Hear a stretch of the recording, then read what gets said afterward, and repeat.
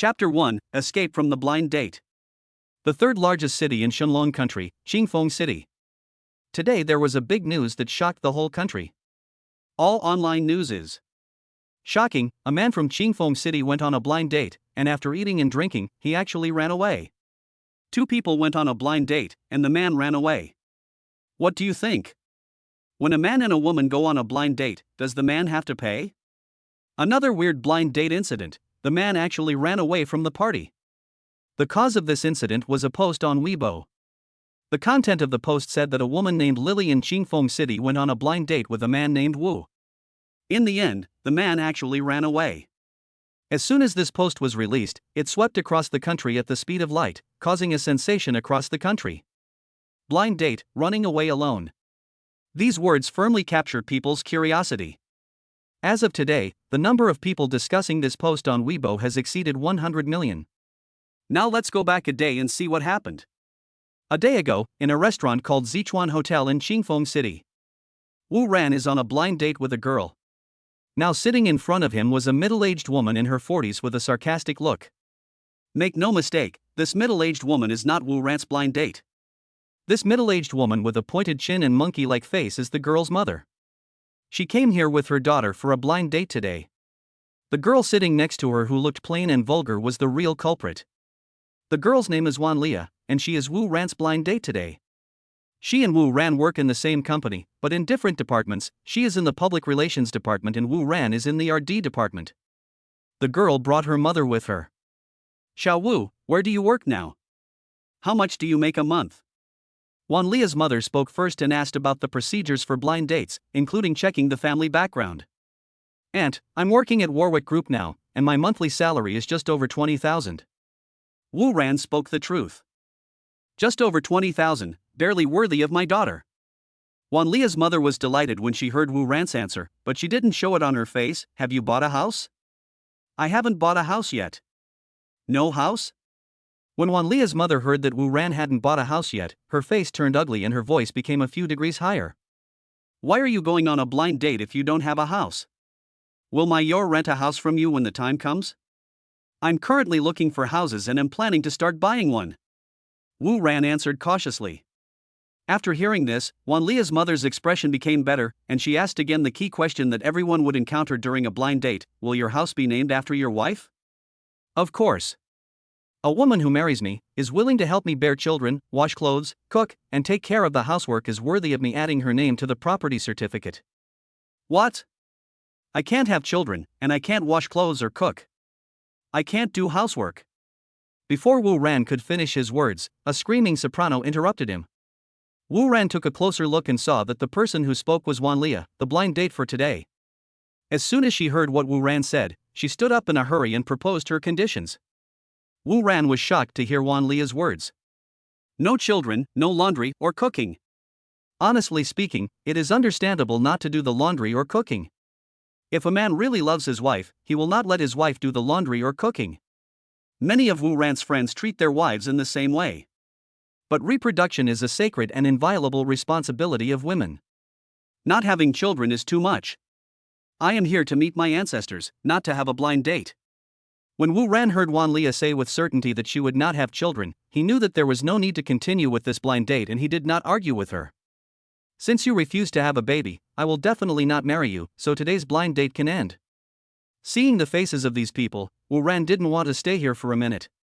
But then he thought that since they were already here, it would seem disrespectful to leave immediately, so he decided to talk to them. Thinking of this, Wu Ran came to terms with it. Since they weren't planning on going on a blind date anyway, he might as well just chat with them. If you don't want to have children, you don't have to. Everything is up to you. As for housework, you can hire a nanny. It doesn't matter. After hearing Wu Ran's compromise, Wan Lia sat down and continued playing with her phone, but she kept paying attention to Wu Ran's conversation from time to time. Then Wan Lia's mother continued to ask, if you get married in the future, will you let your wife go to work? Who will manage your family's money? It's up to my wife. If she doesn't want to go to work, then she doesn't have to. I'll support her. As for the family finances, she can manage them if she wants. She can spend it however she wants.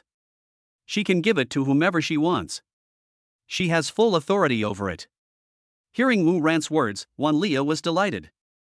It seemed that she could really catch a sucker. Well, it's okay. After hearing Wu Ran's answer, Wan Leah's mother's face became slightly satisfied.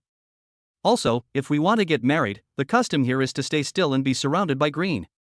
Idon, a car worth 500,000 yuan, and this car will be registered under my daughter's name. Not moving, it's about the house. You just said you would buy a house, so I won't talk about that anymore. Wan Zi, 10,050 yuan notes. Qianhong, 1,100 yuan notes. One piece of green, 5 yuan for unlimited quantity. After saying that, Wan Leah's mother stared at Wu Ran, as if she wanted to see something from Wu Ran's face. Sure enough, she saw Wu Ran frowning. Seeing Wu Ran like this, she immediately felt unhappy and shouted loudly, "I'm selling my daughter. To marry you, can't I ask you to give me some betrothal gifts?"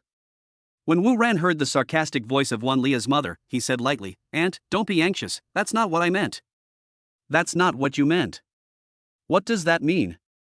Is it not okay for me to just ask you for a little gift? You don't even have this little money, do you?" Wan Leah's mother said sarcastically. Wu Ran was not angry after hearing what Wan Leah's mother said. Anyway, he had never thought about staying with Wan Leah from the beginning to the end. Who doesn't know how to brag? Thinking of this, Wu Ran continued calmly, "In fact, I think this amount of betrothal gift is too little, and it is not worthy of Miss Wan Leah at all. For a lady like Miss Wan Leah, the bride price should be at least 5 million. Hearing Wu Ran's words, Wan Leah and her mother were immediately delighted. What an honest man! There are very few such honest guys nowadays. But can your family afford so much money? After Wan Leah's mother was surprised, she said with a little doubt, "It's okay. My family said that as long as I can successfully go on a blind date, they will give me any amount of money." Wu Ran said disapprovingly. Hearing this, Wan Leah and her mother immediately felt relieved. They looked at each other and saw surprise in each other's eyes. "Ms. Wan Leah, Auntie, please sit down for a while. I'm going to the bathroom." Wu Ran really couldn't stand these people anymore, so he decided to go out to the bathroom, pay the bill and leave when he came back. Go. Wan Leah's mother waved to Wu Ran. Just as Wu Ran was relieving himself in the toilet cubicle, he heard the voices of several drunk young men walking in from outside. When they were using the restroom outside, they heard one of the young men ask, "Brother Wan, I just asked, we spent more than 60,000 yuan on a meal today, who's going to pay the bill later?" The young man, who was called Brother Wan by everyone, said disapprovingly, "I can invite you here today, so you should eat generously and take generously. Don't save money for me, or someone will pay for it. Is there anyone who can afford to pay for it? Brother Wan, can you tell us?" Several young people looked at each other, they were confused. "Let me tell you, my sister is having a blind date here today, and I heard the guy is quite rich." Brother Wan said with pride. "Your sister is having a blind date here. What does it have to do with us paying the bill?" It's not that the young people don't understand. Now you don't know, right? Everything we eat, drink and take today will go to that sucker who went on a blind date with my sister. He has money anyway, so it would be a waste if he doesn't eat it. After we finish eating, let's get some cigarettes and alcohol. You want to marry my sister, how can you do that without bleeding a little? At this point, Brother Wan said sarcastically. Ha. We feel relieved with Brother Wan's words. You are indeed a good brother. Hearing what Brother Wan said, these people also flattered him with great joy. When Wu Ran heard this, he smiled and shook his head, ready to leave. Just another poor guy on the road to a blind date. When Wu Ran was about to open the door and come out, another young man asked, "Brother Wan, what's the name of the guy your sister is dating?" Hearing his friend's question, Brother Wan thought for a moment and said, "It seems that his surname is Wu. I forgot his specific name, but I only remember that his surname is Wu." Hearing this, Wu Ran was shocked. This young man's surname is Wan, so his sister must also be surnamed Wan. She is going on a blind date with a guy surnamed Wu, so isn't that guy surnamed Wumi? The victim is me? It can't be such a coincidence. So which room is your sister in for the blind date? Another young man's voice sounded. Belch. My sister is in room 168. After saying that, they staggered out. Only Wu Ran was left in the bathroom doubting his life. Fuck. Wu Ran was shocked by the news. It's just a blind date. Do these people really think I'm a sucker? You ate more than 60,000 yuan? What on earth did they eat? What to do? Just as Wu Ran was thinking about a solution. Bite. The God-level intelligence system is binding. The God-level intelligence system is being activated. The God-level intelligence system has been activated, triggering the host's escape mission. If you successfully escape the order, the system will reward you with 51% of the shares of Huawei Group, a black technology that improves the host's body functions, and 1 billion in cash. Failed to escape the order, the cash in the account will be cleared. System? Will I have a system too? Will the heaven-defying artifact often mentioned in novels also fall on my head? System, I know this, what a miraculous artifact this is. Knowing that what was loaded to him was a system, Wu Ran was ecstatic and wanted to perform a somersault on the spot right away. Finally, it's my turn. It's like a pie falling from the sky. I now have a system, so marrying a beautiful, rich and beautiful woman and reaching the peak of my life is easy. After the ecstasy, Wu Ran calmed down. He had to be calm and not let anyone notice. The system told me to run away? It seems that the system is quite user-friendly. Know what I'm thinking. But how to escape? Wu Ran touched his chin and was thinking. What's on your mind? Suddenly, a voice sounded in Wu Ran's mind, starting to ring him. Are you the system? Wu Ran asked cautiously. Who else could it be if not me? An emotionless voice came from my mind. What are you thinking about? I asked. The system continued to ask. I'm thinking about how to escape the bill. Wu Ran told the truth. Such a simple thing, you still have to think about it? The system was surprised. Well, then how do you escape? Wu Ran asked the system for advice. Of course, I walked out the door in a swagger. Do you still want to think of the 36 stratagems? The system said with a disappointed look. Chapter 2 Wu Ran escapes. In the other room, Wanlia's mother was complaining to Wu Ran that it took so long to go to the toilet, and she still had many questions about Wu Ran's family that she hadn't asked him clearly. Wanlia, who was sitting next to her, comforted her, Mom, don't worry, he will be back soon. After hearing Wanlia's comfort, Wanlia's mother calmed down a little. Then she lowered her head and whispered in Wanlia's ear. My daughter, I tell you, I can see that Xiao Wu is very satisfied with you. When he buys a house, see if you can let him put only your name on it. If Wu Ran heard Wanlia's mother say this here, he would definitely feel amused and helpless. You can see with your eye that I am very satisfied with Wanlia. But it doesn't matter whether Wu Ran hears it or not, because he doesn't plan to continue to be with Wanlia. Wanlia said happily, well, I will. If he doesn't agree, I will throw a tantrum at him, and then he won't agree. Wanlia's mother thought, also, your brother will get married in a few years. When you and Wu Ran get married, I won't give you the betrothal money. And when you take control of the finances in the future, you will have to help subsidize the family. Anyway, he said that the financial power of the family will be handed over to you to manage, and you can use his money as you like. Mom, I understand. We are a family. I will definitely help my brother.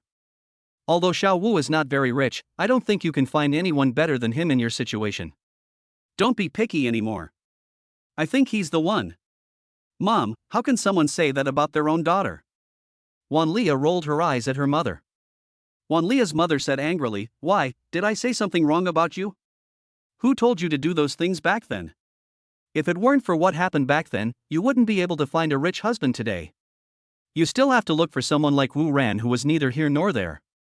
When Wanlia heard her mother talking, she remained silent, not knowing what she was thinking. When Wanlia's mother saw Wanlia lowering her head and not saying anything, she was furious and poked Wanlia's forehead with her finger. You damn girl, you get angry with me when I say a few words to you. I really gave birth to you in vain. I'm telling you, you must never contact that old man again, got it? If you contact him again, I won't break your legs. I know, Mom. Wanlia answered impatiently. Also, about the cesarean section scar on your belly, if Wu Ran asks about it, just say it's the scar from appendicitis. He's a man and doesn't understand these things, so just give him a perfunctory answer. Wanlia's mother kept nagging at Wanlia. Will he believe it? Wanlia said uncertainly. You are so stubborn. How can anyone who has never had an appendectomy know this? What if he doesn't believe me? Wanlia's mother rolled her eyes at her daughter, and then she said, we're already married, does he still want a divorce? Wan Lia thought about it and felt that it made sense.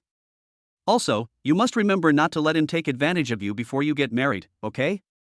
Don't let him find out about your past. Wan Lia's mother gave Wan Lia many instructions and warnings. Mom, you're so annoying. I know how to do this without you teaching me. Hearing this, Wan Lia lowered her head in embarrassment. You damn girl. Mom, this is for your own good. Also, you have to remember this. On your wedding night, you have to prepare some pigeon blood. Before she knew it, a long time had passed and Wan Lia's mother was still nagging. Mom, sister, something terrible has happened. At this time, Wan Lia's brother rushed in with a panicked look on his face.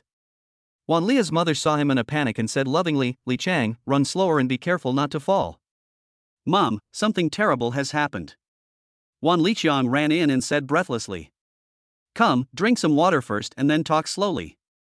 Wan Lia's mother picked up a cup of tea from the table and handed it to Wan Liqiang. Who's in the mood to drink water now? Wan Liqiang knocked the teacup away and said to Wan Lia in a hurry, Where is the person you were dating? He went to the bathroom. Maria looked at her brother in confusion. What do you mean going to the toilet? He ran away a long time ago. Wan Liqiang looked at his sister angrily. What? Run away? Wan Lia and her mother exclaimed. No way, why would he run? Wan Lia said in disbelief. Who knows him? Wan Liqiang looked at Wan Lia and said. Wan Lia asked in confusion, How do you know he ran away? Just now I finished my meal and was about to leave. When I walked to the door, the restaurant manager said we hadn't paid yet and couldn't leave. I told the manager that someone would pay for it. He asked me who I was, and I told him what Wu Ran looked like. The manager actually said that this person had left a long time ago, and he didn't pay the bill when he left. So I quickly ran back to find you. Just then, Manager Li came into the room from the restaurant. Luckily you're still here, I thought you all ran away. He was relieved to see that Wan Lia and the others were still there. Who are you? Why do you say we will run? Wan Lia looked at Manager Li in confusion. Oh, I forgot to introduce myself to you. Manager Li slapped his head, then showed his signature smile and said, I am the manager of this restaurant. You can call me Manager Li. Manager Li, what do you mean by that? Are you here because you're afraid we can't afford it? Wan Lia looked at the dishes on the table and looked at Manager Li with disdain. Ha ha ha. This lady is really good at joking. We don't mean to look down on you. Manager Li smiled awkwardly. When he heard Wan Lia say this, he immediately handed the bill to her and said, In that case, please pay the bill first. Wan Lia took the bill handed over by Manager Li and thought to herself, You bastard, how much are these dishes worth? You have to come and collect the bill in person. Holding the bill, Wan Lia took a look at the amount. It was only over 600 yuan. Who couldn't afford it these days? She picked up her phone and said to Manager Li, I'll transfer it to you on WeChat. Miss, you read it wrong. It's not 600, but 60,000. Seeing Wan Lia's actions, Manager Li quickly corrected her. What? 60,000? After hearing what Manager Li said, Wan Lia quickly counted carefully, ones, tens, hundreds, thousands, and tens of thousands. 60,000? Chapter 3 Let's go, I've already paid the bill. Wan Lia's mother also screamed, and the next moment, she immediately cursed like a shrew, Scam shop, you are a scam shop, we just ate a little bit, why do you want 60,000 yuan? You only ordered a little bit of food, but someone ordered a lot of expensive ingredients from other places. You should take a closer look at the bill first. Manager Li looked at Wan Liqiang meaningfully. After hearing what Manager Li said, Wan Lia hurried to look carefully, and the more she looked, the paler her face became. All the drinks and ingredients ordered here are high-end. But we didn't order these things. Wan Lia looked at Manager Li and explained. Then you should ask this gentleman. Manager Li pointed at Wan Liqiang and said. When Wan Liqiang saw Manager Li pointing at him, he immediately hid behind his mother.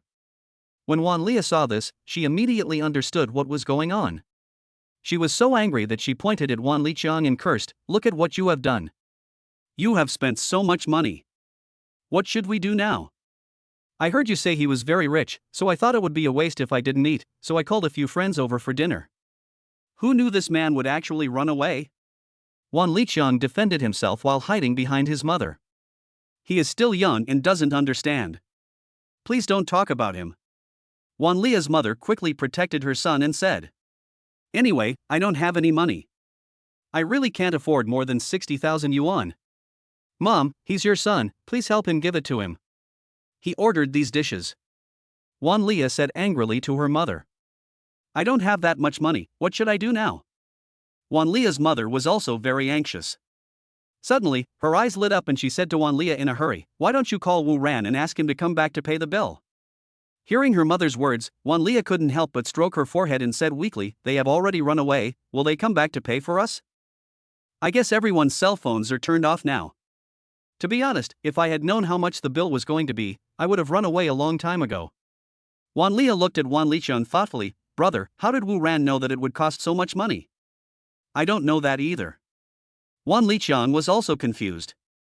He lowered his head and thought carefully. Then, he said to himself, could he have heard it in the toilet? In what toilet? Wan Lia asked. Just now when I was in the toilet, I accidentally let slip that this meal cost more than 60,000 yuan. It's very likely that he was in the toilet at the time, and he heard it. Wan Liqian looked at his sister with a bit of lack of confidence. Your pig head, is it filled with rice fields and communism? Wan Lia gnashed her teeth in anger. Sister, please don't scold me yet. Let's find a way to pay the bill first. What can I do? This is not 6,000, but 60,000. Managerly, why don't you go ahead and do your work first, and we can discuss this later? Wan Lia saw that Managerly was still here, and she said in a low voice. Okay then, you guys take your time to discuss it, I'll go out first. After saying that, Managerly walked out. After Managerly came out, he called a few security guards and told them to keep a close eye on the people in the room and not let anyone escape. After Managerly left, Wan Lia said to her mother, Mom, why don't you take out the family savings first and treat it as a loan from me? I will pay you back every month in the future. Hearing Wan Lia's words, her mother jumped up as if her tail was stepped on. She quickly waved her hands and said, there is no money. The family is really poor. You know that your brother will get married in a few years. This money is for him. Don't think about it. Hearing this, Wan Lia also got angry. Well, he caused this incident today, he can pay for whatever he spent, I will only give us this table. Hearing Wan Lia said this, her mother also panicked, and she quickly said, Lily, you can't do this, he is your brother after all. I really don't have any money anyway. How about you call your friends and borrow from them first? Wan Lia's mother said cautiously. No, even if I do, I can't borrow so much. 2 hours later, Managerly came into the room and saw the three of them still sitting there in a daze. Seeing this, Managerly had no choice but to leave. After thinking about it, he decided that he should report the matter to his boss first. Ask the boss for his opinion on whether to call the police now, because he estimates that the people inside may not have any money to pay. Thinking of this, he took out his cell phone and called his boss, told him what happened here, and asked for his instructions. After listening to this, the boss was silent for a moment. He told Managerly that he would come over to deal with it later. After receiving instructions from his boss, Managerly breathed a sigh of relief. Not long after, a middle-aged man with a big belly came over. He was the owner of the hotel, Wang Ming. Wang Ming came to the door of the room, pushed it open and walked in. Seeing this, Managerly followed him in. When Wang Ming just walked in, he noticed Wan Lia at first sight. She was naturally charming and full of charm. He was stunned by this woman. Especially her charming and passionate eyes, which could almost capture Wang Ming's soul. This woman is exactly what he likes. Wang Ming looked at Wan Lia with sharp eyes. When Wan Lia's family saw Wang Ming, they didn't know who he was and looked at Managerly with puzzlement. Upon seeing this, Managerly quickly stepped forward and said to Wan Lia, this is Boss Wang from our hotel. When Wan Lia heard Managerly say that he was the owner of the hotel, she quickly stood up and stretched out her hand to Wang Ming and said, it turned out to be Boss Wang. I didn't expect you to come here in person. When Wang Ming saw Wan Lia extending her hand, he quickly held Wan Lia's hand. The moment he held Wan Lia's little hand, Wang Ming felt like he had lost his soul. He held Wan Lia's small hand and felt it carefully, refusing to let go. When Wan Lia saw Wang Ming like this, although she hated Wang Ming in her heart, he was the owner of the hotel, so Wan Lia could only obey and dare not resist. After a long time, Wang Ming reluctantly let go of Wan Lia's hand. After letting go of Wan Lia's hand, he pretended to be righteous and said, I already know the details, but it is only fair to pay back debts. You came to my hotel for dinner, and you have to pay after the meal. There is nothing to say about this. Although I understand your difficulties, I can't do anything about this matter. Wang Ming said this, he stared at Wan Lia fierily, but it doesn't mean there is no way. For some things, as long as you are willing to do it, there is still a way. Hearing Wang Ming's words, the three of them were delighted, thinking that there might be a way out. Boss Wang, may I ask what it is? As long as I can do it, I will never shirk my responsibility. Wan Lia said hurriedly. Wang Ming looked at Wan Lia with a lecherous look and said, How about this, Miss Wan Lia, how about we go to my office and talk about it? Wan Lia didn't doubt it and agreed immediately. Wang Ming was overjoyed when he saw that Wan Lia agreed. He said to Managerly, you can greet them here. I will discuss the meal payment with Miss Wan Lia first. After saying that, he took Wan Lia out. Mom, what do you think Boss Wang is talking about? Seeing Wang Ming and Wan Lia walk out, Wan Liqiang asked his mother. You are a kid and don't understand. Don't ask. Wan Lia's mother looked at Wan Lia's back and said thoughtfully. In Wang Ming's office, the two sat on the sofa. Wan Lia looked at Wang Ming charmingly and asked, Boss Wang, what is your solution? Wang Ming couldn't bear it anymore when he saw Wan Lia like this. He immediately rushed over and said, This is what I meant. When Wan Lia and Wang Ming walked in, she already had a premonition, so she didn't resist too much, although she still hated this lecherous Wang Ming. But if she could make him happy and waive the meal fee, then she wouldn't lose out. Who should I give it to? Right. Just like that, with Wan Lia's half-hearted consent, the two of them omitted 10,000 words. In room 168, Wan Liqiang was playing with his mobile phone while his mother was looking out the window board. At this time, Wan Lia, who looked pale, walked in from outside. When her mother saw Wan Lia coming in, her mind twitched and she asked, So soon? Wan Lia said to the two of them expresslessly, Let's go, the bill has been settled. When the three of them walked out of the hotel, Wan Lia clenched her fists and said angrily in her heart, Wu Ran, I will not let you go. Chapter 4, Slapping Manager Chen. Qingfeng City, Huawei Group RD Department. Wu Ran, who had escaped from paying the bill, was staring at the numbers on the account with a dry mouth. He looked at the numbers over and over again. It only shows, the current balance of your Shenlong bank card with the last number 1656 is 1,473,200.3. This was the reward for running away from the bill just now. The system had already sent it to him. Looking at the numbers on the account, his hand holding the phone began to tremble slightly. Is this $1 billion worth? Wu Ran pinched his thigh and it hurt. This was real, not a dream.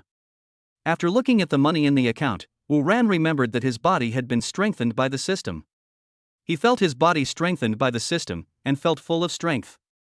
Just when Wu Ran was getting excited, the head of his department came over aggressively. He came in front of Wu Ran and threw a document on his desk. And he shouted sternly, Look at what you have done, it's a mess, take it back and redo it. Wu Ran picked up the document and took a look. He had submitted this document the day before yesterday.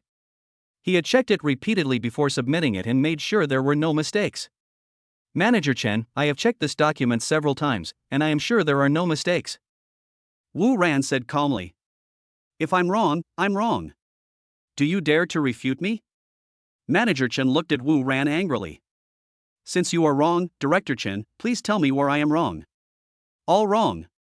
And considering that your mistake this time caused losses to the company decided to impose a fine of 10,000 yuan on you. Do you admit it? Manager Chen stared at Wu Ran. Wu Ran's supervisor's surname is Chen, and everyone calls him Supervisor Chen. Wu Ran was very surprised by Manager Chen's behavior. He knew that there was nothing wrong with his document. Why did Manager Chen say that he was wrong and punish him? Well, Wu Ran frowned. Something was wrong. Something was very wrong. Manager Chen's behavior was very strange. Wu Ran thought that he had always been conscientious in his work and had never had any conflicts with Manager Chen. Logically speaking, Manager Chen should not target him like this. Now Manager Chen's attitude is very abnormal. There must be something wrong when things are abnormal. Bite. Trigger the honest man mission. At this moment, the voice of the system came into Wu Ran's mind. 1. Accept the punishment from Manager Chen and the system will reward you with a green hat. Second, take revenge and beat up Manager Chen. The system rewards a limited edition Lamborghini Venom worth 42 million, and there are only 3 in the world. Seeing the task name, Wu Ran was confused. Honest man task? What the hell is this? Why is the task name like this? System, can you give me a detailed introduction? Why is there such a strange name? Wu Ran silently consulted the system in his heart. Replying to the host, Wan Lia is actually Manager Chen's mistress. She has been kept by Manager Chen for 3 years and gave birth to an illegitimate child for Manager Chen a year ago. But just half a year ago, it was discovered by Manager Chen's wife, who threatened to divorce Manager Chen and leave the house with nothing. Manager Chen was reluctant to part with his property and did not want to be penniless, so he begged his wife for forgiveness and vowed to cut off all contact with Wan Lia. But Wan Lia is not a pushover. She also warned Manager Chen that if he dared to leave her, she would announce her relationship with him and the company and ruin his reputation. In desperation, Manager Chen came up with a solution. He sold the company's core technology to Warwick Group's competitors and got a large sum of money. Then he gave Wan Lia a sum of money, found an honest man in his department, and let Wan Lia marry this honest man. Wan Lia also agreed to this plan.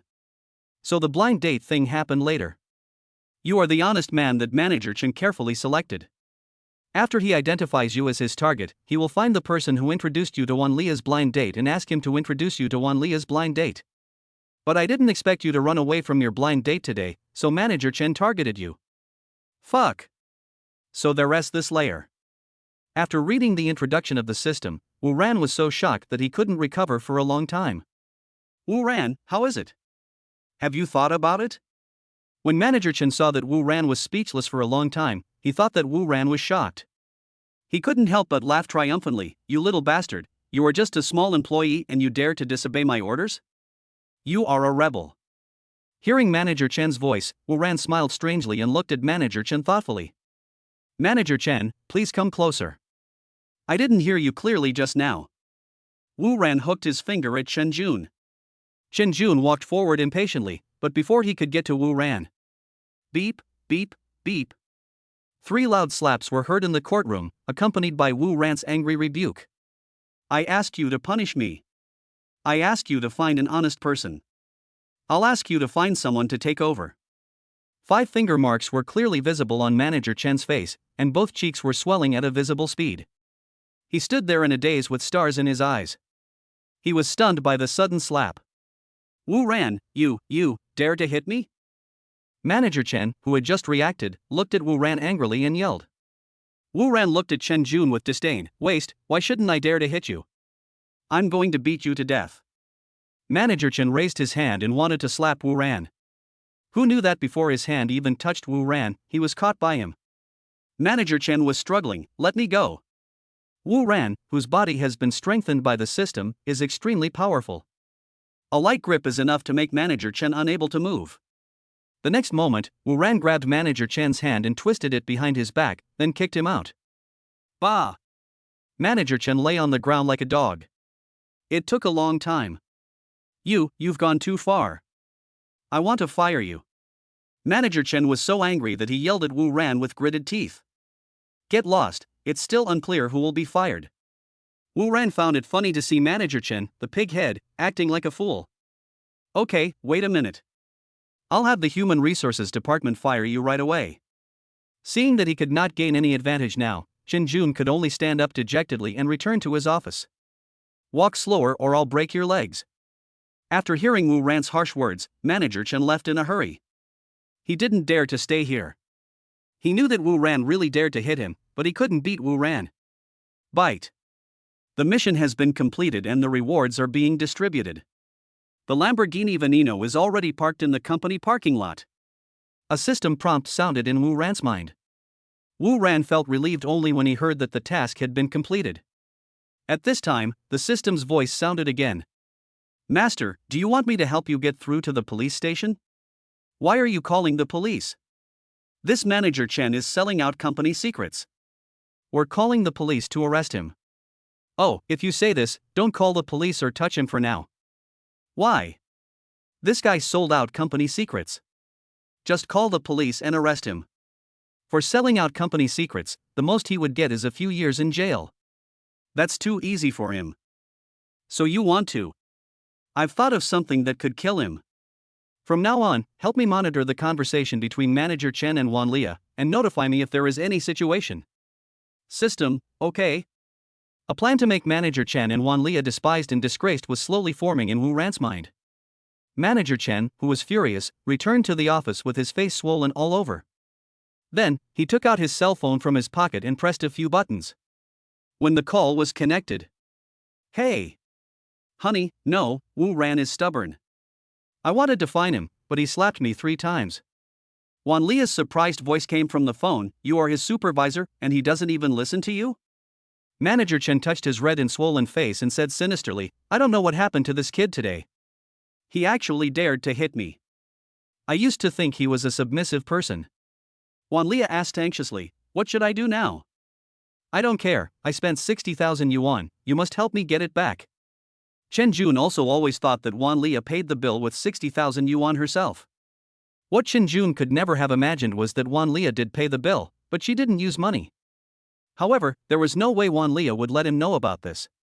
Hearing his sweetheart's anxious voice, Manager Chen quickly comforted her, don't worry, I will help you get the money back. Only after hearing Manager Chen's promise did Wan Lia calm down. She said again, since he did this to you, I will post the story of him running away from the bill online so that everyone will know about his evil deeds. Manager Chen had no objection to this, whatever you want. Then, he said in annoyance, it's a pity, I thought Wu Ran was timid and cowardly at first, and I thought you two could succeed. After you get married in the future, you can ask him to adopt a child on the grounds that you don't want to have children. Then we can give our child to him to raise, and our child's household registration will be settled. In the future, I can arrange for him to go on business trips every day so that we can be together more conveniently. Now that this has happened, he probably won't want you anymore. What a pity. Wan Lia said disdainfully, it's not that we have to find him. Don't you have any other honest people in your department? Manager Chen said helplessly, do you think honest people are like cabbages, everywhere on the street? Honest people are not that easy to find. At first I thought Wu Ran would be an honest man, but I was wrong. Wan Lia's coquettish voice came, I don't care, help me find someone else to go on a blind date, remember that he must be rich and honest. Manager Chen, okay. I'll look for someone in the department who's honest enough, and then I'll arrange for him to go on a blind date with you. But it's probably hard to find someone as honest as Wu Ran. Wan Lia was a little worried, what if we can't find an honest person to take over? Manager Chen said sinisterly, if you can't find anyone else, just find Wu Ran again. Wan Lia was surprised and said, still looking for him? Will he still be willing after this incident? It's okay. When the time comes, just invite him to dinner to apologize to him. Get him drunk during dinner, then take him to the hotel. When he sobers up, tell him that you are his and will not marry anyone else. Wan Lia's eyes lit up, and she said in surprise, you are so bad, I like it so much. You can even think of this. Manager Chen, my dear, how are you going to repay me for helping you so much? A coy voice came from the phone, damn it, how do you want me to repay you? Manager Chen smiled slyly, it's been a while since we played the game of chicken. See you at Phil Couples Hotel tonight at 8 o'clock. Chapter 5 Lawyer Lin. No wonder Wan Lia said she couldn't have children when we were dating. It turns out there's another reason behind this. It turns out that this woman had already given birth to a child for Manager Chen, so she refused to give birth to another child for someone else. She went on a blind date just to find an honest man to take over. On the other side, Wu Ran listened to the conversation between Manager Chen and Wan Lia. This couple of dogs once again refreshed his worldview, and Wu Ran could no longer find any adjectives to describe them. It turns out that there is no lower limit to human morality. System, have you recorded this call? It's already been recorded. That's good. It was bad luck that these two sons of bitches fell into my hands. Now I am going to enforce justice on their behalf. Ding-ling-ling. At this moment, Wu Ran's cell phone rang rapidly. He had already turned on his cell phone when he came out of the manager's office just now. Wu Ran picked up the phone and saw that it was an unfamiliar number. He answered the call. Hello? Hello? Who is this? Hello, Mr. Wu. I am Lin Shireen, a lawyer from Jioda Law Firm. The phone was filled with soft and tender voices, like those of girls from the southern water towns, which made my heart melt. Hello, Miss Lin. What can I do for you? Wu Ran was confused and wondered why the law firm was looking for me. Ms. Lin, Mr. Wu, the transaction you entrusted our firm to handle for the acquisition of 51% of the shares of Warwick Group has been completed. I'm at your company's front desk now. I want to send you the transaction documents for the acquisition of Warwick Group. Excuse me, where are you now? I can send the documents to you. Wu Ran suddenly realized, oh. If you hadn't told me, I would have forgotten. I'm here at the Warwick Group building now. Please ask the front desk to take you to the reception room. I'll come to find you. It turned out that when I escaped the order today, the system reward of 51% of Warwick Group's shares was deposited into my account. Ha ha. Mr. Wu, you are a forgetful person. I will wait for you in the reception room. When Lin Shireen heard this, she thought to herself that super rich people are different, they can even forget transactions worth tens of billions. In the reception room of Warwick Group building, Wu Ran looked at the tall beauty standing in front of him. A woman as beautiful as a fairy was standing in front of him. She was wearing a slim-fitting OL professional suit, with her delicate black hair draped over her shoulders. Black stockings on long legs, a slender waist that can be held in one hand, and those unattainable mountains. The delicate little face has a pair of charming and affectionate peach blossom eyes, a cherry-like mouth, hands as soft as catkins, and skin whiter than snow. At this moment, a character attribute interface that only Wu Ran could see popped up in front of him. Character information. Name, Lin Shireen. Gender, female. Age, 24. Favorability, 60. Purity, 100. Weight, 52 kilograms. Height, 168 cm. Physical condition, yellow flower. Note, the highest purity is 100 degrees. 160, bad woman. 6180, normal. 8190, purity. 9100, fairy on earth. Note, the maximum favorability is 100 degrees. Negative favorability, enemy. 120, extremely annoying. 2140, hate. 4160, no feeling. 6190, ambiguous. 9197, lovers. 98-100, until death. This is the weapon that men dream of to prevent scumbags from falling for them. With this weapon, all bitches and scumbags will have to step aside. Very good, very powerful. I don't have to worry about meeting a bad woman anymore. Just when Wu Ran was carefully looking at Lin Shireen's character attributes. When Lin Shireen saw Wu Ran standing there in a daze, she thought he was staring at her. She knew how attractive her figure and appearance were to men and was used to such situations. Besides, she couldn't do anything about the fact that the eyes were on someone else's body. All she could do was look at it calmly. She could see that Wu Ran looked at her with calmness, without the desire that other people had.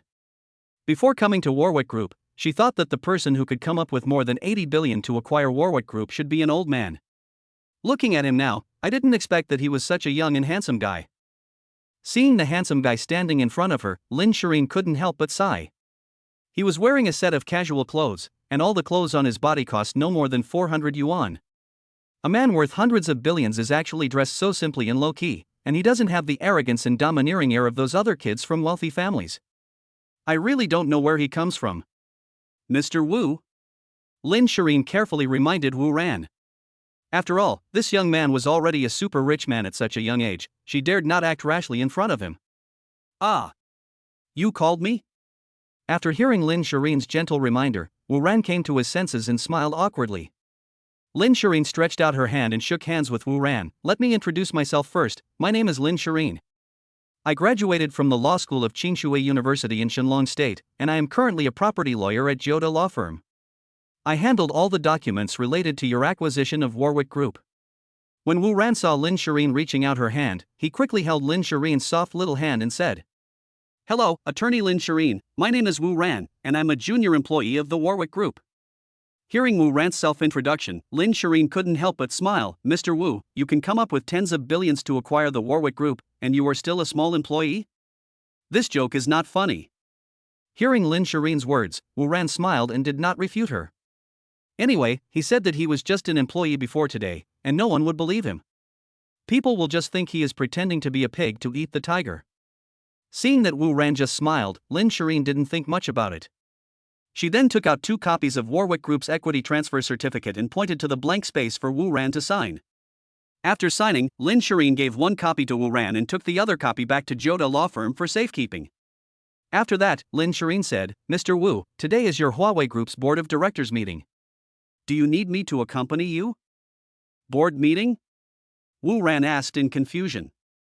"Yes, today is your Warwick Group's annual board meeting. The president for next year will be elected at today's meeting. You just acquired 51% of the shares of Warwick Group today. The other directors should not have received the news yet. It just so happens that I can accompany you to inform them that you are now the actual controller of the Warwick Group." Lin Shireen said so. "Warwick Group is my own company now. How can I, the real boss of my company, be absent when holding a board meeting?" Thinking of this, Wu Ran also felt it necessary to get to know the senior management of his company. After all, they were all his employees. "Then let's invite Lawyer Lin." "You're welcome." Then, the two of them walked towards the meeting room where the board meeting was to be held. Chapter 6 Lan Ruoling. Conference room on the 88th floor of Warwick Group. The atmosphere in the meeting room was a bit tense. A beautiful woman sitting in the chairman's seat was angrily saying to the man sitting on her right, "Zhang Xingchen, I didn't expect you to be so ambitious. Warwick Group is my father's life's work. I will never allow anyone to rob my father of his hard work. You want to swallow up my Warwick Group? I tell you, forget it." This woman is none other than Lan Ruoling, the CEO of Warwick Group. Lan Ruoling, 26 years old this year, is extremely charming, with bright eyes and white teeth. She is a model of both wisdom and beauty, and has been a genius since childhood. After graduating from university 3 years ago and returning to the company, her father suddenly fell seriously ill, so she had to take over her father's management of the Warwick Group. In the 3 years since she took over the company, Warwick Group has grown further under her leadership, from a company with a market value of only 80 billion to one with a market value of 160 billion this year. Today was supposed to be the annual board meeting of the Warwick Group to elect the next president of the company. However, the Lan family has always held 18% of the company's shares and has a firm control over the company's board of directors, so every election of the president is just a formality. The Zhang Xingchen she mentioned is the young master of the Zhang family in Qingfeng City of Shenlong Kingdom. The Zhang family is the second largest shareholder of Warwick Group and originally held 13% of the shares of Warwick Group. However, she didn't expect that Zhang Xingchen secretly bought up shares of Warwick Group in the market, and also bribed most of the company's veterans to buy out their shares. Now Zhang Xingchen holds 23% of Warwick Group, which is more than her Lan family. At today's board meeting, Zhang Xingchen suddenly joined forces with other directors to force her to abdicate. She was very angry to see that the Warwick Group, which her father had devoted his life to, was about to fall into the hands of others. The man named Zhang Xingchen smiled and said, "Lan Ruoling, your Lan family is doomed. I now hold 23% of the shares of Huawei Group, and you only hold 18%. I win, so you better hand over the control of the company obediently. Yes, Ruoling, Master Zhang has more shares than you can't beat him. Ruoling, you should just hand over the control of the company. You are a girl, so you should just go home obediently. I believe that Huawei Group will be even better under the leadership of Master Zhang." The directors standing on Zhang Xingchen's side also began to persuade Lan Ruoling. Hearing this, Lan Ruoling's face suddenly became angry. The two directors who had advised her were the company's veterans. They had followed her father to start the Warwick Group for 30 years. She didn't expect that even they would betray her. I don't know what means Zhang Xingchen used to make all the directors stand on his side. Lan Ruoling's eyes widened as she angrily shouted, "Zhang Xingchen, don't be so complacent. Everyone knows what dirty tricks you used." Zhang Xingchen saw Lan Ruoling's angry expression and laughed happily. It seemed that the heat was enough and he could proceed to the next step. "As for how I got my shares, you don't have to worry about it. Anyway, I have more shares than you now. But it's okay if you don't want to hand over the control of the company, as long as you agree to one of my conditions." "What conditions?" Hearing Zhang Xingchen's voice, Lan Ruoling asked subconsciously. Zhang Xingchen looked at Lan Ruoling with lustful eyes. "Actually, there is no condition. As long as you marry me, our two families will be united. In this way, I can keep your company and you will still be the president of Huawei Group. How about it?" Lan Ruoling felt disgusted when she saw Zhang Xingchen's eyes were full of desire for her. It turned out that he had been planning against her all along. Lan Ruoling knew that Zhang Xingchen had always liked her, but she didn't like Zhang Xingchen. She knew that Zhang Xingchen led a dissolute life and took pleasure in playing with women. As the third young master favored by the head of the Zhang family, Zhang Xingchen committed all kinds of evil in Qingfeng City. It was rumored that at a young age, he already had countless concubines in his house, lived a life of debauchery every day, and was extremely mentally abnormal. Whenever he saw a beautiful woman, he would try every means to get her. Rumor has it that the wife of a servant in the Zhang family was so beautiful that she could make fish sink to the depths and geese fall to the ground. One day, she was walking alone on the street and was seen by Zhang Xingchen. Zhang Xingchen was immediately aroused by the charming girl and ordered his lackeys to kidnap her on the spot. After receiving the news, the servant hurried to find Zhang Xingchen and asked for the person, but was severely beaten by people and sent by Zhang Xingchen. In desperation, the man had to ask Zhang Xingchen's father for help. Under the intervention of Zhang Xingchen's father, he ordered Zhang Xingchen to return the woman to the family, but Zhang Xingchen insisted on delaying for 3 days before returning the person. When the woman's husband picked her up, he found that she had become a dead body. This incident seemed to have caused quite a stir in Qingfeng City at the time. Later, under the strong suppression of the Zhang family, the matter eventually came to nothing. From then on, Zhang Xingchen became synonymous with the devil in Qingfeng City. The head of the Zhang family knew very well what Zhang Xingchen had done, but he turned a deaf ear and let it go. Zhang Xingchen first met Lan Ruoling at a cocktail party 3 years ago. The moment he saw Lan Ruoling, he was stunned by her beauty and walked up to her to strike up a conversation, but Lan Ruoling ignored him. He originally thought that Lan Ruoling was just a girl from an ordinary family and planned to abduct her by force. Later, after being reminded by his younger brothers, he found out that Lan Ruoling was the eldest daughter of the Lan family in Qingfeng City. This made him dare not act rashly. After all, the power of the Lan family was comparable to that of their Zhang family. Since the hard approach doesn't work, try the soft approach. He tried every possible way to please Lan Ruoling, but Lan Ruoling never even looked at him. Seeing that Lan Ruoling remained unmoved, he actually changed his strategy and took a roundabout route. Start with the Warwick Group and use the future of the Warwick Group to force Lan Ruoling to surrender. This is absolutely impossible. Give up on this idea. Lan Ruoling rejected Zhang Xingchen's proposal without even thinking about it. Even if she never got married in this life, she would never marry Zhang Xingchen. Zhang Xingchen had pursued her for a while, but she never paid any attention to him. After a while, Zhang Xingchen stopped when he saw that there was no effect. Lan Ruoling thought he had given up, but she didn't expect that he would threaten her with the Warwick Group. Zhang Xingchen was not surprised to hear Lan Ruoling's reply. He also knew that his reputation was extremely bad and Lan Ruoling would definitely look down on him. But he believed that if he threatened Lan Ruoling with the future of Warwick Group, Lan Ruoling would eventually surrender.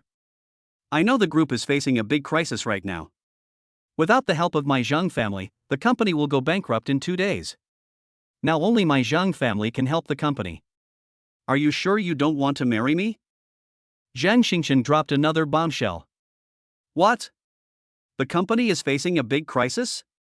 The company is going to go bankrupt in 2 days? How come I didn't know about such a big thing happening to the company? Lan Ruoling, what are you hiding from us? What happened in the company? You must give us an explanation today.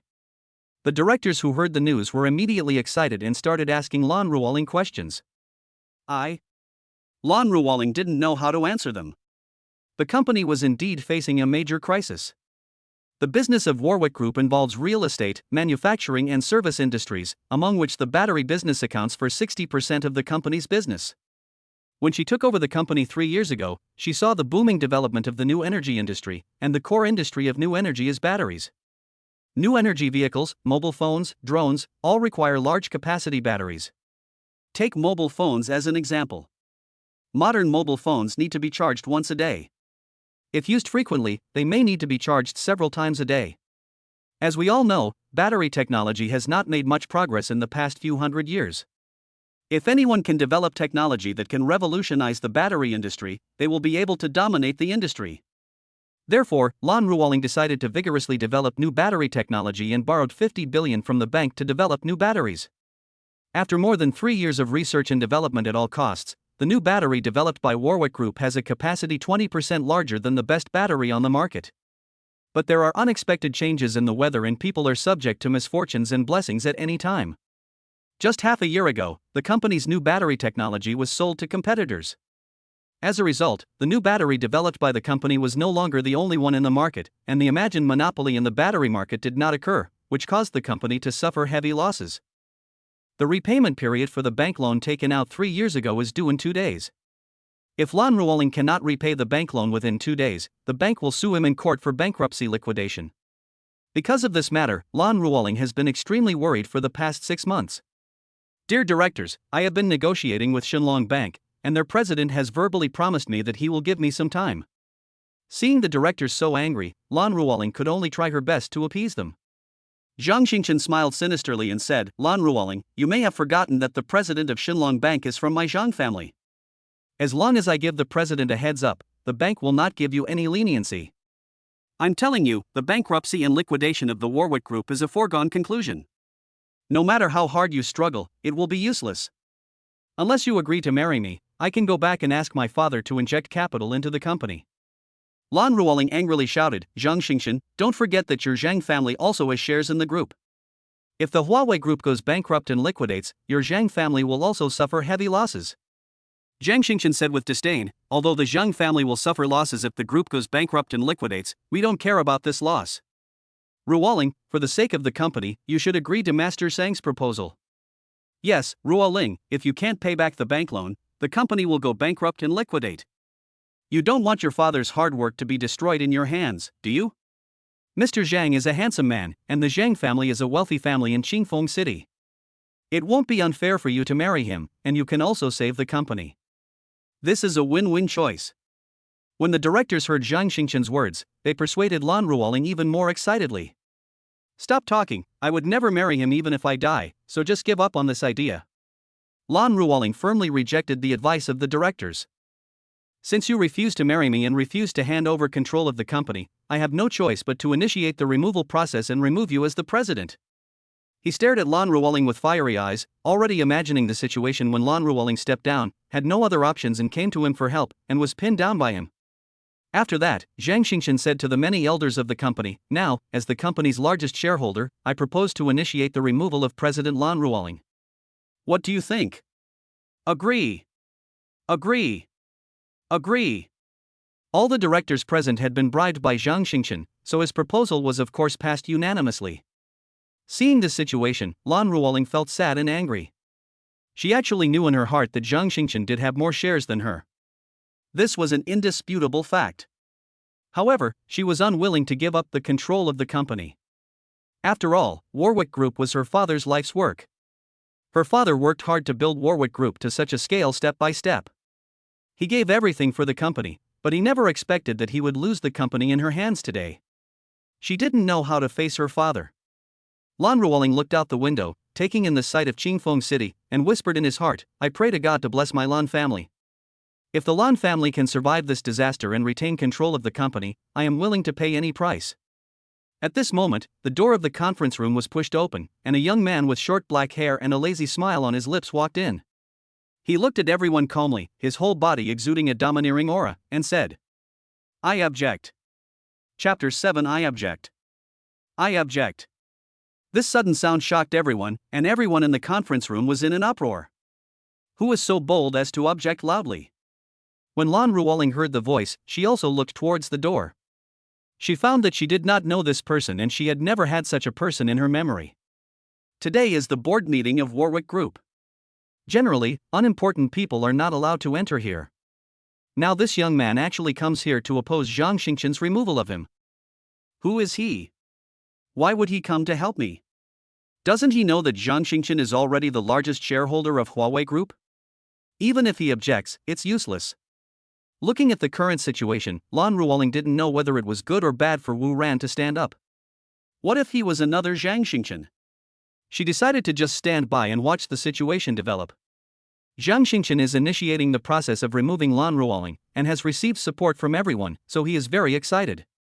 Suddenly, a voice of objection interrupted his sweet dream. Seeing Wu Ran standing at the door, Zhang Xingchen's face immediately darkened. Who do you think you are? When will it be your turn to object here? Get out of here right now. Zhang Xingchen looked at Wu Ran with squinted eyes, wondering where this poor bastard came from and how he dared to speak so nonsense here. Bite. Stimulate system tasks. A. Get out right now, the system rewards you with the nickname coward, and everyone will despise you.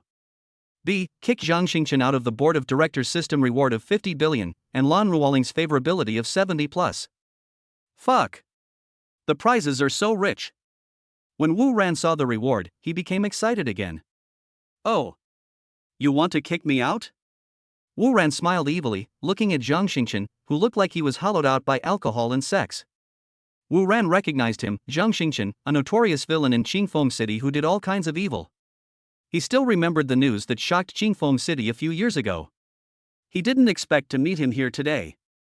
I'll give you 3 seconds to disappear from my sight immediately. Seeing that Wu Ran was unmoved, Zhang Xingchen roared. He was very angry. No one had ever dared to ignore him like this. Huawei Group is mine, I am in my own company, who dares to drive me away? Wu Ran ignored Zhang Xingchen. He slowly walked in front of Zhang Xingchen and spoke to him condescendingly. The whole world in the conference room was quiet, and the next second, it was like a pot of boiling water. Ha ha ha ha. I'm dying of laughter. I can't take it anymore, I'm almost dying of laughter. Zhang Xingchen and the other veterans of the Warwick Group burst into laughter when they heard Wu Ran's words, especially Zhang Xingchen, who laughed so hard that tears came out. If Warwick Group is yours, I will swallow this cup right away. Zhang Xingchen said with a breathless laugh. Where did this psychopath come from? How dare he say that Warwick Group is his company? Does he know the market value of Warwick Group? Even though they now own 23% of Warwick Group's shares, they still dare not say that they completely own Warwick Group. This liar who came out of nowhere actually said that Warwick Group is his. Wu Ran saw everyone laughing, but he didn't take it seriously. Let them laugh as much as they want. After 3 minutes they won't be able to laugh anymore. When Lan Ruoling heard what Wu Ran said, she was also puzzled. He said Warwick Group is his company, why did he say that? Lan Ruoling stared at Wu Ran with her beautiful eyes. She could tell that Wu Ran was not joking, but was speaking very seriously. Wu Ran gestured to Lin Shireen, who was following behind him. Lin Shireen stepped forward, took out the agreement for Wu Ran to acquire 51% of the shares of Warwick Group, and placed it in front of Zhang Xingchen. When Zhang Xingchen saw Lin Shireen, his eyes lit up and he was stunned. This woman had rosy cheeks and a fair face, and was naturally beautiful. Her appearance and figure were comparable to Lan Ruoling. He has played with countless women, but none of them can compare to the woman in front of him. If he can get this woman, he is willing to pay any price. He stared at Lin Shireen with lustful eyes, thinking that she was a junior employee of Warwick Group, and stretched out his pig hand towards Lin Shireen's buttocks. Right at this moment. Bah! Boom! There was a loud bang, and before anyone could react, Zhang Xingchen was slapped by Wu Ran and fell against the wall of the conference room. Do you really want to die? How dare you touch the people I brought with me? Wu Ran's loud shout shocked the whole audience. Everyone looked at him in shock, unable to react for a while. Who is he and how dare he attack Master Zhang? Lin Shireen looked at Wu Ran with stars in her beautiful eyes, her heart beating fast. She didn't realize that Zhang Xingchen wanted to molest her just now. By the time she saw Zhang Xingchen stretching out his pig hand, it was too late. Unexpectedly, before Zhang Xingchen's hand touched Lin Shireen, he was slapped away by Wu Ran. He was so handsome and manly when he was protecting me just now. I didn't expect him to be so manly when he beats people. Love, love. Zhang Xingchen looked confused, with a bloody slap mark on his face. He still couldn't recover from his shock and stared blankly at Wu Ran. The next moment he realized that he was slapped and flew away. He stared at Wu Ran. Does he know who I am? How dare he hit me? No one has ever beaten me since I was a child, but I didn't expect to be beaten by a kid of unknown origin today. I want you to die. Lan Ruoling also saw Zhang Xingchen reaching out his hand to molest Lin Shireen, but was slapped away by Wu Ran. She was also shocked by Wu Ran's actions. Didn't he know that Zhang Xingchen was a ruthless person? She didn't know Wu Ran's background and didn't know what confidence Wu Ran had to do this. He picked up the document that Lin Shireen had just taken out and looked at it carefully. You! How dare you hit me? Do you know who my father is? Zhang Xingchen yelled hysterically at Wu Ran, if you dare to hit me, you're dead. Master Zhang, how are you? Someone came quickly, Master Zhang has been beaten. Security, security, come and kick this lunatic out. Seeing Zhang Xingchen being knocked away by Wu Ran, a group of directors rushed over to surround Zhang Xingchen and shouted to the security guards outside the door to kick Wu Ran out. How would I know who your father is? If you want to know, go back to your mother.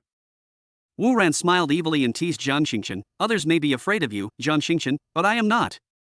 This time I'm just teaching you a little lesson. If it happens again, I'll kill you. Even your father can't protect you. I, Wu Ran, said so.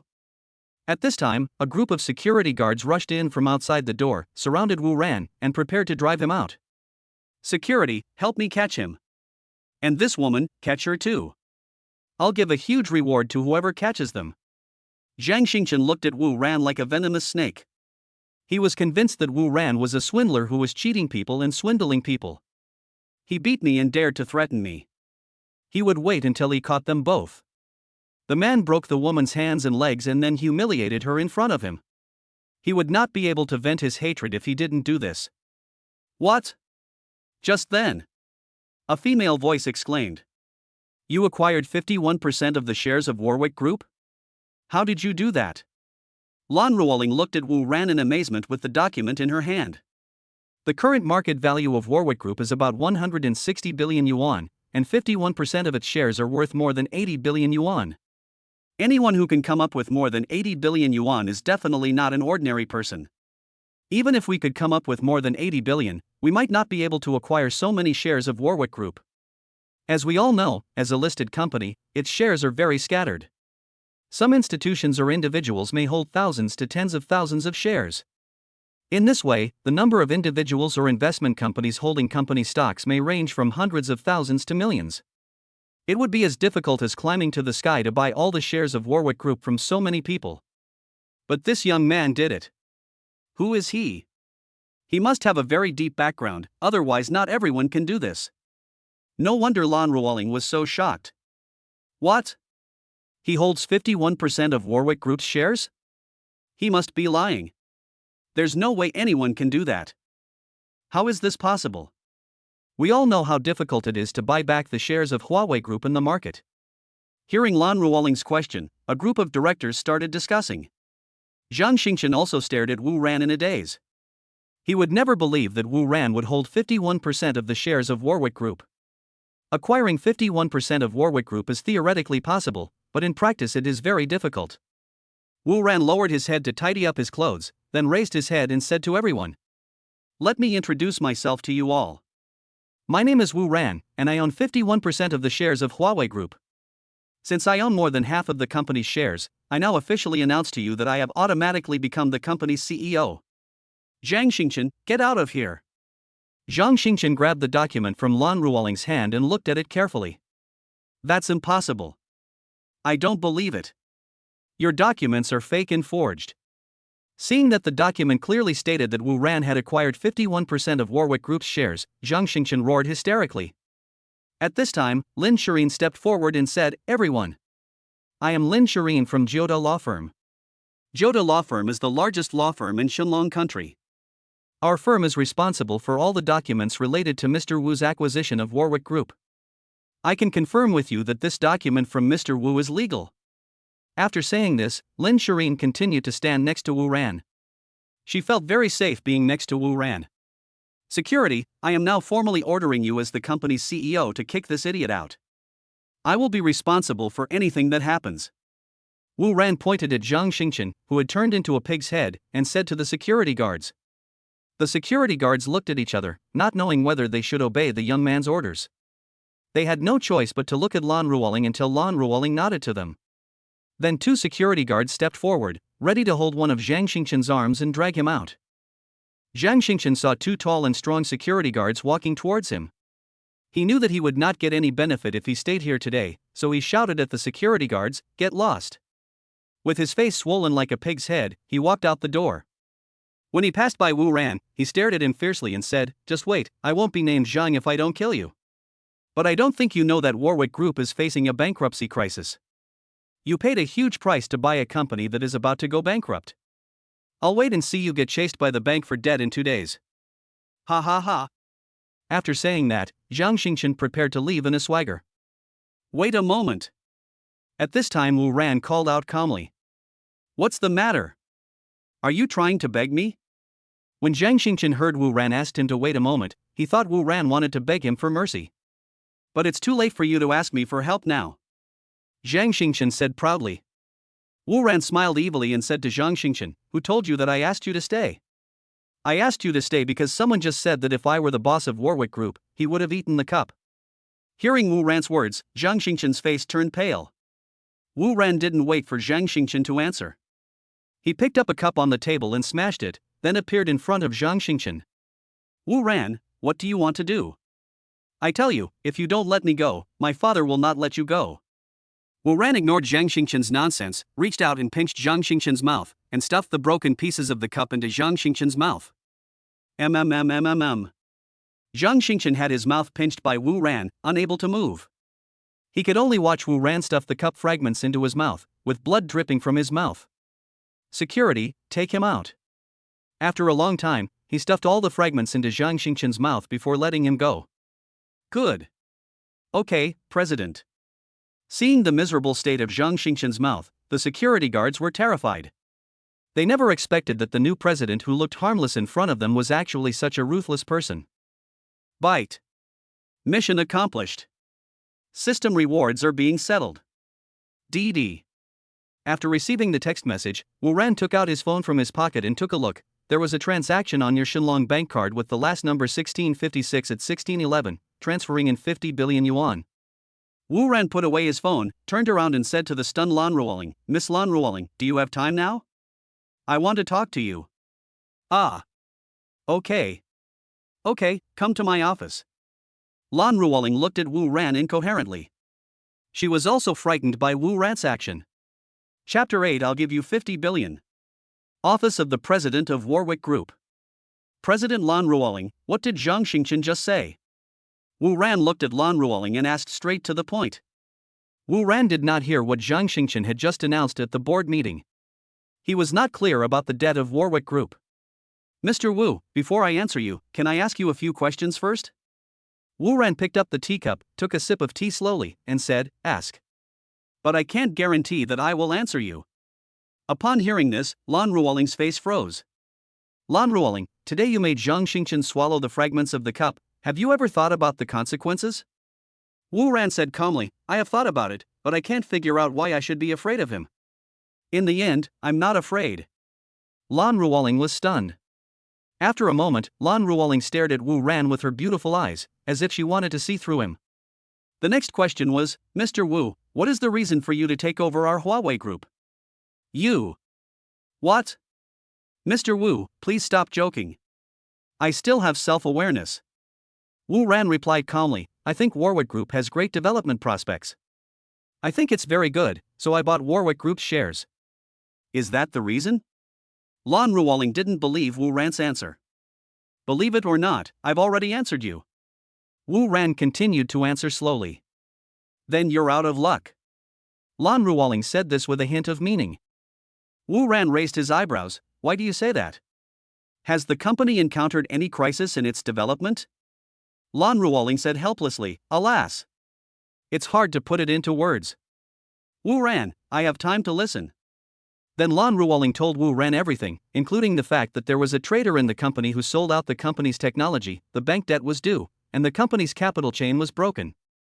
After listening to Lan Ruoling's story, Wu Ran remained silent. Lan Ruoling didn't know what Wu Ran was thinking about. System. When I was in Manager Chen's office just now, Option A said that the company technology that Mr. Chen sold was battery technology, right? System, yes, host. So that's how it is. Do you have anything that can help the Warwick Group? System, today I have rewarded you with a piece of black technology, which is battery technology. Bring out that battery technology for me to see. An introduction to new energy batteries appeared in front of Wu Ran. Lingran batteries are manufactured using a brand new technology. Compared with batteries currently on the market, their capacity can be increased 10 times at the same volume. This is definitely a disruptive invention, and the charging time is shorter, and it can be fully charged in just 10 minutes. Wu Ran suddenly said, Ms. Lan Ruoling, I already understand what you said. The company's biggest trouble right now is that the debt owed to the bank is due in 2 days. As long as this problem is solved, everything else will be easy. Lan Ruoling said worriedly, yes, I have been negotiating with Shinlong Bank for a while. I hope they can give me some time. But now it seems impossible. I just found out today that the president of the Qingfeng City branch of Shinlong Bank is from the Zhang family. If we can't pay it back in 2 days, they will definitely file a petition with the court for bankruptcy liquidation of our company. Wu Ran, didn't you borrow money from other banks to tide over the current difficulties? Lan Ruoling said helplessly, I have talked to all the banks. Other banks can only lend a maximum of 1 billion. This is simply a drop in the bucket for the current debt of Huawei Group. Understood. Huawei Group is my company now. The company is in crisis now, and I should also do my part. How about this? I will transfer 50 billion to you now, and you can pay off the debt you owe to Shinlong Bank in 2 days. Wu Ran said to Lan Ruoling calmly. 50 billion. Lan Ruoling raised her eyebrows, opened her eyes wide, and stared at Wu Ran blankly. At this moment, her heart was churning like a raging storm. She knows many wealthy people whose net worth exceeds 50 billion, but their assets are only over 50 billion. If they are asked to take out 50 billion in cash, they can't do it because assets are not cash. The mysterious man in front of him actually said that he could take out 50 billion in cash. One can imagine how powerful the power behind him is. And what this man took out today was not just 50 billion, but 130 billion. The acquisition of 51% of Warwick Group's shares was also in cash.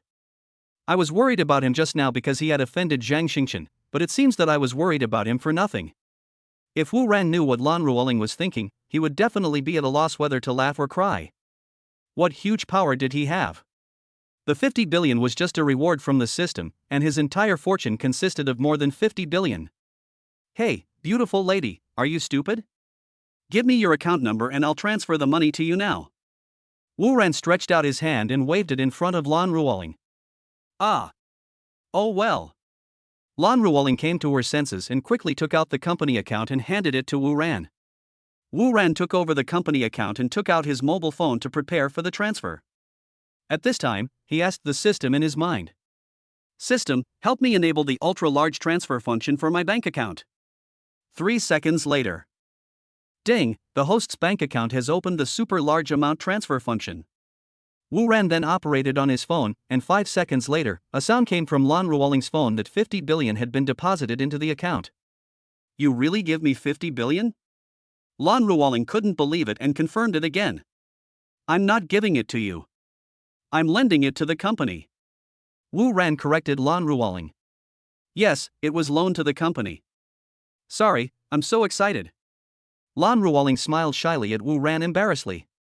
The crisis that had troubled her for half a year was solved like this, and she could finally laugh. She believed that with the funds injected by Wu Ran, Warwick Group would have a better future. I have one last question. Lan Ruoling lowered her head and said embarrassedly. You are a problem, baby. Why are there so many questions? Ask. Wu Ran said helplessly. Don't worry, the 50 billion given to the company is not a poisonous point. The author knows that the Zhang family still holds shares in the group. Later, it will be explained that the Zhang family will obediently hand over the shares, and there is no need to do any operation to dilute the shares. It's just that the number of words in this chapter is limited, and it is impossible to explain all the results at once. Please read it slowly, thank you. Chapter 9, I'll wait for you. Are you joining the Warwick Group because you want to take control of the company? Or is it just a simple dividend? Lan Ruoling's beautiful eyes just kept staring at Wu Ran. Hearing Lan Ruoling's words, Wu Ran smiled. He doesn't want to manage a listed group. He is so rich now, wouldn't it be nice for him to be a salted fish? Moreover, 51% of Warwick Group's shares were awarded to him by the system, and he has no experience in managing a listed group. Leave professional matters to professionals. Wu Ran's profession is to be a carefree salted fish. However, seeing the nervous Lan Ruoling, Wu Ran also became playful. If I say I want to control the company, will you give it to me? Hearing this, Lan Ruoling's heart sank and he was silent for a moment. If Mr. Wu really wants control of the company, I can hand it over. Oh. Aren't you going to put up a fight? A mysterious man who can take out 130 billion in cash in one go is not something a weak woman like me can contend with. I believe you will manage the Warwick Group well. After all, you have spent so much money. Lan Ruoling seemed to have accepted her fate. Don't worry. I have no interest in managing a company, and I have no experience. You should be the one to run this company. I'll just be a hands-off manager. Seeing Lan Ruoling's depressed look, Wu Ran decided not to tease her anymore. Really? You really won't fight with me for control of the company? Hearing Wu Ran's words, Lan Ruoling cried out in surprise. Wu Ran, well, it's true, I have no interest in managing the company. Thank you so much. My father founded the Warwick Group. He has put so much effort into this company. I don't want to hand it over to someone else. But you are the big boss of Warwick Group after all, so you can take the position of CEO of the company. I can just be the vice president. Lan Ruoling said excitedly with her beautiful eyes looking forward. Whatever you want. I don't care. I have something good for you. After saying that, Wu Ran took out a USB flash drive from his pocket and handed it to Lan Ruoling. What's in it? Seeing Wu Ran handing her a USB flash drive, Lan Ruoling asked in confusion. You'll find out if you open it. Wu Ran spoke mysteriously to Lan Ruoling. Lan Ruoling took the USB drive to her computer, inserted it, and opened it to take a look. Ah! A woman's excited voice shouted. Lan Ruoling stared at the contents of the computer in amazement. Standing there stupidly. The next moment she suddenly came to her senses, ran to Wu Ran, stared at him intently, and asked in a trembling voice, Are the technologies inside real? Wu Ran felt frightened when she saw him. At this moment, he felt like he was the tang monk's meat that everyone wanted to take a bite of. It's true. Wu Ran said what he meant. As soon as he finished speaking, a fragrant breeze blew across Wu Ran's nose. Suddenly, he felt a soft jade in his arms, and a warm and soft object kissed his face. Before he could fully experience the feeling, Lan Ruoling quickly let go of him the next moment. Lan Ruoling lowered his head, well, that. She stumbled as she spoke, and her ears gradually turned cherry red. I don't know where to put my hands and feet.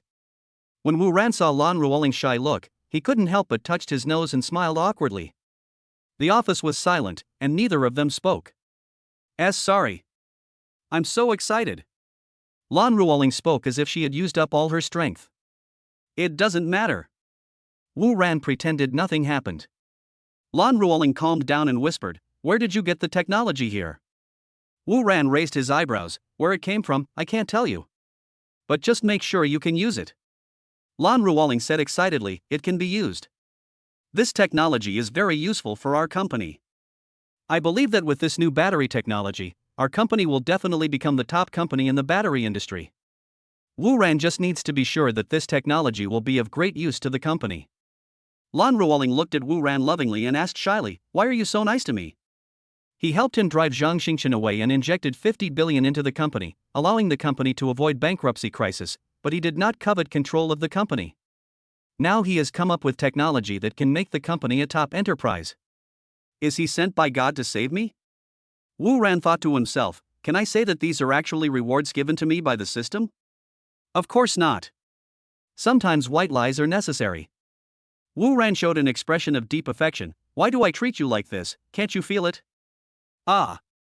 Lan Ruoling was stunned when she heard this, her heart beating wildly. No, it's too fast. Give me some time. I'm not mentally prepared right now. After saying this, Lan Ruoling just hesitated, standing there at a loss, with flushed cheeks. I'm waiting for you. Wu Ran spoke softly. Chapter 10 You can call me Ruoling from now on. Call me Ruoling from now on. Lan Ruoling blushed and spoke to Wu Ran in a low voice. At this moment, a character attribute interface that only Wu Ran could see popped up in front of him.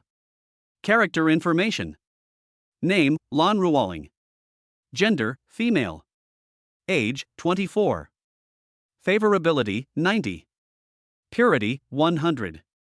Weight, 51 kilograms. Height, 169 cm. Physical condition, yellow flower. Wu Ran saw Lan Ruoling's character information. Her favorability towards Wu Ran had reached 90, which meant she had a great impression of Wu Ran. In this case, they can already interact and flirt with each other like lovers.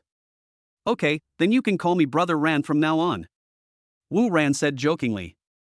Lan Ruoling rolled her eyes at Wu Ran cutely. I don't want to, I'll call you by your full name, I'll call you Wu Ran. Whatever you want. But I have something serious to tell you. Wu Ran spoke seriously. What is it? Hearing Wu Ran said that he had something serious to talk about, Lan Ruoling also became serious. There's something fishy going on in the company. I already know who sold out the company's battery technology. When Lan Ruoling heard Wu Ran say that he knew who the traitor in the company was, she was stunned. She has been trying to find out who sold out the company's technology, but she has never found out. Who sold out the company? This traitor almost caused the company to go bankrupt, and Lan Ruoling wished he could cut this man into pieces. Wu Ran, it's Director Chun from the RD department. Is it him? Logically, that's impossible. Wu Ran, did you make a mistake? Lan Ruoling's pretty face froze. She had doubted many people, but she had never doubted him. Why can't it be him? Wu Ran asked in confusion.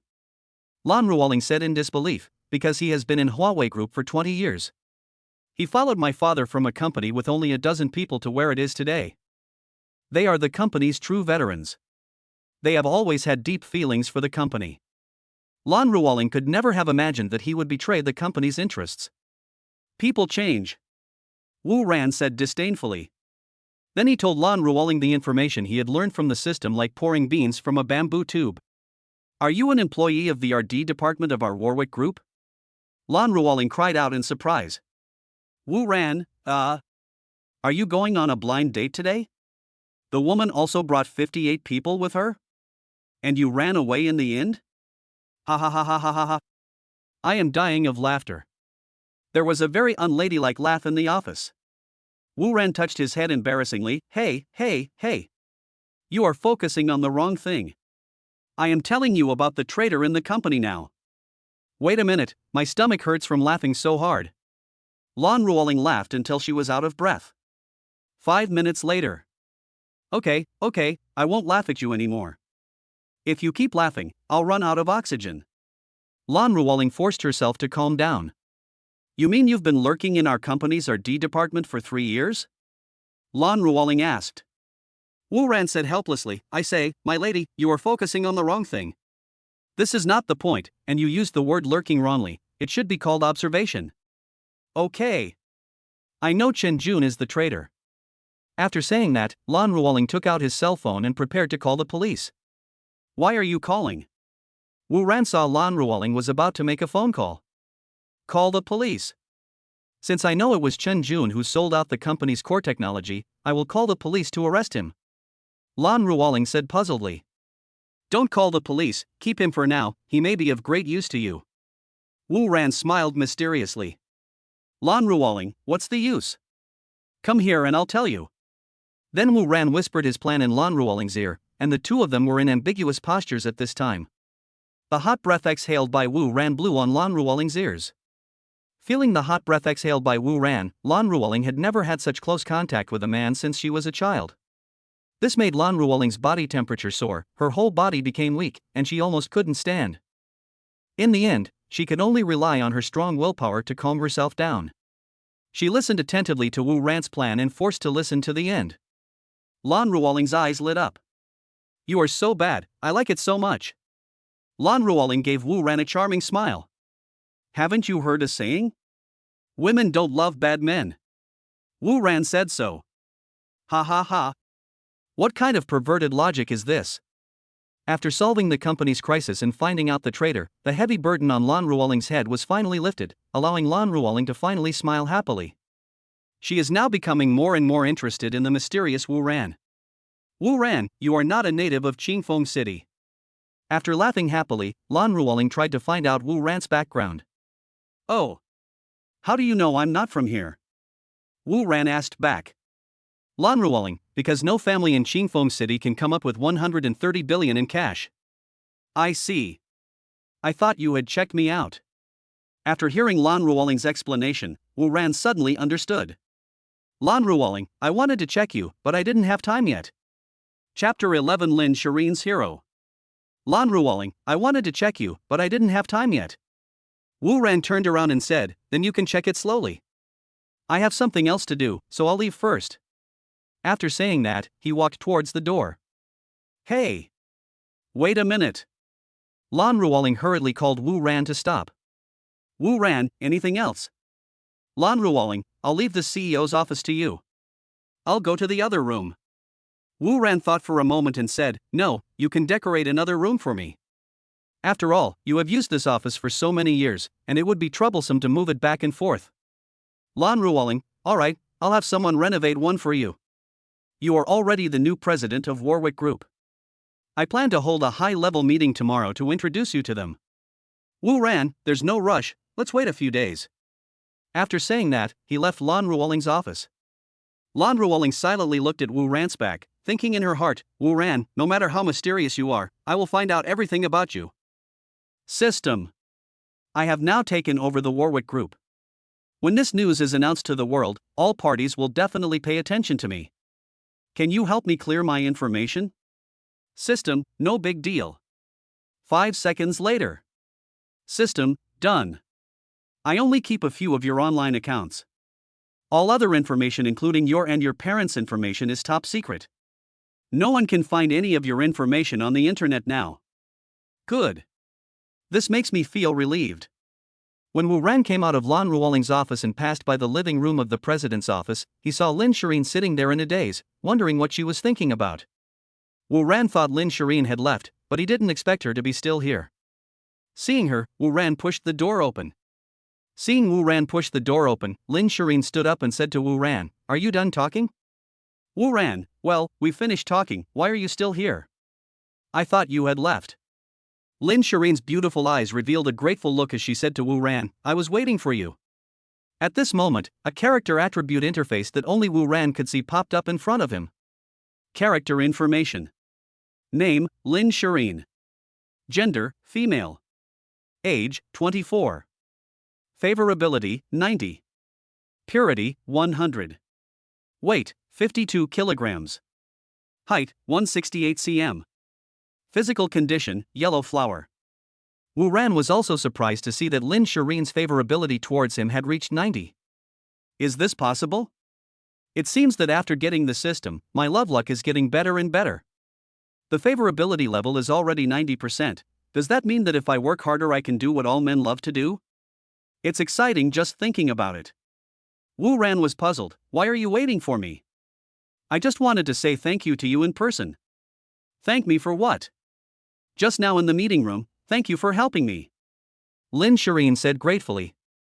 Wu Ran touched his head embarrassingly. Oh, you were talking about this. It's okay, I just can't stand Zhang Xingchen's behavior. Lin Shireen's eyes flickered, but I still want to thank you. I want to treat you to a meal to show my gratitude. Wu Ran, invite me to dinner. That's fine. When? Lin Shireen, how about tonight? Just as he was about to agree to Lin Shireen, Wu Ran suddenly remembered that he had to go back to his alma mater tonight to attend a charity gala. This is because the school is preparing to set up a fund specifically for supporting poor students, so it calls on graduated alumni to return to school to attend the party and donate enthusiastically. Wu Ran had already received the notice last month, and almost forgot about it today. Not tonight, I have a party tonight, let's do it another day. Originally, Wu Ran planned to ask Lin Shireen out for dinner another day, but then he changed his mind and decided that inviting this girl to accompany me to the party would be a good choice.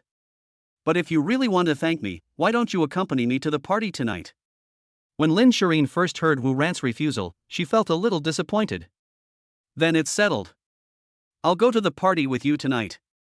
The next moment, when Lin Shireen heard Wu Ran invited her to attend the alumni party, her heart blossomed and she immediately said with joy. Wu Ran, then it's settled. I'll pick you up tonight. Did you drive here or take a car? Otherwise, I'll take you back to the company now. Lin Shireen lowered her head and whispered, I came here by car. Come on, I'll take you back to the company first. Then Wu Ran took Lin Shireen to the company's parking lot and found the Lamborghini Poison that the system rewarded him. I saw a cool and sharp sports car parked there alone. The Lamborghini Venom is equipped with a 6.5-liter 12-cylinder engine, a 7-speed ISR gearbox, 5 driving modes and a full-time 4-wheel drive system. This engine is an absolutely thrilling combination, with amazing revs and pulling power, giving it a maximum output of 750 horsepower. It takes only 2.8 seconds to accelerate from 0 to 100 kilometers. There are only 3 Lamborghini Veninos in the world. Owning it is a symbol of status, the kind that you can't buy even with money. Next to the Lamborghini, there was a staff member of the 4S store standing. He was waiting for Wu Ran to arrive. When the car was delivered just now, Wu Ran was not free to receive it, and was only free now. When the staff at the 4S store saw Wu Ran coming over, they quickly stepped forward and said respectfully, "Excuse me, are you Mr. Wu Ran?" "Wu Ran, yes, I am Wu Ran." "Staff, hello, Mr. Wu, here are your car keys and purchase documents." Wu Ran took the car keys and purchase documents, then took out 1,000 yuan in cash and handed it to the staff member as compensation for his lost wages. The staff member thanked him profusely and left. Lin Shirin saw Wu Ran's super sports car. Although she didn't know the price of the car, she knew it must be very expensive. But she was not surprised. Wu Ran spent more than 80 billion to acquire Warwick Group, so it was normal for him to drive a luxury car worth tens of millions. Wu Ran was very gentlemanly and helped Lin Shirin open the car door and let her sit in first. Wu Ran's unintentional action once again caused ripples in Lin Shirin's heart. After getting in the car, Wu Ran drove towards Lin Shirin's company at lightning speed. Downstairs of Lin Shirin's company, Lin Shirin was standing next to the vehicle. "I'll pick you up. See you tonight." After saying that, Wu Ran drove away first. Lin Shirin stood there, looking at Wu Ran's back as he drove away with her beautiful eyes, and encouraged herself in her heart, "Lin Shirin, if you like someone, just let them go and love them. Happiness must be fought for by yourself." Many people thought that Lin Shirin liked Wu Ran because of his money, but only Lin Shirin herself knew that she had completely fallen for him the moment Wu Ran slapped Zhang Xingqian away. There has never been a man who would protect her like this. The moment Wu Ran protected her, she found her peerless hero. Chapter 12: The Versatile Ex-Girlfriend. 7 o'clock in the evening, downstairs of Lin Shirin's house. Wu Ran was sitting in the car playing with his phone waiting for Lin Shirin to come down. The class monitor is at ing everyone in the WeChat class group, basically notifying everyone to arrive on time before 8 o'clock tonight. The students inside all responded in unison, "Got it." Wu Ran took a look and put his phone down. He did not reply to the message in the group. He had not spoken in the group for a long time. At this time, the sound of slow footsteps was heard, and Wu Ran looked up. He was stunned and sat there motionless. "I saw a graceful girl walking towards me from a distance. She was wearing a white long skirt, revealing her towering breasts, and her eyes, which were more charming than peach blossoms, were very captivating. Her skin is as white as snow and her cherry lips are slightly upturned. What a beautiful woman! Hey! Look at me!" Until Lin Shirin walked to the side of the Lamborghini, shyly stretched out her hand and waved it in front of Wu Ran. "Ah! Oh!" Only then did Wu Ran come back to his senses. Lin Shirin gently turned in front of Wu Ran, like an elf in the forest. "Do I look good?" Lin Shirin lowered her head and asked shyly. "Nice." Wu Ran said what he meant. "You're drooling." Lin Shirin said mischievously. "No way." Wu Ran reached out and touched the corner of his mouth. "No." Lin Shirin laughed jokingly. "I was kidding you. How dare you lie to me, you little devil." Wu Ran stretched out his hand and pretended to teach Lin Shirin a lesson. Lin Shirin laughed and took 2 steps back, saying, "Come and catch me." Seeing this, Wu Ran opened the car door and got out, intending to catch this little devil and teach him a lesson. "There are a lot of people watching around," Lin Shirin reminded him. Wu Ran looked around and saw that there were indeed many people stopping to watch. "Forget it, I'll teach her a lesson next time. Get in the car." Wu Ran opened the car door and said to Lin Shirin.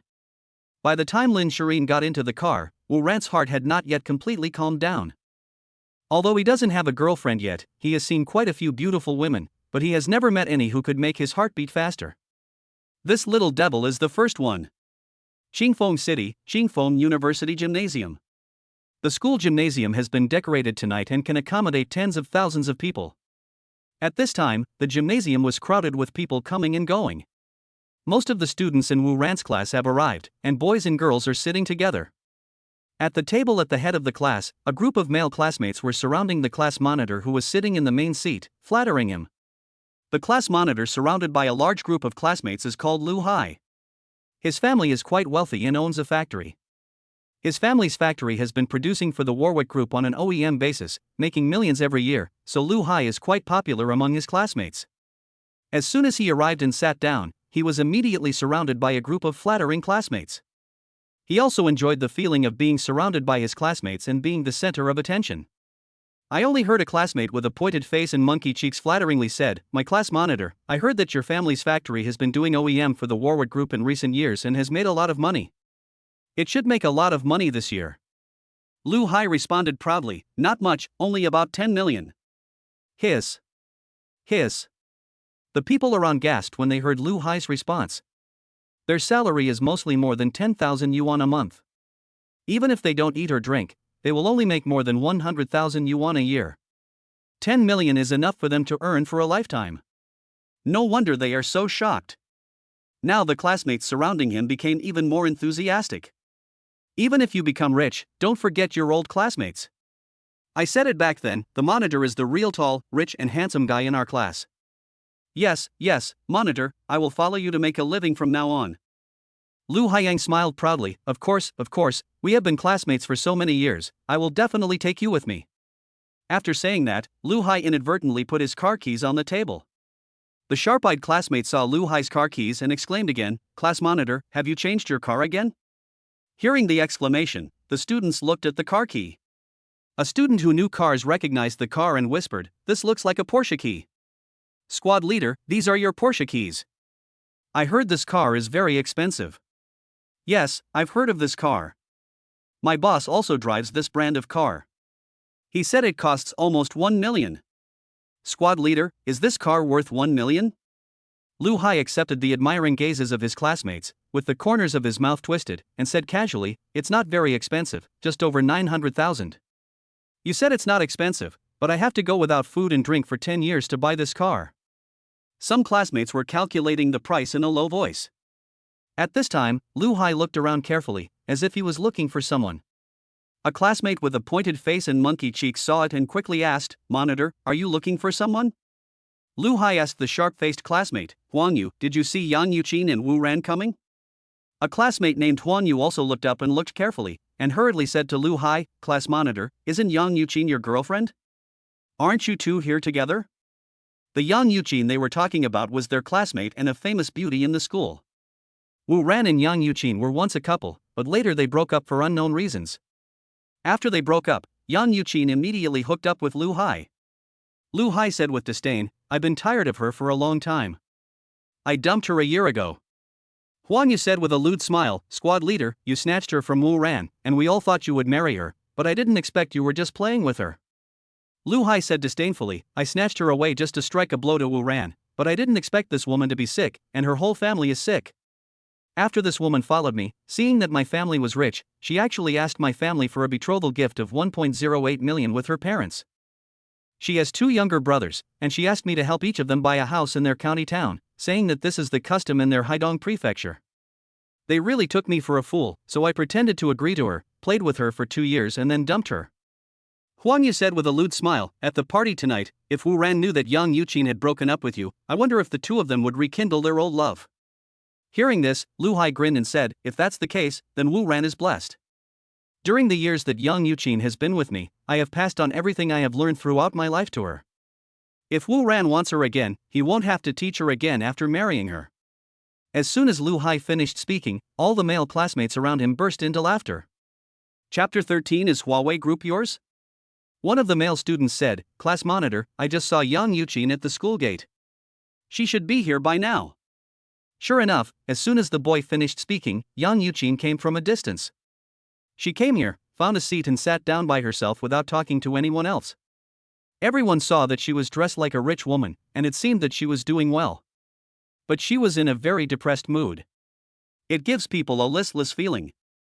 Yang Yuqin sat down and saw Lu Hai staring at her. She turned her head away and stopped looking at him. Just at this moment, Wu Ran also walked in with Lin Shirin.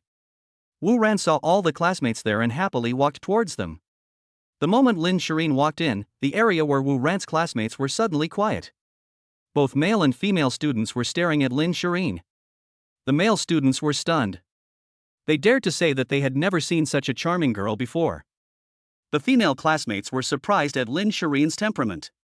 At this time, a loud shout came, "Wu Ran, come and sit here, we are here." Wu Ran took a closer look and saw that the person who called him was his best classmate and sworn brother, Lu Gaoming. Then Wu Ran took Lin Shireen over. There were 5 or 6 classmates sitting at Lu Gaoming's table, all of whom were Wu Ran's best friends in college. Everyone was excited to see Wu Ran coming. As soon as Wu Ran and Lin Shireen sat down, the friends present all looked at Wu Ran with a smile. Lu Gaoming hugged Wu Ran and patted him on the back and said happily, "You bastard, you didn't contact me for 2 years. I thought you were missing."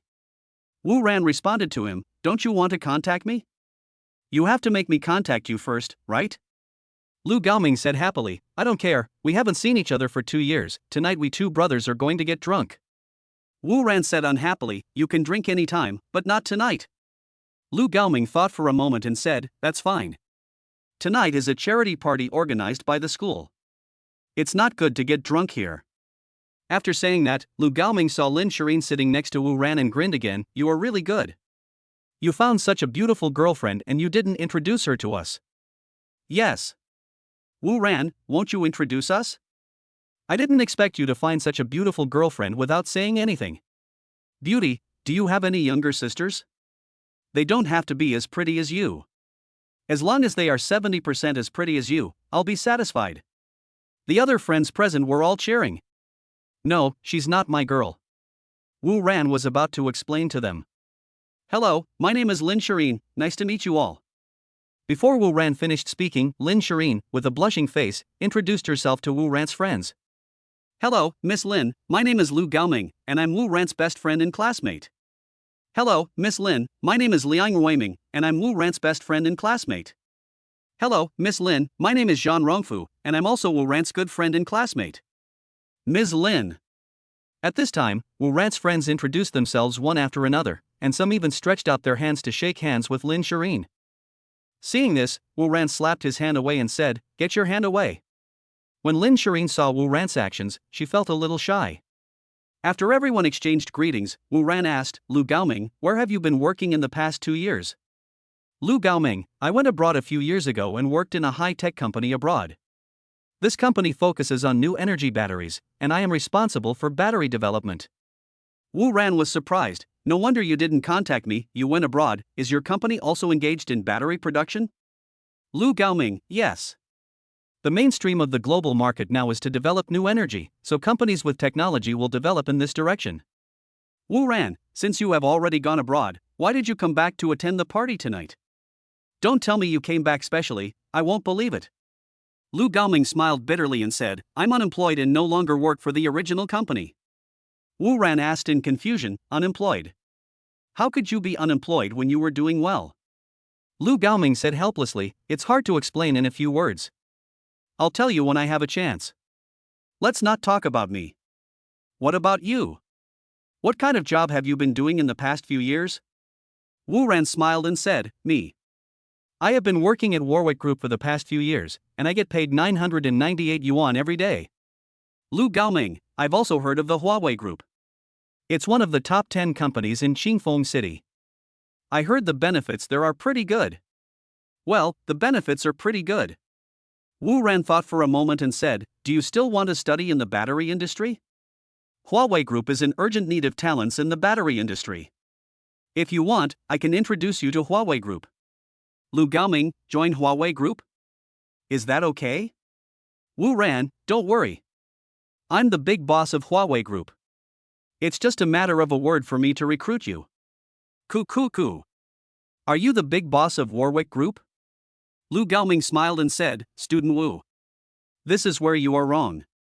Although it is normal for classmates to brag, you said you are the big boss of Warwick Group. This is too much. If you are the big boss of Warwick Group, I will eat you right there." Stop. At this time, Wu Ran stroked his forehead and shouted loudly, "Stop talking. If you continue, I'm afraid I'll lose you as a friend. In the future, you will say that I bullied you." Wu Ran quickly told Lu Gaoming to shut up, saying that if he continued they would no longer be friends in the future. Then Wu Ran said seriously, "I'm serious, do you want to join Huawei Group to continue researching your battery?" Lu Gaoming stopped laughing and said seriously, "Huawei Group's battery technology is indeed among the best in China. Huawei Group is also in line with my original major. It would be best if I could join Huawei Group." Lu Gaoming still didn't believe it and asked, "But are you sure they want me?" Wu Ran raised his eyebrows. If I say you can join Huawei Group, then you will definitely join, and you will be in charge of the RD department of Huawei Group. Lu Gaoming was puzzled and asked, you will be in charge of the RD department after joining? Where is the original manager of your RD department? Wu Ran smiled mysteriously. Soon he will no longer be the manager of our RD department. I'll have someone contact you in a few days. After hearing what Wu Ran said, Lu Gaoming didn't say anything more. He raised his glass, clinked it with Wu Ran's, and drank it in one gulp. At this moment, a very unfriendly voice sounded. What a big mouth. Is the Warwick Group yours? Don't brag without thinking. Chapter 14, One phone call can bankrupt your family. Don't brag without thinking. An untimely voice sounded. At this moment, the air suddenly became quiet. Wu Ran looked in the direction of the sound, and it was Lu Hai who spoke. He was looking at Wu Ran with disdain. He just saw Wu Ran bringing Lin Shireen in. The moment he saw Lin Shireen, he was stunned by her beauty. Her figure and appearance were like a fairy descending to earth. He swore that he had never seen such a beautiful girl. At that moment, his heart was burning with passion and he vowed to get her. This girl is not their classmate, but should be Wu Ran's girlfriend. It is very likely that she was deceived by Wu Ran's sweet words. Thinking of this, he felt indignant and jealous of Wu Ran.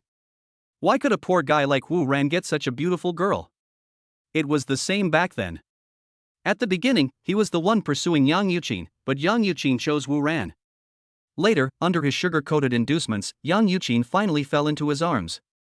He believed that only a dragon among men like him could be worthy of such a fairy. So when he heard what Wu Ran said just now, he thought his chance had come. He wanted to expose Wu Ran's bragging and save the girl who was deceived by him. As soon as he heard Wu Ran's words, he walked over to Wu Ran's table and immediately opened his mouth to expose Wu Ran as a liar. He looked at Wu Ran jokingly and said, Wu Ran, I haven't seen him for a few days. How come he has learned to brag? I heard that you are a white-collar worker in the Warwick Group. I wonder if your salary is 10,000 yuan a month. Why don't you come and work in my factory? I can give you 10,000 yuan a month. I heard you haven't bought a house yet. I have an empty doghouse at home. As long as you come to work at my house, I will give it to you to live in. Hearing Lu Hai's sarcastic voice, the students around him burst into laughter. The friends sitting with Wu Ran were indignant and said, Lu Hai, don't think you can insult others just because you have a few bucks. Don't stinky mouth.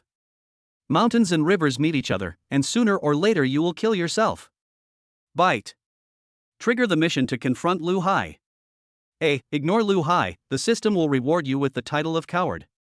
B. Fight back against Lu Hai and bankrupt his family. The system will reward you with physical enhancement, 10 billion in cash and a protective necklace. Note, wearing a protective necklace can make you immune to all attacks. It is the best gift for your loved one. There is another mission. Wu Ran is delighted and his eyes soften when he looks at Lu Hai.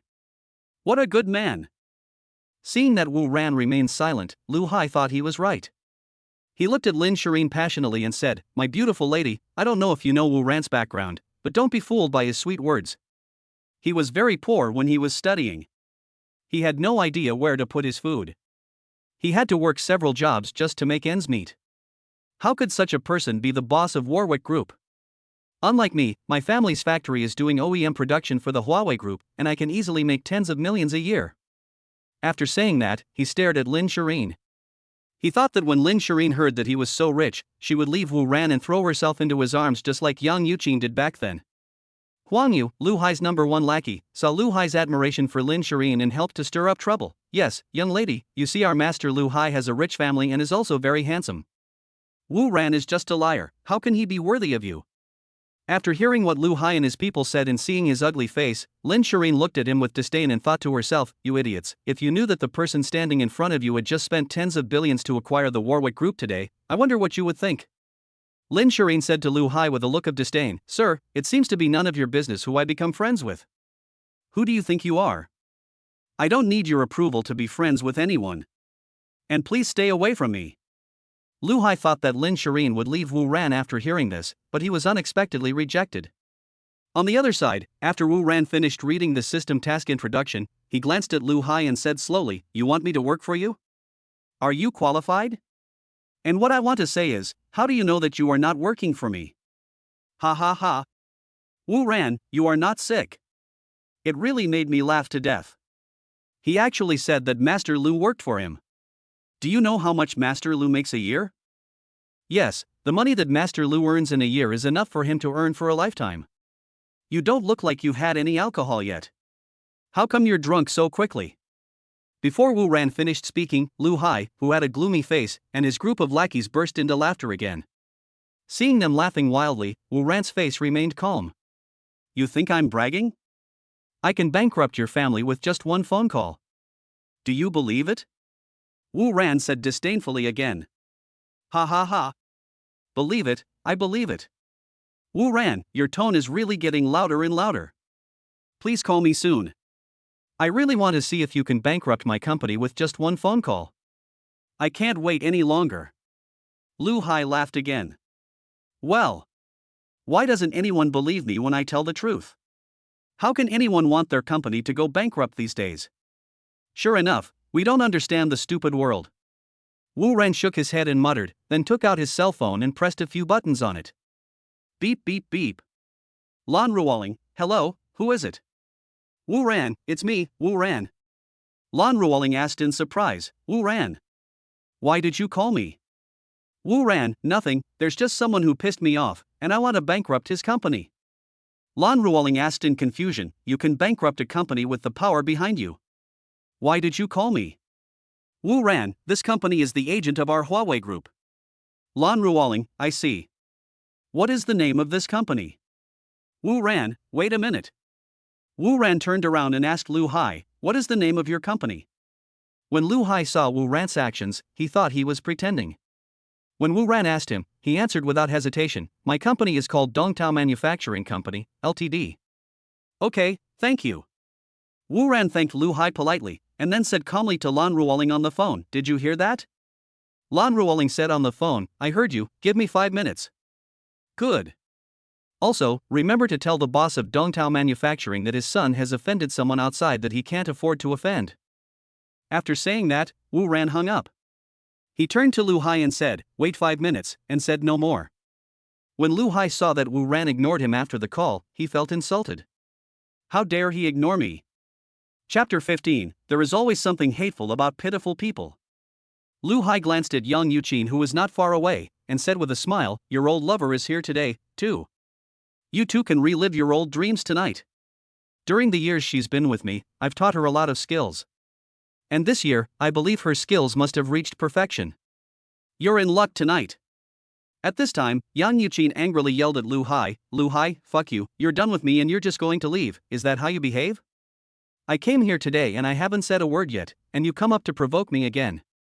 Fuck you, I'm going to kill your whole family. After saying that, he picked up a cup on the table and threw it at Lu Hai.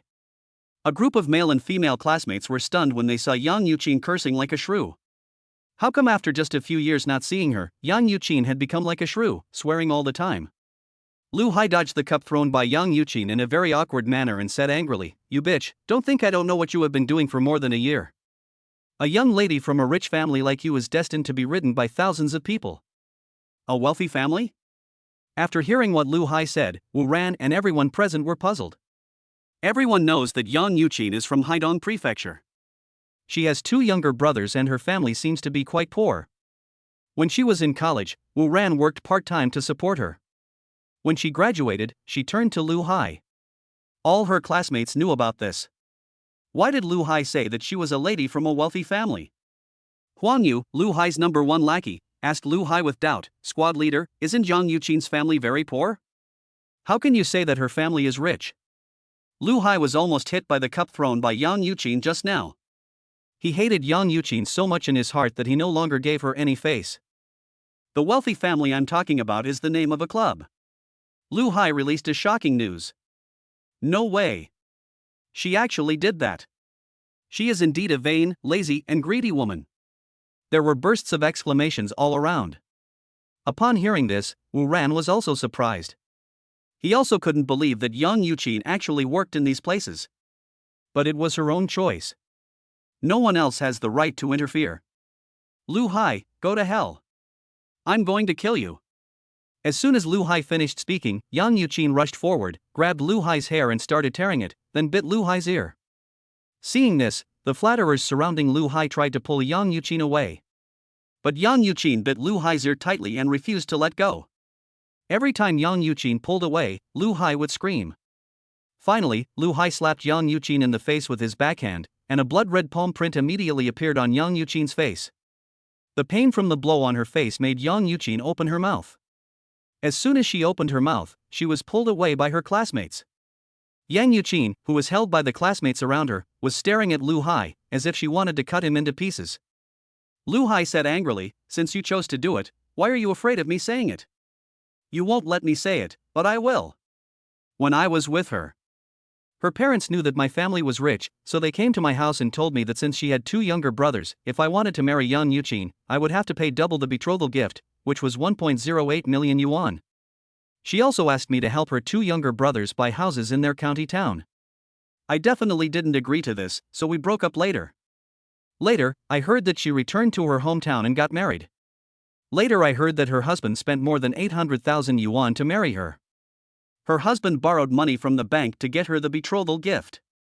Less than 2 months after Yang Yuqin married her husband, she found out that her husband's family had a debt of more than 800,000 yuan to the bank. This woman actually wanted to divorce her husband. Her husband definitely won't agree. He spent over 800,000 yuan to marry you, and he also owed the bank a lot of debt. Now you want a divorce in less than 2 months. No one can accept this.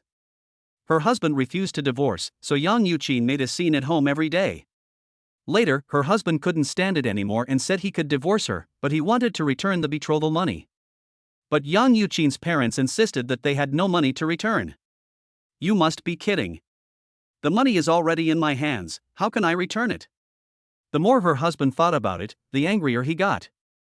It was obvious that this woman was cheating on him. Anyway, there was no love between the two of them, so her husband took her to work in a wealthy family, where she had to receive customers every day, and he said he would let her go when he earned more than 800,000 yuan in betrothal money. She had escaped many times, but was always caught by her husband.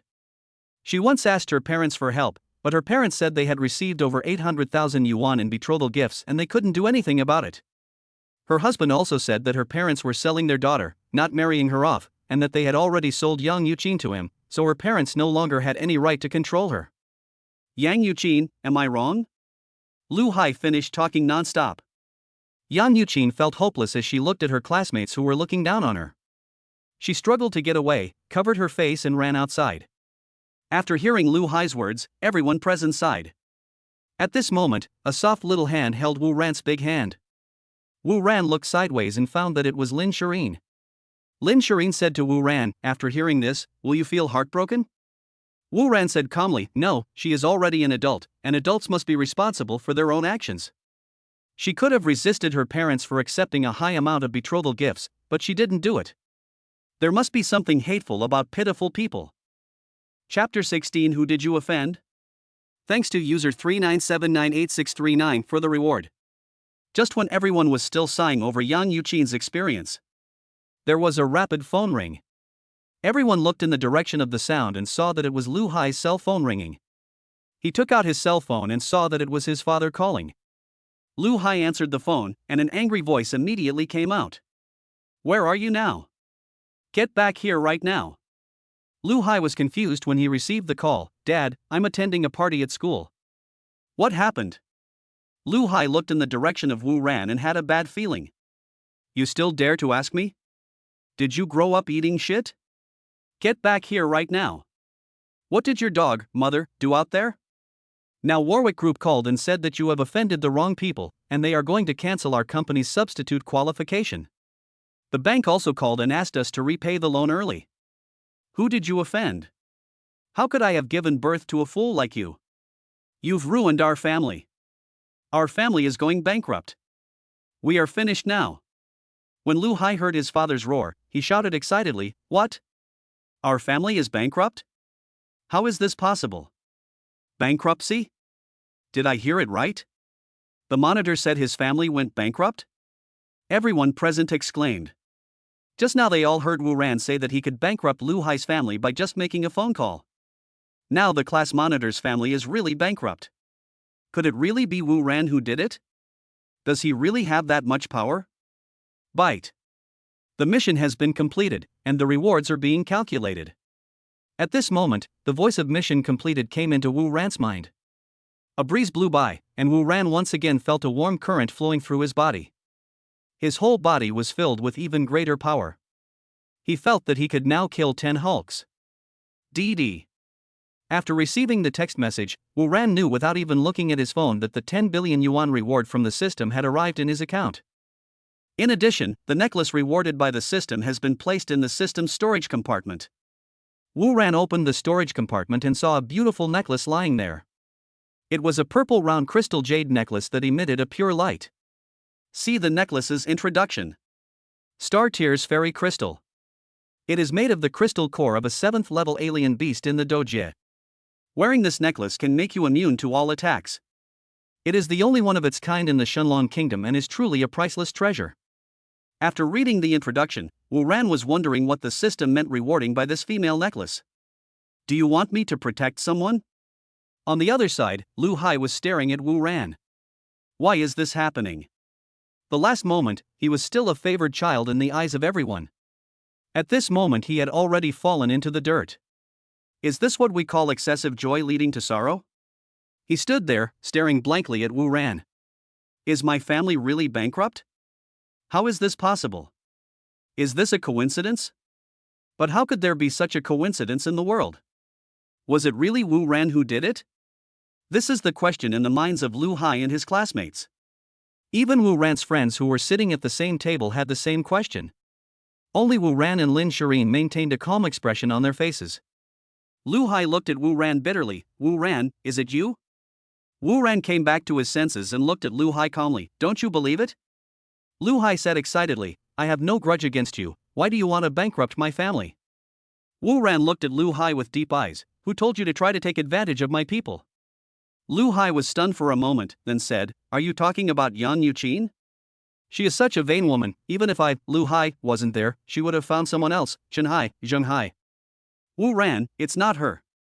Actually, speaking of her, I have to thank you. Lu Hai was startled. Thank me for what? Wu Ran smiled slightly. Of course I want to thank you for letting me see the true face of this woman Yan Yuqin. Otherwise I will continue to be obsessed with her fake appearance. Wu Ran continued with a double meaning, you are such a good person. Lu Hai's face was full of complex expressions. The next moment, he seemed to have made up his mind. He walked up to Wu Ran, stared at him intently, and said to him cruelly, Wu Ran, call them right away and ask them to cancel their revenge against my family, otherwise. Wu Ran remained calm and said, what else? Just use whatever skills you have. Lu Hai roared angrily, Wu Ran, don't force me. When I go crazy, even I'm scared of myself. Wu Ran, really? Then I'll wait. The students who were watching the scene saw Lu Hai's angry expression and thought that the two were going to fight. Especially Wu Ran's good friends, they all rushed up and surrounded Wu Ran to prevent Lu Hai from suddenly attacking him. Lu Hai stared at Wu Ran and clenched his fists tightly. Gudong. The next second, the whole audience was in an uproar, and the students present couldn't believe what they saw. What, how dare Lu Hai do this? Chapter 17, Lu Hai, the flexible man. Thanks to user 397988639 for the reward. At this moment, the students were all shocked. Lu Hai knelt down towards Wu Ran with a thump. What the hell? God! Even Wu Ran was completely shocked. Who says these dudes are brainless bastards? Look at him, he is so flexible. As soon as he saw that the situation was hopeless, he immediately knelt down and begged for mercy. It seems that these so-called second generations do have their merits. Not everyone is that stupid. Lu Hai knelt on the ground with his head down, thinking gloomily. A real man can bend and stretch. Once I get through this difficult time and make a comeback, that will be the day you, Wu Ran, die. The humiliation of today will be avenged 1,000-fold in the future. And as for the woman next to him, I will definitely take good care of her in front of Wu Ran when the time comes. 30 years in Hedong. Thinking of this, Lu Hai flattered, Brother Wu, I am wrong, I am not good, I am not a human being. It's my fault that I didn't recognize the real talent. You are a magnanimous person, don't bother with a small person like me. Wu Ran's eyes changed when he looked at Lu Hai. This guy is so cruel to himself, he is a poisonous snake. You must never be soft-hearted with these people, because you never know when they will bite you back. Wu Ran looked down at Lu Hai and said, "You are quite smart, kid, but we have already made a big enemy today. How can I let you go?" Lu Hai raised his head and said in a sinister tone, "Are you really not going to let me go? Do you really want my family to go bankrupt?" Wu Ran felt a little funny. "Lu Hai, don't be so naive. If it were you, would you let me go?" Lu Hai's face froze and he was speechless. Wu Ran said again, "Lu Hai, I know you must hate me in your heart. Even if I let you go this time, you will definitely retaliate against me in the future, so why should I let you go?" Upon hearing this, Lu Hai remained silent. After a moment, he raised his head and said darkly, "Are you really not willing to let my family go?" Wu Ran smiled calmly, "No." "Then go to hell." Lu Hai shouted loudly, and after he finished speaking, a small knife appeared in his hand. He took the knife and stabbed Wu Ran. Just when the knife was about to stab Wu Ran, Lu Hai turned and stabbed the knife towards Lin Shireen. Everyone was stunned when they saw Lu Hai's crazy behavior. In a flash, Wu Ran turned sideways and hugged Lin Shireen in his arms to avoid Lu Hai's sneak attack. Then he kicked Lu Hai away. Bang!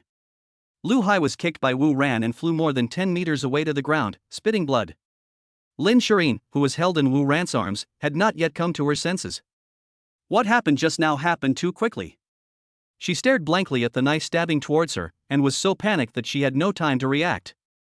Fortunately, Wu Ran saved her. But she couldn't understand why Lu Hai attacked her. Only Lu Hai himself understands this. Originally, Lu Hai planned to stab Wu Ran with a knife, but he also felt Wu Ran's defense against him. If he stabbed Wu Ran with a knife, the success rate would not be high, so he turned his target to Lin Shireen. And sometimes, to hurt a person, you don't have to hurt him himself. Instead, hurting the people around him will have a better effect. Lin Shireen was held in Wu Ran's arms, feeling very happy. This man saved her again, is this fate? Wu Ran asked Lin Shireen nervously, "Are you okay? Are you hurt anywhere?" "No. I'm fine." Lin Shireen answered shyly in Wu Ran's arms. "I'm glad you're okay." Wu Ran also breathed a sigh of relief when he heard that Lin Shireen was fine. Wu Ran let go of Lin Shireen and slowly walked towards Lu Hai. Lin Shireen felt a little disappointed when Wu Ran let her go, but she also knew that now was not the time for them to stay together. Wu Ran walked up to Lu Hai, squatted beside him and said in a deep voice, "Do you want to die?" "Wow. Wu Ran. You don't have to be so happy. One day I will kill everyone around you, all of them." Lu Hai spat out another mouthful of blood and said hatefully while staring at him. Wu Ran looked grim, and whispered in Lu Hai's ear, "You want to kill my woman, you are dead. When you go to prison, I will kill you in 10,000 ways. I will not let you have a chance to take revenge, never. Besides, you idiots, don't you know what it means to be responsible for one's own actions? If you dare to come at me, I will still look up to you, but you dare to attack my woman. Then don't blame me for using the same method on the people around you. I'm officially telling you here, the game has begun. After you get in, I will help you treat your family well." At this point, Wu Ran lowered his voice and said in a voice that only the two of them could hear, "I heard that you have several sisters, right? Don't worry, I will take good care of them." Lu Hai was furious when he heard this. "Wu Ran, you will die a miserable death." Wu Ran said calmly, "Whether I die a good death or not is a matter for the future, but you will definitely die." At this time, several policemen rushed in from outside. It turned out that someone had noticed something was wrong and called the police. Now that the police have arrived, the matter was quickly clarified. It was Lu Hai who attacked first, and Wu Ran fought back in self-defense. Finally, Lu Hai was lifted into the police car by the police and sent to the hospital for investigation. Chapter 18, Mr. Wu, we are the ones who look down on others. After the police left, there was silence all around. All the classmates looked at Wu Ran with fear in their eyes. Wu Ran looked at the silent crowd and asked, "What are you all doing here? Keep the music going, keep the dance going." After he finished speaking, he ignored them and returned to his original seat. At this time, the other students were whispering and discussing in a low voice what had just happened. What happened just now shocked them. Just because of Wu Ran's phone call, their former squad leader went from being a young master of a wealthy family to a poor young master of a bankrupt family. He also kicked Lu Hai away. Looking at Lu Hai's condition just now, several of his ribs were broken. They can't afford to offend this guy. They can't afford to offend him. Wu Ran returned to his seat and said to his friends with a smile, "What's wrong? Is there something wrong with my face? Why are you looking at me like that? Lu Gaoming looked at Wu Ran thoughtfully and said to him, I haven't seen you for a few years. I didn't expect you to become the big boss of Warwick Group. It seems like we really have to rely on you for a living. Wu Ran smiled calmly, didn't you guys just not believe it? Lu Gaoming smiled helplessly, I didn't believe it at first, but the moment Lu Hai said his family had gone bankrupt, I believed it. Another good friend, Zhang Rongfu, also said, I never thought that after not seeing you for a few years, you have already reached a level that is beyond our reach.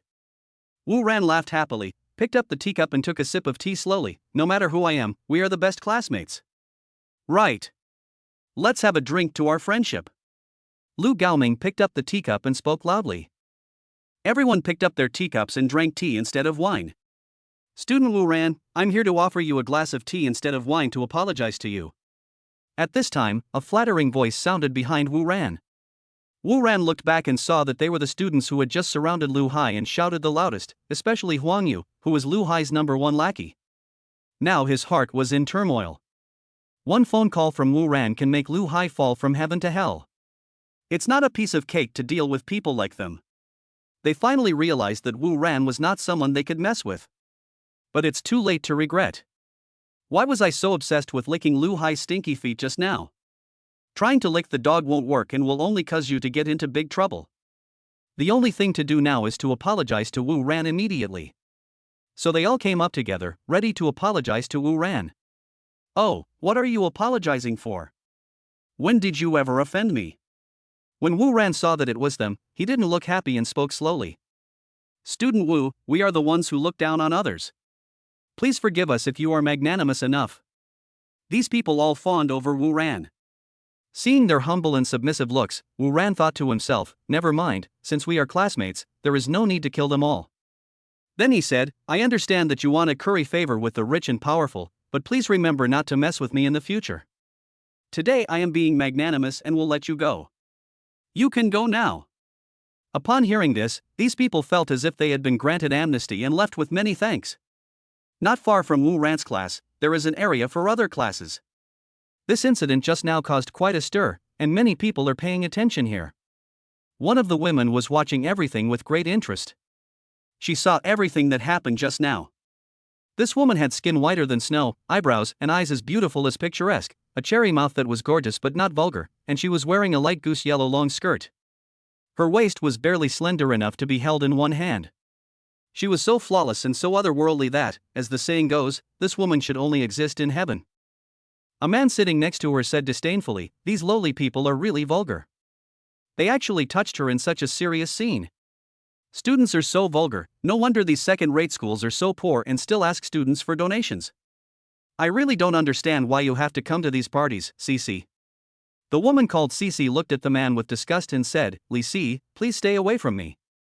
It is my freedom to do whatever I want, and you have no right to interfere. Besides, this is my alma mater. What does it have to do with you if I go back to my alma mater to attend the party? Besides, I didn't invite you here. You were the one who insisted on coming here. The man called Li Si froze for a moment, and quickly smiled and said, Cici, that's not what I meant. I apologize to you. To make amends to you, I have decided to donate 5 million in your name. Hearing this, Ji Luoshi said disdainfully, is 5 million a lot? Why should I ask you to donate for me? Do you have as much money as me? Hearing Ji Luoshi's words, Li Si's face turned pale and blue. At this moment, the school principal walked up to the podium and began to deliver a speech. Chapter 19 Ji Luoshi. 3 minutes later the principal finished his speech. He also knew that his classmates did not like his long speeches on the stage. So he hurriedly finished the opening speech in 3 minutes and then hurriedly announced the start of the party. The host of the party came on stage to host tonight's donation party. Since the school does not want some alumni to have difficulties in life due to donations, the donation is defined as voluntary and divided into 2 parts. The first part is voluntary donations, which means you can donate any amount you want. The amount of personal donations in this part will not be announced to the public. In this way, other alumni can donate according to their ability. They can donate as much as they want, even if it is just 1 cent. There is a saying that goes like this, no matter how much money you donate, it is a token of your heart, and even 1 cent is love.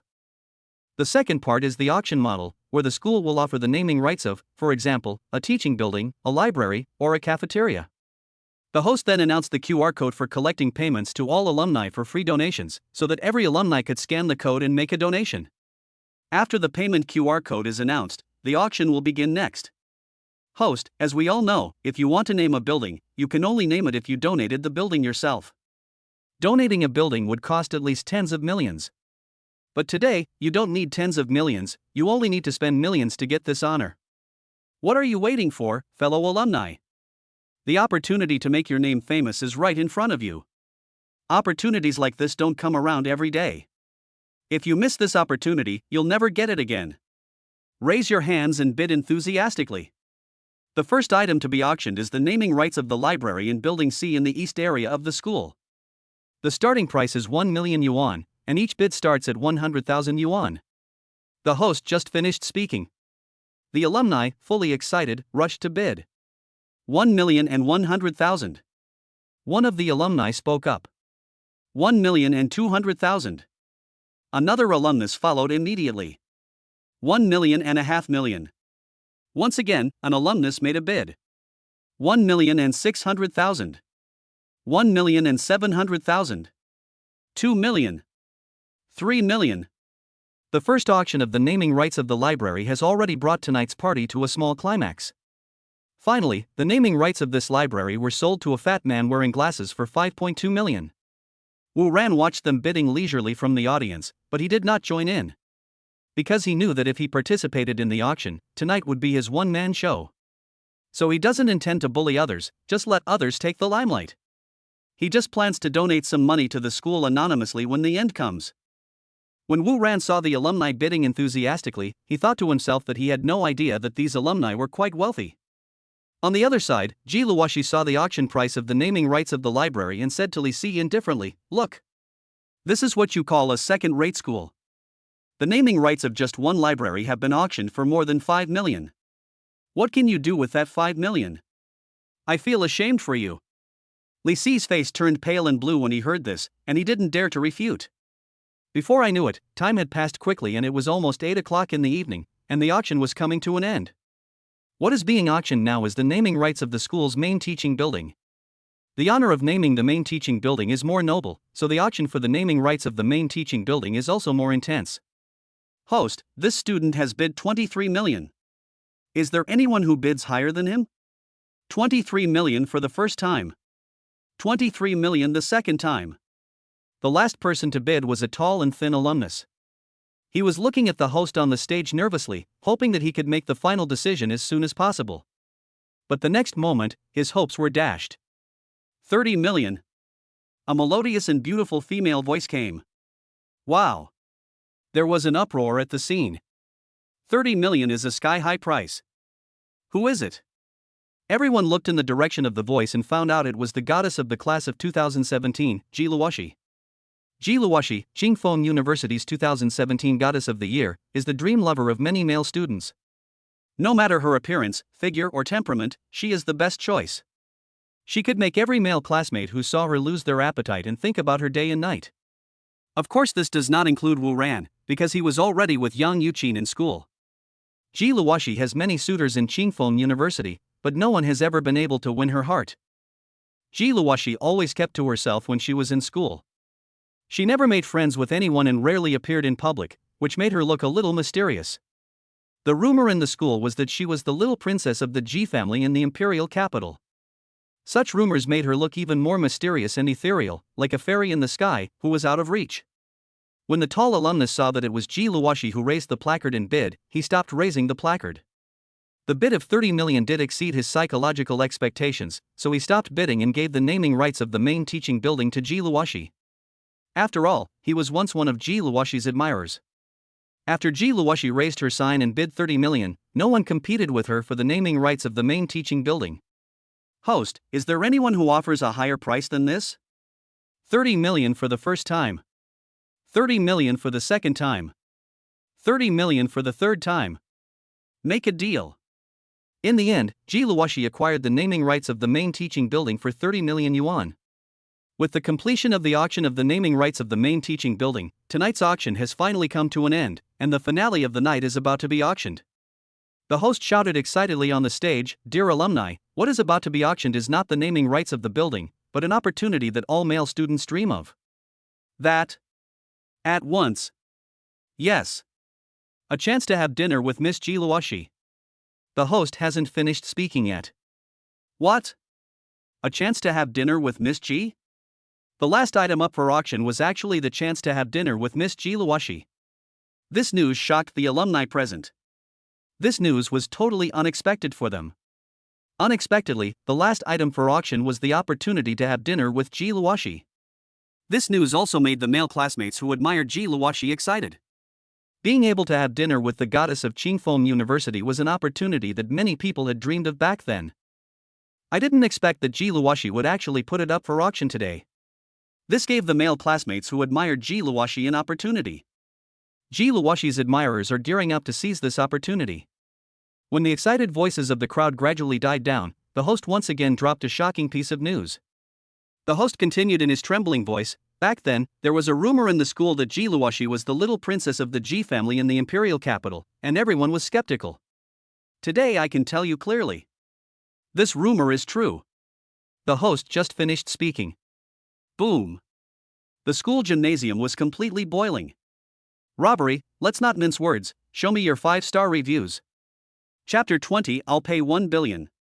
Everyone knows it, everyone knows it. The G family in the imperial capital. One of the 5 major families in Shenlong Kingdom. It is also the top and most mysterious family in the Shenlong Kingdom. This family has great influence and power in the Shenlong Kingdom.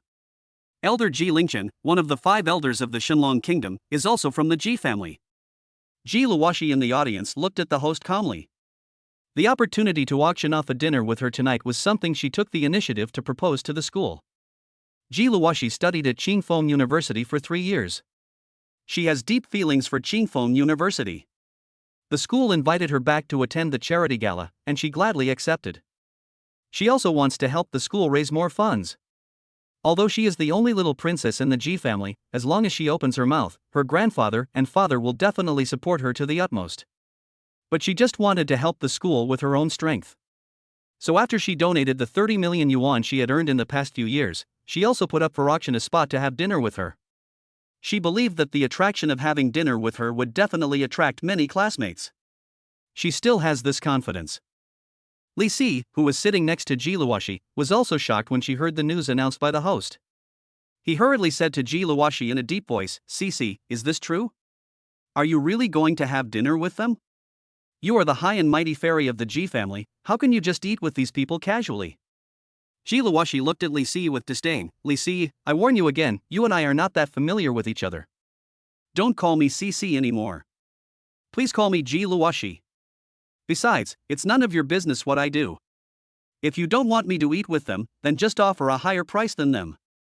Li Si was delighted when he heard this. "Really? You're willing to have dinner with me?" Ji Luoshi said calmly, "This is an auction. I will have dinner with whoever donates the most money." After hearing what Ji Luoshi said, Li Si immediately took out his cell phone and prepared to mobilize all the cash he could. He was determined to get the chance to have dinner with Ji Luoshi.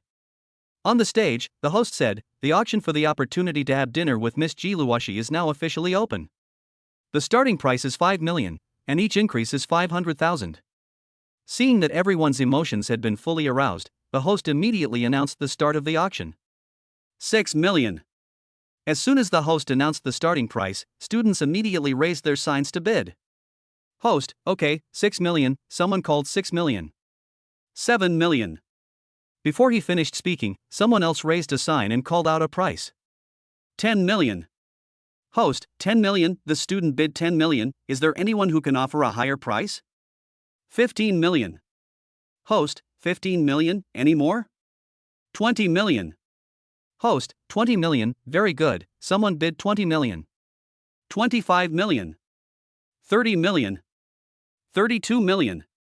Host, it's already 32 million. It seems that our male classmates are determined to get this opportunity. 50 million. As soon as the host finished speaking, another student raised a sign and called out a price. The students watching from the audience had already started to stir. Everyone was shocked that he could get 50 million just for the chance to have a meal with the goddess. The classmate who bid 50 million was called Lin Wuchen. and he was the eldest son of the Lin family in Qingfeng City. Lin Wuchen was looking at the stage with a calm expression.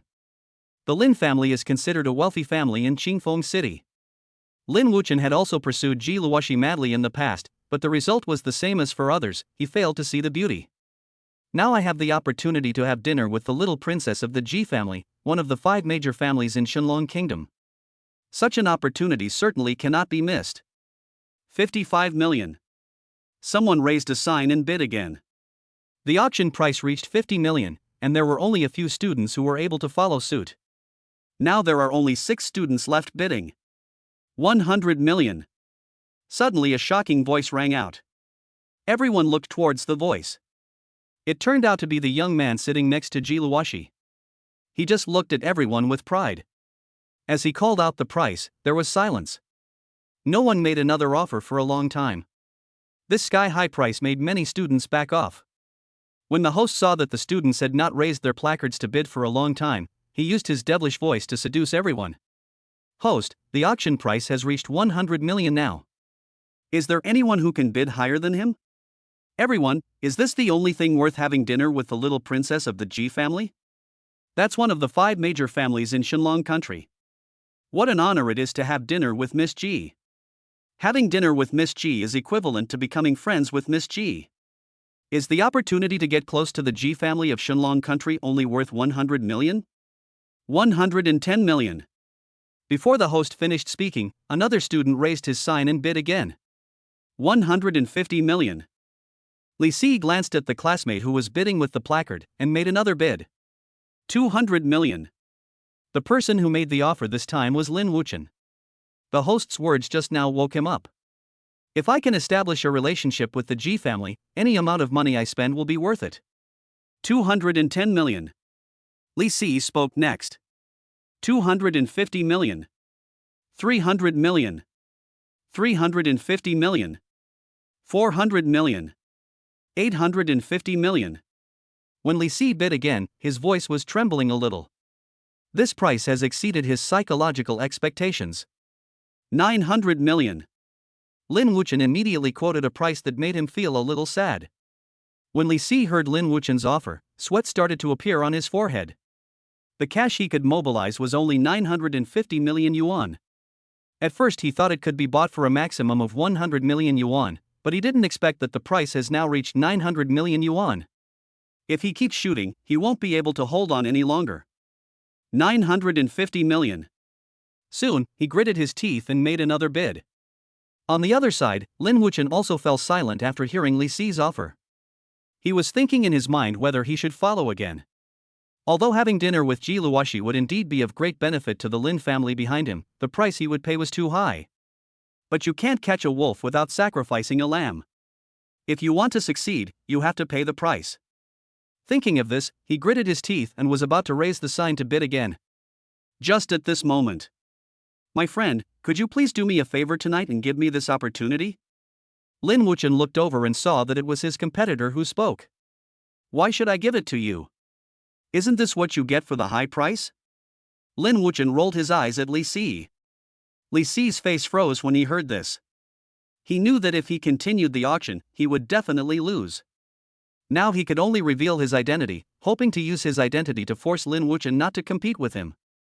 He smiled again and said, "My friend, please let me introduce myself first.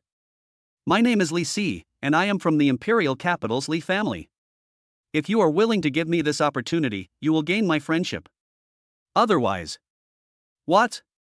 Is he from the imperial capital's Li family? The imperial capital Li family, like the Ji family, is also one of the 5 major families in the Shenlong kingdom. When Lin Wuchen heard this, his face froze. I didn't expect that this young man is from the Li family.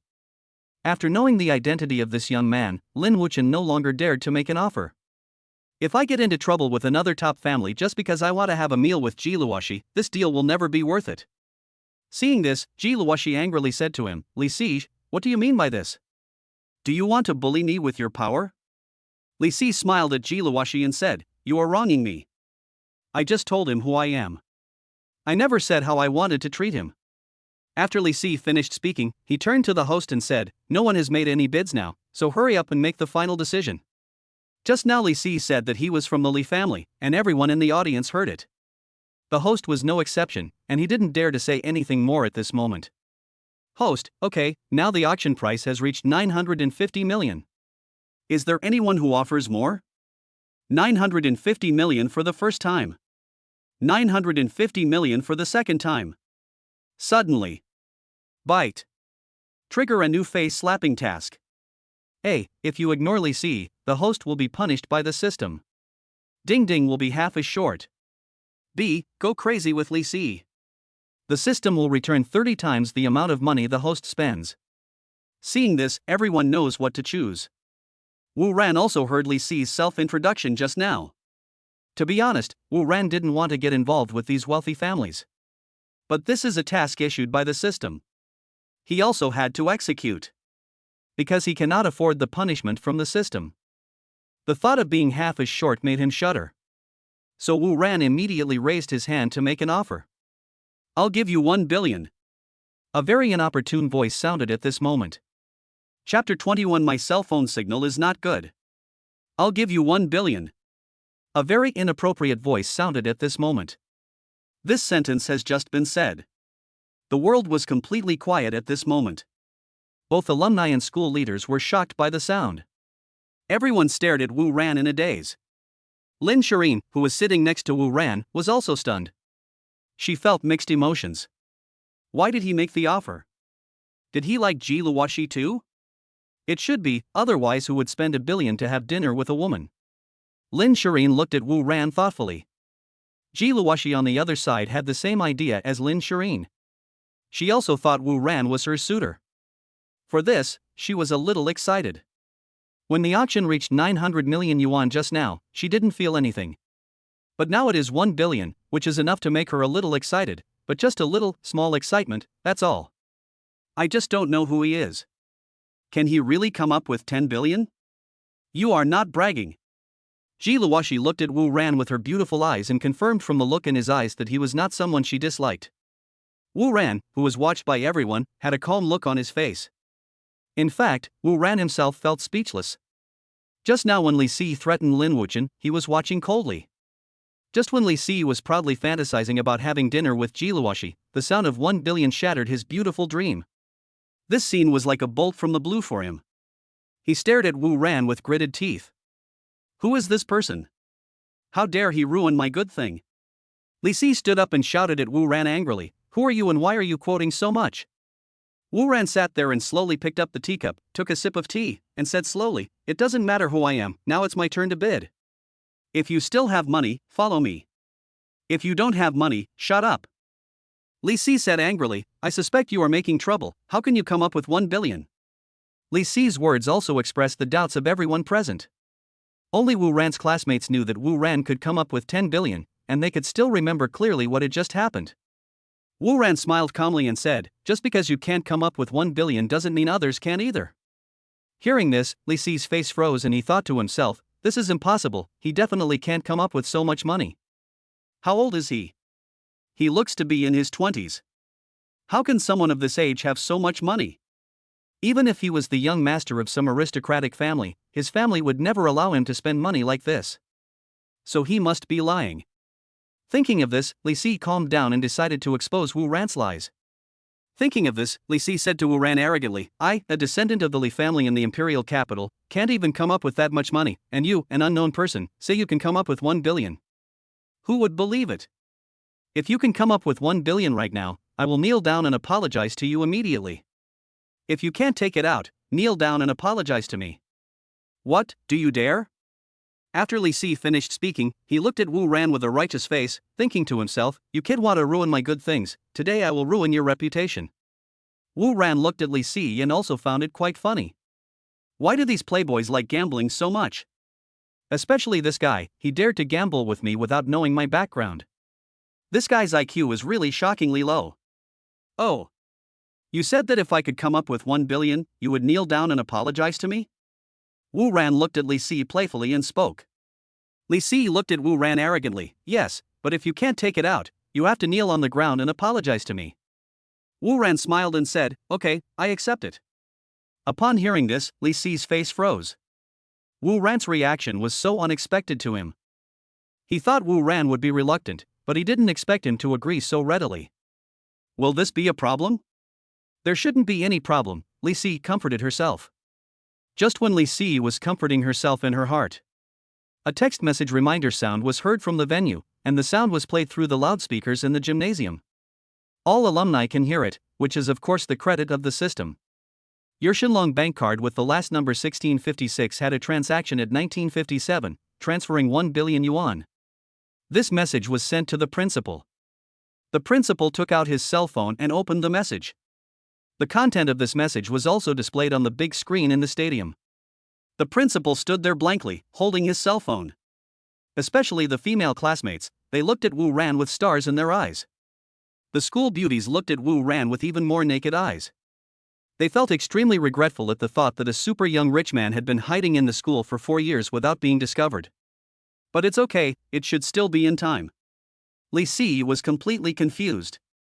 I didn't expect Wu Ran really has 10 billion. Wu Ran was looking at Li Si with interest. Suddenly he said, "Now it's your turn, my friend." Li Si, what about me?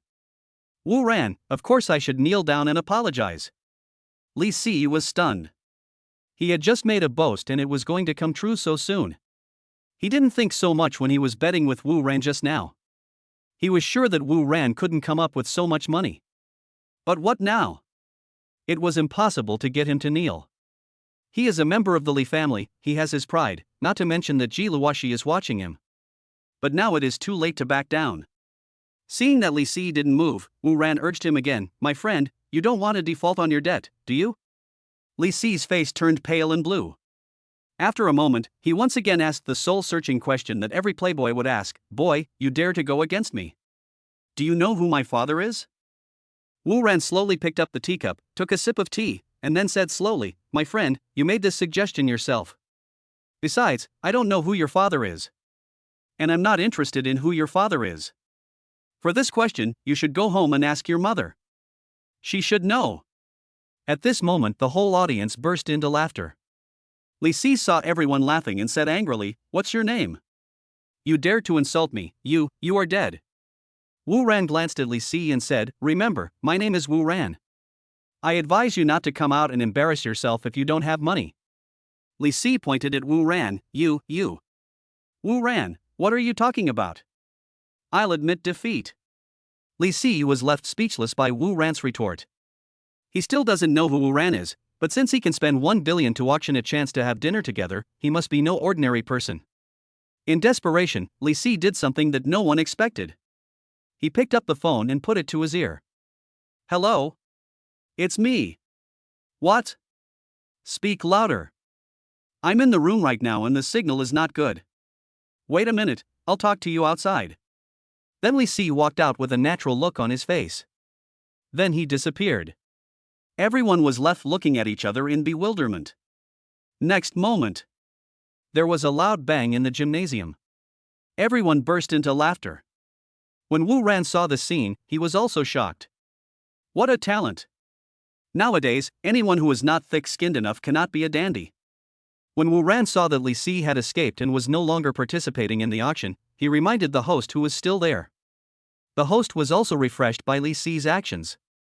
He came to his senses, raised the hammer with shaking hands, and said in a trembling voice, "The latest bid has reached 1 billion.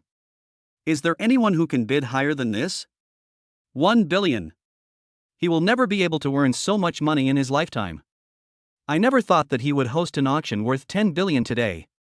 This is something he can brag about for the rest of his life." The happiest person at this moment should be the president of Qingfeng University. He originally thought that he would be satisfied if he could raise tens of millions at most tonight, but he didn't expect this sudden surprise to completely daze him. More than 1 billion, this can help so many poor students. Host, 1 billion first times. A billion seconds. A billion third time. Make a deal. Congratulations to our classmate Wu Ran for winning the opportunity to have dinner with Miss Ji Luoshi. There was thunderous applause in the stadium. Everyone was generous with his applause and praise.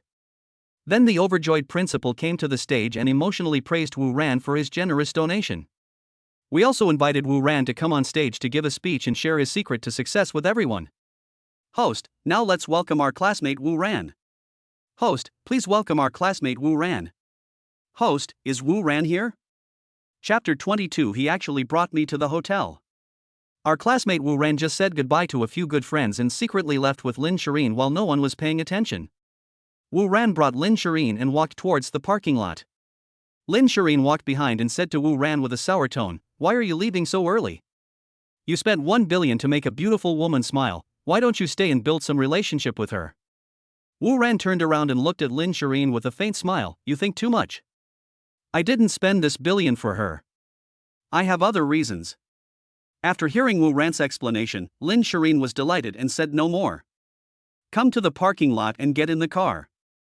Wu Ran stepped on the accelerator, and the Lamborghini Venom roared and flew out. Lin Shireen looked at Wu Ran and asked, "Where are we going now?"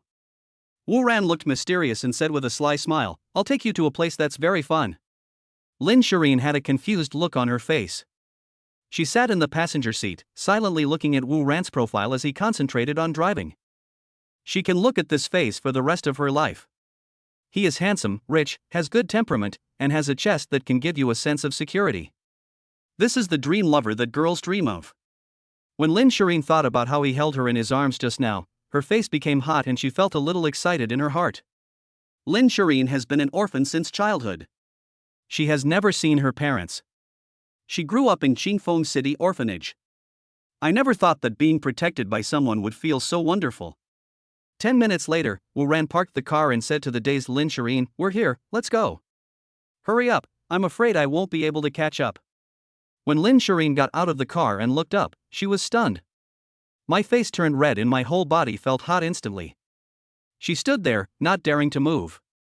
She couldn't imagine that Wu Ran would bring her to these places. This happened too fast, they had only known each other for less than a day. How could Wu Ran be like this? Lin Shireen stood there with her head down. Seeing that she was standing there motionless, Wu Ran walked over, grabbed Lin Shireen's little hand, and dragged her hurriedly towards the building in front. There was a big sign hanging on the building, which read, "Phil Couples Hotel. They don't have to check in at the front desk when they come in. All of this has been arranged for him by the system." Wu Ran dragged Lin Shireen hurriedly into room 608 of the Phil Couple Hotel. Lin Shireen lowered her head as Wu Ran brought her into the room. After entering the room, Wu Ran began to take off his coat, saying as he did so that he was lucky to have made it in time. When Lin Shireen saw Wu Ran's actions, she lowered her head, her long eyelashes curved, her fair face flushed, and she poked her fingers at each other. He whispered incoherently, "Are we moving too fast? Although I admit that I do have feelings for you, I'm not ready yet. I'm not such a casual person. Can you give me some time?" At the end of her speech, there was a tone of tears in her voice. Wu Ran was stunned when he saw Lin Shireen like this, but after thinking about it, he realized that Lin Shireen had misunderstood. At this time, Wu Ran opened Lin Shireen's character attribute interface. Character information. Name, Lin Shireen. Gender, female. Age, 24. Favorability, 95. Purity, 100. Weight, 52 kilograms. Height, 168 cm. Physical condition, yellow flower. It turned out that the girl's favorability towards him had reached 95. It seemed that when she was rescued just now, her favorability towards Wu Ran increased again. No wonder she was willing to be dragged into the hotel by Wu Ran just now. If it were anyone else, she would have slapped him in the face long ago. Seeing this, Wu Ran couldn't help but felt amused, and immediately became playful. Decided to tease this little girl. "Oh. You have a crush on me?" Wu Ran asked mischievously. When Lin Shireen heard Wu Ran's words, her face suddenly turned red, and even her neck was flushed. Aye. Her face turned as red as a ripe persimmon. She lowered her head quickly, not daring to look at Wu Ran again. Well, that. After a long while, Lin Shireen finally mustered up the courage to speak, but her words were halting. "I have a crush on you. But we can't do that right now." Lin Shireen seemed to have used up all her strength after saying this. Wu Ran slowly approached, and Lin Shireen quickly retreated. Boom! Lin Shireen was pushed against the wall by Wu Ran. She lowered her little head, her curved eyelashes fluttered slightly, but her little heart was about to jump out of her throat with joy. Is he wall banging me? What should I do? I'm so excited and nervous. Lin Shireen's heart was beating like a deer and she was very nervous. Seeing Lin Shireen's petite and cute appearance, a pair of bright eyes, and a slightly pouting cherry-like mouth was simply challenging Wu Ran's sanity. Wu Ran, who was thinking of teasing her, was stunned for a moment. The next moment, Wu Ran slowly lowered his head and wanted to kiss that softness. Lin Shireen stared at Wu Ran's actions in a daze, her mind going blank. Just when Wu Ran was about to kiss her, there was a burst of noise coming from room 609 opposite them, mixed with the crying of a woman. When Wu Ran heard the voice, he was delighted. The show was about to begin. Chapter 23, Monster Hunt. Thanks to Han Fenglinlin for the reward. In room 609. The drama of the wife fighting against the mistress is being played out now. When Wu Ran heard the voice, he immediately let go of Lin Shireen and ran out the door, leaving Lin Shireen behind with a resentful look on her face. At this moment, Lin Shireen was cursing Wu Ran in her heart. I was ready to give you my first kiss, but you ran away at the critical moment. Wu Ran opened the door a little, bent over and secretly watched the situation on the opposite side. This afternoon, he learned that Director Chen from the RD department of Warwick Group and Wan Lia had agreed to meet at the hotel at 8 o'clock tonight. So he leaked this information to manager Chen's wife through the system, and the current scene happened. Seeing that the show had already begun, Wu Ran waved to Lin Shireen from behind and asked her to watch it with him. Lin Shireen was confused just now and didn't know what Wu Ran was looking at. Now she saw Wu Ran calling her over, so she went to the door and saw that Monster Hunt was being performed in the room opposite. This monster is a female demon. Lin Shireen then lay on Wu Ran's back and watched with him. The moment Lin Shireen lay on Wu Ran felt two towering mountains approaching him from behind. Children in the future will no longer go hungry, Wu Ran thought. I saw the door of the room opposite was wide open, and a woman with a fat face grabbed a naked woman by the hair and dragged her to the door of the room. This woman is Wu Ran's blind date this afternoon, Wan Lia. She and Chen Jun made an appointment to come to this hotel tonight to play the game of chicken. Unexpectedly, while the game was in progress, the door of the room was suddenly pushed open, and a woman with a height of 8 feet and a waist of 8 feet also rushed in with 3 or 4 men. When Chen Jun, who was playing the game, saw this scene, he immediately disconnected the link. He was about to run away, but was slapped to the ground by this woman. He was then pinned to the ground by the brothers brought by his wife. Then the woman didn't even look at him, she walked straight to Wan Lia, grabbed her hair and dragged her to the door. Before Wan Lia could react, she just felt a sense of emptiness, and then someone grabbed her hair. After the woman dragged Wan Lia to the corridor outside the door, she started shouting loudly, saying that Wan Lia was a mistress and destroyed other people's families.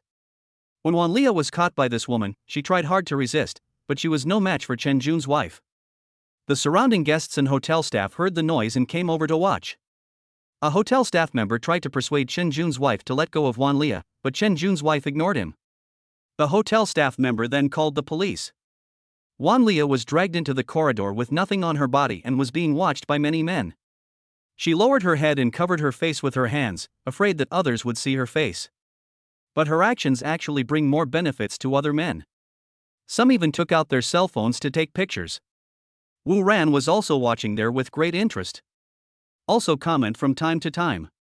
Like, so this is how it is, and there is also phrases like, there's a line in the sky. Lin Shireen, who was lying on Wu Ran's back, blushed as she watched. Now the situation is like watching a movie with Wu Ran. She saw Wu Ran staring at Wan Lia intently, and she felt angry for no reason. What's so good about looking at other women? How could you be so interested in them? This woman isn't as pretty as me, and her figure is even worse than mine.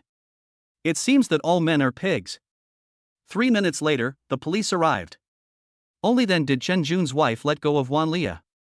The police then took the men back for mediation and recorded their statements, and the farce came to an end. But Wu Ran still felt unsatisfied and didn't expect it to end so soon. After watching the show, Wu Ran said to Lin Shireen, "The show is over, let's go now." "Ah. Walk? Where are you going?"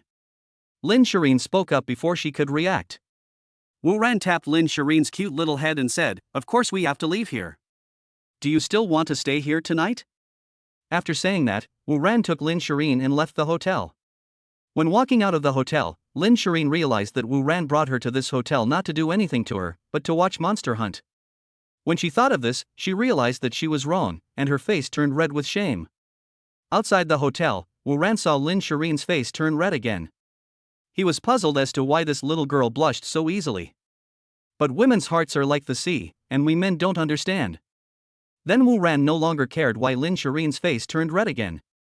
The two got in the car, and Wu Ran started the car and left the hotel. While driving, Wu Ran said to Lin Shirin, "Tonight's activities are finally over. I'll take you home now."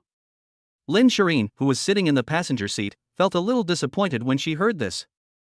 After returning to the downstairs of Lin Shirin's home, Wu Ran got out of the car and came to Lin Shirin's side to help her open the car door. After Lin Shirin got off the car, the two stood there in silence.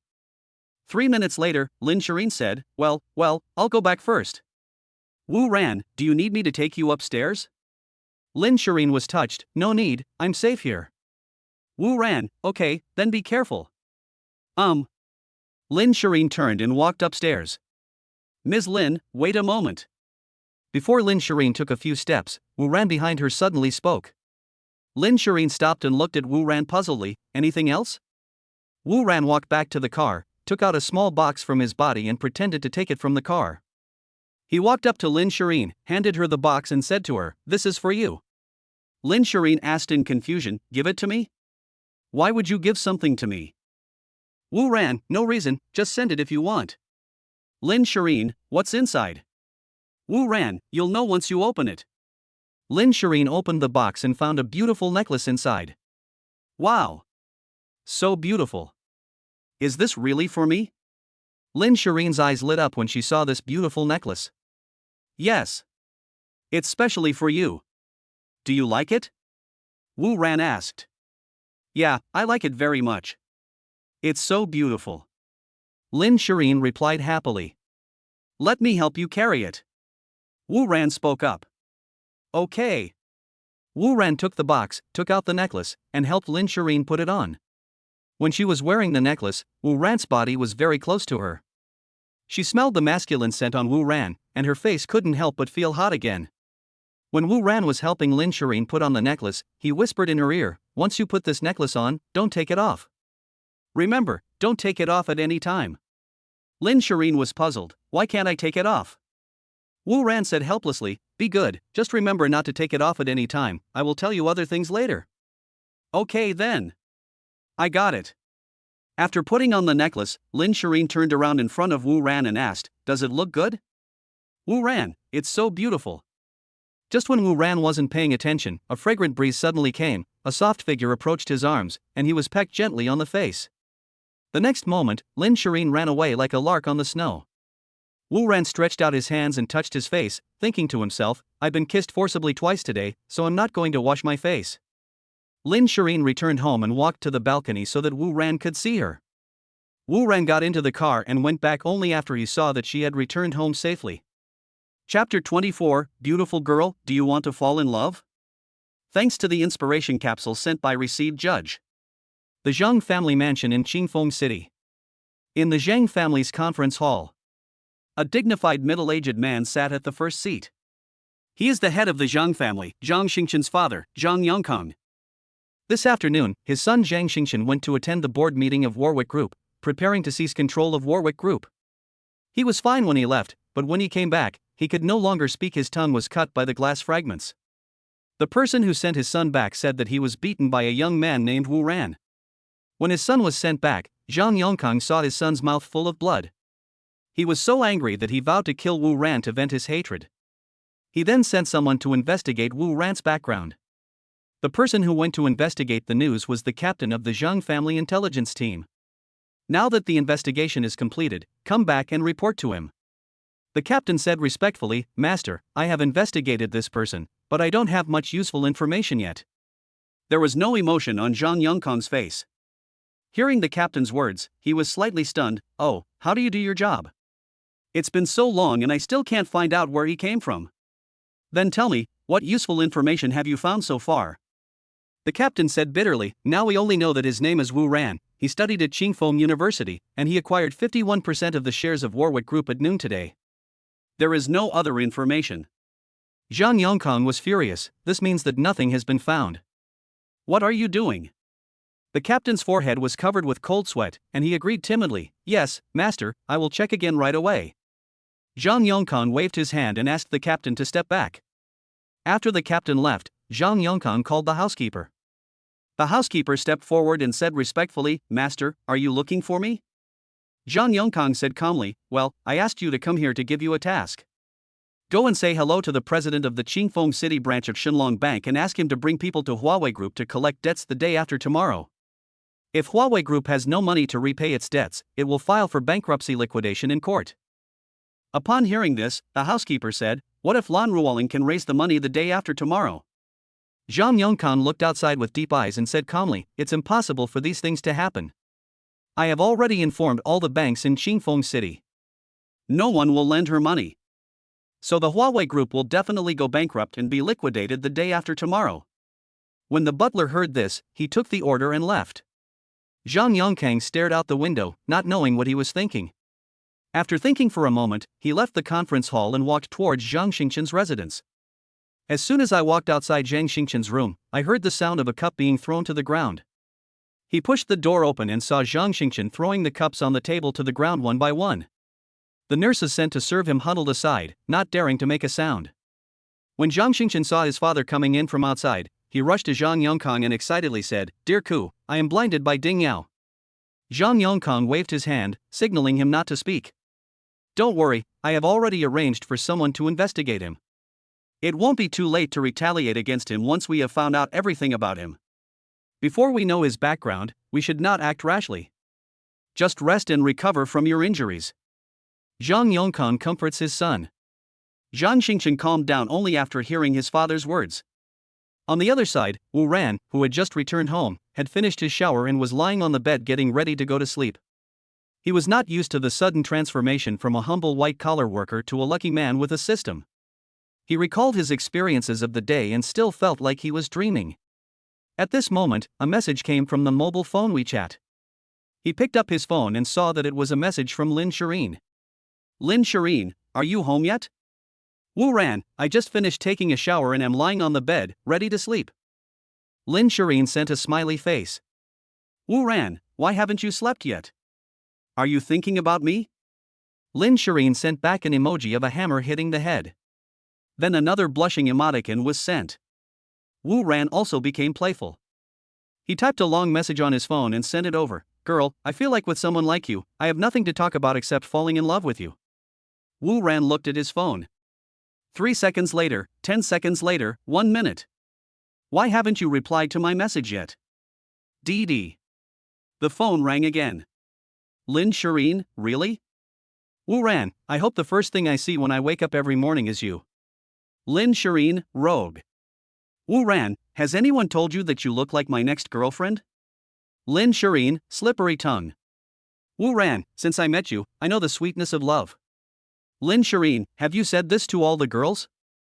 Wu Ran, no, you are the first. Lin Shireen, I don't believe it. Wu Ran, I never lie. Lin Shireen, what about Yang Yuqin? After sending the message, Lin Shireen felt that it was inappropriate and wanted to withdraw it, but it was too late. She stared at the phone blankly. 3 seconds later, 10 seconds later, 1 minute. Is he angry? Why don't you reply my message? Lin Shireen was blaming herself in her heart. Lin Shireen, oh Lin Shireen, why are you so stupid? You are bringing up things that are not related to the topic. What if Wu Ran gets angry? DD. The message sounded again. Lin Shireen quickly opened it and took a look. Wu Ran, I really have never said such words to Yang Yuqin. When we were together, I thought that loving someone is not something you say, but something you do. So I never said such sweet words, I just gave silently. It wasn't until she left that I realized that love also needs to be expressed. So, Lin Shireen read Wu Ran's long and eloquent speech. From his words, she could tell how deeply this man had been hurt back then. Then Wu Ran sent a few more words. You haven't answered me yet.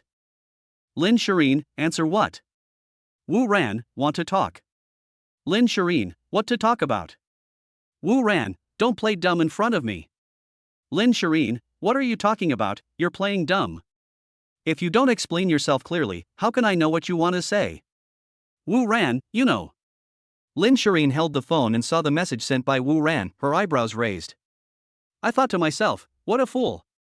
How can someone ask this on the phone? At least they should ask in person to show sincerity.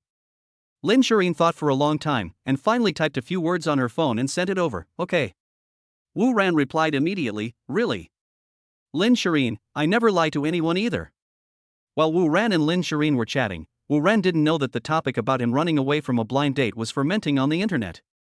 Chapter 25: The Scumbag of the Century. It's a sunny morning. Wu Ran was awakened by a rapid ringing of the phone. He chatted with Lin Shireen until very late last night and hasn't gotten up yet.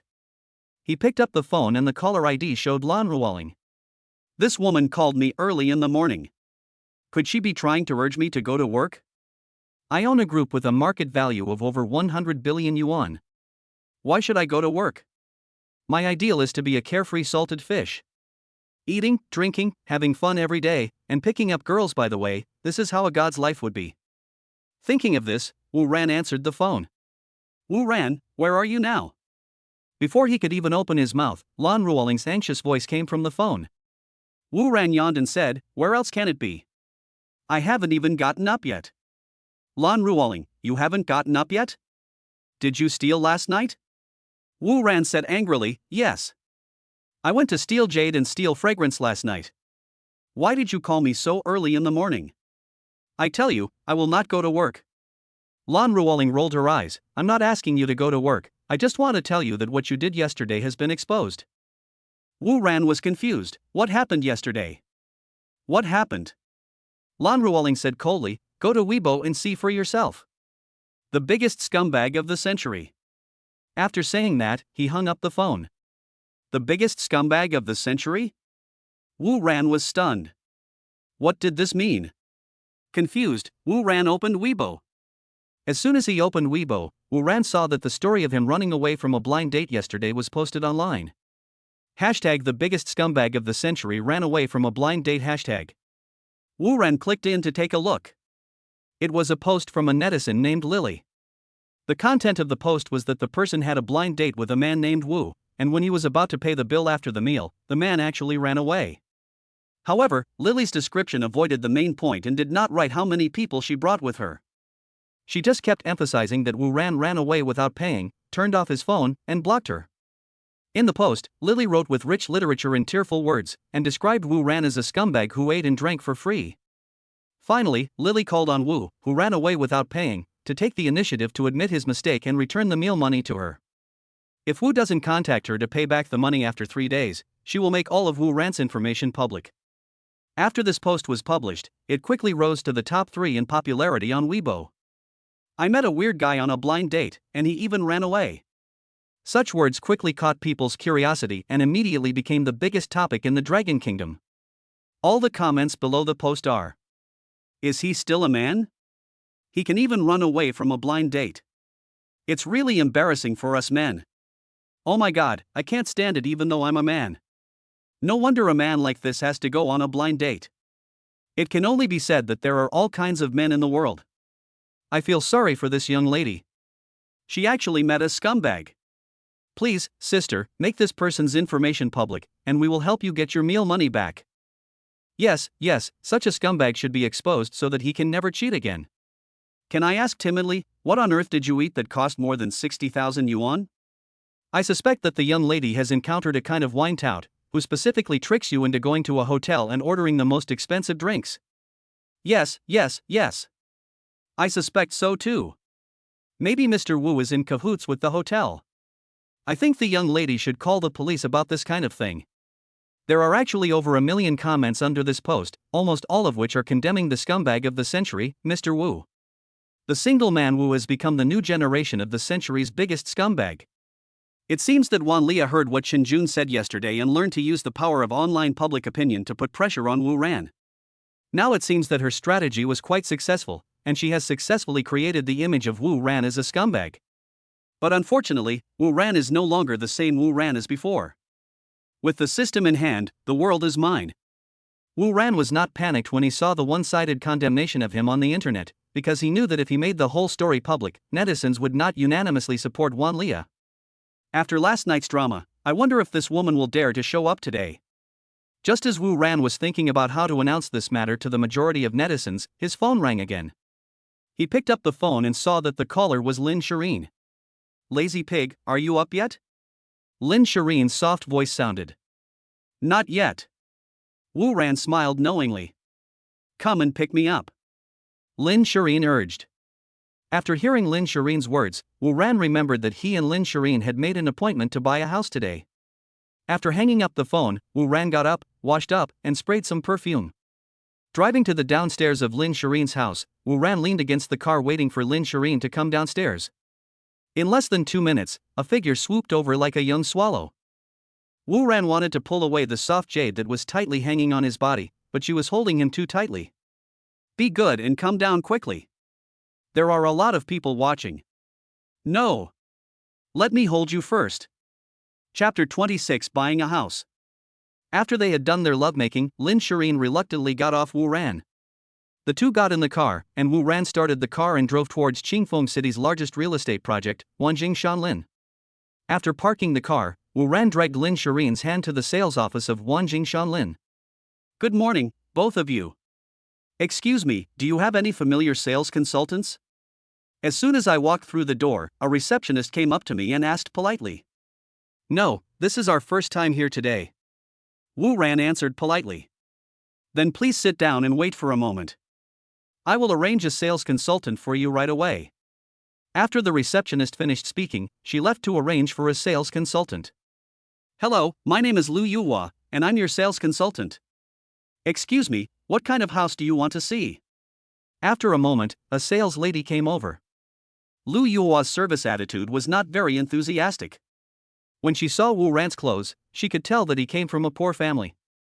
People like this are very frugal and are very careful when saving a little money to buy a house. Moreover, these people have a very low intention to buy a house. Only 1 or 2 out of every 100 such people will eventually buy a house. Qingfeng City is the third largest city in Shenlong Country, and the average housing price starts at 50,000. As the largest luxury real estate project in Qingfeng City, Wanjing Shanlin is even more expensive, at 100,000 renminbi per square meter. So the cheapest house here costs 10 million. In Lu Yuhua's opinion, entertaining these guests was a complete waste of time. She would be better off spending this time getting in touch with those customers who are ready to pay a deposit. Wu Ran didn't notice the coldness in Lu Yuhua's tone. He asked back, what types of apartments do you have here? Lu Yuhua said calmly, I have 3 bedrooms and 2 living rooms, and 4 bedrooms and 2 living rooms. There are also the most expensive luxury houses, each floor of which is a suite. But those are too expensive, you should look at a 3-bedroom, 2-living-room apartment. Wu Ran was stunned. There must be something wrong with this sales consultant. Wu Ran had never seen such a person before. Just as he was about to confront her, a loud voice shouted, Yuhua, Brother Wang is here. When Lu Yuhua heard the voice, she was delighted and said, Hey, here it comes. Then she said to Wu Ran and Lin Shireen, I'm sorry, I have to go and greet other customers. I will arrange a new sales consultant for you right away. After saying that, she walked away. Only Wu Ran and Lin Shireen were left looking at each other. Lin Shireen said to Wu Ran jokingly, I never thought that a billionaire like you would be despised one day. Wu Ran gave Lin Shireen a bitter smile, shook his head, and said no more. Hello, 2 guests. I am your new sales consultant. My name is Shananan, and I'm happy to serve you. Excuse me, what kind of apartment would you 2 like to see? The girl named Shananan is very enthusiastic, has fair skin, is petite and cute, and makes people feel like they are in the spring breeze. Shananan was born in a single-parent family and was raised by her mother alone since childhood. Just this year, something unexpected happened and her mother was diagnosed with a serious illness. The cost of daily treatment is astronomical for her. She just graduated from college this year and came to Wanjing Shanlin to work as a sales consultant. She has joined Wanjing Shanlin for 2 months, but she has not placed any orders in these 2 months and has only received the minimum wage. It's only about 2,000 yuan, which is a drop in the bucket compared to my mother's medical expenses. A customer once hinted to her that he would place an order if she was willing to spend a night with him. But Shananan swore to never obey. She would rather have no income than sell her body. The month is almost over, and if she still can't sign a deal by the end of this month, she will be out of work. If she lost her job, she and her daughter would really not know what to do. Today she was receiving a client named Brother Wang, and Lu Yuhua ran over to her and said that she would take care of this client, and then asked Shananan to greet Wu Ran and the others.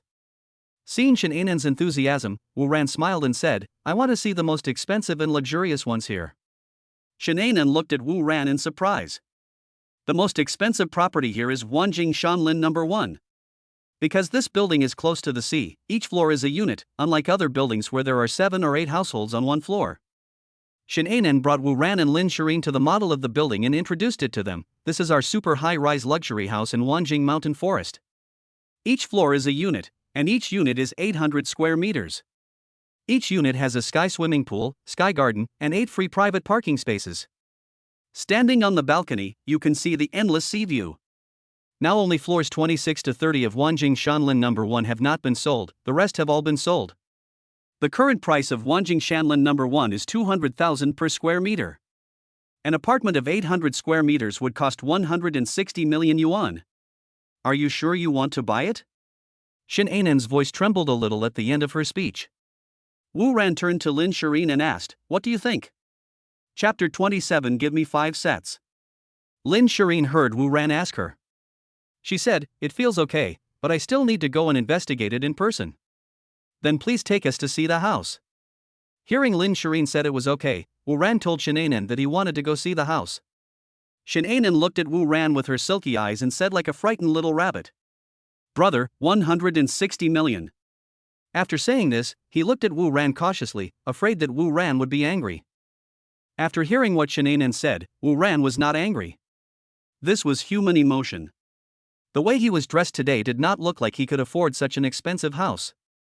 This little girl probably just wanted to remind him, there was no ill intention on her part. "Don't be afraid, I have money." Wu Ran leaned over and whispered something in Shannon's ear. Hearing this, Shannon blushed and lowered her head and whispered, "Brother, I don't look down on you, I'm just reminding you. I don't mean anything else." "Ha ha ha. It's okay, just take me to see the house first." Wu Ran waved his hand, signaling Shannon not to think too much. Then, Shannon took Wu Ran and Lin Shirin to see the house. On the way to the model room, Shannon walked in front to lead the way, while Wu Ran and Lin Shirin walked behind. As he was walking, Wu Ran suddenly felt a pain in his waist. It turned out that Lin Shirin stretched out her little hand, grabbed the soft flesh on his waist and twisted it. Wu Ran took a breath of cold air. Lin Shirin leaned against Wu Ran's ear and whispered, "Did you flirt with her?" "I saw she was blushing." Wu Ran complained, "No way, I didn't do anything just now, I just told her that I had money to buy a house, and she blushed." "Real?" Lin Shirin looked at Wu Ran with suspicion. Wu Ran quickly swore that he had never taken the initiative to flirt with a girl, and then thought bitterly in his heart, "This time I'm done for, I found a jealous person." When they arrived at the model room, Shannon introduced them to Wu Ran and Lin Shirin. "Look, this house is facing the sea. You can see the super sea view from the customer room. It's hard to find a house as nice as ours in Qingfeng City." Wu Ran and Lin Shirin stood in the model room, observing the surroundings of the house intently. Since this room is a model room, it is decorated particularly luxuriously, with sufficient materials, and all the household appliances in it are the best. Wu Ran and Lin Shirin watched and nodded continuously. "Mr. Wu, are you satisfied with what you saw?" Shannon asked. Wu Ran asked Lin Shirin beside him, "Do you like it?" "You ask me?" Lin Shirin pointed at herself with her slender fingers, and looked so shy, she was so adorable. "Yes. Why are you asking me when you buy a house? Aren't you the mistress? If not you, who should I ask? Female master?" Lin Shirin looked at Wu Ran with her big eyes, her pretty little face flushed. "Do you like it? My lady master." Wu Ran leaned over and whispered in Lin Shirin's ear. Lin Shirin's lively eyes revealed a shy expression. She lowered her head and whispered, "Not bad. Wu Ran, whatever you like, I like it, if you don't like it, I don't like it." Lin Shirin lowered her head and replied shyly, "I like it." Then Lin Shirin raised her head and said seriously, "But isn't it too big? More than 800 square meters, it looks very empty." Wu Ran said seriously, "Don't worry, if you have more children in the future, you won't feel empty." Lin Shirin said softly with seductive eyes, "I won't give birth." On the other side, Shannon saw the young couple flirting here and was quite envious of Lin Shirin. Her boyfriend was handsome, rich, and loving. Why are such perfect men always from other families? "Hello, Miss Shun. We are all very satisfied. Please give me 5 sets. I bought everything from the 26th to the 30th floor." Wu Ran said calmly. Five sets?" Shen Anan was stunned. Not only Shen Anan, but even Lin Shireen was stunned. Wu Ran, why did you buy 5 sets at once? Lin Shireen asked in confusion. Of course it's for peace and quiet. It's not like you haven't lived in a building before. Sometimes when people upstairs or downstairs are making noise, it will disturb my rest. So I decided to buy them all to prevent future troubles. Wu Ran said seriously. Is that the reason? Lin Shireen was speechless. After all, the money was his and he could spend it however he wanted. On the other side, Shen Anan stammered. Brother, 5 sets. I want 800 million. Wu Ran waved his hand and said disapprovingly, I know, but I'm not short of money. Let's go sign the contract now. Seeing that Wu Ran decided to buy 5 sets, Shen Anan felt like she was hit by a huge surprise. She was completely confused. Her commission as a sales consultant is 0.5%. The total value of the 5 houses is 800 million yuan. How much is 0.5% of 800 million yuan? Let me do the math. Wait, I don't think I can count. How many times 800 million? 800 million times 0.005 equals 4 million. Shen Anan shouted with her trembling voice. Chapter 28 My 4 million. Shen Anan took Wu Ran and Lin Shireen back to the sales office. She left first to find the manager to prepare the contract and report the situation to the manager. Cheyenne? It's really you. When Wu Ran and Lin Shireen returned to the sales office, a man not far away shouted in surprise. The man quickly ran to Lin Shireen and looked at her with surprise. Wang Wenyan? Why are you here? Lin Shireen looked at the man in astonishment. I came back to Qingfeng City after I graduated from college. I didn't expect to meet you here today. Wang Wenyan was very surprised to see Lin Shireen. Oh. I see. Lin Shireen suddenly realized. How have you been these past few years? Where do you work now? Wang Wenyan asked Lin Shireen. I also returned to Qingfeng City after graduation. I'm working at Jyoda Law Firm now. Lin Shireen said so. Wang Wenyan, why are you here? At this moment, a female voice came from behind. Wu Ran looked in the direction of the voice. The person who spoke was a heavily made-up woman. Li Pingying, I'm here. When Wang Wenyan heard the voice, he quickly spoke. The woman came forward, twisting her hips, followed by Lu Yuhua, who had just received Wu Ran and the others. Li Pingying saw Lin Shireen was also here. She said sarcastically, Hey. I wondered who it was. It turns out our Lin University campus beauty is here too. When Lin Shireen saw her, she said unhappily, If you can come here, why can't I come? Wu Ran didn't know who these people were, so he asked Lin Shireen. Lin Shireen told Wu Ran that the man was called Wang Wenyan and the woman was called Li Pingying, and they were both Lin Shireen's classmates at university. When he was in college, Wang Wenyan pursued Lin Shireen madly, but Lin Shireen didn't like him. This woman's name is Li Pingying, and she likes Wang Wenyan.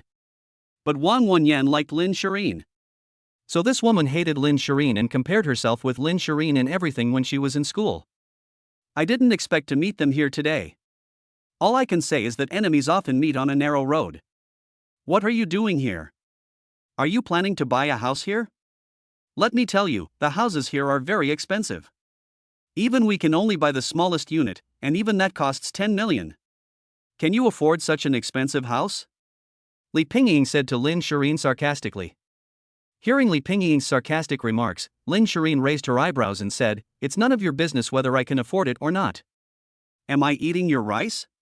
Li Pingying said disdainfully, I am just giving you some good advice. This is not a place for people like you to come to. Lin Shireen was about to refute her when suddenly her little hand was held by Wu Ran, who signaled her with his eyes to be patient. Ma'am, it's not like our presence here is any of your business.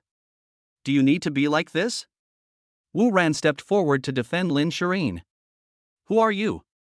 Li Pingying glanced at Wu Ran. I'm her boyfriend. Wu Ran raised his eyebrows slightly and said lightly.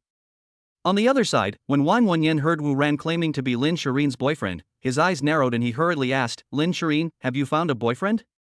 Lin Shireen looked at Wu Ran lovingly and said, Yes. He is my boyfriend. Wang Wenyan was stunned and stood there with his eyes wide open for a long time without saying a word.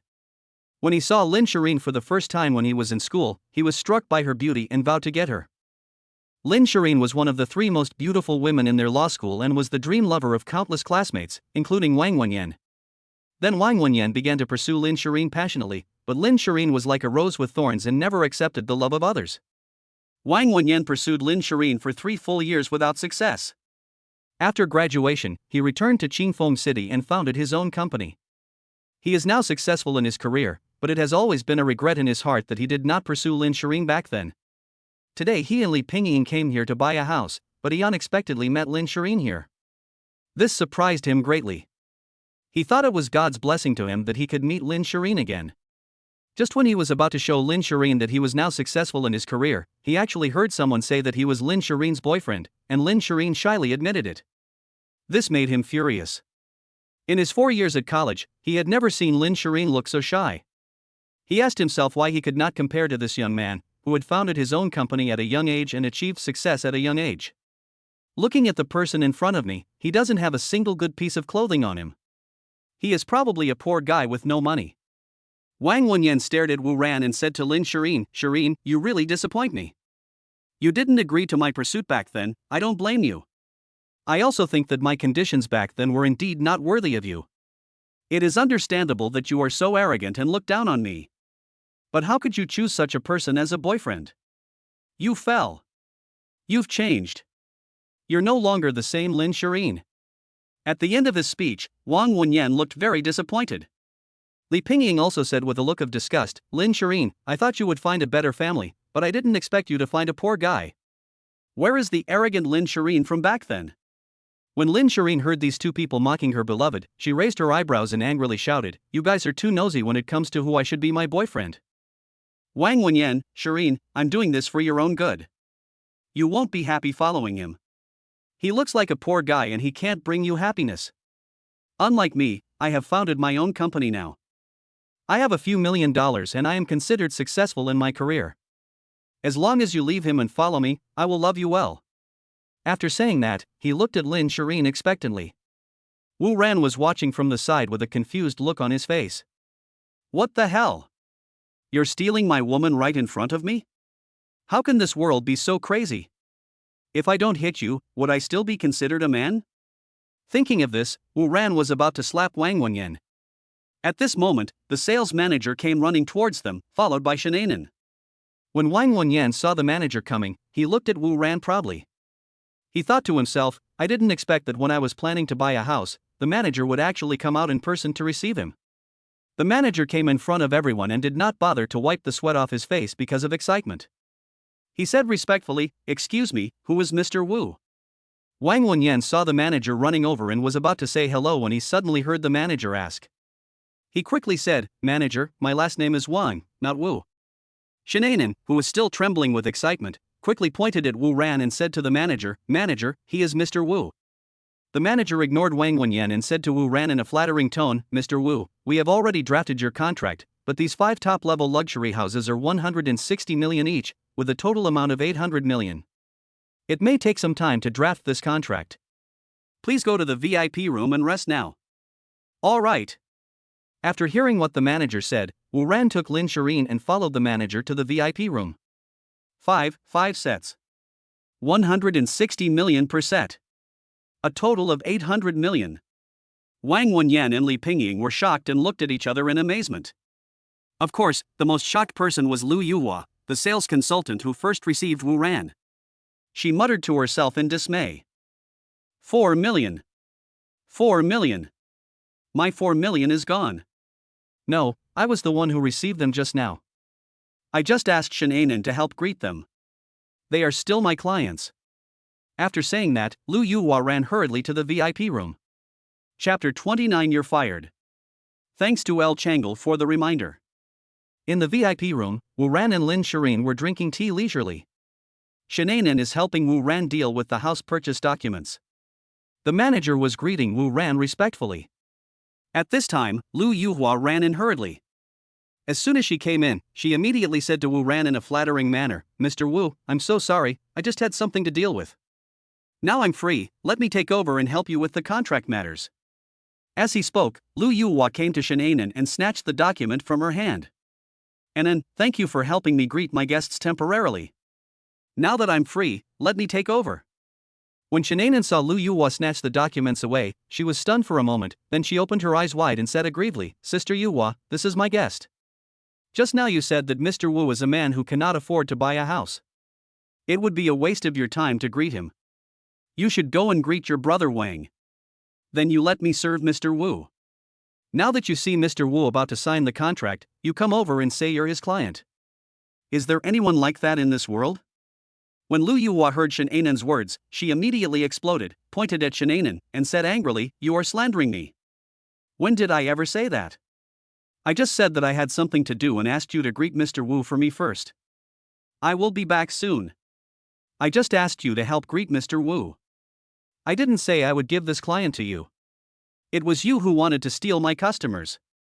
I originally thought you were a nice girl, but I didn't expect you to learn to lie. Shannon, you have changed. Sister is really disappointed in you." Lu Yuhua looked extremely disappointed. When Shannon saw Lu Yuhua saying that she was lying, she was very angry and choked up with anger. She cried out, "I didn't, that's what you just said." Lu Yuhua ignored Shannon. She came to Wu Ran with the documents and said flatteringly, "Mr. Wu, let me help you with the contract now." After saying that, he looked at Wu Ran with anticipation. All she is thinking about now is the 4 million commission. For the sake of this 4 million, she is willing to give it all. Wu Ran watched everything in front of him with great interest. He ignored Lu Yuhua and said to the manager, "When I first came in today, this woman saw that I didn't look like I could afford to buy a house, so she said she was going to greet other guests, and then handed me over to this lady named Shannon. Now she came back and said she wanted to greet me again. This makes me doubt the integrity of your company. Fire her. If you don't, I'll leave right away." When the manager heard Wu Ran's words, he nodded and bowed immediately, saying that he would give Mr. Wu a satisfactory answer. He had always known that this woman was a sycophant, and he had warned her many times. "I always tell her that once you enter the door you are a guest and you can't judge a person by their appearance. How do you know that they don't have money to buy a house? For example, in a place in the south of Shenlong country, people there wear slippers and carry snakeskin bags when they go out on the streets, but no one dares to look down on them.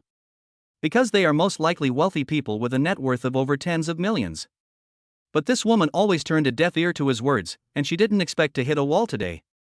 Today, probably because she saw that Mr. Wu's dress did not look like that of someone who could afford to buy a house, and she did not want to waste time on him, so she transferred Mr. Wu to Shannon. What she never expected was that Mr. Wu was actually a super rich man and bought 5 sets at once. So Lu Yuhua became jealous of the commission for buying the house and wanted to snatch it back from Shannon, which led to the scene just now. Thinking of this, the manager said to Lu Yuhua, "You are fired. I will give you this month's salary after I pay you." "What? Manager. What do you mean? Are you going to fire me?" When Lu Yuhua heard the manager's words, he was stunned for a moment. He looked as if he had been struck by lightning, with an expression of disbelief on his face. "You're fired," the manager replied expresslessly. "But why?" "Manager, I have been working here for 4 years and have always been diligent. Even if I have no credit, I have worked hard. Why are you firing me?" Lu Yuhua's face changed drastically and she asked unwillingly. "You almost drove away a big customer today, causing the company to lose 800 million yuan, and you still dare to say you have made a great contribution. I've told you before that you shouldn't judge a book by its cover, but you just wouldn't listen. Well, today you finally hit the wall." After saying that, the manager turned around and ignored her. After hearing what the manager said, Lu Yuhua was suddenly in despair. She regretted that when she received Wu Ran just now, she actually treated him as a poor boy. "If I knew he was such a wealthy client, I would have held on to him at all costs."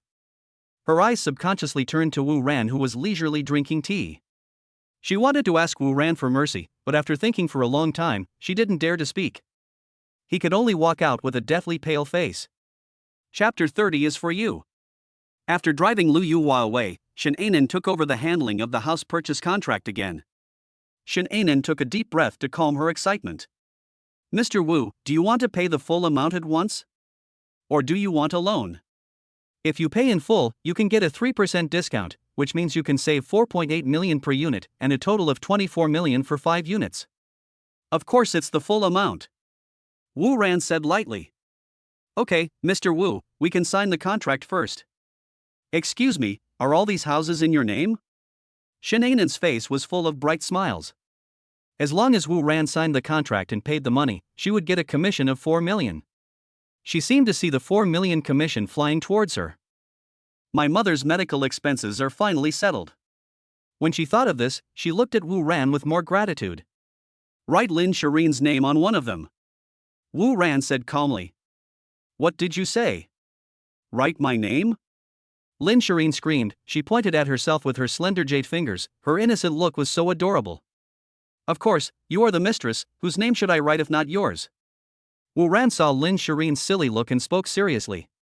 But we haven't, yet. Lin Shireen spoke hesitantly, her words becoming incoherent. This is my gift to you. But it's nothing, but this is a gift from me, just accept it. Wu Ran's attitude is unquestionable. As for why Wu Ran gave Lin Shireen such an expensive house, the reason is actually very simple. During the school charity gala yesterday, he saw from the system that Lin Shireen's favorability towards him had reached 95, which meant that Lin Shireen had fallen into Wu Ran's clutches. Since she is already his, what's wrong with giving her a house? Wu Ran has no shortage of money anyway. Giving her a house can make her feel more secure. Wu Ran had always felt that Lin Shireen was an insecure girl, but what happened yesterday actually made Lin Shireen's favorability towards him reach 95, just a little bit short of being loyal until death. When Wu Ran first saw that Lin Shireen had such a high degree of favorability towards him, he felt it was unreal and too exaggerated. But the system would not lie, so Wu Ran guessed that this might be related to the fact that Lin Shireen grew up in an orphanage. Having grown up in an orphanage, Lin Shireen lacks a sense of security. So after he saved her twice yesterday, Lin Shireen completely fell in love with Wu Ran. Since my woman lacks a sense of security, as a man, of course I will do my best to give her a sense of security. Well, giving her a house is the best sense of security. But don't say buts anymore. If you keep shirking it, I'll give it to the other girls here. The news that Wu Ran bought 5 houses at one time had spread throughout the sales office. Now the VIP room is full of people. Especially those pretty sales ladies, their seductive eyes seem to make them want to swallow Wu Ran in one bite. Such a man is young, handsome, and most importantly, rich and generous. He is simply the perfect lover in the hearts of girls. Why do other people have boyfriends like this? Why can't I meet one? How unfair is the world? I heard Wu Ran say that if Lin Shireen didn't want it, he would give the house to the young lady here. The young ladies who were watching were delighted and looked at Wu Ran with even more passionate eyes. Everyone wishes they could become Lin Shireen right away. What's more, one of them even dared to ask Wu Ran, "Sir, if you already have a girlfriend, do you want to change her? If not, do you want to have another one?" After saying that, she threw a coquettish glance at Wu Ran and puffed out her chest. Seeing this, Wu Ran said happily, "Okay." The word "ma" hasn't been finished yet. Seeing this, Lin Shireen hurriedly said, "You dare." Wu Ran said helplessly, "Since you don't want to accept it, I can only give it to someone else." "No. Then I'll give it away." "You?" "All right." Lin Shireen agreed helplessly. She knew that Wu Ran was a decisive person. If she didn't accept the house, Wu Ran might really give it away. After Wu Ran and Lin Shireen had their discussion, they immediately started signing the contract. After the contract was signed, Wu Ran took out his mobile phone, pressed a few buttons, and soon 776 million yuan was transferred into the real estate company's account. "Mr. Wu, congratulations, we have received the house payment. This house is yours. You can move into the model room anytime, and you can decorate the other 4 rooms anytime." When the manager received the news that the money had arrived, he quickly shook Wu Ran's hand and congratulated him. "Okay, we'll move in when we're free in the next few days." The model room Wu Ran just looked at was on the 28th floor. When he was looking at the house, he was already thinking about buying even the model room. Because he saw the decoration style of the model room and found that the materials used were all of the best quality. Moreover, this model room has been renovated for a year, so there will be no problem of residual formaldehyde. You can move in immediately after you buy it, and it is just the right time to move in now. At this time, 2 figures were quietly leaving outside the VIP room. They were Wang Wenyan and Li Pingying. When they left, they both looked shocked. Just now, the 2 of them were showing off in front of Wu Ran. I laughed at Wu Ran for not being able to afford a house here, but I didn't expect to be slapped in the face immediately. The mansion he bought was the most expensive one, worth 160 million yuan, and he bought 5 at once. Wang Wenyan originally thought that meeting Lin Shirin again today was a blessing from God. With his current conditions, he believed that he could make Lin Shirin look at him with new eyes and win her heart. Now that he thought about it, he was overthinking it. As for Li Pingying, she is now more jealous of Lin Shirin. How could she find a boyfriend who treats her so well and spends 160 million yuan on a mansion? But the man she likes, Wang Wenyan, has to take out a loan even to buy the smallest apartment. In comparison, Wang Wenyan immediately doesn't seem so attractive. She thought that her figure and appearance were no worse than Lin Shirin's, and she wanted to have everything that Lin Shirin had. Thinking of this, Li Pingying turned around and looked at Wu Ran, her eyes rolling around, and no one knew what she was thinking. Ah! When the two of them walked out the door, Li Pingying screamed. What's the matter? Hearing Li Pingying's voice, Wang Wenyan asked with concern. Wang Wenyan has now thought it through clearly. Lin Shirin is not someone he can think about. That man spent 800 million at one go, so you can imagine how deep his background is. He can't afford to mess with this kind of person. After figuring this out, he decided to treat Li Pingying well from now on and stop thinking about Lin Shirin. Now hearing Li Pingying scream, he greeted her hurriedly and carefully. I remembered that I have something very important to do today. Li Pingying said nervously. Then I'll take you there. Wang Wenyan also said anxiously. No, didn't you say you wanted to go back to the company? You go back first. I'll take a taxi myself. You really don't need me to take you there? Really?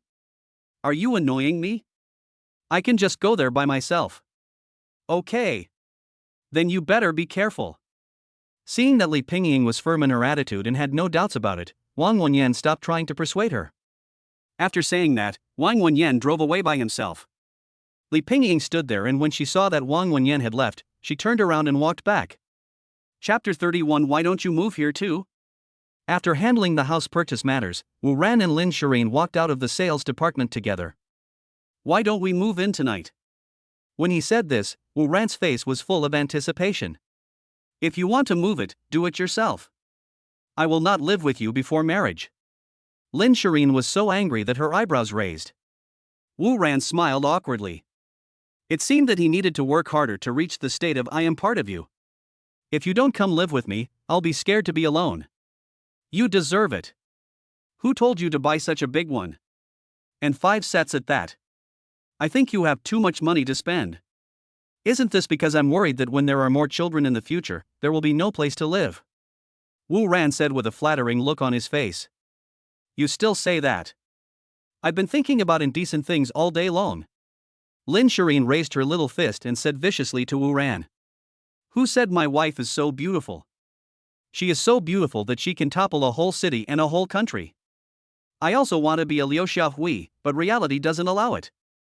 Wu Ran looked helpless. Lin Shirin's face turned red again. Who is your wife? Smooth talk. Being praised by her beloved lover, the girl felt as sweet as if her heart were filled with honey. How do you know I'm smooth talking? Have you kissed me? Wu Ran, you're looking for death. The girl raised her hands in shame and anger. Wu Ran dodged the girl's attack and ran towards the parking lot. The girl chased after him. The two of them ran to the parking lot laughing. Wu Ran helped Lin Shirin open the car door. After Lin Shirin got in, he returned to the passenger seat, started the car, and drove out with his foot on the accelerator. Just after they left, a figure flashed out from the side and stared at the back of the car. In the car, Lin Shirin asked Wu Ran with her face tilted, when are you going to move? Let's move tomorrow. Can I help you? No, I don't have anything to move. Then let me help you clean up. No need, such a big place will tire you out, I'd better hire someone. Okay, then I'll come over and help you celebrate. Good. Wu Ran opened WeChat and sent a voice message to Shananan, asking her to help find someone to clean the house today and to transfer the money needed to her later. Where do we go now? Lin Shirin asked. Going shopping today. Let's go buy some clothes. Everyone who sees me thinks I'm playing the pig and eating the tiger. In fact, I am really wronged. Wu Ran said indignantly. Ha ha ha. Are you stupid? Who told you to keep a low profile? When Lin Shireen thought of Wu Ran's low-key attitude, she burst into unladylike laughter. She always thought that Wu Ran was pretending to be low-key, but what she didn't know was that Wu Ran really didn't want to be low-key. He really was a small clerk before, and it was only after he got the system yesterday that he reached the pinnacle of his life. But this matter cannot be explained to her. Afterwards, Wu Ran turned the steering wheel and took Lin Shireen straight to the city's most high-end shopping mall, Coast City. It is the largest and most high-end shopping mall in Qingfeng City, covering an area of 120,000 square meters. It has all kinds of luxury brands and is the most popular shopping mall in Qingfeng City. And there is a Patek Philippe store here. Patek Philippe is a famous watch brand founded more than 180 years ago and is one of the top 10 famous watches in the world. It is one of the truly independent watchmakers, producing everything from start to finish by itself, and it takes 10 years to train a Patek Philippe watchmaker. The symbol of watch lovers and aristocrats is to own a Patek Philippe watch. The noble artistic realm and expensive production materials have created Patek Philippe's enduring brand effect. As a luxury brand, Patek Philippe's cheapest watches cost more than 100,000 yuan, while the most expensive ones can sell for tens of millions, making it worthy of being the top luxury brand. Of course, as a top luxury brand, its service quality is impeccable. A beautiful and dignified waitress warmly welcomed Wu Ran and Lin Shireen.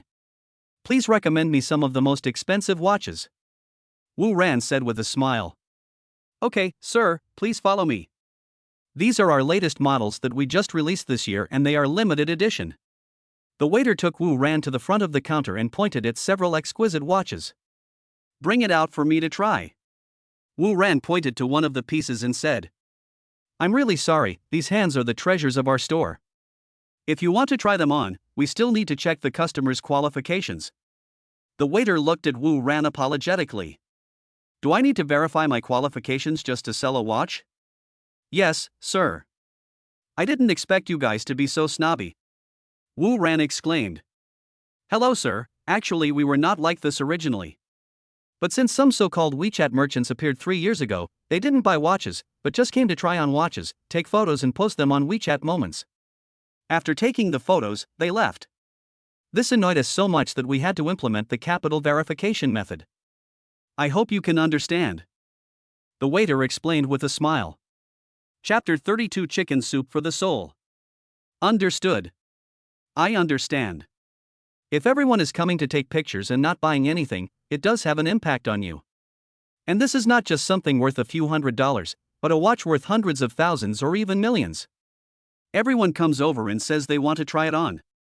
If they accidentally damage it, who will be responsible for it then? Don't worry, I understand what your store does. Since your store has such a rule, I will cooperate with you. How do I verify my capital? Wu Ran asked with a smile.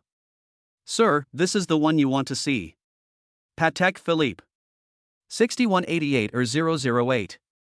Automatic, 44mm, 18K rose gold. The current selling price is 5.88 million yuan, so if you want to buy it, at least your assets must be more than it.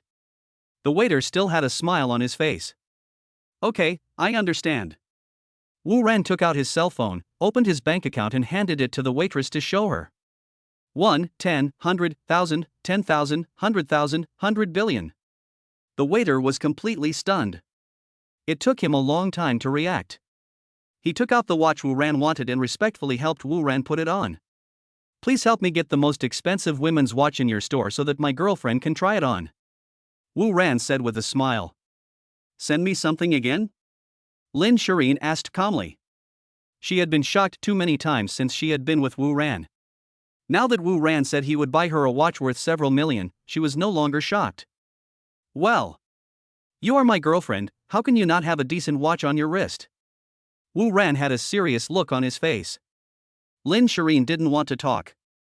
She had already bought a mansion worth 160 million yuan, so a watch worth several million yuan was nothing. The waiter looked at Lin Shireen in shock. This man actually gave her a watch worth millions. She was too lucky. However, after taking a closer look at Lin Shireen's stunning appearance, she felt relieved. This girl was indeed worthy of being loved. Miss, this is Patek Philippe 24. 7,314.50 or 001.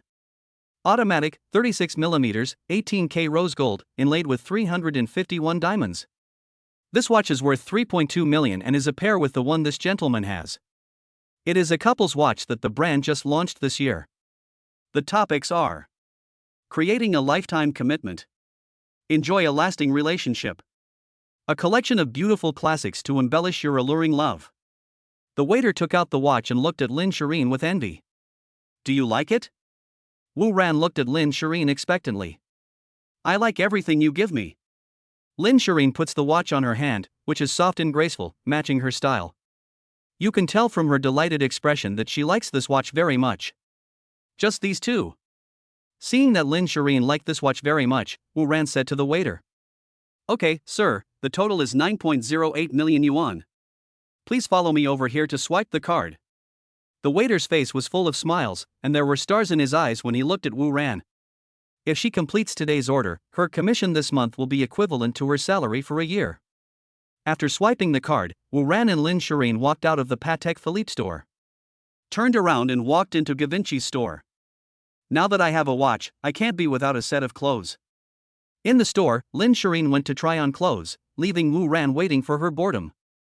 He had already chosen the clothes he wanted to buy and was now waiting for Lin Shireen. When buying the watch just now, Lin Shireen was not very enthusiastic about it. Wu Ran thought that Lin Shireen might not be interested in these luxury goods. But unexpectedly, after entering the Givenchy store, Lin Shireen's eyes lit up when she saw the clothes and bags. She tried on one piece of clothing after another and never got tired of it. It seems that no matter what kind of woman she is, she can't resist clothes and bags. When Wu Ran and the others first came in, the store manager had sharp eyes. She saw the watches Wu Ran and Lin Shireen were wearing and recognized them as Patek Philippe watches, each of which cost several million. They were definitely super rich, so the female store manager brought 2 female store clerks over to personally receive them. Just when Wu Ran was bored, he turned to the sexy lingerie area in the store. When he saw these lace clothes, his eyes lit up and he couldn't help but think of Lin Shireen wearing these clothes. Pa. Don't think about it. If you think about it, you have to stand up and salute. Wu Ran quickly recalled a few mantras to calm the thought. He waved to the female manager over and whispered a few words in her ear. After listening, the female manager looked at Wu Ran, blinked, and an expression of "I understand" appeared on her face. 30 minutes later, Lin Shireen looked at these clothes and bags with reluctance. It was really difficult to choose. Well, haven't you chosen yet? Wu Ran also found it funny to see Lin Shireen like this. The clothes are all good, but I don't know which one to choose. Lin Shireen sighed. What a difficult choice. Can't we just buy them all? But I can't afford it, I'm not as rich as you. Aren't you my girlfriend now? Just consider it a gift from me to you. Wu Ran said what he meant. How can this be? You put the house in my name and gave me a watch worth millions. Do I need your money to buy clothes now? This will make people think that I agreed to date you because I was attracted to your money. Lin Shireen said worriedly. You fool, if others don't know, don't I know? Why do you care what others think? As long as I don't think so. Wu Ran held Lin Shireen in his arms and winked at the store manager. Manager, please help me pack up all the clothes this lady just tried on. When Wu Ran heard Lin Shireen's words, he didn't take it seriously. He thought that children should be children, and as for adults, of course they wanted everything. I can't wear all the clothes I bought. Lin Shireen reminded Wu Ran in a low voice. It's okay, we take turns wearing it every day. I can't argue with you anyway. The store manager packed up the clothes and bags that Lin Shireen had just tried on, and when Lin Shireen wasn't paying attention, he stuffed the most expensive and sexiest pajamas into them. Welcome to visit us next time. The store manager respectfully escorted Wu Ran to the door. The two of them came to the parking lot with bags. However, 3 fashionably dressed girls were seen filming a video in front of his car. One was filming with a mobile phone, one was using a mirror to illuminate, and the other was leaning against the front of the car and passionately reciting a chicken soup article. When you put aside your pride to make money, it means you have grown up. When you use money to earn back your face, it means you have succeeded. When you can make money with your face, it means you are already a big shot. When you are still drinking, bragging, pretending to know everything when you know nothing, and only caring about your face, it means that this is how your life will be. When I came to this city 2 years ago, I could only earn 2,000 yuan a month and eat instant noodles at 2 yuan a pack. Even though the environment is so difficult, I never give up. Ever since I joined the Meiting micro business a year ago, you said you were embarrassed to do it and you were afraid that your friends would block you. But a year later, I was standing at the top of this city, earning more than 1 billion yuan a year and driving a Lamborghini worth tens of millions. In fact, the world is very simple. When your friends are all rich and you are still standing still. Excuse me, miss, I need to drive. Wu Ran walked to the side of the car and interrupted the young lady's toxic chicken soup. Chapter 33 Handsome Guy, my name is Euron. Excuse me, miss, I need to drive. Wu Ran walked to the side of the car and interrupted the young lady's toxic chicken soup. You won't let them finish recording? You are so unromantic. Lin Shireen laughed happily. Seeing Wu Ran interrupting others directly, Lin Shireen was very happy. It was because Wu Ran's unintentional action made her very happy. Looking at these three girls with fair skin, beautiful looks and slender legs, if they were other men, they would probably go with the flow and do them a favor by letting them finish the photoshoot, then add them on WeChat or something, and develop a relationship beyond friendship. But Wu Ran didn't do that. Is this your car? One of the girls looked at Wu Ran in confusion. Otherwise. Wu Ran opened the car door and put the things in the car. Seeing this scene, the three girls immediately had stars in their eyes. Young and handsome. The most important thing is money. Isn't this what we have been looking for? Handsome guy, add me on WeChat. Handsome guy, add me on WeChat. Handsome guy, my name is Euron. The girl who said this straightened her papaya. I have a girlfriend. When Wu Ran said this, he looked at the girl and wiped the saliva from the corner of his mouth. Would you mind having one more? The girl said this teasingly and shook a few times after she finished speaking. Drive. Seeing Wu Ran acting like a fool, Lin Shireen walked up to him angrily and glared at him resentfully. Sorry, I didn't bring my phone today. Wu Ran said with a look of regret. Then he got in the car, stepped on the accelerator and sped away. Whose family is he from? I just checked this car. There are only 3 of them in the world. It's not something you can buy with money. Anyone who can afford this car must be either rich or noble. When did such a rich and handsome guy appear in our Qingfeng city? If only I could recognize him. After Wu Ran left, 2 of the girls started a discussion. But the girl just now should be his girlfriend. Another girl reminded. What's wrong with having a girlfriend? She's not his wife. As long as the hoe is used well, there is no wall that cannot be dug down. What a pity, we didn't get his contact information. The girl named Euron had a regretful expression on her face. Does it look good? In the car, Lin Shireen was very angry and wanted to punch him with her little fist. What's good to see? I mean, are those 3 girls good looking? Them? I didn't notice. Wu Ran has a strong desire to survive. But you just drooled. Don't spit blood on me. I see you wipe your mouth. I don't. Do men like big ones? You are not younger than her. While saying this, Wu Ran also glanced at Lin Shireen. You are shameless. This is not shameless, it's just a man's instinct. Wu Ran talked nonsense in a serious manner. You are just making up excuses. Lin Shireen rolled her eyes at Wu Ran in annoyance. The Lamborghini was speeding on the road. Where do we go now? Lin Shireen asked. We've been busy all day, let's go eat. Wu Ran looked at the time. It was already 6 o'clock in the afternoon. The 2 of them came to the most luxurious restaurant in Qingfeng City. As soon as we entered the restaurant, we were greeted by a waiter. Hello sir, how many people are dining with you? 2 people. Yes, sir, please follow me. Excuse me, are there any private rooms? Yes, sir. Then arrange a private room for us. Yes, sir, please follow me. At this time, when Wu Ran and Lin Shireen walked into the private room, they were seen by a woman. In another VIP room, Ji Luoxi was chatting with her good friend, Situ Chanxian, the 6th princess of the Situ family. The girl is very cute, with a pair of big watery eyes. Her face looks a little immature, but her facial features are very delicate. If you walk down the street wearing a Lolita dress, you will definitely be the target of people making a lot of money in 3 years. Sister Cece, I never thought that you would sacrifice your beauty to help your alma mater raise funds. You are truly great. The petite loli Situ Chanxian looked at Ji Luoxi with admiration. What do you mean by sacrificing beauty? Is it as bad as you say? Jiluwashi looked at Situ Chanshan with a slight frown. I guess you don't know yet.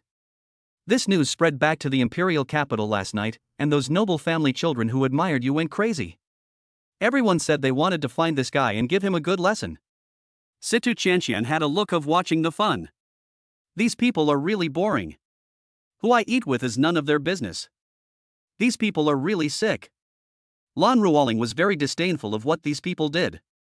Tell me quickly, who is this person? There are people in Qingfeng City who are willing to spend 1 billion just to have a meal with you. This is incredible. It shouldn't be a middle-aged greasy uncle. Situ Chanshan's face was full of curiosity. Not a middle-aged greasy uncle. His name is Wu Ran. He's an alumnus of our school. He should be about the same age as me. Lan Ruoling explained helplessly. Then what? The little girl asked. And then? And then nothing happened. Lan Ruoling said. Where is his home? Which family's young master is he? What does he do for a living? Don't you know all this?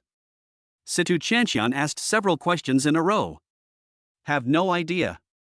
Jiluwashi said lightly. There is actually someone that even Miss Luo can't find? Situ Chanshan was very surprised. I looked him up on the Shunlong domestic network, but found that accessing his files requires the highest level of authority. Jiluwashi said thoughtfully. Does that mean he has a great background? Situ Chanshan said cautiously. Yeah. It should be. If you really want to check him, you can still find him. He studied at Qingfeng University, so Qingfeng University should have kept his paper files. But since his information has been encrypted, it means that the power behind him must be huge. If I investigate him rashly, it might bring disaster to my family. Jiluwashi looked out the window with his deep eyes. Well. So is he handsome? The little girl asked the question that concerned her most. That's not the point, okay? Jiluwashi gave Situ Chanshan a blank look. Is he humorous? Loli asked this question again. I don't know either. Jiluwashi was helpless again. Didn't you have dinner with him? How could you not know? Situ Chanshan looked at Jiluwashi with suspicion. I haven't had dinner with him yet. Why? Did you stand them up? It's none of my business. That person left after donating 1 billion. He didn't stay to have dinner with me. So the purpose of his donation was not to get to know you? The tsundere little Loli looked incredible. This is exactly what I don't understand. Jiluwashi was also puzzled. Chapter 34 Wu Ran is a love veteran. At this time, a woman walked in from outside the door. She walked quickly to Jiluwashi's side, lowered her head and said respectfully, Miss, I just saw Wu Ran from last night. You saw him? Where? Jiluwashi looked at her in surprise. Right here in this restaurant. Are you sure it was him? Sure, I saw it clearly, and there was a girl with him. I see. How could it be such a coincidence? Jiluwashi lowered his head and remained silent, not knowing what he was thinking. I see. The next moment, Jiluwashi suddenly realized and shouted. Sister Cici, what does that mean? The arrogant little Loli looked at Jiluwashi in confusion. I said I know why I met him here. Jiluwashi said with sudden enlightenment. Isn't it a coincidence that we ran into him here? The little Loli still doesn't understand. You are just too young. Actually, this is Wu Ran's trick. He is too smart. What on earth is this? Tell me now. The arrogant little Loli looked at Jiluwashi anxiously. I tell you, if he had stayed and had dinner with me last night, we would have been just ordinary friends at best. But he did the opposite and just ignored me and left. Because it will leave a deep impression on me. And then he deliberately appeared around me today, which made me have a deeper impression of him. This is a master. This guy knows women. He must be a seasoned lover. But I have seen through his plan. Jiluwashi already understood it in his heart. Wow. Sister Cici, you are so smart. Situ Chanshan looked at Jiluwashi with little stars in her eyes. So what do we do now? The little Loli looked at Jiluwashi. Since he wants to use these tactics on me, I will have a good time with him. Let's go and meet him. Speaking of this, Ji Luoshi looked as if he had seen through everything. Yes, yes. I've long wanted to meet this guy who's willing to spend $1 billion to pick up girls, to see who he is. The little girl clapped her hands and jumped happily. When Situ Chanqian heard Ji Luoshi say that she would go over to meet Wu Ran, her face was full of anticipation. In the private room where Wu Ran is, the young couple is having dinner. At this time, the door of the room opened and 3 women walked in from outside. Wu Ran took a closer look and found that it was the goddess of Qingfeng University, Ji Luoshi. Mr. Wu, what a coincidence. I didn't expect to see you here. Ji Luoshi came in and greeted Wu Ran first. Hello, Miss Ji. When Wu Ran and Lin Shirin saw that the person coming was Ji Luoshi, they quickly stood up. I didn't disturb you, did I? Ji Luoshi's face was full of apology. No, no. Wu Ran's face was full of smiles. That's good, I thought I would disturb you. Ji Luoshi turned around and said to the female bodyguard following behind her, go outside and wait for me first. Okay, miss, I'm right outside the door, call me if you need anything. The female bodyguard following Ji Luoshi said respectfully, then turned and walked out. Come, let me introduce her to you. Her name is Situ Chanqian. She is my good sister and good friend. Ji Luoshi pointed at Situ Chanqian and said to Wu Ran. Hi, hello everyone, I'm Situ Chanqian, nice to meet you. Situ Chanqian greeted Wu Ran and Lin Shirin with a smile. Who is this? Ji Luoshi looked at Lin Shirin with a smile and asked Wu Ran. Oh. Excuse me. Let me introduce it to you. Her name is Ji Luoshi, and she's an alumnus of my alma mater. Wu Ran pointed at Ji Luoshi and said to Lin Shirin. Then he pointed at Lin Shirin and said to Ji Luoshi, her name is Lin Shirin, and she is my girlfriend. She's your girlfriend? Ji Luoshi asked in surprise when he heard Wu Ran's words. Yes. What's the matter? Wu Ran was surprised to see Ji Luoshi and felt confused. That's not right. If Wu Ran was interested in me, shouldn't he be so generous as to admit in front of me that he has a girlfriend? His expression should be very unnatural. But there's nothing unnatural about looking at him now. Did I guess wrong? Ji Luoshi was thinking in his heart. Never mind him. I'll try him first. Mr. Wu, why did you run away secretly last night? It made me so sad. Ji Luoshi's pretty and charming face was looking at Wu Ran with resentment. Situ Chanqian looked at Ji Luoshi with horror. She had never seen Ji Luoshi like this before. Is this still the aloof eldest daughter of the Ji family, Ji Luoshi? This world is crazy. So scary. On the other side, Lin Shirin saw Ji Luoshi's shy look, frowned, and looked at Ji Luoshi with a wary face. This woman is not trying to steal my man. Humph, I was here first. Well. Seeing Ji Luoshi's charming look, Wu Ran smiled awkwardly. He was very surprised by Ji Luoshi's current expression. Chapter 35, actually, I am the scumbag of the century. To be honest, if it weren't for the system, Wu Ran would really think that Ji Luoshi had some feelings for him. Wu Ran looked at the character attribute interface that appeared in front of him, which only he could see. Character information. Name, Ji Luoshi. Gender, female. Age, 23. Favorability, 75. Purity, 100. Weight, 53 kilograms. Height, 169 cm. Physical condition, yellow flower. Seeing that Ji Luoshi's favorability towards him was only 75, he absolutely shouldn't show such an expression in front of him. Thinking of her charming look just now, Wu Ran believed that Ji Luoshi came to see him today for some purpose. He looked at Ji Luoshi with interest, wondering what this woman's intention was by showing him such a coquettish look. Wu Ran decided to retreat first. He didn't dare to get too entangled with this stunningly beautiful girl. Getting entangled with her too much will expose inevitably Wu Ran's abnormality. This woman's family has a huge influence. If they really wanted to investigate Wu Ran, he would not be able to explain to others how he got his wealth of over 100 billion yuan. This is a situation that Wu Ran absolutely does not want to see. Thinking of this, Wu Ran said to Ji Luoshi calmly, Miss Ji, don't joke with me. Who are you? You are the eldest daughter of the Ji family in the imperial capital. I am just a commoner. How dare I marry you? As for the 1 billion at the auction, I would have donated it even if there was no auction last night. I just happened to come across it, so I took the opportunity to bid. As for the dinner, Miss G, just forget about it. Don't worry, I won't say anything about you. I just remembered that I have something important to do tonight. I'm leaving now. We'll talk next time when we're free. After Wu Ran finished speaking, he gave Lin Shireen a look and heard out.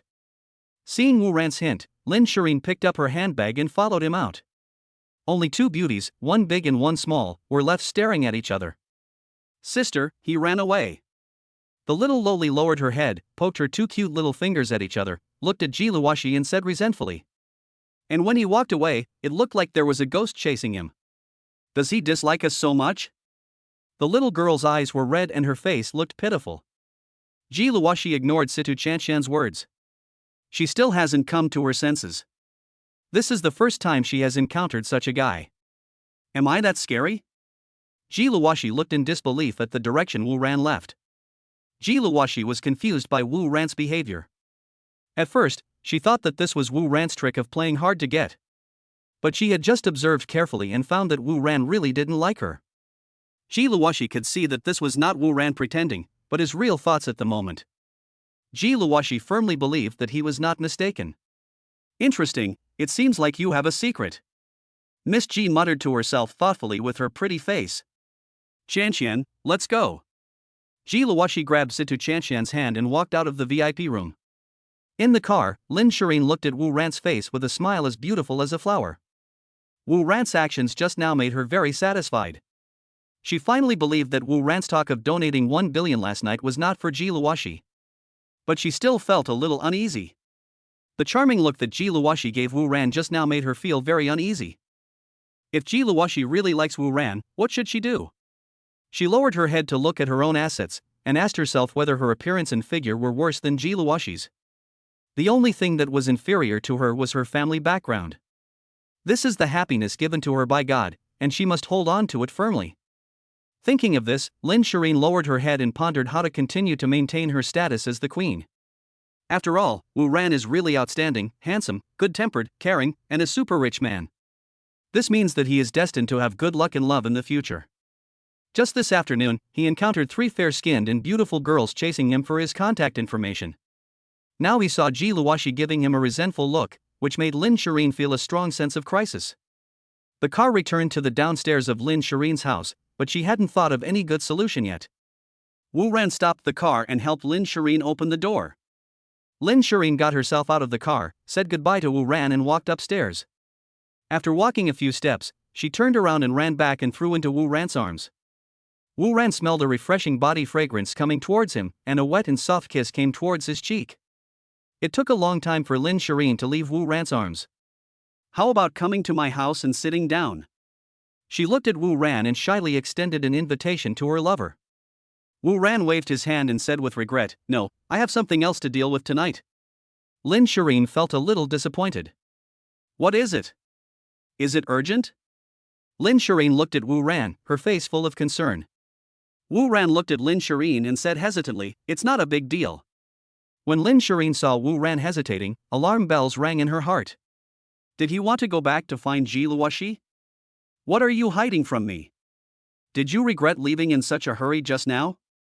Now you want to go back to find her secretly. I have to admit that when women start to let their minds run wild, they dare to think anything. Have you read the news online today? Wu Ran looked at Lin Shireen with an unnatural expression on his face. Look, there's no big news today. There is only one piece of big news. Our Qingfeng city has produced a scumbag of the century. Lin Shireen didn't understand why Wu Ran asked this.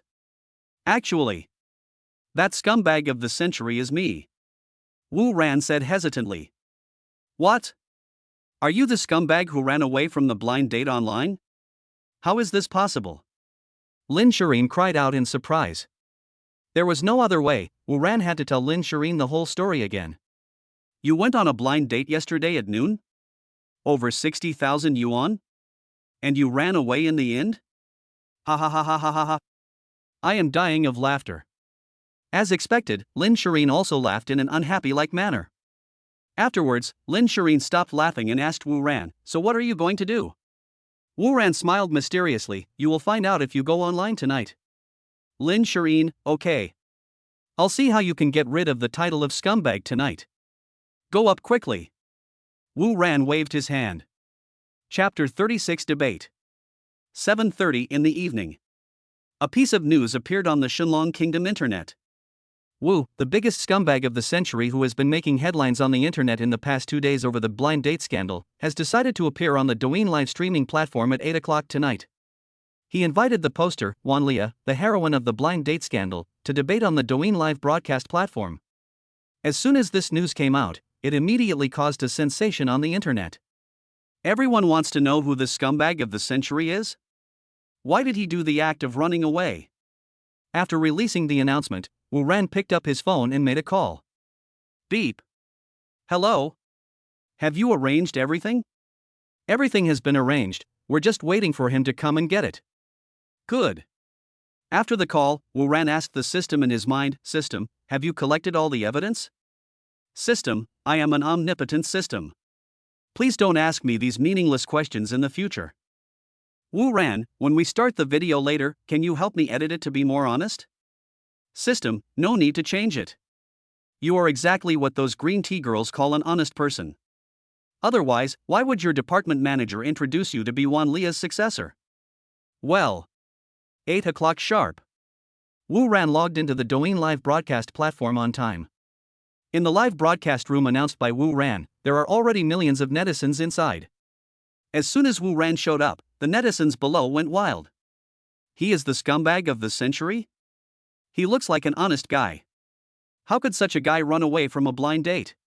He looks quite handsome, but I didn't expect him to be such a person. Scumbag, I didn't expect you to actually show up. You look like a decent person, how could you do such a thing? Go to hell, you scumbag, you are bringing shame to you men. There are too many men who eat and drink for free in society nowadays. You still have the nerve to come up and broadcast live? If you don't have money, don't follow others and go on blind dates. Young man, you should return the money to the girl. Don't run away, scumbag. I've called the police. Sisters, let's denounce this scumbag together. I'll just sit back and wait for the spectators to come out. This matter shouldn't be that simple, otherwise how could he dare to show up? Wu Ran appeared in the live broadcast room and said, Hello everyone, welcome to my live broadcast room. I am the scumbag Wu you all call me. My name is Wu Ran, and I did go on a blind date with Miss Lily, the poster, yesterday at noon. I did spend over 60,000 yuan on the blind date. After dinner, I did run away. I have also seen the condemnation of me on the internet, and I originally didn't want to pay attention to you. But then I thought about it carefully and decided to come forward and explain the whole story to everyone, so that society can have a bright future. Now I invite Miss Lily to come out and confront me on the spot. After finishing speaking, Wu Ran said to the system in his heart, System, can you help me connect Wan Lia to this live broadcast platform? System, it's a piece of cake, wait 5 seconds. Wu Ran, how come you can do this? System, if you treat me as a super artificial intelligence, it will be easier to understand. Well. On the other side, another party involved, Wan Lia, also saw the message on her mobile phone that Wu Ran invited her to debate with him on Douyin. A look of panic appeared on her face. She actually knew that she was not in the right in this matter. Her original intention of posting the message online was just to use the pressure of online public opinion to put pressure on Wu Ran so that he would return more than 60,000 yuan to her. But what she never expected was that this topic would cause such a sensation on the internet. Now Wu Ran invited her to debate together, which put her in a difficult situation. I'm in a dilemma. Suddenly her phone opened automatically, and Wan Lia appeared in the live broadcast room. This surprised Wan Lia. In fact, she was reluctant to debate with Wu Ran, and she wanted to pretend that she didn't know about it. But now her mobile phone turned on automatically, and her live broadcast room was connected to Wu Ran's live broadcast room. Why did this happen? The two of them appeared on the screen at the same time, which forced her to debate with Wu Ran. Hello Miss Lily, I didn't expect that we would meet again. The news about our blind date has caused a huge sensation in society. I think it is necessary for the two of us to stand up and restore the truth of the matter to everyone. Seeing Wan Lia also appeared on the screen, Wu Ran spoke first. What facts are there to restore? What I said is the truth. After Wan Lia panicked, she could only stick to her original statement. Indeed, everything Miss Lily said is true. Wu Ran continued.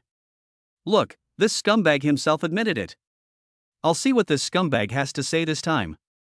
That's what I said. What such a beautiful girl said must be true. When netizens heard Wu Ran's words, they became excited again, but 2 seconds later, Wu Ran spoke again.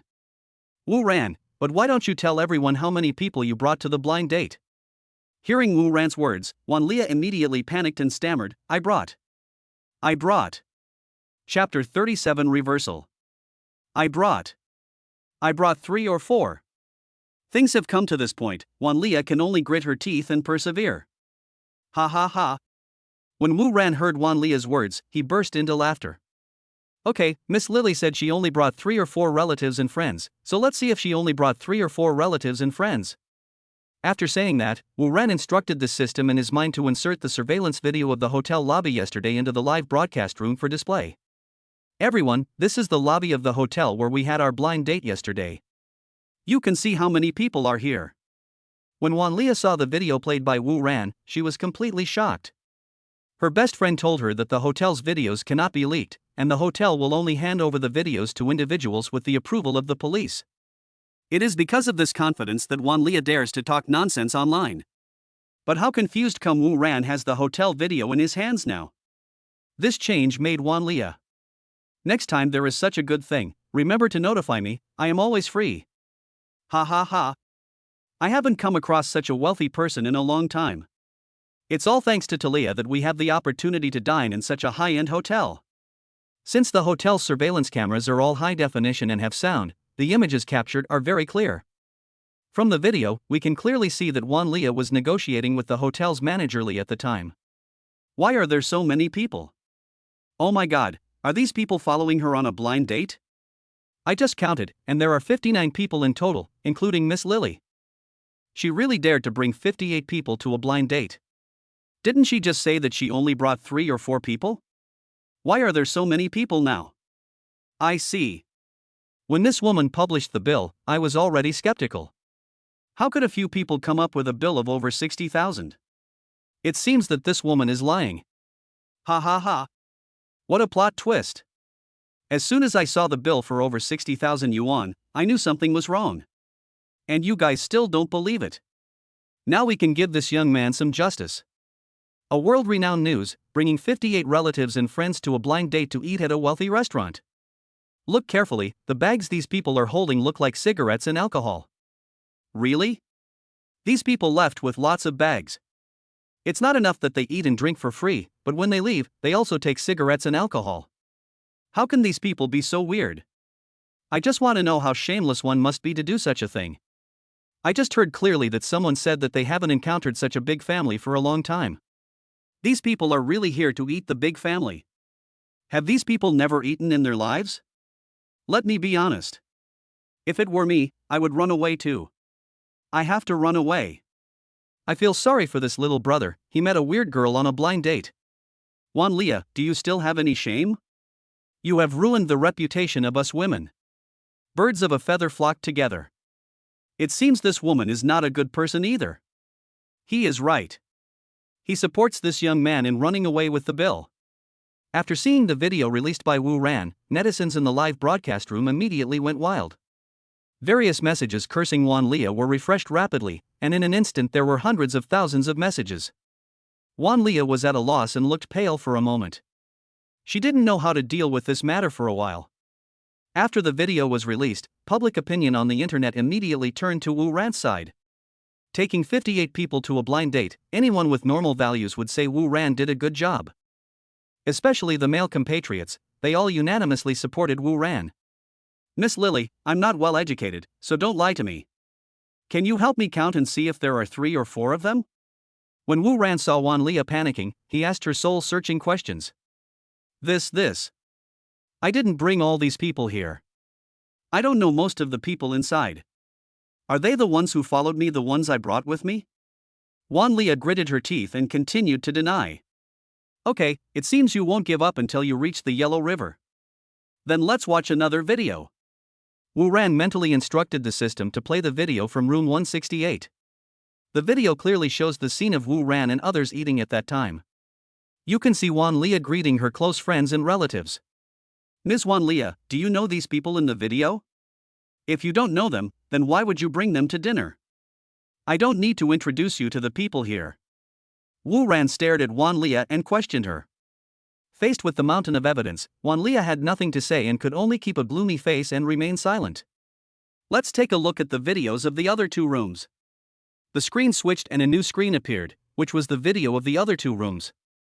It can be seen from the video that the room is full of people, and you can clearly see Wan Lia greeting them one by one. This shows that Wan Lia actually knows them. Miss Wan Lia, what else do you have to say? Are these the 3 or 4 people you mentioned? Wu Ran continued to ask. Chapter 38, Reversal. Now, this woman has nothing to say. I was standing up for her at first, but I never expected. Yeah, I felt quite sympathetic towards her at first, thinking she had met a bad guy, but I didn't expect. Now the evidence is conclusive. It turns out it's not a weird man, but a weird woman. There are people like this everywhere, trying to take advantage of anything they see.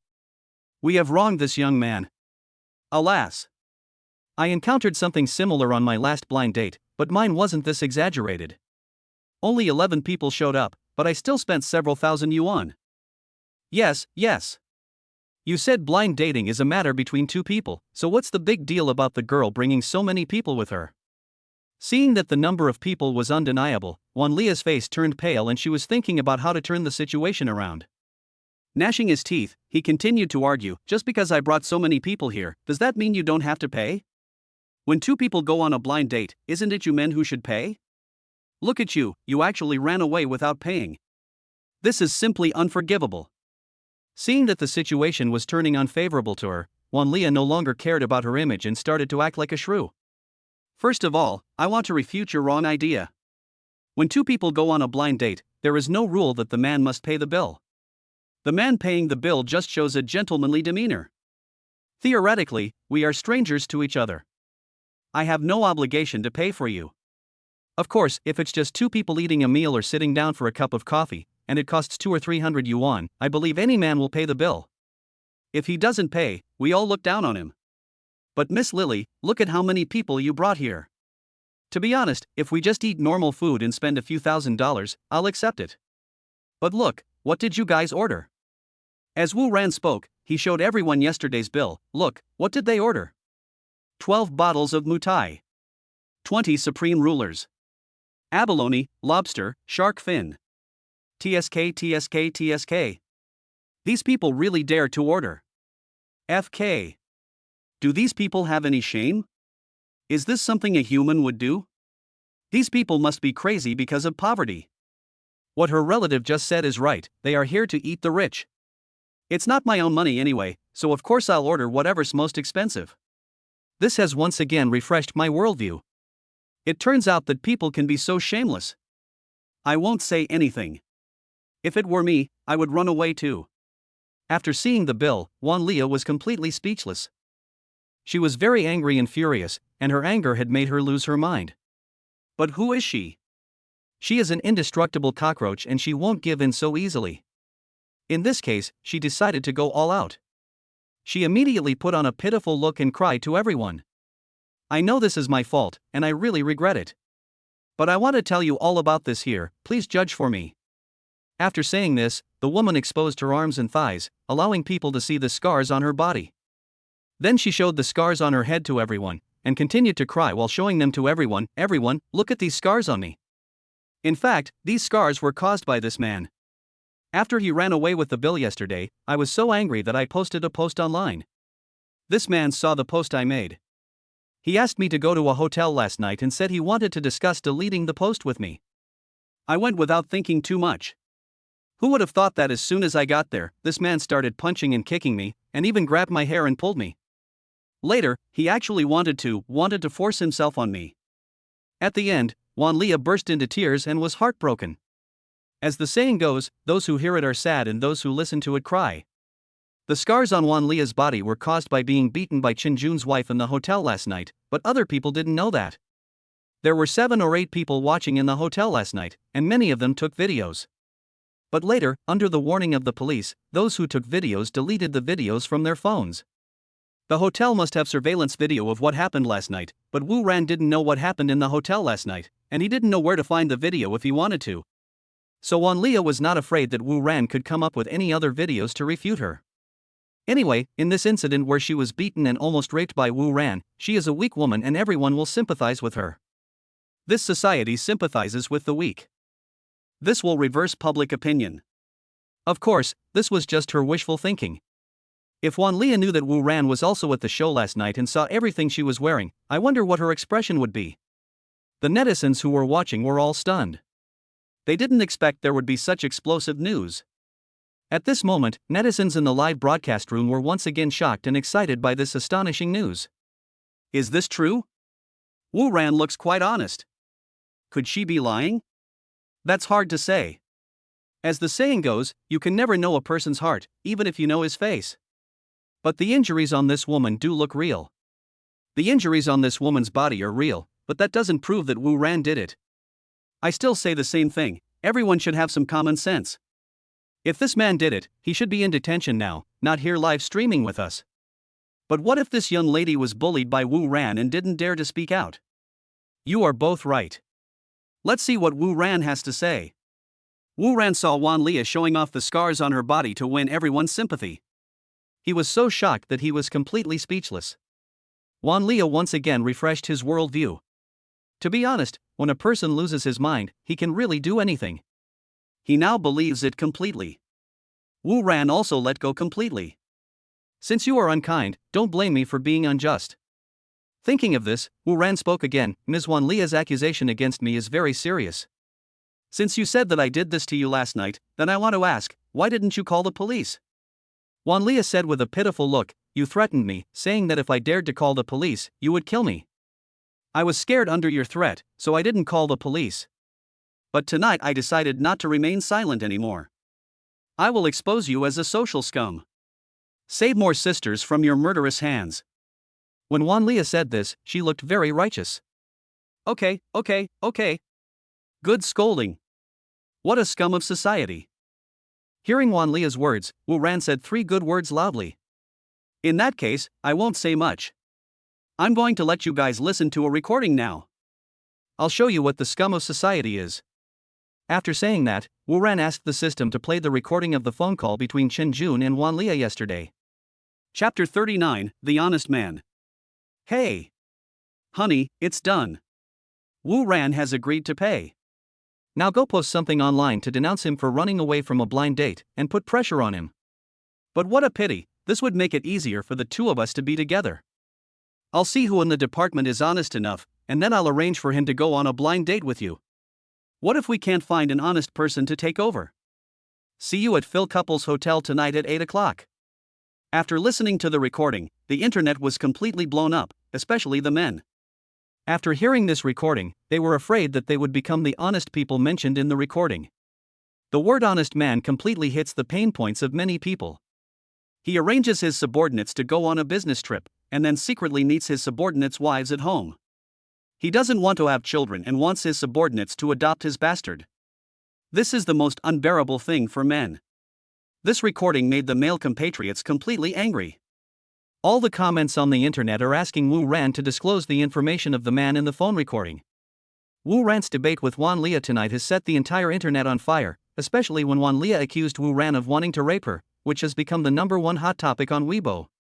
The number of people participating in the discussion has exceeded 100 million, and the Shenlong Kingdom's internet has not been so lively for a long time. At this time, an unknown account published all of Chen Jun's information, including his phone number, on Weibo and began to push it to the entire network. When Wan Leah heard the recording of her phone call with Chen Jun, she was so frightened that her face turned pale and she stood there in a daze. She felt hopeless and there was no hope of turning things around this time. This was a private conversation between her and Chen Jun. How did Wu Ran get it? She just couldn't understand this. However, it's not over yet. After playing the recording, Wu Ran spoke again. As for what Miss Wan Leah accused me of just now, saying that I was the one who injured her. Please watch another video below. Then the system played the video of Chen Jun and Wan Leah walking hand in hand into the Phil Couple Hotel. After the two of them walked into the room hugging each other and disappeared, the video continued to play. 3 minutes later, a woman with a fat face rushed into the room with several men. After a while, the naked Wan Leah was seen being dragged into the corridor by the woman by her hair. Now that things have come to this, when netizens see this, the truth is revealed. It turned out that the scars on Wan Lia's body were caused by her having an affair with Chen Jun and being beaten by his wife. After this woman was exposed for bringing 58 people to a wealthy family, she actually slandered Wu Ran in front of all the netizens on the internet and falsely accused him of wanting to rape her. This woman has committed the crime of false accusation and framing. After seeing this video, Wan Lia stood there in dismay. It was useless to say anything now. In the face of the overwhelming evidence, everything she said was pale and powerless. Finally, Wan Lia turned off her cell phone and went offline completely. She is offline, but what happened on the internet tonight is still fermenting. Major online media outlets have reported extensively on this incident. The blind date runaway incident has been reversed again and again. What do you think of your boss bringing his lover and his subordinate together? When did the honest man become a scapegoat? Shocked. The boss introduced his lover to his subordinate. What happened? Is this a moral decline or a distortion of human nature? Please read the Tushio column today to take you into the unknown secrets of the world of scum. The discussion on this matter on the internet has always been hot. When Wu Ran saw that Wan Lia had gone offline, he also quit the live broadcast and waited for the follow-up development of the matter. The other protagonist of this incident, Chen Jun, is currently in a state of panic at home. Starting 5 minutes ago, people started calling his cell phone one after another to insult him, saying that he was completely heartless and inhumane, and asked if an honest person would kill his entire family. There were text messages coming into his phone every second, and he was still confused when he saw that the contents were all calling him a scumbag. In the end, I couldn't stand it anymore and had to turn off my phone so that I could have some peace and quiet. Later, a friend called his wife's cell phone and reminded him of what was happening on the internet. Only then did he know what was happening. When he saw the recordings and videos Wu Ran posted on the internet, he knew he was finished. Now thinking back to Wu Ran's weird smile at that time, he finally understood that Wu Ran actually knew all these things a long time ago. It seems that Wu Ran also told his wife what happened last night. This young man usually looks honest and loyal, but I didn't expect him to be so ruthless when he attacked. After figuring it all out, Chen Jun sat there in despair, thinking of a solution. Although what he did was not illegal, when he goes to work tomorrow, Warwick Group will definitely not be able to withstand the huge public pressure and will fire him. That's for sure. Warwick Group would never dare to continue employing him and risk the world's disapproval. His life is over, and no company will dare to hire him again. No, I can't just sit there and wait for death. I have to earn enough money to live on in the future in one go. Thinking of this, he remembered a battery technology that the company's president Lan Ruoling gave him yesterday. When he saw this technology yesterday, he was shocked by the technical data. This is definitely a technology that can subvert the current battery industry. If he sells this technology to others, he can spend the rest of his life lying down and spending money. Let's go all out, since I've already done it once last time. Thinking of this, he immediately made a prompt decision, told his wife that he was going out for a while, picked up the car keys and went out. Go to the parking lot and find his car. He drove to the company and went straight to the R&D department, found the battery technology that Lan Ruoling gave him yesterday, and copied the technology to another USB flash drive. After finishing this, he walked out of the company carefully, got in the car and left quickly. When he left the company, he was still wondering why there were so few security guards outside the company's R&D department today, usually with the most people. Just as he was leaving the company, in the president's office on the top floor of Warwick Group, wrong, it should be the vice president's office. Lan Ruoling was watching the surveillance footage. At this time, she picked up the phone and made a call. Lan Ruoling, hey. Wu Ran, how is it now? Lan Ruoling, he has come to the company and copied the technology. Wu Ran, very good, we can catch him once he passes on his skills to the other party. Lan Ruoling, are you really sure they can't see anything wrong with this technology?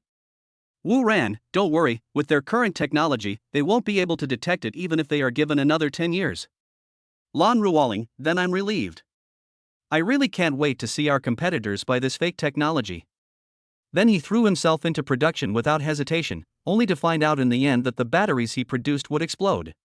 I really want to see their shocked expressions.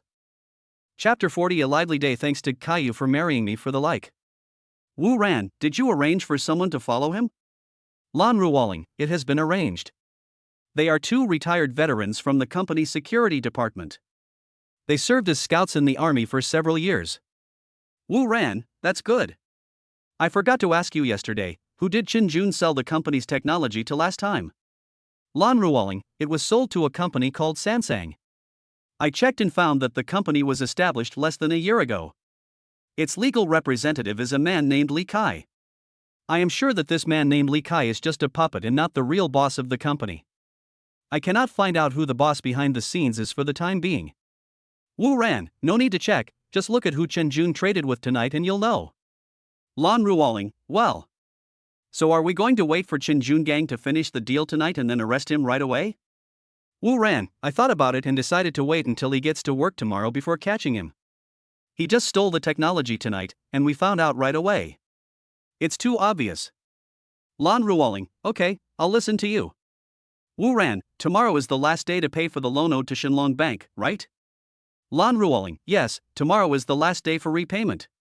Wu Ran, it looks like tomorrow will be another busy day. It's another sunny day. Wu Ran had just gotten up when Lin Shireen called. Lin Shireen, lazy pig, are you up yet? Wu Ran, just got up. Lin Shireen, when do you plan to move today? Wu Ran, maybe in the afternoon. I have to go back to the company to take care of some things in the morning. Lin Shireen, okay, then I'll take a leave in the afternoon and move with you. Wu Ran, okay. If you ask for leave for the next 2 days, won't your boss say anything? Lin Shireen, it was our company that handled your acquisition of 51% of Huawei Group's shares. Now you are already our company's super VIP, so when I asked for leave, I said you had something to ask me, and no one dared to say anything. Wu Ran, why don't you come to my company to help me? I'll let you be the manager of our legal department. Lin Shireen, no, it's easy for two people to have conflicts when they work together and see each other every day. I don't want to quarrel with you every day. Wu Ran, okay, you have a point.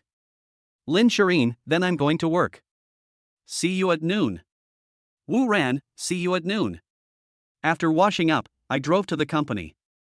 When he returned to his original workstation, his colleagues all knew what happened last night and saw him coming to work. All the colleagues came over and said, "Well done, Wu Ran, we support you. I heard the phone recording last night. I didn't expect Chen Jun to be such a scumbag. Did you know? Yesterday afternoon, he wanted to match me with Wan Lia." Seeing his colleagues supporting him so much, Wu Ran was also very moved. He said, "Thank you all for your concern. I will remember your kindness. Let's go back to work first. It's not good to be seen gathered together later." After hearing Wu Ran say this, everyone dispersed. Wu Ran began to pack his things and moved to the new president's office on the top floor.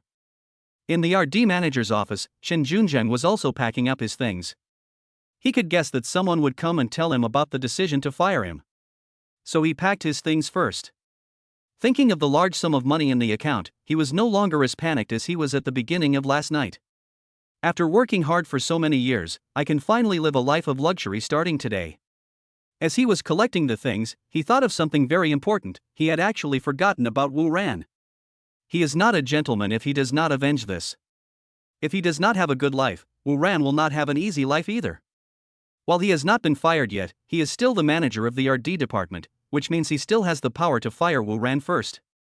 He slapped his head and almost forgot about it. Thinking of this, he picked up the phone on the table and started to make a call. "Hello. Is this the Human Resources Department? I'm Manager Chun from the RD department. Wu Ran from our department made a serious mistake at work. Please help me fire him immediately. I'll email you the details later." After hanging up the phone, he thought for a moment, then picked up the phone and dialed again. Wu Ran was tidying up at his desk when the phone on his desk rang. He picked it up and said, "Wu Ran, come to my office." He put down the phone, smiled slightly, and walked towards the manager's office. This time he didn't even knock on the door, he just pushed it open and walked in. Wu Ran saw Chen Jun packing up his things. He smiled and said to Chen Jun, "What do you want from me?" Chen Jun was furious when he saw Wu Ran walk in without even knocking on the door. "I called you here to tell you that you have been fired by the company." Wu Ran didn't respond. He curled his lips, walked to the sofa in the office, sat down and asked Chen Jun, "Are you packing?" "You don't have to pack it. You can't leave. You can't take it home." When Chen Jun heard Wu Ran's words, he didn't take them seriously. He just thought they were nonsense.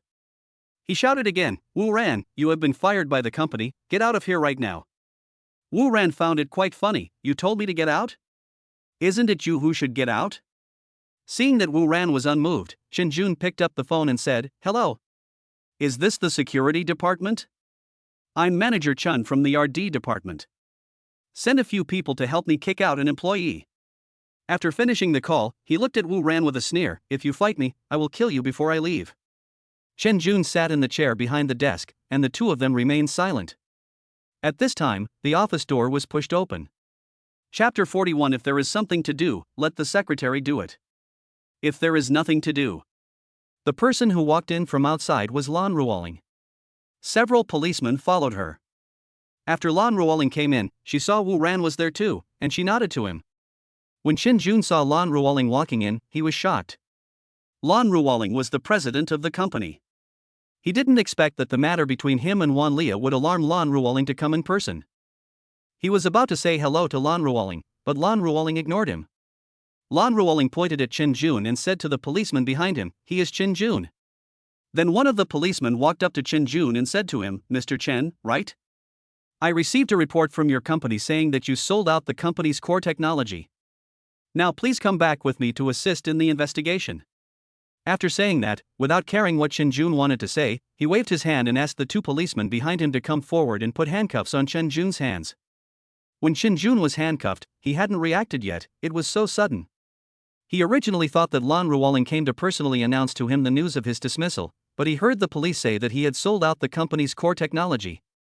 Hearing the police's words, Chen Jun stood there in shock as if struck by lightning, his face full of disbelief. Chen Jun couldn't believe his ears. He hurriedly said to Lan Ruoling, President Lan, are you mistaken? I am innocent. How could I sell out the interests of the company? You must be mistaken. After hearing Chen Jun's explanation, Lan Ruoling said to him coldly, Chen Jun, I really didn't expect you to be such a person. The company thought it had treated you well, but we didn't expect you to be such an ungrateful person, selling out the company's core technology twice. You were the one who sold the company's hard-earned technology to others last time, right? Do you know how much loss you caused to the company last time you sold the company's technology to others? I didn't expect you to be so unrepentant that you actually came back to the company last night and stole the company's technology again. Don't deny it. I have the entire process from your return to the company to your leaving the company.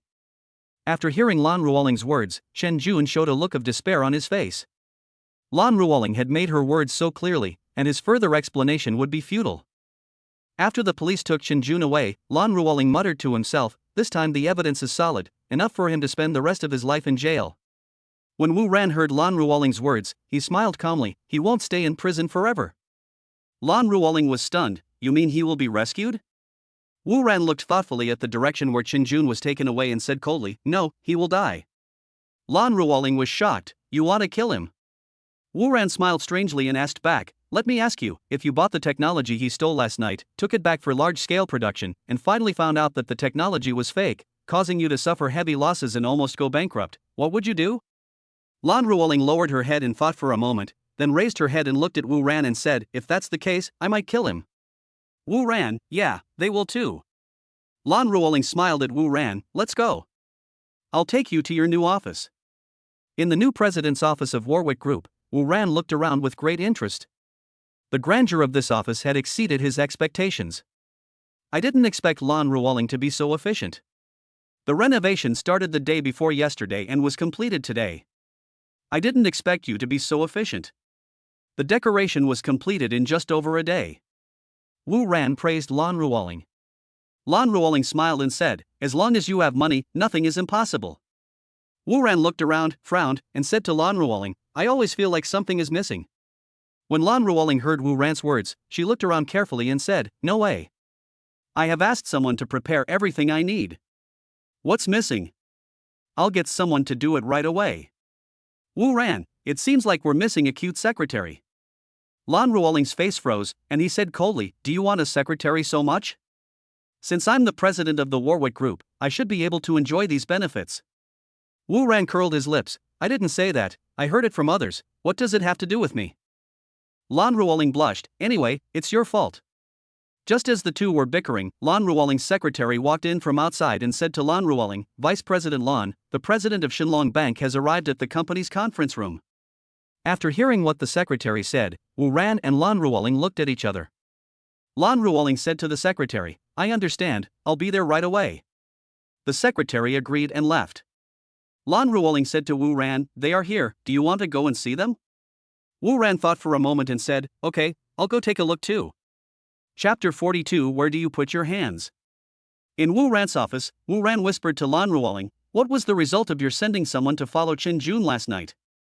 At this point, Lan Ruoling immediately became furious. There were two people who traded with Chen Jun last night. They took a photo of one of them. I recognize that person. He is from the Zhang family of Qingfeng City. Wu Ran thought for a moment and said, "It's the Zhang family. Don't worry about them, they're already involved." Hearing this, Lan Ruoling laughed. "Well, I'm really looking forward to the situation when the Zhang family is desperate." Wu Ran smiled and said, "I'm looking forward to it too." As they talked, the two of them smiled at each other. The next moment, Lan Ruoling said with a sad face, "We are about to start researching the technology of this battery, but now Chen Jun has been arrested, and the position of our D manager is vacant. It will take a while for us to find someone to replace him. Besides, the RD department is the top priority of the Huawei group, and we can't just recruit people from outside. This is giving me a headache." Wu Ran couldn't bear to see a beautiful woman having a headache, so he said to Lan Ruoling, "What are you having a headache about? Let me introduce someone to you. He is my classmate, and he just came back from abroad some time ago. I'll call him later and ask him to come for an interview tomorrow. This person is my classmate and a close friend. You can trust him." When Lan Ruoling heard this, her pretty face lit up with joy. She didn't expect that Wu Ran could solve the problem that was bothering her in just a few words. She stood there staring at Wu Ran's back, with a strange light in her eyes. Ever since she met this man, her good luck has been continuous. He helped her drive away Zhang Xingchen to save the company from his clutches, and then injected 50 billion into the company to save it from bankruptcy. After acquiring the company, he did not interfere in the company's affairs. He helped her find the traders in the company, and brought a technology to the company that could make it the most powerful company in the world. Moreover, this man is mysterious, rich, and more importantly, handsome. All of the above things made Lan Ruoling feel excited about Wu Ran. Is this what it feels like to like someone? Could it be that this was really the response I got from God when I prayed to him that day?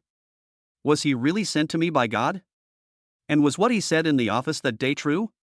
Thinking of what Wu Ran said in her office the day before yesterday, her face turned red. When Lan Ruoling thought of the rumors about Qingfeng City in the past 2 days, she felt lost again and she stared at Wu Ran blankly. She felt that she still needed to ask him some questions clearly. What if he really wanted to play with her feelings? Young girls in love always like to fantasize, and even our domineering OL female president is no exception. Wu Ran. Lan Ruoling lowered her head and called him softly. Wu Ran turned around and looked at Lan Ruoling. "Have you heard that rumor?" Lan Ruoling said hesitantly. "What rumors?" "It's about you donating 1 billion at the school auction the day before yesterday." "You're talking about this?"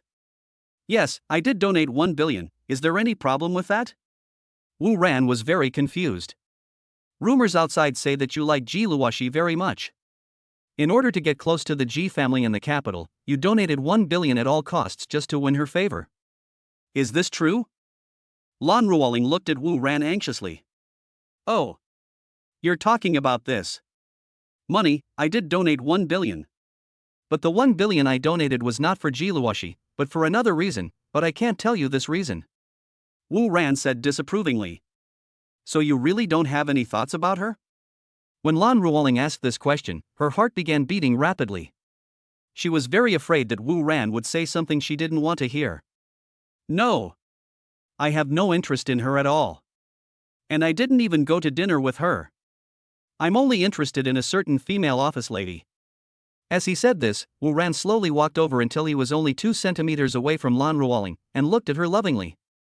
Hearing Wu Ran's words, Lan Ruoling was instantly struck to the heart. She was shaking and hot all over, weak and powerless, with her heart pounding. Wu Ran looked at Lan Ruoling with interest. He didn't look at her carefully just now, but now he saw that she was wearing a tight shirt today, which showed off her perfect figure. Wu Ran estimated the woman's figure and found it to be comparable to Lin Shirin's. Neither of them was a woman that he could control with one hand, unless he was prepared with both hands. She paired it with a light yellow velvet knee-length skirt and limited edition high heels from a luxury brand. Her jet black hair fell on her shoulders in a natural undulating curve. Smart eyes, curved eyebrows, long eyelashes trembling slightly, and the snow-white skin gradually turned a little red. It's really funny to see a shy woman. Lan Ruoling raised her head bravely and looked at Wu Ran. Chapter 43 You Can't Blame Me. The President's Office of Warwick Group. The two men and women were looking at each other lovingly. Lan Ruoling looked at Wu Ran shyly, her face full of timidity. In her eyes, Wu Ran is handsome, unrestrained, and uninhibited. This is the man she likes. Wu Ran looked at her shy expression, lowered his head and whispered in Lan Ruoling's ear, "You just said it's not possible today, does that mean it's possible tomorrow?" When Lan Ruoling heard Wu Ran's words, she lowered her head even lower and punched Wu Ran's chest with her little fist. "You just think about bullying people all day long. I'm ignoring you." However, the force of her punch was not very strong at all. To Wu Ran, it was just like tickling. At this time, Wu Ran brought up Lan Ruoling's attribute interface. Character information. Name, Lan Ruoling. Gender, female. Age, 26. Favorability, 98. Purity, 100. Weight, 51 kilograms. Height, 168 cm. Physical condition, yellow flower. Wu Ran saw that Lan Ruoling's favorability towards him had reached 98. This woman liked him. Wu Ran's love luck is getting better and better. He is wondering what to do when the time comes. Wu Ran got a headache when he thought about this. Since it gave him a headache, he decided not to think about it anymore. He'll talk about it later.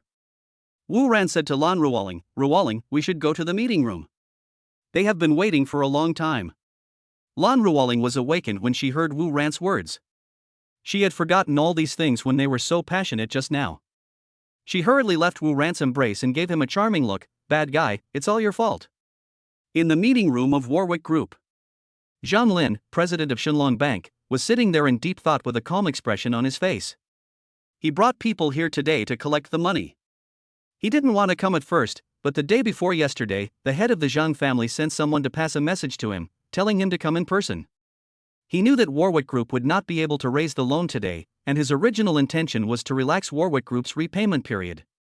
Because he knew that if he took the Warwick Group to court for bankruptcy liquidation, it would actually be of no benefit to their Shenlong Bank. The best way is to let Warwick Group pay back the money slowly. Pay as much as you have today and pay the rest every month.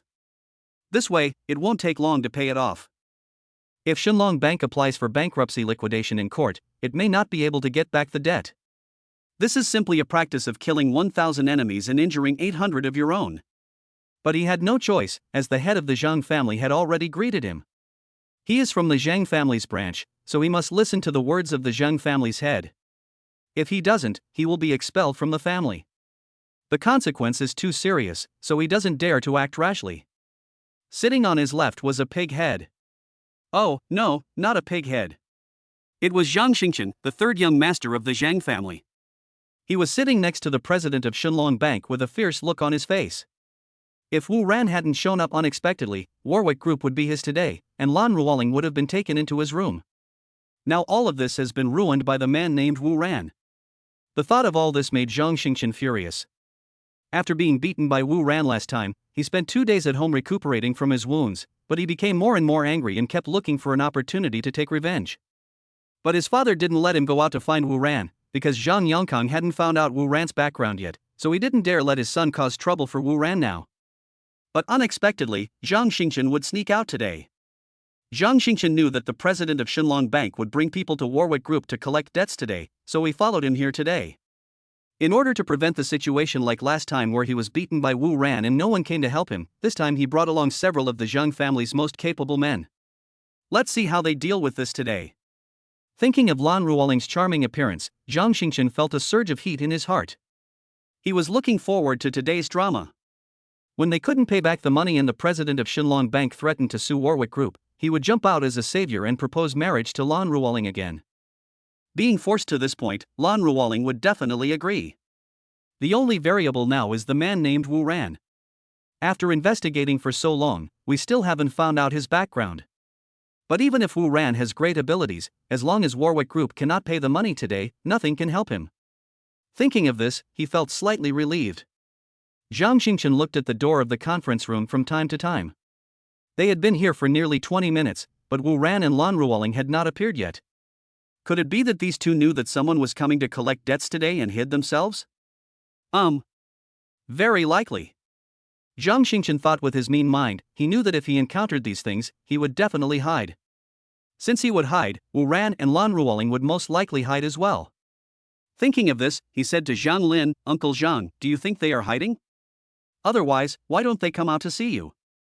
When Zhang Lin heard Zhang Xingchen asking him, he turned his head and politely said to Zhang Xingchen, "Third young master, they dare not hide. As long as we don't receive the money today, I will file a petition with the court for bankruptcy liquidation of Huawei Group tomorrow, so it's useless for them to hide." Zhang Xingchen thought about it and felt that it was true. There was no point in them hiding. Things would remain the same as before. However, this can also prove from the side that they probably have no money to pay back. Thinking of this, Zhang Xingchen felt relieved. It looks like I can take Lan Ruoling into my room today. At this moment, two people walked in from outside. They were Wu Ran and Lan Ruoling. When Zhang Xingchen saw Lan Ruoling walk in, he stared at Lan Ruoling's face.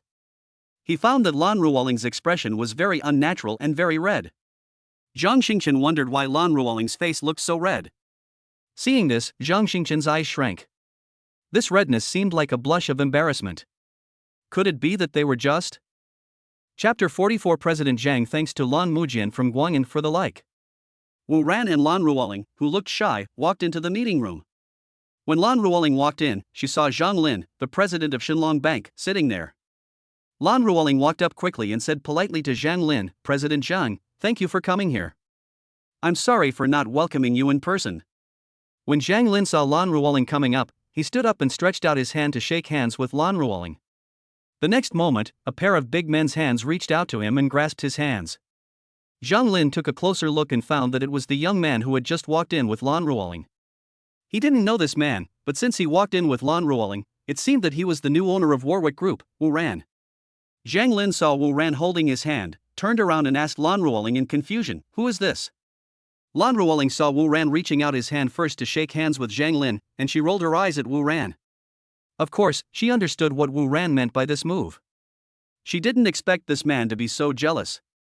But when Lan Ruoling thought that this was Wu Ran's expression of nervousness towards her, she felt sweet in her heart. When Lan Ruoling saw Zhang Lin asking her, she quickly introduced him, "President Zhang, this is the new president of our Huawei Group, Wu Ran." Then he turned to Wu Ran and said, "President Wu, this is the president of our Shenlong Bank, Zhang Lin." When Zhang Lin heard Lan Ruoling's introduction, he was the first to compliment her, "Haha. So you are the new president of Huawei Group. I'm so sorry. I didn't expect President Wu to be so young and promising. After meeting him today, I find that he is indeed a handsome man with a well-deserved reputation." When Wu Ran heard President Zhang's compliments, he thought to himself, "Business people flatter each other, I can do that too." Thinking of this, he also put on a smile and complimented, that's right, President Zhang's visit today has brought glory to our company, I am very honored. I've heard that President Zhang is a man of great stature and elegance, and I've always wanted to meet him, but I never had the chance. I didn't expect that today I'd finally have the chance to meet him. After meeting him today, I realized that hearing about him is worse than meeting him in person. President Zhang, you're welcome. Wu Ran, no way. President Zhang pretended to ask casually, "Where is Mr. Wu from? You are not a native of Qingfeng City, right?" Wu Ran replied politely, "To be honest, I am not a native of Qingfeng City." President Zhang laughed loudly, "That's what I said. If such a gifted person appeared in our Qingfeng City, how could I not recognize him? But Mr. Wu, what does your family do? Our bank would like to cooperate with your family. I wonder if Mr. Wu can help me make some connections." When Wu Ran heard what President Zhang said, he said with a fake smile, "Of course, I will report to my family in a few days and see what the clan says. Then it's a deal." Sure. The two of them finished blowing each other's praises, and then sat down as host and guest. After sitting down, President Zhang said, "President Wu, I believe you know why we are here today." Wu Ran smiled and replied, "I know. You are here for the 50 billion bank loan." President Zhang, then you just need to know. I don't need to waste my breath on it. You all know that 3 years ago, our Shenlong bank lent you 50 billion. At that time, our bank trusted you. It is only fair to pay your debts. Today is the last day for repayment. I hope you can pay the money back. If you can't come up with this money today, we will go to court to file for bankruptcy against you tomorrow. Have you prepared the funds? After hearing what President Zhang said, Wu Ran and Lan Ruoling smiled at each other. Lan Ruoling looked at Wu Ran affectionately. If it weren't for this man, she would never have been able to pass this test today. But now everything is different. It's great to have him.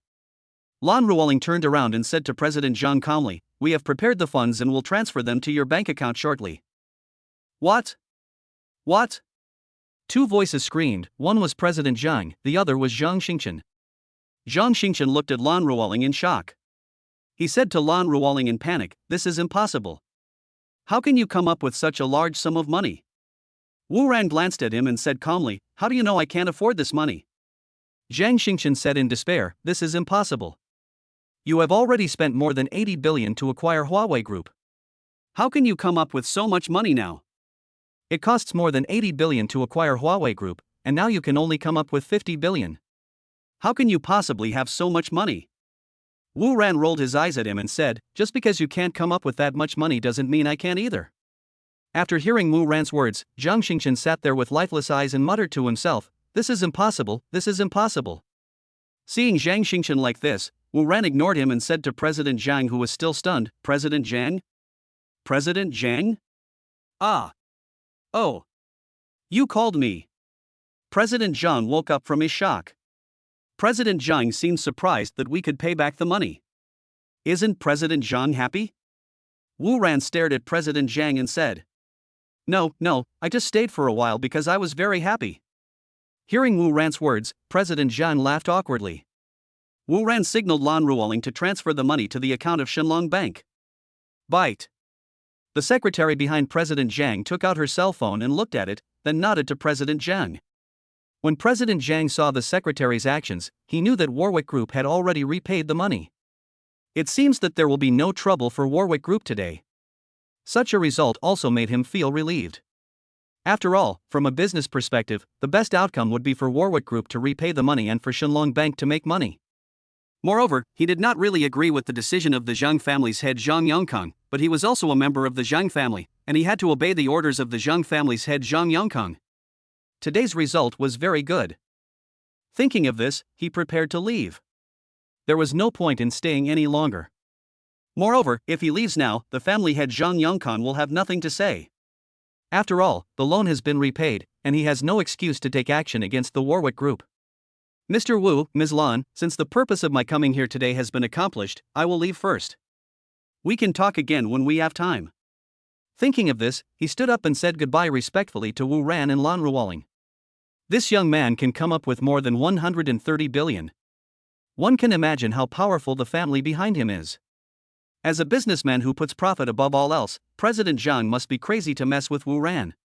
"President Zhang, please take care and come back when you have time. Warwick Group welcomes you at any time." When Wu Ran saw President Zhang take the initiative to say goodbye, he also smiled and said politely. He could see that President Zhang was a smart man and had never done anything harmful to the Warwick Group. As for him coming to your house in person today to ask for money, this is understandable from a business perspective. No matter who owes you 50 billion, wouldn't you go and ask for it? So Wu Ran could also understand President Zhang's situation. After saying goodbye, President Zhang turned and walked out. "Uncle Zhang, you can't leave?" At this time, Zhang Xingchen saw that President Zhang was about to leave, and he screamed. He hasn't even achieved the purpose of coming here today, how could President Zhang leave? When President Zhang heard Zhang Xingchen's voice, he stopped and frowned at Zhang Xingchen and said, "Third young master, they have already paid back the 50 billion, why can't we leave yet?" We. Zhang Xingchen spoke incoherently and couldn't explain what he was saying. "Anyway, you can't leave. You must help me today and make Lan Ruoling agree to be my woman." Zhang Xingchen made up his mind. "Third master, I can't do this. Even if the patriarch comes, I will still say this. You stay here by yourself. I have something else to do, I'm leaving first." When President Zhang heard Zhang Xingchen's unreasonable behavior, he ignored him and walked out with his men. Chapter 45 Don't thank me, thanks to Dragon Set for the like. You said you wanted my girlfriend to be your woman? Hearing Zhang Xingchen's words, Wu Ran immediately looked at Zhang Xingchen with dangerous eyes. Who is your girlfriend? You said Lan Ruoling is your girlfriend? How is this possible? You've only known each other for less than 3 days. How is this possible? You must be lying to me. When Zhang Xingchen heard Wu Ran's words, his eyes narrowed and he looked at Wu Ran in shock. How can this be impossible? After saying that, Wu Ran hugged Lan Ruoling in his arms, kissed Lan Ruoling on the face, and said again, "Wife, I was so tired just now, my waist hurts now." Lan Ruoling rolled her eyes at him shyly. When Zhang Xingchen saw Wu Ran's action, he immediately became furious and his eyes were bloodshot. Zhang Xingchen has been eyeing Lan Ruoling for several years and has long regarded Lan Ruoling as his exclusive lover. Today this boy actually dared to treat his goddess like this. Moreover, Lan Ruoling did not resist and looked very charming. Considering the blush on Lan Ruoling's face when he entered the room just now, it is very likely that the two of them have already discussed each other's bodies in depth. Wu Ran's action drove Zhang Xingchen completely crazy. When had Zhang Xingchen ever been insulted like this? No one in Qingfeng City had ever dared to treat him like this. Zhang Xingchen stared at Wu Ran with his bloodshot eyes. He didn't care anymore. Wu Ran must die. He saw Wu Ran hugging Lan Ruoling affectionately and not paying attention to him. At this moment, Zhang Xingchen, who had lost his mind, took out a dagger for self-defense from his body and stabbed Wu Ran. There is only one voice in his head now, which is to kill him, kill him. Just now, Wu Ran saw that Zhang Xingchen had fallen into madness, and he had already been prepared. Seeing Zhang Xingchen take out the dagger, Wu Ran pushed Lan Ruoling aside, raised his foot and kicked Zhang Xingchen on the wrist. Crack! Zhang Xingchen's wrist was broken by Wu Ran's kick and the dagger fell to the ground. Before he could shout out, Wu Ran turned around and kicked him again. This time Wu Ran kicked him in the mouth. Bang! Zhang Xingchen's head tilted and he flew backwards, breaking several chairs. He flew to the end of the meeting room before stopping. Wow, wow, wow! Zhang Xingchen opened his mouth and spat out large mouthfuls of blood, with a lot of teeth in the blood. He thought that he would be able to succeed in one strike when Wu Ran was caught off guard. Unexpectedly, Wu Ran had already been on guard against him. Not only could he not kill Wu Ran, but he also had his arm broken by his kick. Now even all his teeth were kicked out by Wu Ran. Wu Ran picked up the dagger that fell on the ground, walked step by step to Zhang Xingchen, and looked down at him.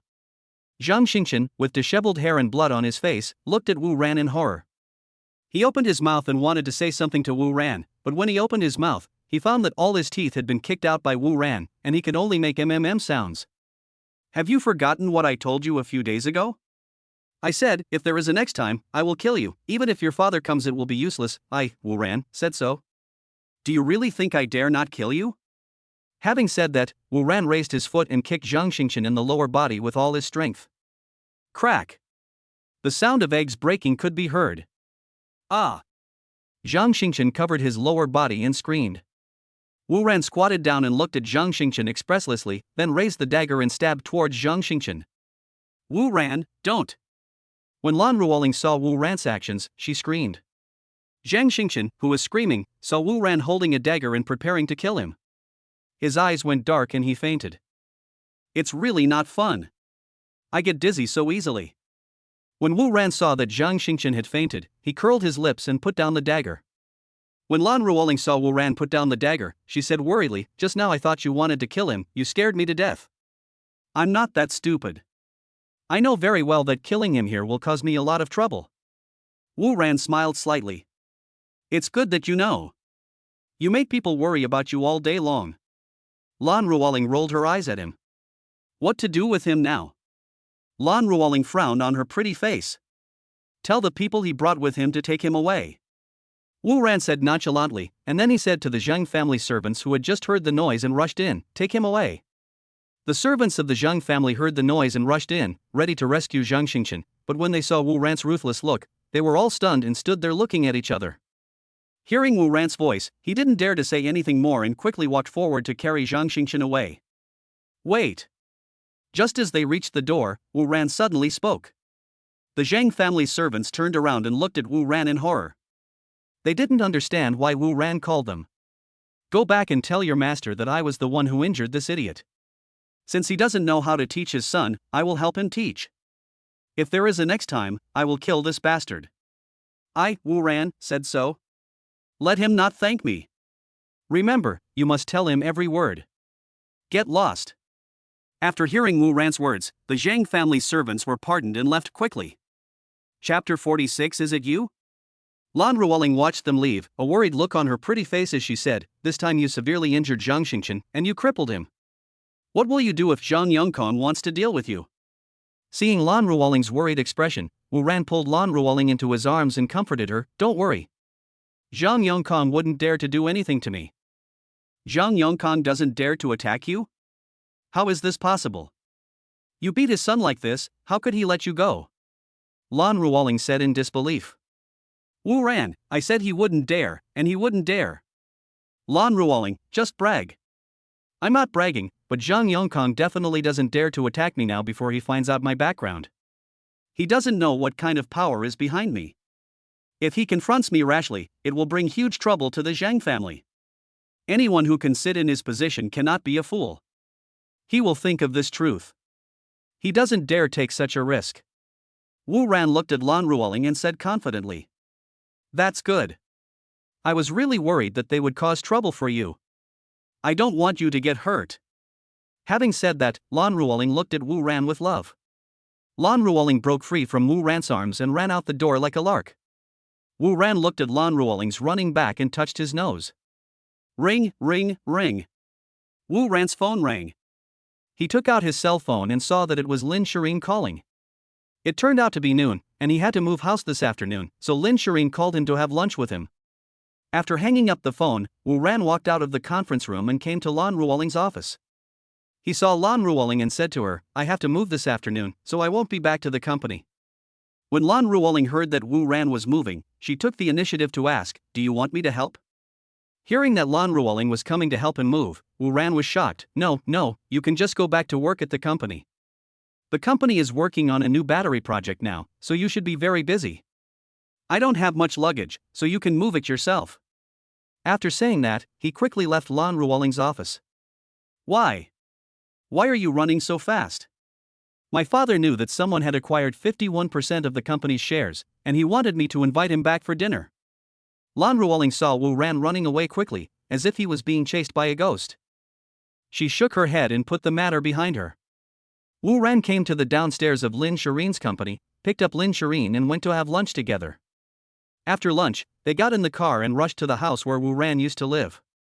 We arrived at the house where Wu Ran used to live, which was a very ordinary single apartment. When Lin Shireen saw where Wu Ran used to live, she was surprised and asked, a billionaire lives in a house like this? Were you so low-key before? Well, this is a training for me. Seeing Lin Shireen's confusion, Wu Ran had no choice but to speak vaguely and nonsense. I'm becoming more and more interested in your background now. When are you going to confess to me? Lin Shireen looked at Wu Ran with her beautiful eyes. We'll talk about it later when we have a chance. Wu Ran was really helpless. He couldn't tell Lin Shireen about the system, and he didn't want to lie to her, so he could only talk about it later. After hearing Wu Ran say this, Lin Shireen did not continue to ask questions. She knew how to be a woman who was loved by others. Don't force him to say anything he doesn't want to say. Otherwise, there will definitely be big problems between the two of them, because everyone has some little secrets anyway. All she needs to know is that this man loves her. The luggage was packed in a short while. Since the new house had ready-made furniture, Wu Ran only took his more valuable things and clothes, and left everything else behind. After packing their luggage, the two came to the new house. While waiting for the elevator downstairs in the new house, the elevator door opened and two people walked out. Is it you? Is it you? Several surprised voices were heard. Chapter 47. I want to be friends with him. Is it you? Is it you? Several surprised voices were heard. Both sides looked at each other carefully and saw each other's appearance clearly. The ones who walked out of the elevator were Ji Luoxi and Situ Chanshan. Four of us, 8 eyes, you look at me and I look at you. Everyone has a different expression on their face at this moment. Wu Ran looked at Ji Luoxi and Situ Chanshan in surprise. Lin Shireen looked at Ji Luoxi with a wary look. Ji Luoxi looked at Wu Ran with frowned brows. The little lowly Situ Chanxian looked at Wu Ran with resentment. Finally, it was Wu Ran who broke the silence. He smiled and said, "What a coincidence. I didn't expect that we would meet again today." Yeah. It's a small world. Seeing Wu Ran taking the initiative to speak, Ji Luoxi said lightly. When Wu Ran heard Ji Luoxi's cold tone, he also knew that his behavior yesterday was indeed a bit wrong and made this woman angry. But there was no other way, he really didn't dare to get too close to this woman. He has too many secrets, which cannot be told to anyone. Wu Ran opened Ji Luoxi's character attribute interface. Character information. Name, Ji Luoxi. Gender, female. Age, 23. Favorability, 70. Purity, 100. Weight, 53 kilograms. Height, 169 cm. Physical condition, yellow flower. The last time I saw her, her favorability towards Wu Ran was 75, but now it has dropped to 70. This woman is so fickle. That. You guys live here too? Wu Ran asked cautiously. Bad guy. Why did you run away yesterday? Are you afraid of us? This time, it was this cute little lowly who attacked Wu Ran. She glared at him with her pretty face, her eyes wide open, her cherry lips gritting her teeth. What a sweet but dark little lowly. It seems that this little lowly is still upset about Wu Ran's withdrawal yesterday. Well. To offend a cool senior schoolmate and a top-notch lowly at the same time is an unforgivable crime in Wu Ran's life doctrine. But he originally just wanted to stay away from Ji Luoxi. But looking at the situation today, he actually came to the door on his own initiative. Little sister, which floor do you live on? Wu Ran gave the little Lolita an uncle-like smile. Don't call me little sister, I'm already 16 years old and grown up. When the little girl heard Wu Ran calling her little sister, she got furious and attacked Wu Ran with bared fangs and claws. Wu Ran, The little girl looked at Wu Ran with her eyes wide open. Tell me, why did you run away when you saw me last night? The little Lolita has always been brooding over this matter, and it seems that she is not going to let Wu Ran go unless she gets a satisfactory answer. Ji Luoxi was also watching Situ Chanxian attacking Wu Ran, and she was also very curious about what Wu Ran would say. I really had something to do last night. You would have known this if you had been online last night. Wu Ran had no choice but to explain to the two beauties. We didn't look online. We went to bed early last night.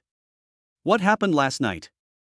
After the little Lolita finished speaking, she took out her cell phone, opened Weibo, and started reading it with Ji Luoxi.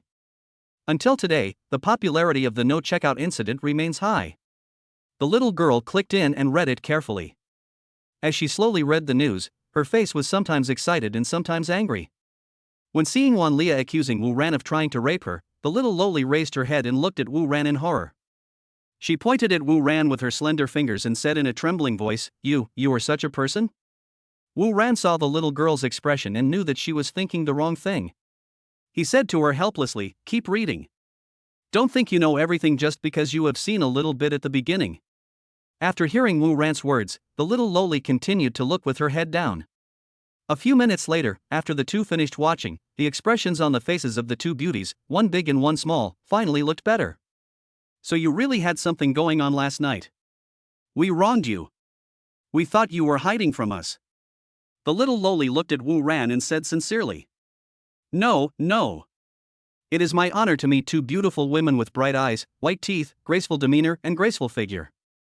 Why would I hide from you? Wu Ran looked at the little lowly with a flattering expression. Bright eyes and white teeth? The stunning little lowly pointed at herself with her tiny and delicate fingers, with an ecstatic expression on her face. To be honest, she was really adorable. Yes. Graceful? Yes. Graceful? It's a must. Don't you think I'm childish? Oh, if you call that childish, then I am a sissy. Hearing Wu Ran's words, the little girl was like a child who had been praised, feeling proud and happy, but she tried to hold it back. She turned to Ji Luoxi and said, Sister. I like him. I want to be friends with him. He speaks well and is a talented person. The most important thing is that he is so thick-skinned that he doesn't even blush when he tells lies. I haven't seen such a thick-skinned person in a long time. The little lowly opened her big eyes and spoke to Ji Luoxi seriously. Well. Wu Ran stood there awkwardly, touching his nose embarrassingly. Coo coo coo. Coo coo coo. The first person to laugh was Lin Shireen, who had been watching the conversation between Wu Ran and Situ Chantian. When she heard Situ Chantian say that Wu Ran was thick-skinned, she felt the same way and couldn't help laughing. Alright. Chantian, don't talk about others like that. Although this is the case, don't tell it. Ha ha ha. The other person who laughed was Ji Luoshi. Do you live here too? Ji Luoshi spoke to break Wu Ran's awkwardness. When she knew that Wu Ran was not deliberately avoiding her in the restaurant last night, her tone of voice became much better. Yes. I live on the top floor, the 30th floor. Just moved here today. Wu Ran smiled at Ji Luoshi. Are you the rich man who bought 5 houses at once? Ji Luoshi looked at Wu Ran in surprise. She had also heard yesterday that the top 5 floors of their building were bought by a young man. She wondered who was so generous, but it turned out to be him. It's true that I bought 5 sets, but I'm not a rich man. Wu Ran smiled embarrassedly. Wu Ran asked Ji Luoshi, which floor do you live on? Ji Luoshi, we live on the 18th floor. Wu Ran asked in confusion, aren't you from the imperial capital? Why did you come to Qingfeng City to buy a house and live there? Ji Luoshi smiled and said, our Ji family also has a lot of business in Qingfeng City. I spend about 3 or 4 months a year in Qingfeng City to handle family business. Living in a hotel is too uneconomical, so we also bought a house here. Oh. I see. Wu Ran had an expression of sudden enlightenment. Are you two living together? Ji Luoshi looked at Wu Ran and Lin Shireen with interest. No. I just came here to help today. Hearing Ji Luoshi's words, Lin Shireen shyly waved her hands and denied it hesitantly. Oh. I thought Mr. Wu bought 5 houses at once because he wanted to keep a mistress. When Lin Shireen heard Ji Luoshi's joking teasing, her face immediately blushed. Seeing this, Wu Ran spoke again, Ms. Ji Luoshi, Miss Situ Chanshan, let's go up first. You are welcome to visit my home. Okay, then you go ahead and get busy. Bad guy, I want to be your friend. Seeing Wu Ran leave, the little lowly pouted her little mouth and said to Wu Ran. Chapter 48 I'll introduce my brother to you. In the room, Wu Ran held Lin Shireen and looked at the newly renovated house. Shen Anan had hired someone to clean the house yesterday. He sighed in his heart, thinking that a few days ago he was just a worker working hard to buy a house. I never thought that I could live in such a luxurious house today. It's really unpredictable. Wu Ran looked at the spacious room. Everything was good here except for the lack of a hostess. Cheyenne. What's up? Do you feel like this house is missing something? What's missing? Lin Shireen raised her head and asked puzzledly. We're missing a hostess. Wu Ran looked at her lovingly. I said I won't live with you before marriage. Lin Shireen rolled her eyes at Wu Ran. Oh. Woman. When the love reaches its peak, I don't believe you will be able to escape. Wu Ran thought to himself. Lin Shireen's small cherry lips looked a bit pink, and her upturned lips looked very tempting, making Wu Ran almost unable to control himself. Seeing this scene, the fire that was aroused by Lan Ruoling in the company today was aroused again. Just as she was about to lower her head to kiss that softness, Lin Shireen seemed to have thought of something. She looked at Wu thoughtful Ranly and said, Wu Ran, after I went back last night, do you know what I found in the clothes I bought yesterday? Wu Ran was startled and asked guiltily, what's in it? Lin Shireen stared at Wu Ran and said, it's sexy. At this point, Lin Shireen blushed and she stammered, unable to say anything. Oh? Sexy what? Wu Ran knew what she wanted to say. Sometimes he found it really interesting to see this little girl blush so easily. That is. It's just pajamas. Lin Shireen finally found a word she could say. Pajamas? How sexy. Wu Ran continued not to let her go. It's the kind with very little fabric.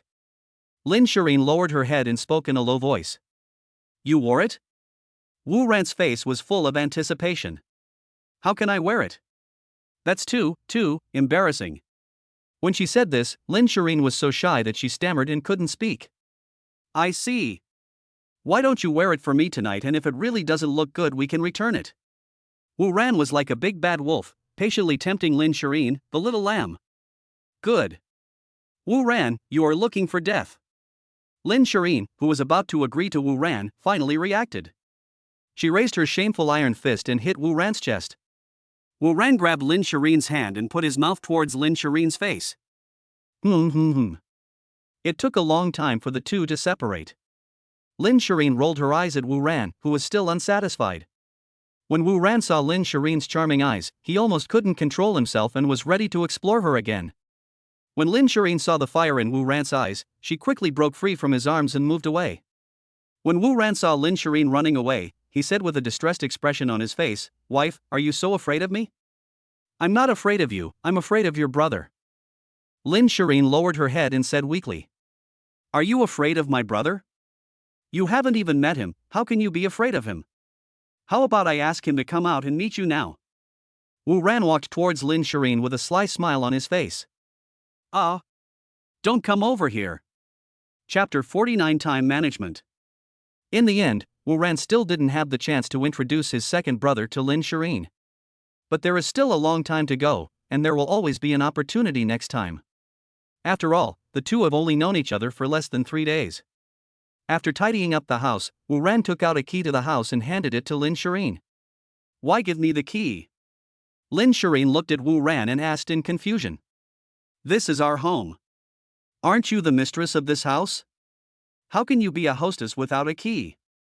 Wu Ran looked at her with a smile. "Good." Lin Shirin accepted the key and felt very happy. Seeing how much Wu Ran doted on her, she finally got to know what it felt like to be loved by someone after more than 20 years. It turns out that the feeling of being loved by someone is so pleasant. It feels so good to be at home. Wu Ran looked at his watch. It was time for dinner. They moved into their new house today, so the two of them planned to go out for a good meal to celebrate. Wu Ran didn't have any relatives or friends in Qingfeng City anyway. So the two of them went downstairs, got in the car, and drove to a high-end restaurant in the city. Not long after Wu Ran and Lin Shirin drove away, a woman walked into the gate of the community. Just as the woman was walking inside, a young security guard in the security room stopped her and asked, "Miss, who are you looking for?" When the woman saw the security guard stopping her, she started to curse. "Open your dog eyes and look, do you know who I am? I live on the 30th floor, and the person who bought 5 apartments yesterday is my boyfriend. My boyfriend is driving a Lamborghini Veneno, and he just went out. You dare to stop me? Believe it or not, I will report you to your boss." Seeing the woman swearing, an older security guard with some sense came out quickly to finish the fight. He could see that the woman was wearing famous brands and thought she was really the girlfriend of the owner of the 30th floor. He grabbed the young security guard and said to the woman with a smile, "Miss, don't blame him, he is new here, you can go in." The woman calmed down only after she saw the old security guard's fawning attitude. She snorted. He ignored them, turned around and walked away. The young security guard looked at the woman's back and said to another security guard, "Uncle Hai, why did you let her in without asking her to register?" The security guard called Uncle Hai looked at him and said, "You should learn from this. This woman can tell what kind of car the new owner of the 30th floor drives and knows that he is a young man. She must be related to him. And look at this woman, she has a coquettish look on her face, and she is dressed like a noble lady, exactly the type of person a rich young man would want. So this woman must be related to the young man on the 30th floor. If you stop his woman, you don't want to do this anymore." Young security guard, "But that young man just left." Uncle Hai glanced at the young security guard and said angrily, "You are just too young. Didn't you see that there was another woman in the young man's car? He must have taken the woman in the car away first, and then asked this woman to sneak upstairs. You don't even understand this, this is what these playboys call time management. Learn from this later." In the restaurant, Wu Ran and Lin Shirin were having dinner. Lin Shirin asked, "Isn't it too monotonous and not lively enough for us to celebrate alone? Don't you have many good classmates in Qingfeng City? Why don't we call them all over to sing tonight?" Wu Ran also thought Lin Shirin's suggestion was a good one. He took out his cell phone to inform his best friend in Qingfeng City. After finishing the call, Wu Ran had just put down the phone when it rang again. He picked it up and saw that the caller ID showed Lan Ruoling. He glanced at Lin Shirin, hesitated for a moment, and finally answered the call. "Wu Ran, hello. Lan Ruoling, it's me. Have you finished moving?" "Wu Ran, it's moved, I'm eating now." "Lan Ruoling, that's good. I didn't help you move today, so I plan to celebrate with you tonight. How about we go sing?" Wu Ran was sweating profusely. "Ugh. Chapter 50. Does Miss Lin have a boyfriend? Lan Ruoling, what's the matter? Don't you want to celebrate with me? After hearing Lan Ruoling's words, Wu Ran thought rapidly in his heart, what should I do? What should I do? Should I confess tonight? Ah. Yes. At this moment, Wu Ran had an idea. He thought of a way to confuse the audience. Wu Ran felt relieved when he came up with a solution. He continued, how could this happen? I'm so happy. It just so happens that I have just notified my friends that we are going to sing tonight, and they all said they would bring their girlfriends. I was just about to call you, but your call came right after. Lan Ruoling smiled shyly when she heard Wu Ran's words, it will be more lively with more people. It's settled then. Let me know when you have booked a room. Okay. It's settled. Lin Shirin looked at Wu Ran, who had just finished the call, and asked, what's the matter? Is there something wrong? Wu Ran said nonsense in a serious tone, nothing, just some friends called and asked everyone to bring their girlfriends over later. Oh. After hearing Wu Ran's explanation, Lin Shirin said nothing more and continued eating. Then Wu Ran secretly sent a message to the WeChat group that they had just created the day before, tonight we are singing. Anyone with a girlfriend must bring her. Urgent, urgent, urgent. Please note, when you come here, don't sit with your girlfriends. Let the girls sit together, please. Also, please tell your girlfriends not to talk about their boyfriends tonight. I will give everyone a big red envelope then. Please. Friends who received the message all had an expression of understanding and left messages one after another. Scumbag. Scumbag. Scumbag. 15 minutes later, the two finished their meal, left the restaurant and went straight to the largest KTV in the city. When they arrived at the KTV, Wu Ran booked an extra-large luxury room that could accommodate 30 people. Send the address to friends on WeChat.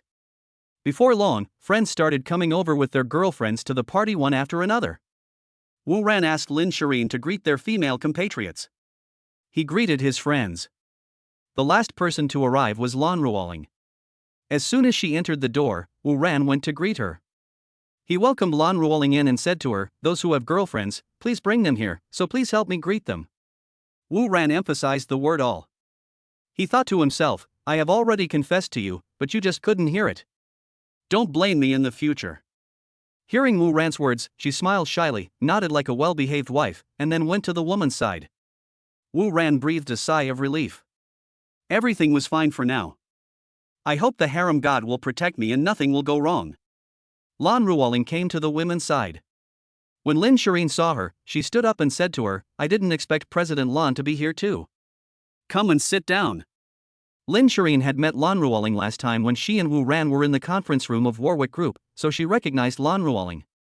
She didn't think much about seeing Lan Ruoling here, thinking that Wu Ran invited her because they were both bosses of Warwick Group. This is normal. After all, one is the president and the other is the vice president, so such a social gathering is still necessary. Lan Ruoling didn't think much when she saw Lin Shirin. Wu Ran went to the company's conference room with her that day, and she recognized Lin Shirin. She thought Lin Shirin might be the girlfriend of someone here, or maybe Wu Ran knew her and invited her here. Hearing Lin Shirin asking her to sit down, she quickly said, You're welcome, please sit down. When Lan Ruoling sat down, Lin Shirin also sat down. After sitting down, the two of them slowly started chatting. Lin Shirin and Lan Ruoling hit it off right away. The more they talked, the happier they became. They discovered that they even had similar hobbies, just like sisters who had been separated for many years. By the end of the conversation, the two of them wanted to become sworn sisters. Wu Ran, who was far away, was watching this place silently with trepidation. Seeing Lin Shirin and Lan Ruoling having a good chat, he smiled with relief. Finally, Lan Ruoling took the initiative to ask, Ms. Lin, do you have a boyfriend? When Lin Shirin heard Lan Ruoling ask her, she smiled shyly, lowered her head and whispered, I have a boyfriend. Chapter 51. God bless you. When Lan Ruoling heard Lin Shirin's answer that she already had a boyfriend, she smiled knowingly. Seeing Lin Shirin's shy look again, it felt quite funny. Is your boyfriend here today?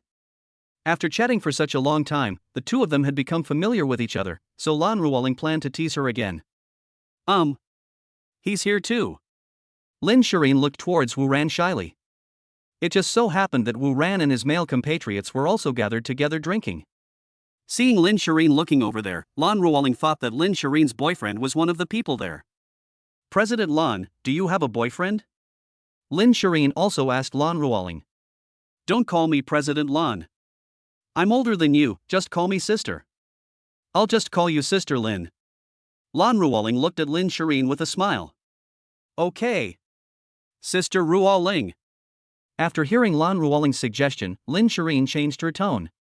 But what Lin Shireen didn't know was that because of what she said to her sister tonight, she would suffer a great loss in the future. Sister Lan, do you have a boyfriend? I watch the news about Qingfeng City all day long, and they all say that you don't have a boyfriend yet. How could you, such an outstanding person, not have a boyfriend yet? Lin Shireen's face was full of confusion. Actually, they were not wrong. I really didn't have a boyfriend before. It's mainly because when I was in school, I was so focused on studying that I never thought about finding a boyfriend.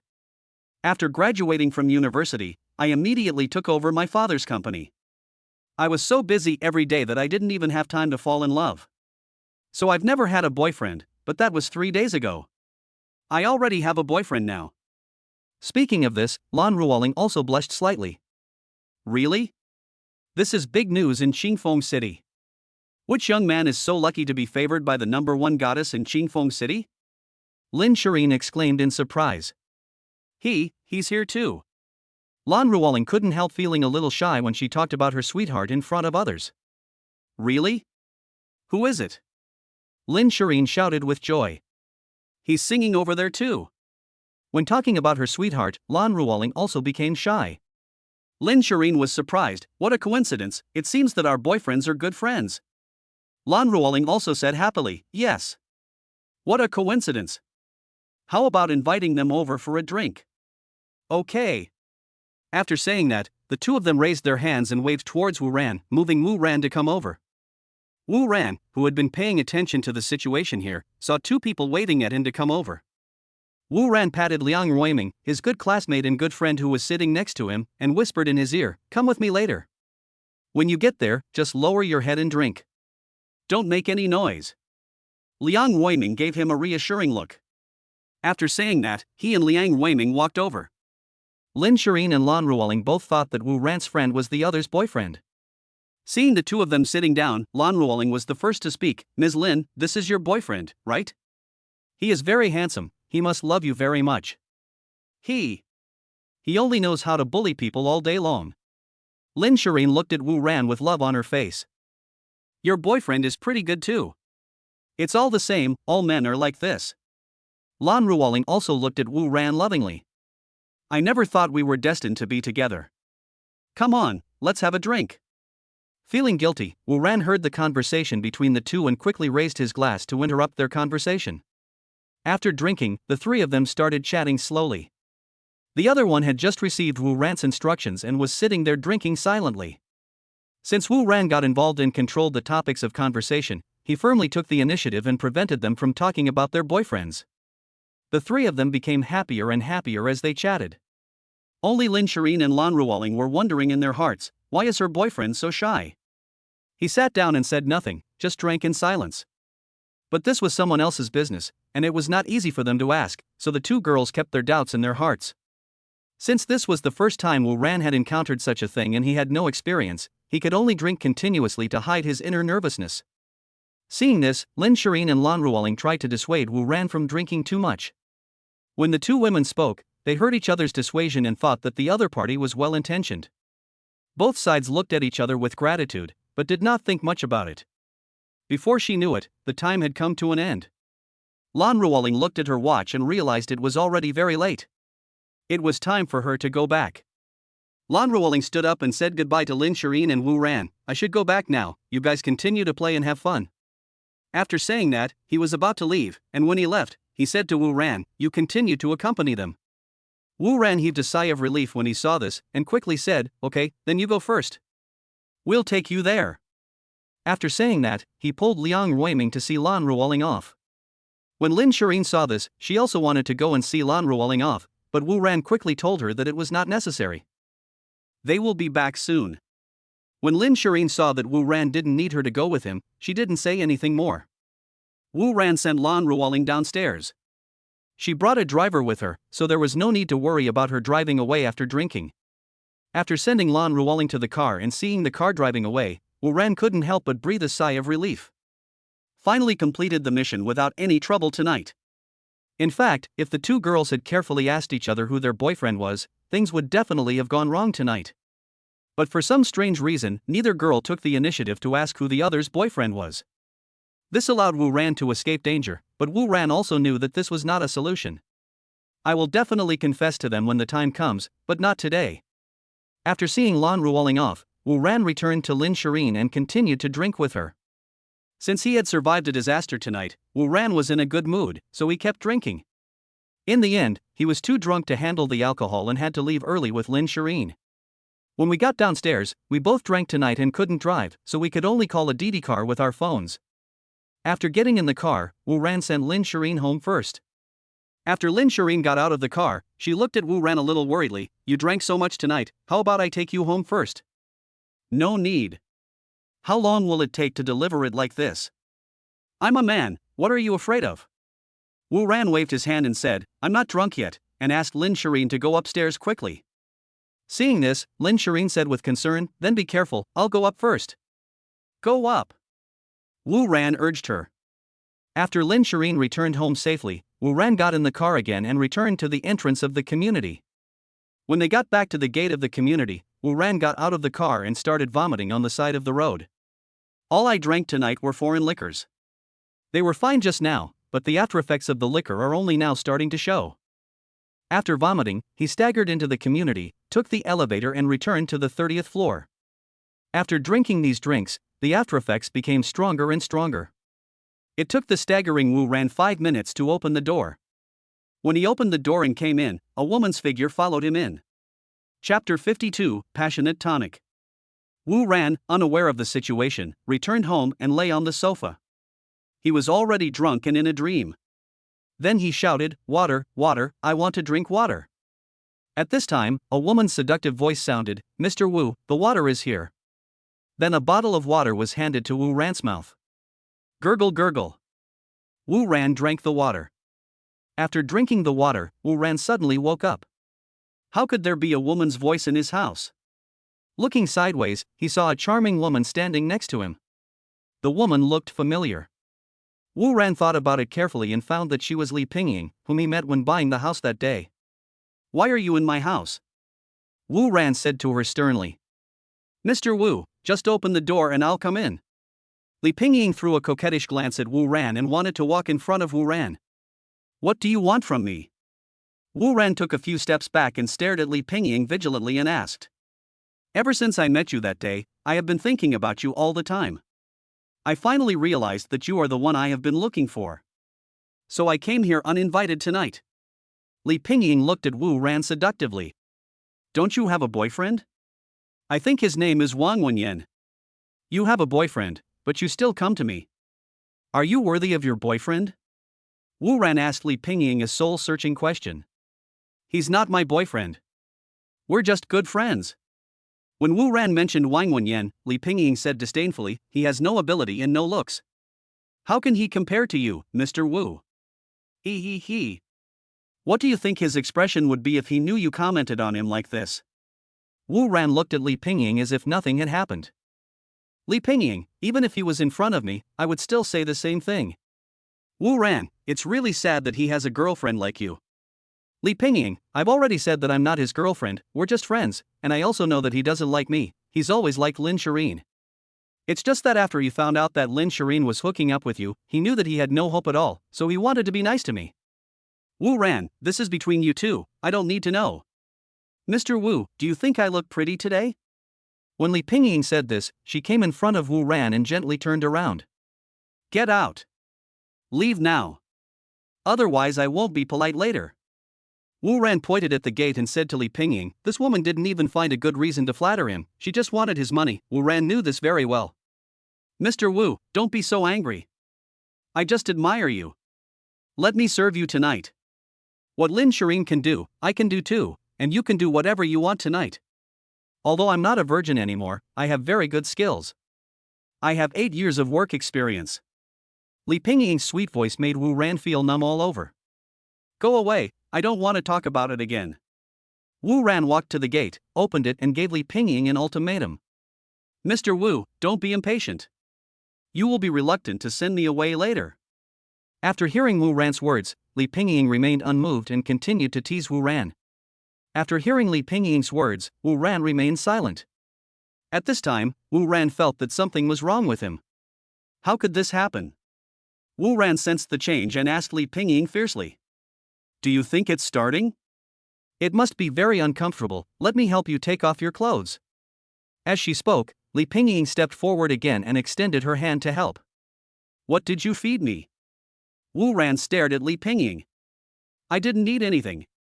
It's just that I put some tonic in the water you drank. What tonic? Passionate tonic. Enthusiasm tonic? What is this? Wu Ran walked towards Li Pingying. When Li Pingying saw Wu Ran walking towards her step by step, she knew that the tonic was working, so she also went to meet him. Came to Wu Ran and slowly took off his clothes. Li Pingying said, Come on, no need to pity me, do whatever you want. Hearing Li Pingying's voice, he used up the last bit of clarity in his mind. Wu Ran hugged Li Pingying, went to the gate, and mustered up his strength to throw her out. When Li Pingying saw Wu Ran picking her up, a look of success appeared on her face. Now I can rely on Wu Ran. But the next moment, she was picked up by Wu Ran and thrown out. Li Pingying was thrown out by Wu Ran and fell to the floor, which made her suffer from severe pain. However, it was because the floor was too hard. After Wu Ran threw Li Pingying out, he closed the door. After closing the door, he fell inside the door. At this moment, a woman walked in. She was Ji Luoshi, who lived on the 18th floor. Just now, she was chatting about Wu Ran with little lowly Situ Chanshan at home. As they were chatting, she felt that Wu Ran was too mysterious. She had never met a man she couldn't understand, so she thought of going to Wu Ran's house tonight to inquire about Wu Ran's situation. Originally, little lowly Situ Chanshan also wanted to come along, but she told the little lowly to stay at home and not to follow. So she came to Wu Ran's house alone. When I arrived at the gate, I saw Li Pingying getting up from the ground, cursing, putting on her clothes and leaving. Seeing this scene, Ji Luoshi was confused. She didn't know what was going on. After seeing Li Pingying leave, Ji Luoshi came to the door and knocked gently. Chapter 53 I had a dream last night. Lazy, wake up. Wu Ran, who was still in a daze, was awakened by a soft voice. He opened his eyes and found that it was Lin Shireen who came. After Lin Shireen returned home last night, she was worried that Wu Ran might have drunk too much. Early this morning, Lin Shireen rushed over without stopping. After moving in yesterday, Wu Ran gave her the key to the house so she could come in. When I arrived at Wu Ran's house, I saw that he had not gotten up yet. When she saw the situation in the room, she frowned. It was too messy here. It wasn't like this when she left yesterday. Now, Wu Ran's clothes were scattered all over the place. When Wu Ran saw Lin Shireen coming, he also prepared to get up, but when he just wanted to get up, he stretched his feet on the ground. Just as he was about to stand up, his legs went weak and he knelt down. Fuck! What's going on? Wu Ran, what's wrong with you? Seeing Wu Ran kneeling on the ground, Lin Shireen rushed over and helped Wu Ran up. Ah! Why aren't you wearing anything? When she saw Wu Ran's current appearance clearly, she immediately covered her eyes and turned away. When Wu Ran heard Lin Shireen's words, he realized that he had nothing on him. He looked all over his body in confusion. What the hell? How could this happen? Okay, you can turn around now. Help me up. He pulled a sheet from the bed and wrapped himself in it. Are you too tired? Lin Shireen helped Wu Ran up and asked him with concern. That doesn't make sense. How could this happen? Am I really too tired? Wu Ran stood there talking to himself. He still felt weak in the legs and pain in the waist. Help me back to bed first. Wu Ran said to Lin Shireen. Just as Wu Ran was about to lie down again, Lin Shireen shouted in surprise, Wu Ran, what happened to your bedsheet? Wu Ran took a closer look and saw that there was a big hole in the middle of his bedsheet where someone had cut it with scissors. Who cut it? Wu Ran yelled angrily. Didn't you cut it yourself? Lin Shireen looked at Wu Ran in confusion. It definitely wasn't me. I'm not crazy. Wu Ran denied it. Could it be that you were drunk last night and didn't know you cut it yourself? Lin Shireen believed she had come up with the most reasonable explanation. That's impossible. I wouldn't cut the sheets even if I was drunk. Wu Ran touched his head, his face full of confusion. Forget it, I'll buy it again when the time comes. Lin Shireen didn't intend to dwell on this issue anymore. Come, I'll help you back to bed to rest. Lin Shireen helped him back to the bed and lay down again, saying to him, You take a rest, I'll tidy up the room first. Seeing the messy room, Lin Shireen said to Wu Ran, I wonder if you had a fight here last night, otherwise why would you make the room so messy? How is that possible? Wu Ran rolled his eyes at Lin Shireen. Then why is it so messy? Look at your own clothes, they are all torn. After hearing Lin Shireen's words, Wu Ran tried hard to recall what happened last night. Etc. I have an impression. Wu Ran screamed. What do you remember? Lin Shireen asked quickly. It seems like Li Pingying came here last night. Li Pingying has been here? Lin Shireen's tone became dangerous. Why is she coming here?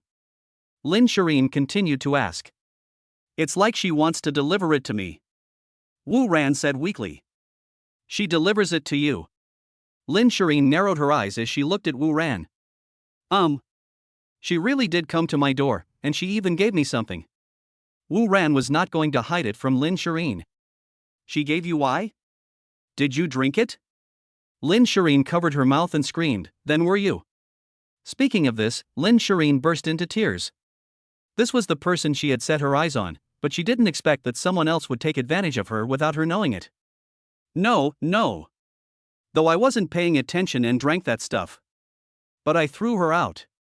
We don't have anything. I remember it very clearly. Lin Shireen felt better after hearing Wu Ran's words. Is what you said true? You didn't lie to me? I can swear to God, I really threw her out. Wu Ran raised his hand and swore. Seeing Wu Ran swearing, Lin Shireen also believed him. But you had already eaten that, what did you do afterwards? Knowing that Wu Ran had already drunk that stuff, Lin Shireen became worried. Let me think about it. Wu Ran lowered his head and tried hard to recall. 1 minute. 5 minutes. Half an hour. I really can't remember. I just remember that I had a dream later. I dreamed that I went to a very warm place. I seem to dream about you. No, it doesn't seem to be you. Wu Ran talked to himself here. Lin Shireen had just heard Wu Ran say that he dreamed of her, and she hadn't even been happy for 2 seconds before Wu Ran said it wasn't her. Suddenly her face fell. She asked Wu Ran in a tone that she thought was very dangerous, Then tell me, which woman did you dream about? Wu Ran, who hadn't reacted yet, began to recall it carefully. Who is it? At this moment, a stunningly beautiful figure emerged in Wu Ran's mind. Is it her? But why did I dream about her? Chapter 54 Follow-up. The 30th floor of Wanjing Shanlin No. 1. Lin Shireen prepared the meal and put the food on the table. Wu Ran, it's time to eat. Lin Shireen called out to him loudly. Here I come. After a morning of rest, Wu Ran finally recovered some energy. Coming to the dining table, Wu Ran sat down, picked up the chopsticks and started eating. He picked up the dish and took a bite. It was really delicious. Wu Ran gave Lin Shireen a thumbs up. If it tastes good, eat more. Lin Shireen looked at Wu Ran lovingly, and was delighted to hear that Wu Ran liked the dishes she cooked. I didn't expect you to be such a good cook. There are very few girls who can cook nowadays. Wu Ran spoke as he wolfed down his food. I have been alone since I was a child. I have to do everything by myself. Cooking is just a piece of cake. When Lin Shireen said this, her face was filled with nostalgia. Didn't I tell you that I'm an orphan? Children who grow up in an orphanage have to take charge of the household early and do everything by themselves, so I learned to cook for myself when I was very young. So this is all practiced. When Lin Shireen said this, a trace of sadness appeared on her face. Wu Ran reached out his hand, held Lin Shireen's small hand, looked at her distressfully and said, I will always treat you well in the future. I trust you. Lin Shireen lowered her head and spoke softly. Wu Ran, did you grow up in an orphanage? Yes. I have lived in an orphanage since I can remember. I was very young and didn't understand anything. The dean told me that I was only about 6 months old when she picked me up. She found me not far from the market when she went to buy vegetables in the morning. At the time, I was wearing some baby clothes with the Chinese character Lin embroidered on them, so the dean later named me Lin Shireen. Before I could go to school, I and other children had always lived in an orphanage. I thought that everyone in the world grew up in an orphanage just like us. When I went to primary school on the first day, I saw that all my classmates were picked up by their parents. Seeing their families having fun together, I ran back to the dean and asked why others had parents but I didn't. The dean touched my head and said to me, "When I grow up, I will have someone who loves me very much, and he and I will build a happy family." I kept the dean's words in my mind. Today, the dean really did not lie to me. Lin Shireen looked at Wu Ran shyly. "This will be your home from now on." Wu Ran looked at Lin Shireen with loving eyes. Lin Shireen lowered her head shyly. "Have you ever thought about finding your own biological parents?" Wu Ran asked again. "I have thought about it. Since I was a child, I have wanted to know who my parents are, what they look like, and why they didn't want me. These are all things I want to figure out, but with so many people around, it's easier said than done." Having said this, Lin Shireen looked out the window with a disappointed look on her pretty face. After hearing Lin Shireen's words, Wu Ran asked the system in his heart, "System, can you help me find Lin Shireen's parents?" System. The 18th floor of Wanjing Shanlin number 1. In Ji Luoxi's room, she sat on the bed with her hands on her knees, holding a cut sheet in her hand. She stared straight ahead, not knowing what she was thinking. Knock, knock, knock. There was a knock on the door. Ji Luoxi turned a deaf ear to the knock on the door. Knock, knock, knock. The person knocking on the door outside is still persisting. If Ji Luoxi doesn't open the door, the people outside will keep knocking. "Sister, open the door. What are you doing hiding in there? Open the door." From the voice, it turned out to be the little lowly Situ Chanshan. Not long after Ji Luoxi went out to look for Wu Ran last night, she fell asleep. When she woke up this morning, she found that Ji Luoxi had locked herself in the room for several hours. "Sister, what happened to you? Why are you locking yourself up like a child?" Situ Chanshan said loudly outside the door. "Child?" Hearing this word, Ji Luoxi suddenly woke up. "That's right, kid." Ji Luoxi quickly got up and changed her clothes. She was still wearing Wu Ran's clothes. After changing clothes, he put on a mask and sunglasses and hurried out of the room. Situ Chanshan raised her hand and wanted to knock on the door again, but at this time the door of Ji Luoxi's room opened from the inside. Ji Luoxi, who was wrapped tightly, walked out. She said to Situ Chanshan, "I'm going to go out for a while. Don't follow me." After saying that, he walked past Situ Chanshan and walked out. "Sister, why do you walk so strangely?" Before she reached the door, Situ Chanshan screamed as if she had discovered a new world. Hearing the little girl's surprised voice, Ji Luoxi was shocked all over. After a moment's silence, he turned around and stared at Situ Chanshan and said, "Don't talk nonsense. What's so strange about that? I've always walked like this. Just stay at home and don't follow me. I'll be back soon." After saying that, he no longer paid any attention to Situ Chanshan. Ji Luoxi drove to a place about 10 kilometers away from home and found a relatively large pharmacy. She took out a headscarf from the car and wrapped her head tightly, leaving only a pair of eyes exposed, before getting out of the car. When she arrived at the drugstore, she looked around and found a waitress. She came to the waitress and stammered, "Hello, I want to buy that. Hello, miss. What would you like to buy?" The waitress served Ji Luoxi with a smile. I just want to find the kind of medicine I can take afterwards." Ji Luoxi's voice was trembling as he spoke. "Oh. Which medicine are you talking about?" "Shu." Ji Luoxi looked around in panic and put his finger on his mouth, signaling the waitress to speak in a low voice. The waitress found it quite funny to see Ji Luoxi like this. It was the first time she saw such a timid woman coming to buy this medicine. She took out a box of medicine from the shelf and handed it to Ji Luoxi. "This medicine is effective within 72 hours. Ji Luoxi quickly took the medicine in his hand and hid it. After paying the bill, she hurried out of the pharmacy, got in the car and drove back. After returning home, she ran into the room and closed and locked the door. After locking the door, she took out the medicine hidden on her body and read the instructions carefully. She took out the medicine, put it in her mouth, and swallowed it in one gulp with a glass of water. Only after taking the medicine did she feel slightly relieved. He threw the box on the floor and sat on the bed with his hands on his knees. She tried hard to get Wu Ran out of her mind, but it was in vain. As soon as she closed her eyes, her mind was filled with Wu Ran's figure.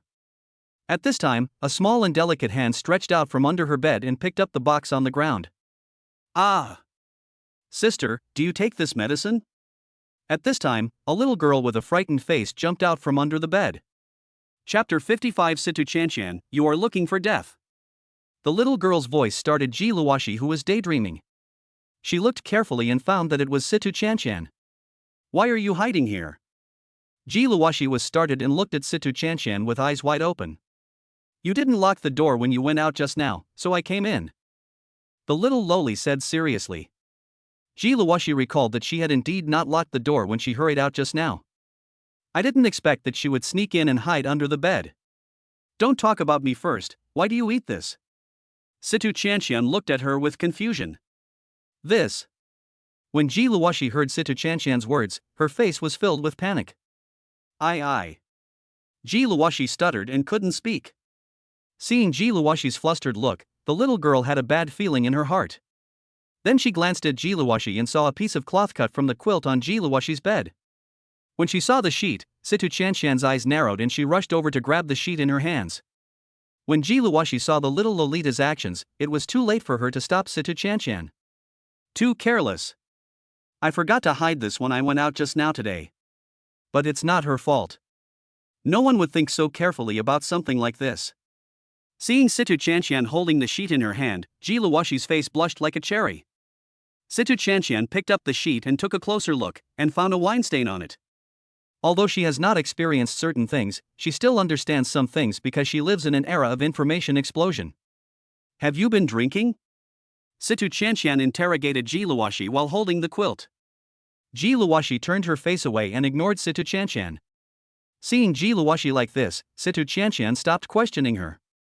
She transformed into Detective Conan and said to Ji Luoshi, actually, I can guess it even if you don't tell me. When you left last night, you said you were going to look for Wu Ran. I didn't come back until this morning. After you came back, you locked yourself in your room again and refused to come out. When you went out to buy medicine just now, I saw that the way you walked looked like you had just sobered up. Think about the medicine you are taking now. There is only one truth, you are drunk. Situ Chanshan looked at Ji Luoshi steadily and said in a decisive tone. Stop talking. Hearing what Situ Chanshan said, Ji Luoshi was shocked and his whole body stiffened. Who did you drink with? Situ Chanshan continued to question her. Don't ask. Ji Luoshi covered his face and shouted. I can guess who it is even if you don't tell me. You went to see Wu Ran last night. I don't know when you'll be back. But I am sure you only got back this morning. And you still have one most important thing to deal with. That is. When the little Lolita said this, she looked at a set of men's clothes on the bed and said to Ji Luoshi, there is another set of his clothes here, you forgot to hide it. What?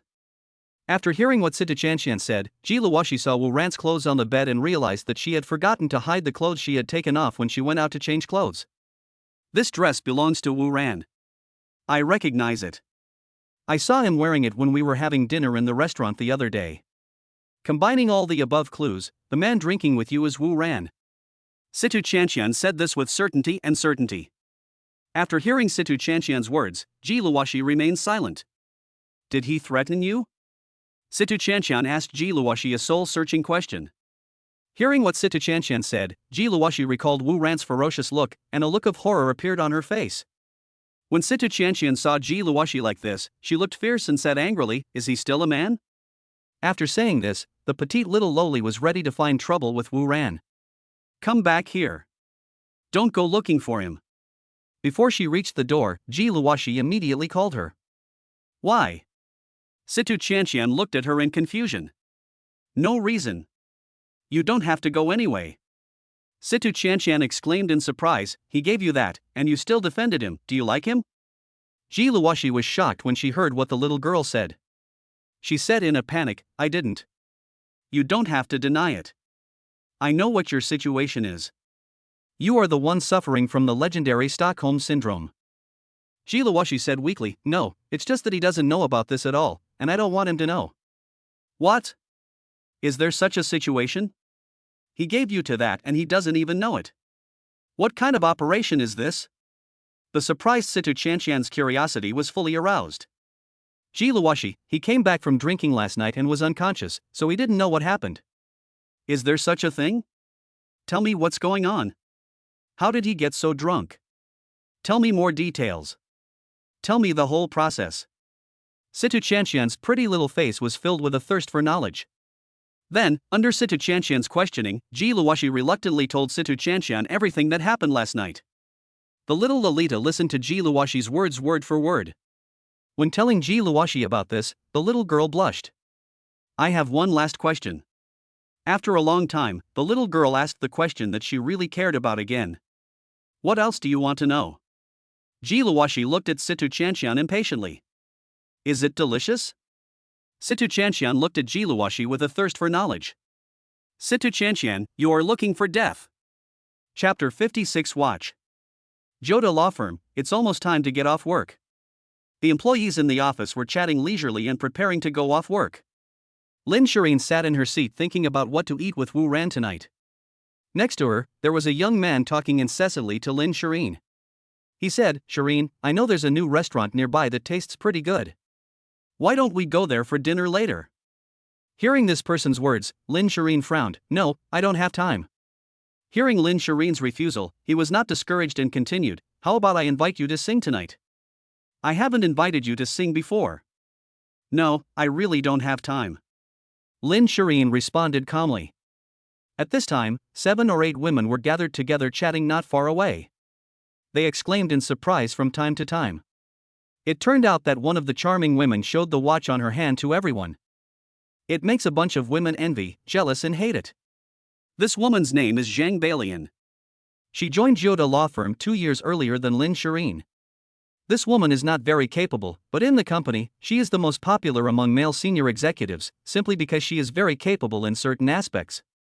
This woman has always disliked Lin Shireen, simply because Lin Shireen is better than her in terms of education, ability, and appearance, and is also younger than her. She was always outshined by Lin Shireen in the office, which made her, who was proud and arrogant, very unconvinced. But education, ability, appearance, age, these things cannot be changed just because you are unwilling to accept them. This made her feel uncomfortable every time she saw Lin Shireen. But today, there is finally something that is better than Lin Shireen. She found a very rich boyfriend some time ago.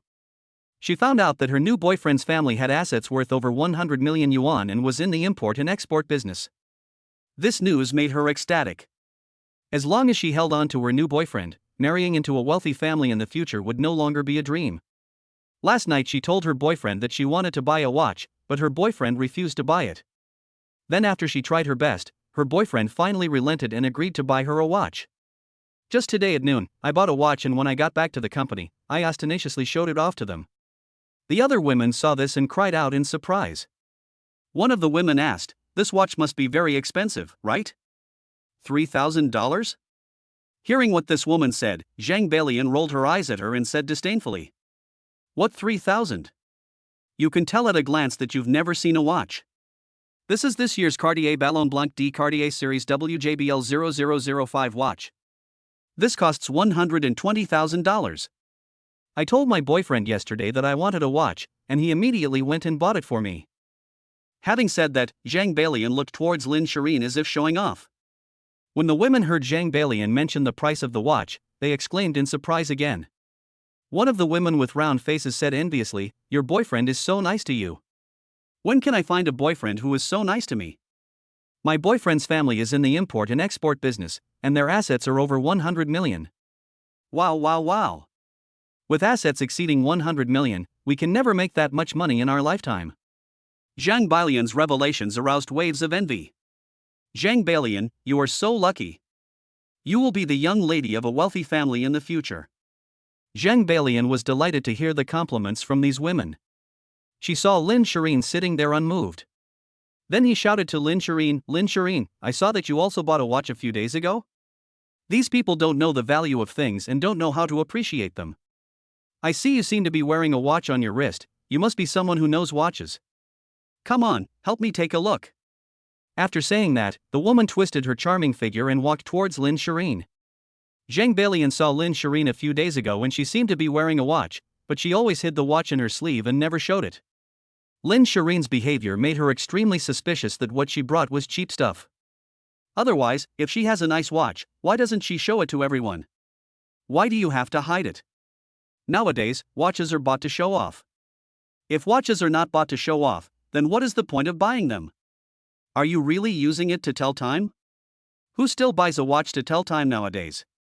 So Zhang Beilian guessed that what Lin Shireen was wearing must be a cheap item or a counterfeit product.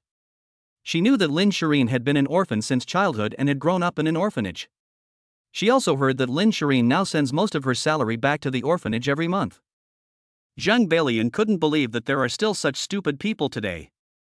If you have money, you should use it to eat and drink well. Why would you send all your monthly salary back home?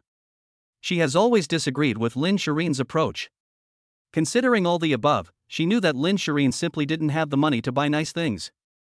Besides, everyone's monthly salary is not very high, so even if they want to buy a watch, they can't afford a good one. I've never heard her say that she has a boyfriend, so she must have bought the watch herself. Today she decided to expose Lin Shireen's purchase of fake goods in front of everyone, to vent her anger and make this woman feel ashamed. When the other women saw Zhang Beilian coming to Lin Shireen, they also surrounded her. They also knew that in the office, Zhang Beilian had always been unhappy with Lin Shireen. This time, seeing Zhang Beilian taking the initiative to attack Lin Shireen, it was another good show for these gossipy women. When Lin Shireen saw Zhang Beilian coming over, she felt speechless. Lin Shireen didn't like her. This woman was too jealous. In the office, Zhang Beilian had to compete with Lin Shireen in everything. Just like this time when dealing with Wu Rant's acquisition of Warwick Group, everyone in the firm wanted to take over the case, including Zhang Beilian. In fact, it was not originally Lin Shireen's turn to take over this case. She had only been in the firm for a few years and was not qualified to handle such a large acquisition case. But what was strange was that the client of this case actually designated Lin Shireen to take over, which surprised everyone at Joda Law Firm. But no matter how shocked they were, the client is God, and Joda Law Firm had to accept it, so the case was handed over to Lin Shireen to be fully responsible. This incident made Zhang Beilian even more jealous. Today she can finally show off in front of Lin Shireen. Chapter 57. This must be fake. Lin Shireen glanced at the Cartier watch on Zhang Beilian's hand and congratulated her. Not bad, it's very beautiful. Hearing that Lin Shireen also said it was good, Zhang Beilian immediately smiled and laughed so hard that her body shook. This watch was bought by my boyfriend. It's about $120,000. I told him I didn't need to buy it, but he insisted on buying it for me. He said only such an expensive watch could match my temperament.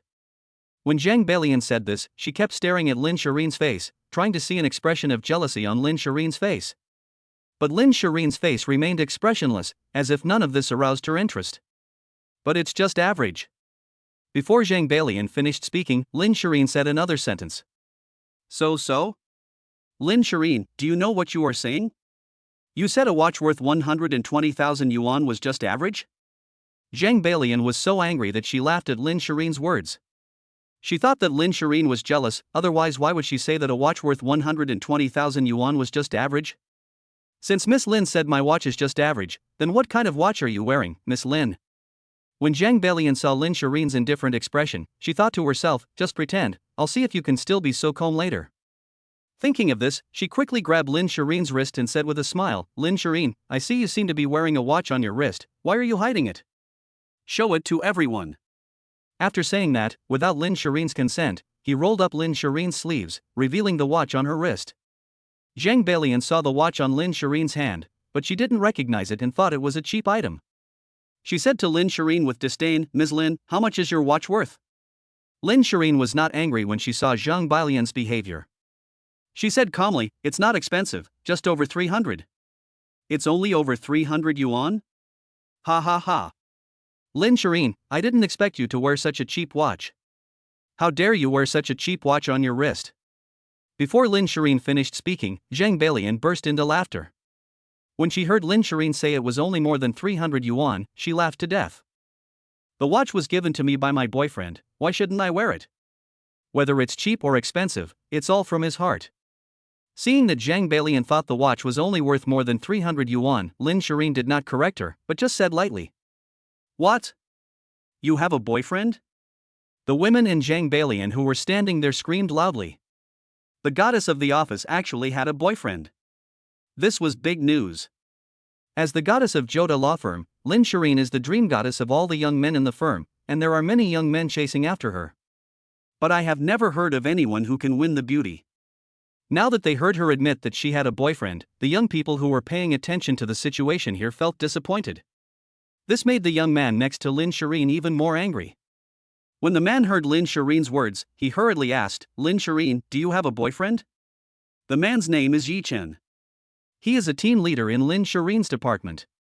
He has liked Lin Shireen for a long time. He has been pursuing Lin Shireen, but Lin Shireen only treats him as an ordinary friend. He was not discouraged. He believed that as long as he persisted, he would be able to impress Lin Shireen. But unexpectedly, Lin Shireen actually has a boyfriend. Yeah. We just confirmed our relationship a few days ago, and I haven't had time to tell you yet. Hearing Yi Chen's question, Lin Shireen also admitted it generously. Hearing Lin Shireen admitted it, Yi Chen felt like a bolt from the blue. How could you agree to someone else's pursuit? Yi Chen said anxiously as he looked at Lin Shireen with red eyes. It seems like it's my freedom to be with whomever I want. Hearing Yi Chen's words, Lin Shireen also became slightly angry. Shireen, don't you know how I feel about you? How can you be nice to someone else? Yi Chen looked at Lin Shireen angrily and said, Yi Chen, I have always told you that it is impossible for us to be together. It is just your wishful thinking. Lin Shireen looked at Yi Chen with a stern look on her pretty face. Who is your boyfriend then? If he likes you, why did he give you such a cheap watch? Yi Chen yelled angrily. You take care of me. Lin Shireen didn't want to pay any more attention to his unreasonable behavior. This kind of person is very narrow-minded and thinks the whole world revolves around him. She has never had a good impression of this kind of person. She was only polite to him because they were colleagues.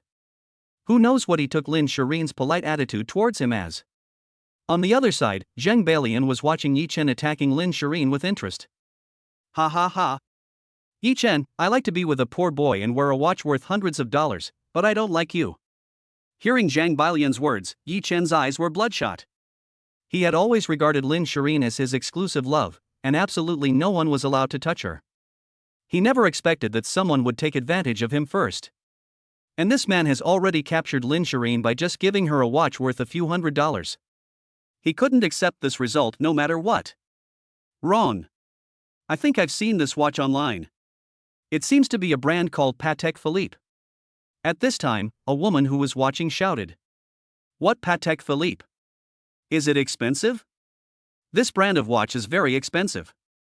I heard that the cheapest one costs more than 100,000 yuan apiece. When they heard the name of the brand Patek Philippe, the other women started chattering about it, and some even picked up their phones to search the internet. Wow wow wow. This watch is Patek Philippe 24. 7,314.50 or 001. Automatic, 36mm, 18K rose gold, inlaid with 351 diamonds. This watch is worth 3.2 million and is a pair with another Menes watch. It is a couple S watch that Patek Philippe just launched this year. Soon, someone found out the price of the watch. Hiss, hiss, hiss. When these people saw the prices posted on the internet, they gasped. This woman is so terrifying. He actually wears a watch worth more than 3 million. Hearing their words, Yi Chen and Zhang Balian's faces instantly lit up. They were both shocked by the news. Zhang Balian said in disbelief, "This is impossible. How could someone be willing to give you such an expensive watch? This has to be fake, right?" Zhang Balian really hoped that Lin Shireen would laugh and say that the watch was a high imitation. If you say it's fake, does it mean it's fake? Lin Shireen did not comment on Zhang Balian's words. If it's not fake, how could anyone be willing to give you such an expensive watch? Hearing the price of the watch, Zhang Balian felt extremely unbalanced. She had tried her best to get her boyfriend to buy her such an expensive watch last night, so how come someone was willing to give Lin Shireen a watch worth millions? If this watch really costs more than 3 million, it is 26 times more expensive than the one she is wearing. This was absolutely unacceptable to the proud and arrogant Zhang Balian. Chapter 58, Your IQ is really shockingly low. When Yi Chen heard the price, he took out his mobile phone and checked it online. After checking, he found that it was indeed so expensive. For a moment, Zhang Balian and Yi Chen stood there in a daze. This incident was too much of a psychological blow to them. Zhang Balian thought she could show off in front of Lin Shireen because she had a watch worth 120,000 yuan, but she didn't expect that the one she wore was 26 times more than hers. Yi Chen stood there in a daze because, if this watch was real, it would mean that Lin Shireen's boyfriend was worth more than he could imagine. This also means that he is completely hopeless.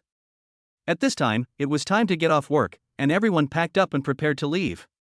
Lin Shireen was also packing up her things, taking out the LV handbag on the table, and preparing to go home from get off work. Wow, wow, wow. Lin Shireen, is this bag of yours a limited edition this year? This bag is very expensive. I heard it costs more than 300,000 yuan each. Let me see. At this time, a woman who loved bags recognized the bag that Lin Shireen was holding. This SC bag BB Crocodile handbag is from the Sofia Coppola Louis Vuitton collaboration series. It is worth 305,000 yuan each and is a limited edition released by LV this year. Many women who love bags gathered around. Wow, wow, wow. Let me check, this is true. Let me see. Such expensive watches just now failed to excite these women, but just a bag could make them amazed. It's no wonder that bags are a fatal temptation to women, just like sports cars to men. Every woman looked at Lin Shireen with extreme envy in her eyes. Zhang Balian stared at Lin Shireen blankly. She could still comfort herself by saying that the watch was a high imitation, but she had to admit that this bag was real. Because she is also a bag lover, she can tell whether the bag is real or fake.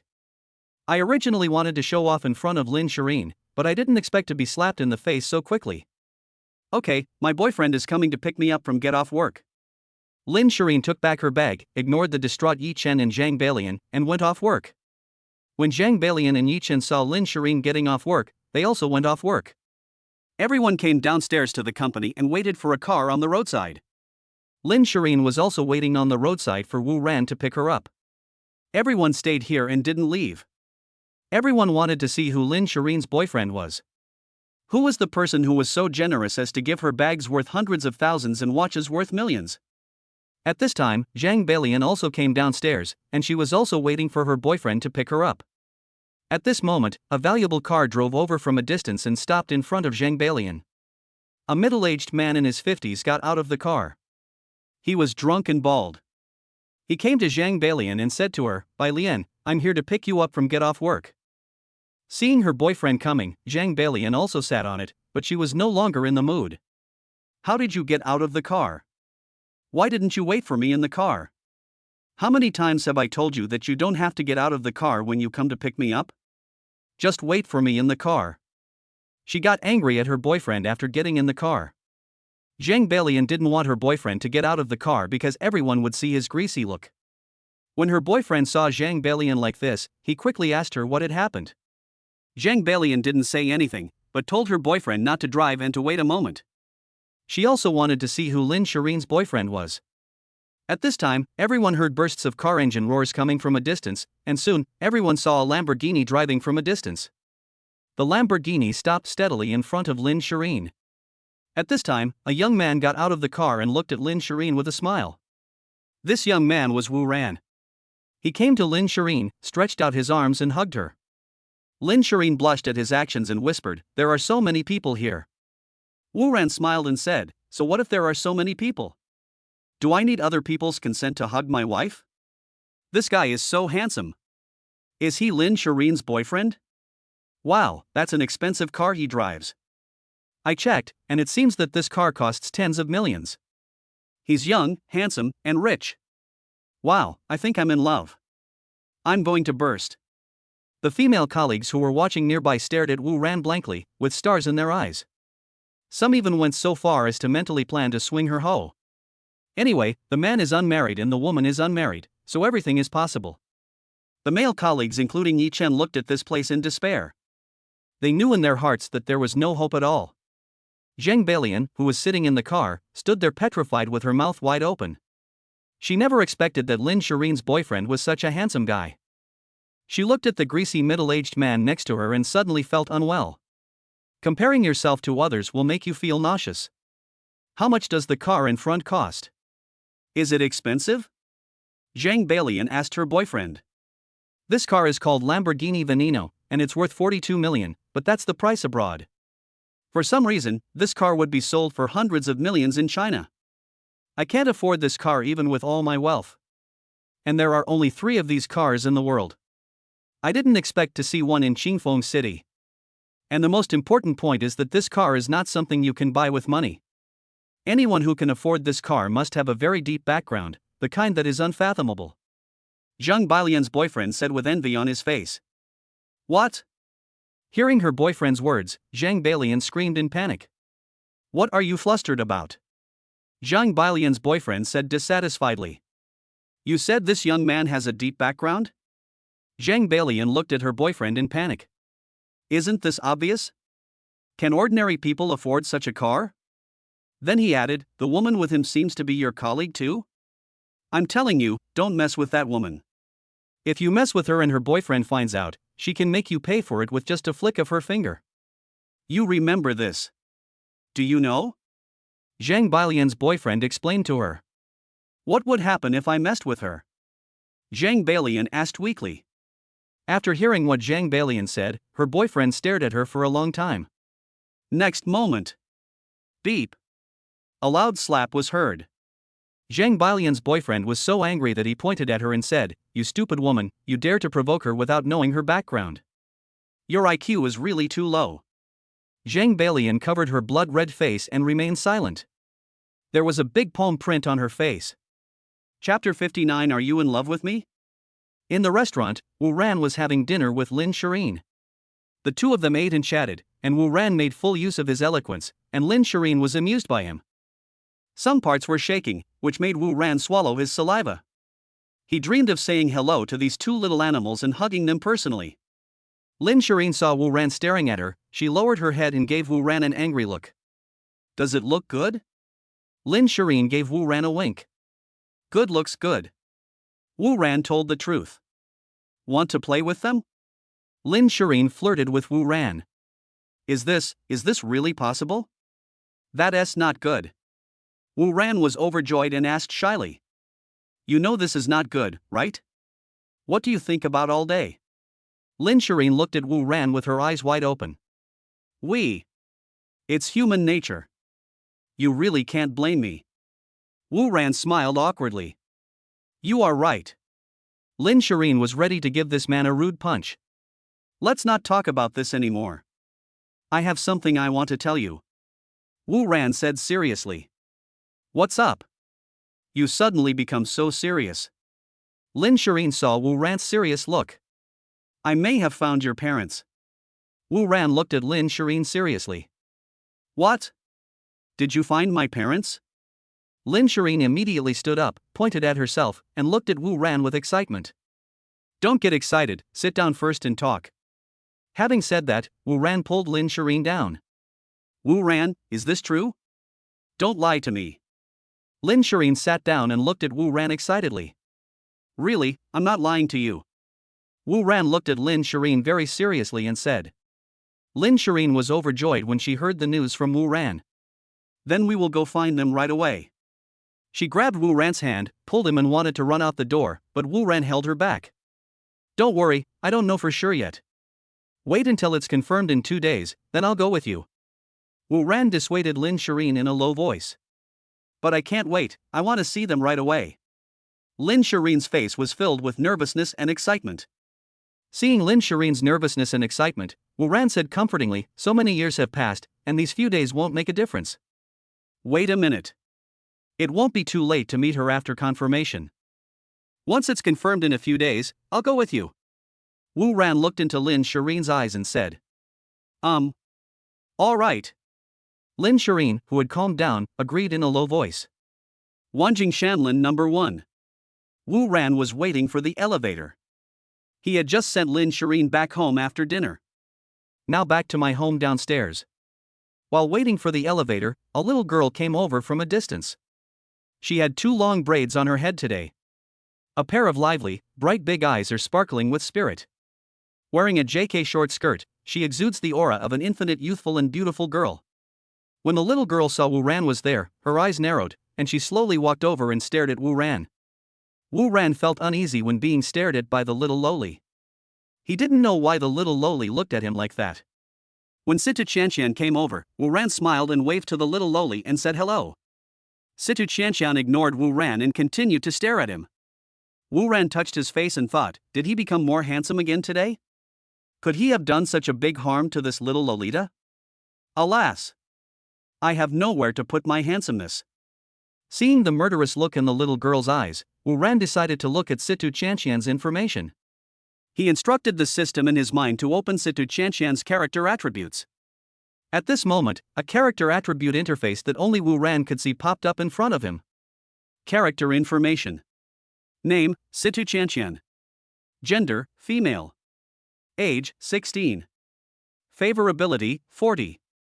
Purity, 100. Weight, 44 kilograms. Height, 158 cm. Physical condition, yellow flower. Wu Ran saw that Situ Chanshan's favorability towards him was only 40. Doesn't this mean that the little girl hates him? Since you really hate me, I must be overthinking it. This doesn't make sense. I already explained to her what happened last time, why does she still hate me? And I seem to have done something wrong to her during this period. Why is this the case? Can I ask you something? You have to answer me honestly. Wu Ran, who was deep in thought, was awakened by a clear and pleasant female voice. Ah! What is it? Wu Ran looked at Situ Chanshan, who looked confused, and replied, what do you want to ask? I won't hide anything, I can tell you. Okay. Situ Chanshan stared at Wu Ran and asked, where are you from? Wu Ran answered carefully, I am from Gaolian County and now working in Qingfeng City. Who else is home? I have parents above me and a younger sister below me. So what are your hobbies? Situ Chanshan continued to ask, do you smoke, drink or gamble? Wu Ran waved his hand, I don't gamble, I don't smoke, I just drink occasionally. So do you hit women? How is this possible? Can a man who beats a woman still be called a man? Wu Ran screamed, what's your question? What kind of work are you doing now? I am now the president of Warwick Group. How much do you earn now? Not sure? What? You don't even know how much you earn? Situ Chanshan looked at Wu Ran in confusion. Well, how do I tell this little Lolita? He had never seen the current financial statements of Warwick Group, and now he didn't know how to describe his income situation. There is still more than 20 billion cash in the account given by the system. Even if Warwick Group goes bankrupt now, it will not have much impact on Wu Ran. Anyway, the money I have now is enough to last me a lifetime. This was the only way Wu Ran could explain to Situ Chanshan. That's right. For someone who can easily donate 1 billion to the school, money is just a number to you. Little lowly Situ Chanshan nodded. She thought for a moment and said again, what is your birth date? Give it to me tomorrow and I'll give it to someone to calculate. What is this operation? Why? Wu Ran was confused by Situ Chanshan's behavior. No reason, just do as I say. The little girl waved her hand and told Wu Ran not to worry about it. You are Miss Lin Shirin's girlfriend now, right? Situ Chanshan continued to ask. Well. Wu Ran hesitated and looked around. Do you have anyone else outside? Scumbag. Big scumbag. How could you do this? Situ Chanshan jumped up as if her tail was stepped on, and pointed at Wu Ran with her soft and boneless little finger. This doesn't seem to be any of your business. Wu Ran looked at Situ Chanshan cautiously. Why is it none of my business? The cute little girl's face was filled with resentment. She stared at Wu Ran for a while and said again, forget it. It's over now. There's no point in saying more. You should split it up with your women tomorrow. I don't want you to have any contact with them anymore. Do you know? Situ Chanshan spoke to Wu Ran in a connoisseur-like manner. This. Situ Chanshan's actions completely confused Wu Ran. Why? Why should I break up with them? Little sister, you are meddling too much. Wu Ran firmly rejected Situ Chanshan's unreasonable request. If you don't break up with them, I will never let you go. Situ Chanshan pouted her lips, opened her mouth, bared her teeth, her cheeks were as red as apricots, and her eyes flashed dangerously like lightning. Seeing Situ Chanshan's excited expression, Wu Ran had a bad feeling in his heart. Could it be that you? In love with me? Wu Ran covered his mouth and looked at Situ Chanshan in horror. Chapter 60 Sister, he just touched me here. Seeing Situ Chanshan like this, Wu Ran had a bad feeling. He said to the system in his mind, "System, are you mistaken? System, what's wrong? Wu Ran, you made a mistake about the little lowly's impression of me. System, the system is not wrong. Even if it is wrong, it is your fault. But, it's obvious that this little girl likes me. Otherwise, why would she ask these questions that you would only ask on a blind date? Alas, I have no place to put my damn handsomeness.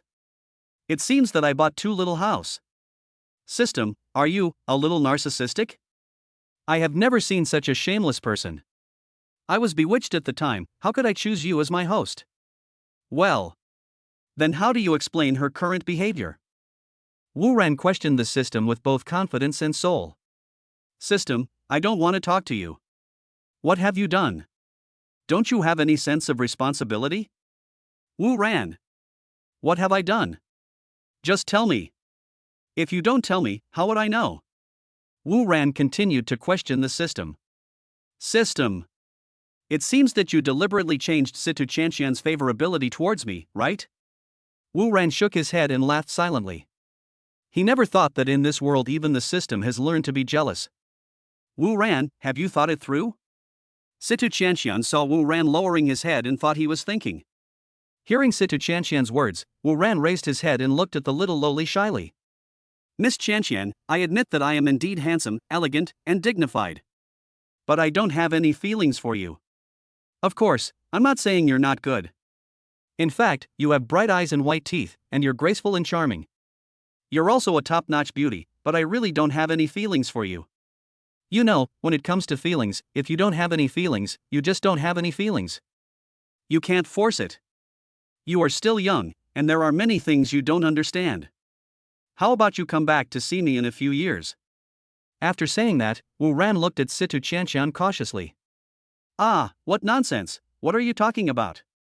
I'm just asking if you've decided to break up with them?" The little girl was also confused. "Why should I break up with them?" Wu Ran asked back. Situ Chanshan said seriously, "Because if you don't break up with them, how can you marry me?" At this point, Situ Chanshan suddenly remembered that Ji Luoshi had told her not to let Wu Ran know. Before Situ Chanshan finished her words, Wu Ran politely refused. "Chanshan, little sister, be good and don't say such things. It's impossible for us to be together. I already have a girlfriend, there's no way I'm going to marry you." Hearing the little girl's bold confession, Wu Ran felt a little secretly happy. Well, being handsome is a trouble. Even this stunning little lowly came to confess to me. But he still righteously rejected Situ Chanshan's courtship. At this point, Wu Ran glanced at the flat part of the little lowly and continued, "Of course, if we can't be lovers, we can still be brothers." When Situ Chanshan heard Wu Ran say that they could be brothers, she looked at Wu Ran in confusion. Then she saw where Wu Ran was looking at her. She looked down and she suddenly understood. She gritted her teeth and stared at Wu Ran with eyes wide open. The next moment, she rushed towards Wu Ran like crazy and jumped up, hanging on Wu Ran. She started biting her shoulder. Wu Ran wanted to pull her away, but Situ Chanshan was holding her too tightly. Wu Ran was completely stunned by the little Lolita's actions. He didn't expect that she would be so fierce. The little girl hung on Wu Ran's chest, and Wu Ran could only hold her to prevent them both from falling. Too careless. I didn't expect this little Lolita to be so sensitive about this matter. I just said we could be brothers, but she was so angry. It seems today's matter won't be so easy to let go. I asked you to say I was fair, I asked you to say I was fair. Don't you know this is a woman's weak spot? I'll bite you to death." While biting, the little girl scolded Wu Ran soul-stirringly with tears in her eyes. "I didn't say you were flat." Wu Ran argued cunningly. "You think I can't hear it? Ah! Stop biting. It hurts so much. Come down here now." At this moment, Wu Ran felt a pain in his shoulder, causing him to scream loudly. Even though Wu Ran's body had been strengthened twice by the system, he could not bear this kind of pain. "I won't come down. Who told you to say I'm flat?" Situ Chanshan hung on Wu Ran's chest and bit him again. It hurts, it hurts. Open your mouth. If you don't open your mouth, don't blame me for being rude. I just won't let go. Then don't blame me." At this time, Wu Ran raised one hand and hit Situ Chanshan's raised half-moon-shaped area. Bang! Bang! Are you going to loosen up? Ah! If you dare to hit me, you're dead. The little girl threatened with tears in her eyes. Come down, and I won't hit you anymore. No, if you bully me, I will bite you to death. After saying that, the little loli tried to bite Wu Ran's cheek. If someone who doesn't know sees this scene, they will definitely think that these are two young lovers hugging each other and flirting. Just when the little girl was about to bite Wu Ran's cheek. Ah! What are you doing? At this time, a trembling voice was heard, mixed with a hint of shock. The two people who heard the voice turned their heads and looked over, only to see Ji Luoshi covering his mouth and looking at Wu Ran and Situ Chanshan in shock. It's no wonder that Ji Luoshi was so shocked, because from her perspective, what she saw was Wu Ran holding Situ Chanshan, lifting her up, and the two of them were kissing. After being shocked, she ran over, pulled Situ Chanshan off Wu Ran, protected her behind her, and shouted at Wu Ran, "Beast, what did you do to her just now? She's just a child. She was only 16 years old, and you were capable of doing that to her." Ji Luoshi questioned Wu Ran with a fierce look on her face. "Miss Ji, I think you misunderstood. We didn't do anything." Seeing Ji Luoshi like this, Wu Ran hurriedly explained to her. "Did I misunderstand you? I saw it with my own eyes, how could I misunderstand?" Ji Luoshi looked at Wu Ran with her eyes wide open. "Well, sometimes what you see with your eyes may not be true." Wu Ran looked at Ji Luoshi cautiously. "Sister, he just touched me here." Situ Chanshan threw herself into Ji Luoshi's arms, raised her innocent little face and looked at Ji Luoshi with tears in her eyes, giving Wu Ran a fatal blow. "He actually dared to touch you there? Wu Ran, you. When Ji Luoshi heard what Situ Chanshan said, her pretty face turned pale. She pointed at Wu Ran and was so angry that she couldn't speak. She was angry and shocked. This person just did that to himself, and now he turns around and harms Situ Chanshan again. Hey! Miss Chanshan, when did I touch you there? Can you please be reasonable?" Hearing the little loli's suggestion, Wu Ran quickly refuted her. If he didn't make the matter clear, he wouldn't be able to raise his head in front of Ji Luoshi. "You dare to say you didn't touch me here?" Situ Chanshan looked at Wu Ran with her cunning eyes. Wu Ran really had nothing to say about this. When he hit her there, his hand did touch Situ Chanshan's but this is different, okay? Seeing Wu Ran's hesitation, Ji Luoshi had already classified Wu Ran as a person with some hobbies at that moment. Now she stared at Wu Ran with a wary look on her face, and she just wanted to take Situ Chanshan and escape from here immediately, as far away from Wu Ran as possible. At this time, the elevator came down. Ji Luoshi pulled Situ Chanshan into the elevator. She looked at Wu Ran with a vigilant look and said, "Let's go up first. Don't come in." After saying that, he hurriedly closed the elevator door. Chapter 61. Have you let him touch you? The 18th floor of Wanjing Shanlin number 1. Chanshan, tell me honestly, what were you doing just now? Ji Luoshi was looking at Situ Chanshan with a nervous expression. "Sister, we didn't do anything." Situ Chanshan raised her pretty little face and looked at Ji Luoshi innocently. "If you didn't do anything, then why are you hugging each other?" Ji Luoshi looked at Situ Chanshan worriedly. She was afraid that Situ Chanshan would also fall into Wu Ran's hands. "I didn't hug him. I just wanted to bite him, and you happened to see it, so what do you think we were doing?" Situ Chanshan explained quickly. "Is that really all?" Ji Luoshi's beautiful eyes stared straight at Situ Chanshan, as if she wanted to see something different from Situ Chanshan's face. "Really? I'm not lying to you, sis. You don't have to be so nervous." Situ Chanshan looked at Ji Luoshi helplessly. "I see. I was so scared just now. I thought you two were. At least it's okay." After hearing what Situ Chanshan said, Ji Luoshi also breathed a sigh of relief. Fortunately, the little loli did not fall into the hands of that bastard. He is the man you like. I will definitely not compete with you for him. Just rest assured. You damn girl, how can you talk like that? Hearing Situ Chanshan's words, Ji Luoshi raised his hand angrily, pretending to teach her a lesson. Seeing this, Situ Chanshan quickly dodged away, saying as she dodged, "Sister, don't you like him? People have said that drinking together makes us good friends. I'm just telling the truth. You still say that, I will beat you to death." After hearing Situ Chanshan's shameless words, Ji Luoshi finally couldn't hold back her pride. She picked up a slipper from the ground and ran after Situ Chanshan. Just like this, a stunning little loli was running in front, and a graceful woman was chasing behind. 10 minutes later, the two beauties, one big and one small, were so tired that they lay on the sofa out of breath.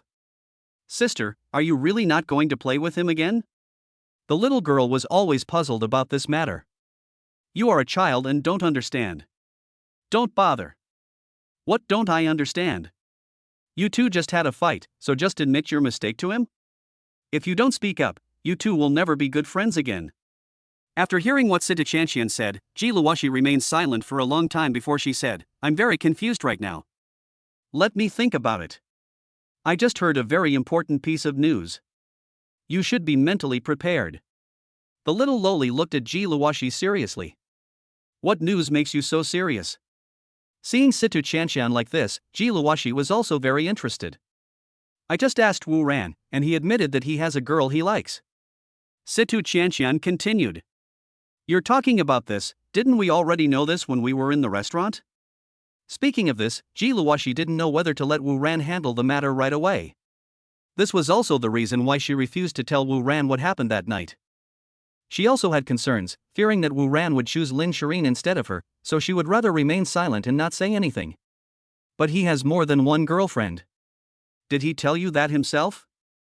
Ji Luoshi's pretty little face looked at Situ Chanshan steadily. He didn't say it himself, I just guessed it. Situ Chanshan looked at Ji Luoshi affirmatively. Sister, what are you thinking about? When Situ Chanshan saw Ji Luoshi was silent, she looked at her worriedly. I didn't think much about it. Let's not talk about it. Anyway, I'm not related to him. I can't interfere in other people's affairs. Ji Luoshi recovered quickly and looked at Situ Chanshan with a smile. Aren't you sad? Why should I be sad? He has a real girlfriend. It's not my turn to be sad. You have a really big heart. Let's get back to what happened just now. Why did you bite him just now? Ji Luoshi looked at Situ Chanshan in confusion. Who told that bastard to say I was average? I got so angry that I jumped on him and started biting him. When she said this, the little loli became angry again. He said you were flat? Ji Luoshi instantly became alert again, and her trembling voice rang out, You let him touch you? Sister, where are you thinking about now? How could I let him do this? Who do you take me for?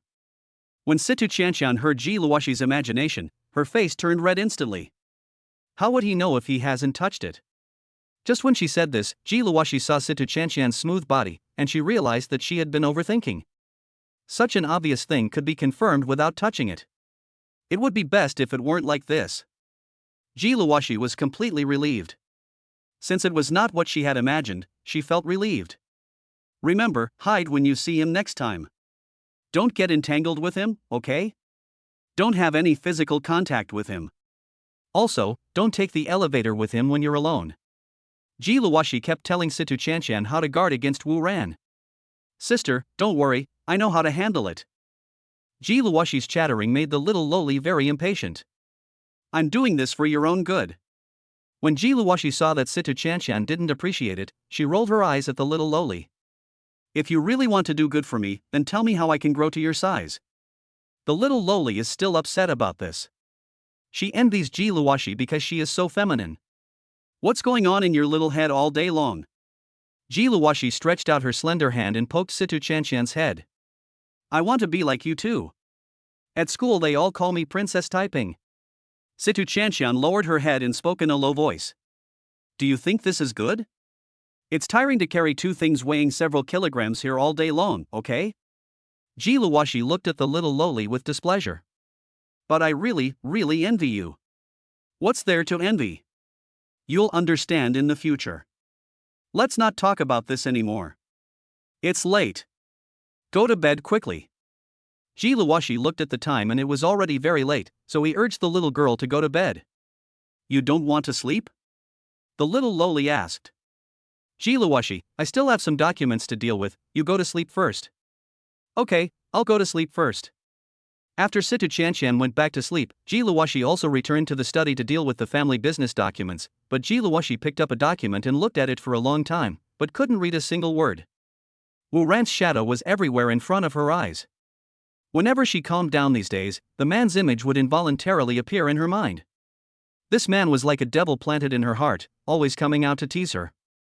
Seeing Wu Ran and Situ Chanshan like this at the elevator entrance today, Ji Luoxi's impression of Wu Ran deepened.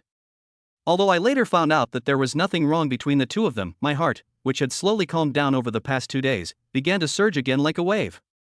This made Ji Luoxi, who wanted to forget Wu Ran, panic. This was not the most infuriating thing. What scared her the most was that every night when she went to bed, the events of that night would occasionally appear in her mind. Every time she thought of that scene, Ji Luoxi felt weak and at a loss. Ji Luoxi angrily threw away the document in his hand and whispered, "Damn it." On the other side, Situ Chanshan returned to the room and lay on the bed. Recalling the scene where Wu Ran hit her at the elevator entrance just now, her face suddenly blushed with shame. She touched the place where Wu Ran hit her, and could still feel a slight strangeness there. She buried her head in the quilt. She had never had such close contact with a man since she was a child. I didn't expect that today I would jump into a man's arms because of a sudden brain twist. This made Situ Chanshan, who had never been entangled with the opposite sex before, feel an unprecedented throbbing. And I found this feeling very novel. It seemed very comfortable and satisfying to hold him in my arms. This feeling is so comfortable. No, he is going to be my brother-in-law in the future. How can I think like this? Situ Chanshan Yu. Wow, that's so embarrassing. Chapter 62. Wu Ran is actually the company president. In the public relations department of Warwick Group, Wan Lia, who had disappeared for a few days, finally came to work today. This time, she was implicated in a case in which Chen Jun betrayed company secrets, and has been being questioned by the police these days. During the police investigation, Wan Lia learned from the police that Chen Jun received tens of millions of yuan for the first time selling company secrets. He hid all the money for himself and did not give her a penny. When Wan Lia learned of this result, she was angry and scared. What made her angry was that Chen Jun had so much money but still cried poor in front of her and said he had no money. What she was afraid of was that if Chen Jun had given all the money to her, she would have been treated as an accomplice today. Fortunately, the police found out that Chen Jun did not give her the money he got from selling the company twice. Moreover, Chen Jun's selling of company secrets was his own spontaneous behavior and had nothing to do with Wan Lia. In the end, the police determined that Chen Jun's selling of company secrets had nothing to do with her. So after a few days of investigation, they released her. She just came out yesterday and came back to work at the company today. As soon as she entered the office today, she saw her colleagues giving her meaningful looks. Especially some male colleagues, they all looked at her with naked eyes, obviously treating her as a certain type of woman. She ignored her colleagues' gazes and went straight to her seat. As soon as she sat down, a colleague came over and told her that her supervisor wanted to see her and asked her to go to the supervisor's office. Hearing this, she stood up again and walked towards her supervisor's office. When she arrived at her supervisor's office, her supervisor told her that she had been fired by the company. Why? Wan Lia looked at the head of the public relations department in shock. Because your incident on the internet has caused a serious impact on the company's reputation, the company has decided to fire you. After saying that, the supervisor handed her the dismissal notice. After reading the notice, Wan Lia pleaded with her supervisor, "Is there really no room for turning back? This is the company's decision. I can't do anything about it." The supervisor spread his hands to her, indicating that there was nothing he could do. "Supervisor, I beg you, you can't fire me. I can't live without this job." When Wan Lia heard that the company was going to fire her, she no longer cared about anything else. She grabbed her supervisor's hand and shook it. As Wan Lia's body swayed violently, her body also began to jump and shake. When the supervisor saw Wan Lia trembling, he swallowed and hardened his heart, pretending to be helpless. When Wan Lia saw her supervisor swallowing his saliva, she felt that there was still hope for this matter. The next moment, she gave it her all, because she really couldn't lose this job. If she was fired by the company and had to look for a new job, with her current reputation, no company would be willing to hire her. So she must stay. Wan Lia grabbed the supervisor's hand and slowly pulled it to her chest. She looked at the supervisor with her charming eyes and bit her lip and said to the supervisor, "Just help me. If you are willing to help me, I will do anything." When the supervisor saw Wan Lia's seductive look, he felt hot in his heart and wanted to whip this evildoer severely. But he also knew in his heart that this was a decision made by the company's top management and it was not something that he, a department head, could overturn. When Wan Lia saw her supervisor thinking with his head down, she thought there was hope, so she decided to add fuel to the fire and give him some sweet treats first. There is a price to pay for doing anything, and everyone understands this. Then, Wanlia unbuttoned her clothes and pulled her supervisor's hand in so that his hand could move freely. When the supervisor saw Wanlia's actions, his brain blood rushed, and he thought to himself that it would be a waste if he didn't eat it. Never mind, it was her own initiative, and I didn't promise her anything. Thinking of this, he picked up Wanlia and threw her on the sofa in the office. Omitted 100,000 words again. After the supervisor sorted out her clothes, she said to Wanlia, who was getting dressed, "Leah, your matter is a foregone conclusion. It's not that I don't want to help you. This is the decision of the company president. I can't do anything about it. You should go home today. I will slowly help you find a new job in the future. What do you think?" When Wanlia, who was getting dressed, heard what her supervisor said, she was shocked and looked at her supervisor in disbelief. "I just put on my pants and you turned your face against me? I'm not denying it, but this is the company president's decision, and there's nothing I can do about it." The supervisor looked at Wanlia helplessly and spoke again. "The decision to fire you was not issued by the Human Resources Department, but from the president's office." "I don't care, that's not what you just said. Anyway, if you don't help me solve this matter today, I will never let you go." When Wanlia heard her supervisor say this, she was furious. "I have made such a big sacrifice, and now you want to get rid of me with just one sentence. How can this be possible? Why can't you understand? It's not that I don't want to help you, but I can't help you with this matter even if I want to. I've already said that this is a decision made by the president himself. As a small supervisor, I can't do anything about it." The supervisor looked at Wanlia and explained. "Since you can't help me, why do you still come up to me?" Wanlia questioned her supervisor angrily. "You can't blame me for this. You took the initiative. Do I still have to pretend to be a gentleman when you're like this?" The supervisor did not take Wanlia's accusations seriously. You.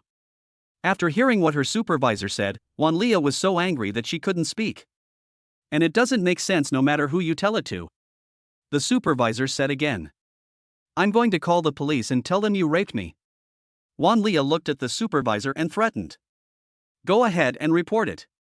Anyway, I never forced you from the beginning to the end. Instead, you took the initiative to seduce me." Hearing the boss's rogue words, Wanlia said angrily, "I'm going to post your ugly deeds on the internet." The supervisor said calmly, "Go ahead and send it out, and see who will believe you. Don't you know that your credit is bankrupt? And you just returned to the company today. Is there something you don't know? The boss of our company has been replaced, and the new boss is the person you are dating, Wu Ran." The supervisor dropped a bombshell on Wanlia. "What? Wu Ran is the big boss of our company. Isn't he a small employee in the RD department?" Wanlia was so shocked by the news that she didn't even bother to find trouble with her supervisor. "Yes, he was originally a small employee in our company's RD department, but a few days ago he acquired 51% of the company's shares and has now become the company's new president. This is the announcement that was just sent out today." After saying that, the supervisor took out an internal notice of the company. Wanlia took the notice in a panic and took a look. It clearly stated that Wu Ran became the new president of the company. After reading the notice, Wanlia stood there in dismay. "I just don't understand how you and Wu Ran went on a blind date and ended up like this. If you hadn't done these things and had firmly grasped this opportunity, you would most likely be the president's wife now."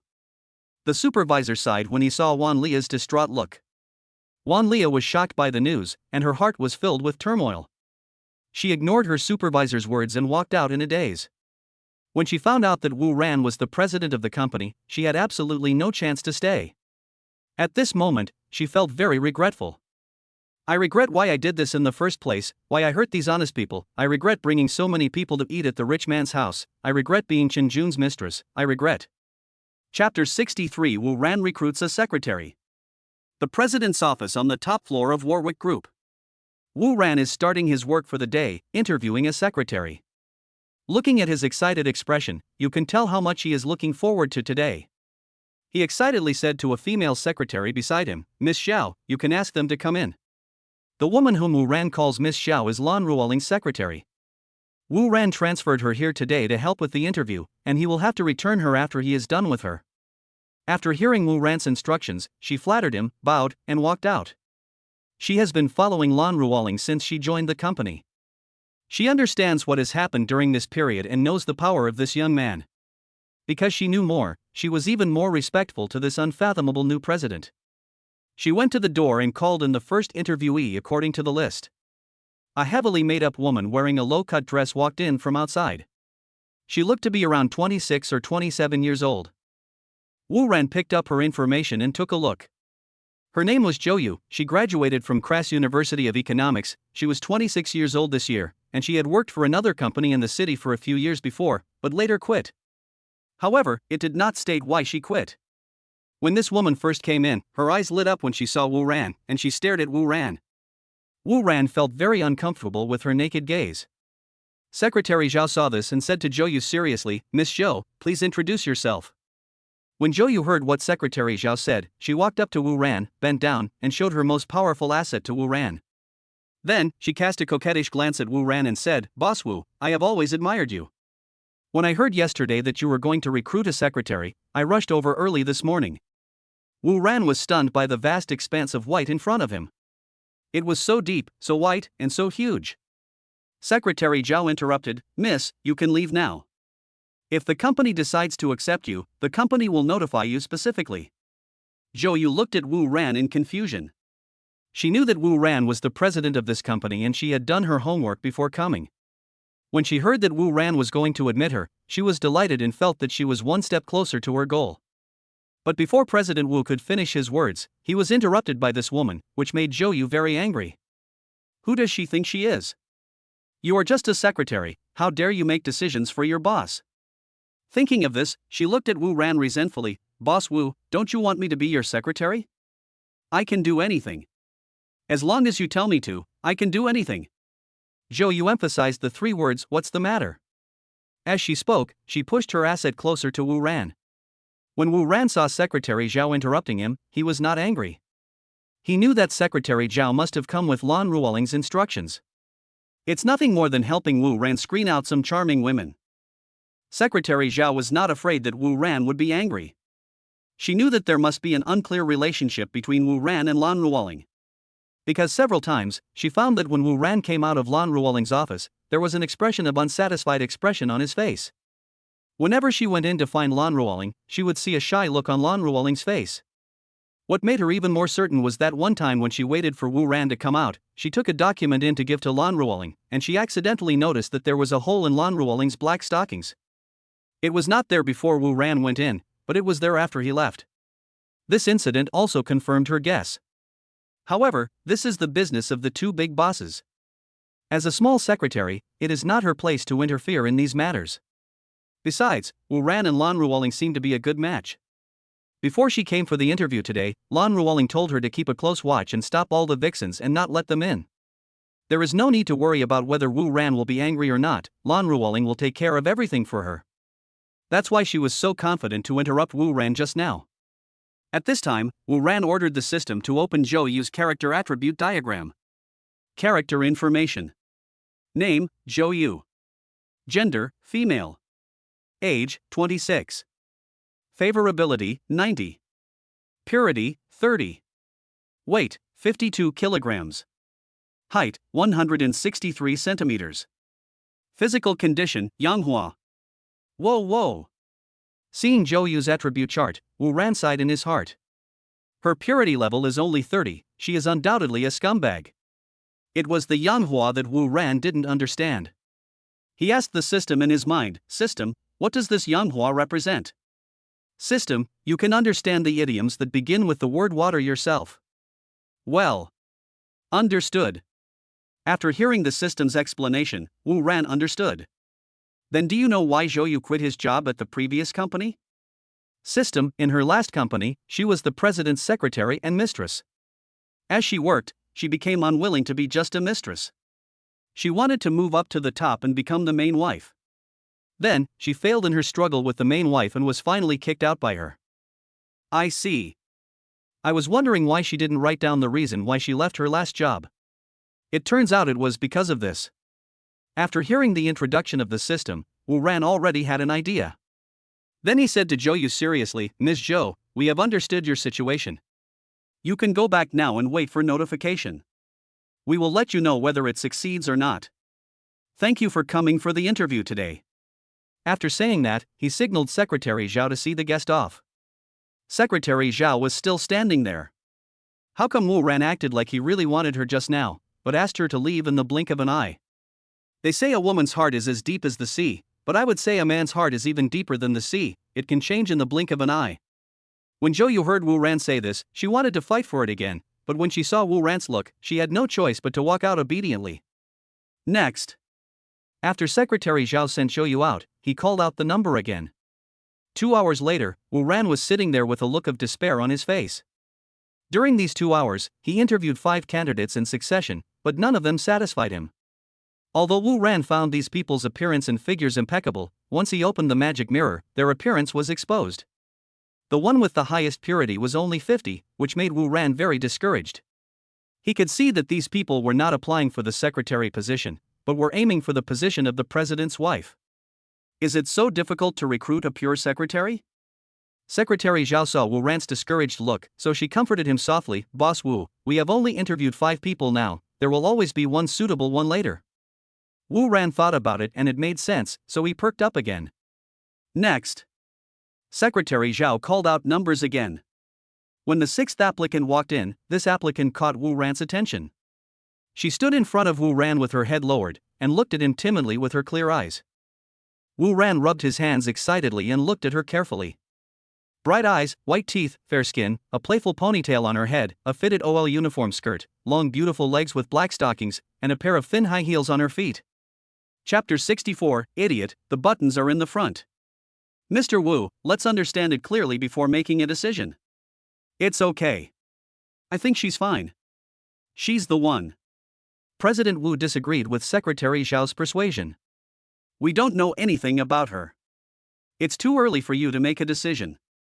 Secretary Zhao looked at Wu Ran cautiously, thinking to himself, this is not recruiting a secretary, this is recruiting a concubine. After that, Secretary Zhao said, applicant number 6, please introduce yourself. Hearing what her Secretary Zhao said, candidate number 6 raised her head and looked at Wu Ran timidly. She took a deep breath to calm down and said, my name is Luo Qingcheng, I'm 23 years old, and I just graduated from Imperial Capital Huaqing Management College. After hearing Luo Qingcheng's self-introduction, President Wu picked up her resume and looked at it carefully. The more Wu Ran read her resume, the more surprised he was. The girl's resume clearly stated that she majored in political economics, monetary finance, securities investment, international economics, accounting, business management, econometrics and other courses in school. Moreover, her grades in every subject are excellent. People often say that you should not bite off more than you can chew, or you will end up understanding nothing. But this girl is simply an all-round talent, and she got full marks in every subject. She is beautiful and has good academic performance. Isn't this the talent tailor-made for me? However, just to be on the safe side, President Wu turned on Luo Qingcheng's character attributes. Character information. Name, Luo Qingcheng. Gender, female. Age, 23. Favorability, 60. Purity, 100. Weight, 49 kilograms. Height, 166 centimeters. Physical condition, yellow flower. Seeing this, Wu Ran was very satisfied. He interrupted Luo Qingcheng's self-introduction and said, Ms. Luo, I have read your resume and I am very satisfied with you. I have decided to hire you. The probation period is 3 months. During the probation period, the salary is 10,000 yuan a month. After the probation period, it will be 30,000 yuan a month for regular employees. Secretary Zhao also read Luo Qingcheng's resume. She also felt that this girl's resume was really perfect and there was not a single complaint to be found. Luo Qingcheng was suddenly interrupted by Wu Ran when she was introducing herself.